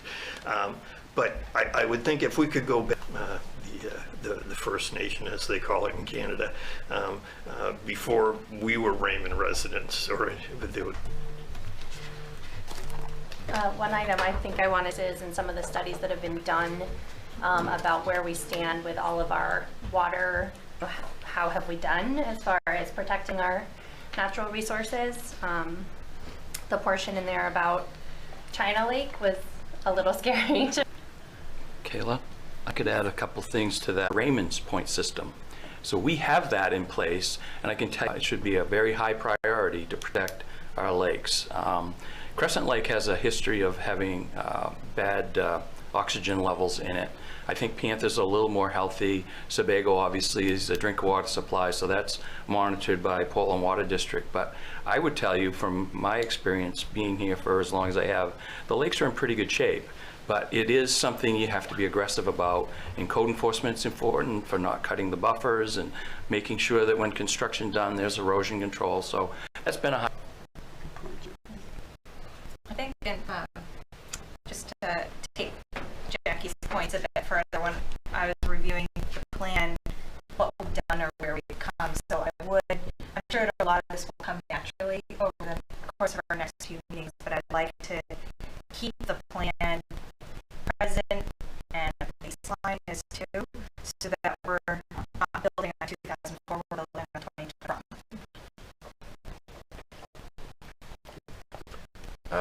No. Would you like to think about the center? Absolutely. When I was in the Mid-Coast, in Rockford, we thought we were in Harrison, so that's a pretty big area. Yeah, I would say the whole Sebago Lake watershed. Naples was included because it's on the 302 side. Yeah. But nothing on the other side is. I don't know if it would be longitude, latitude, whatever. From that way up, all the towns on either side of the lake. So you got, I think Baldwin, and you got, you know, some of the inboard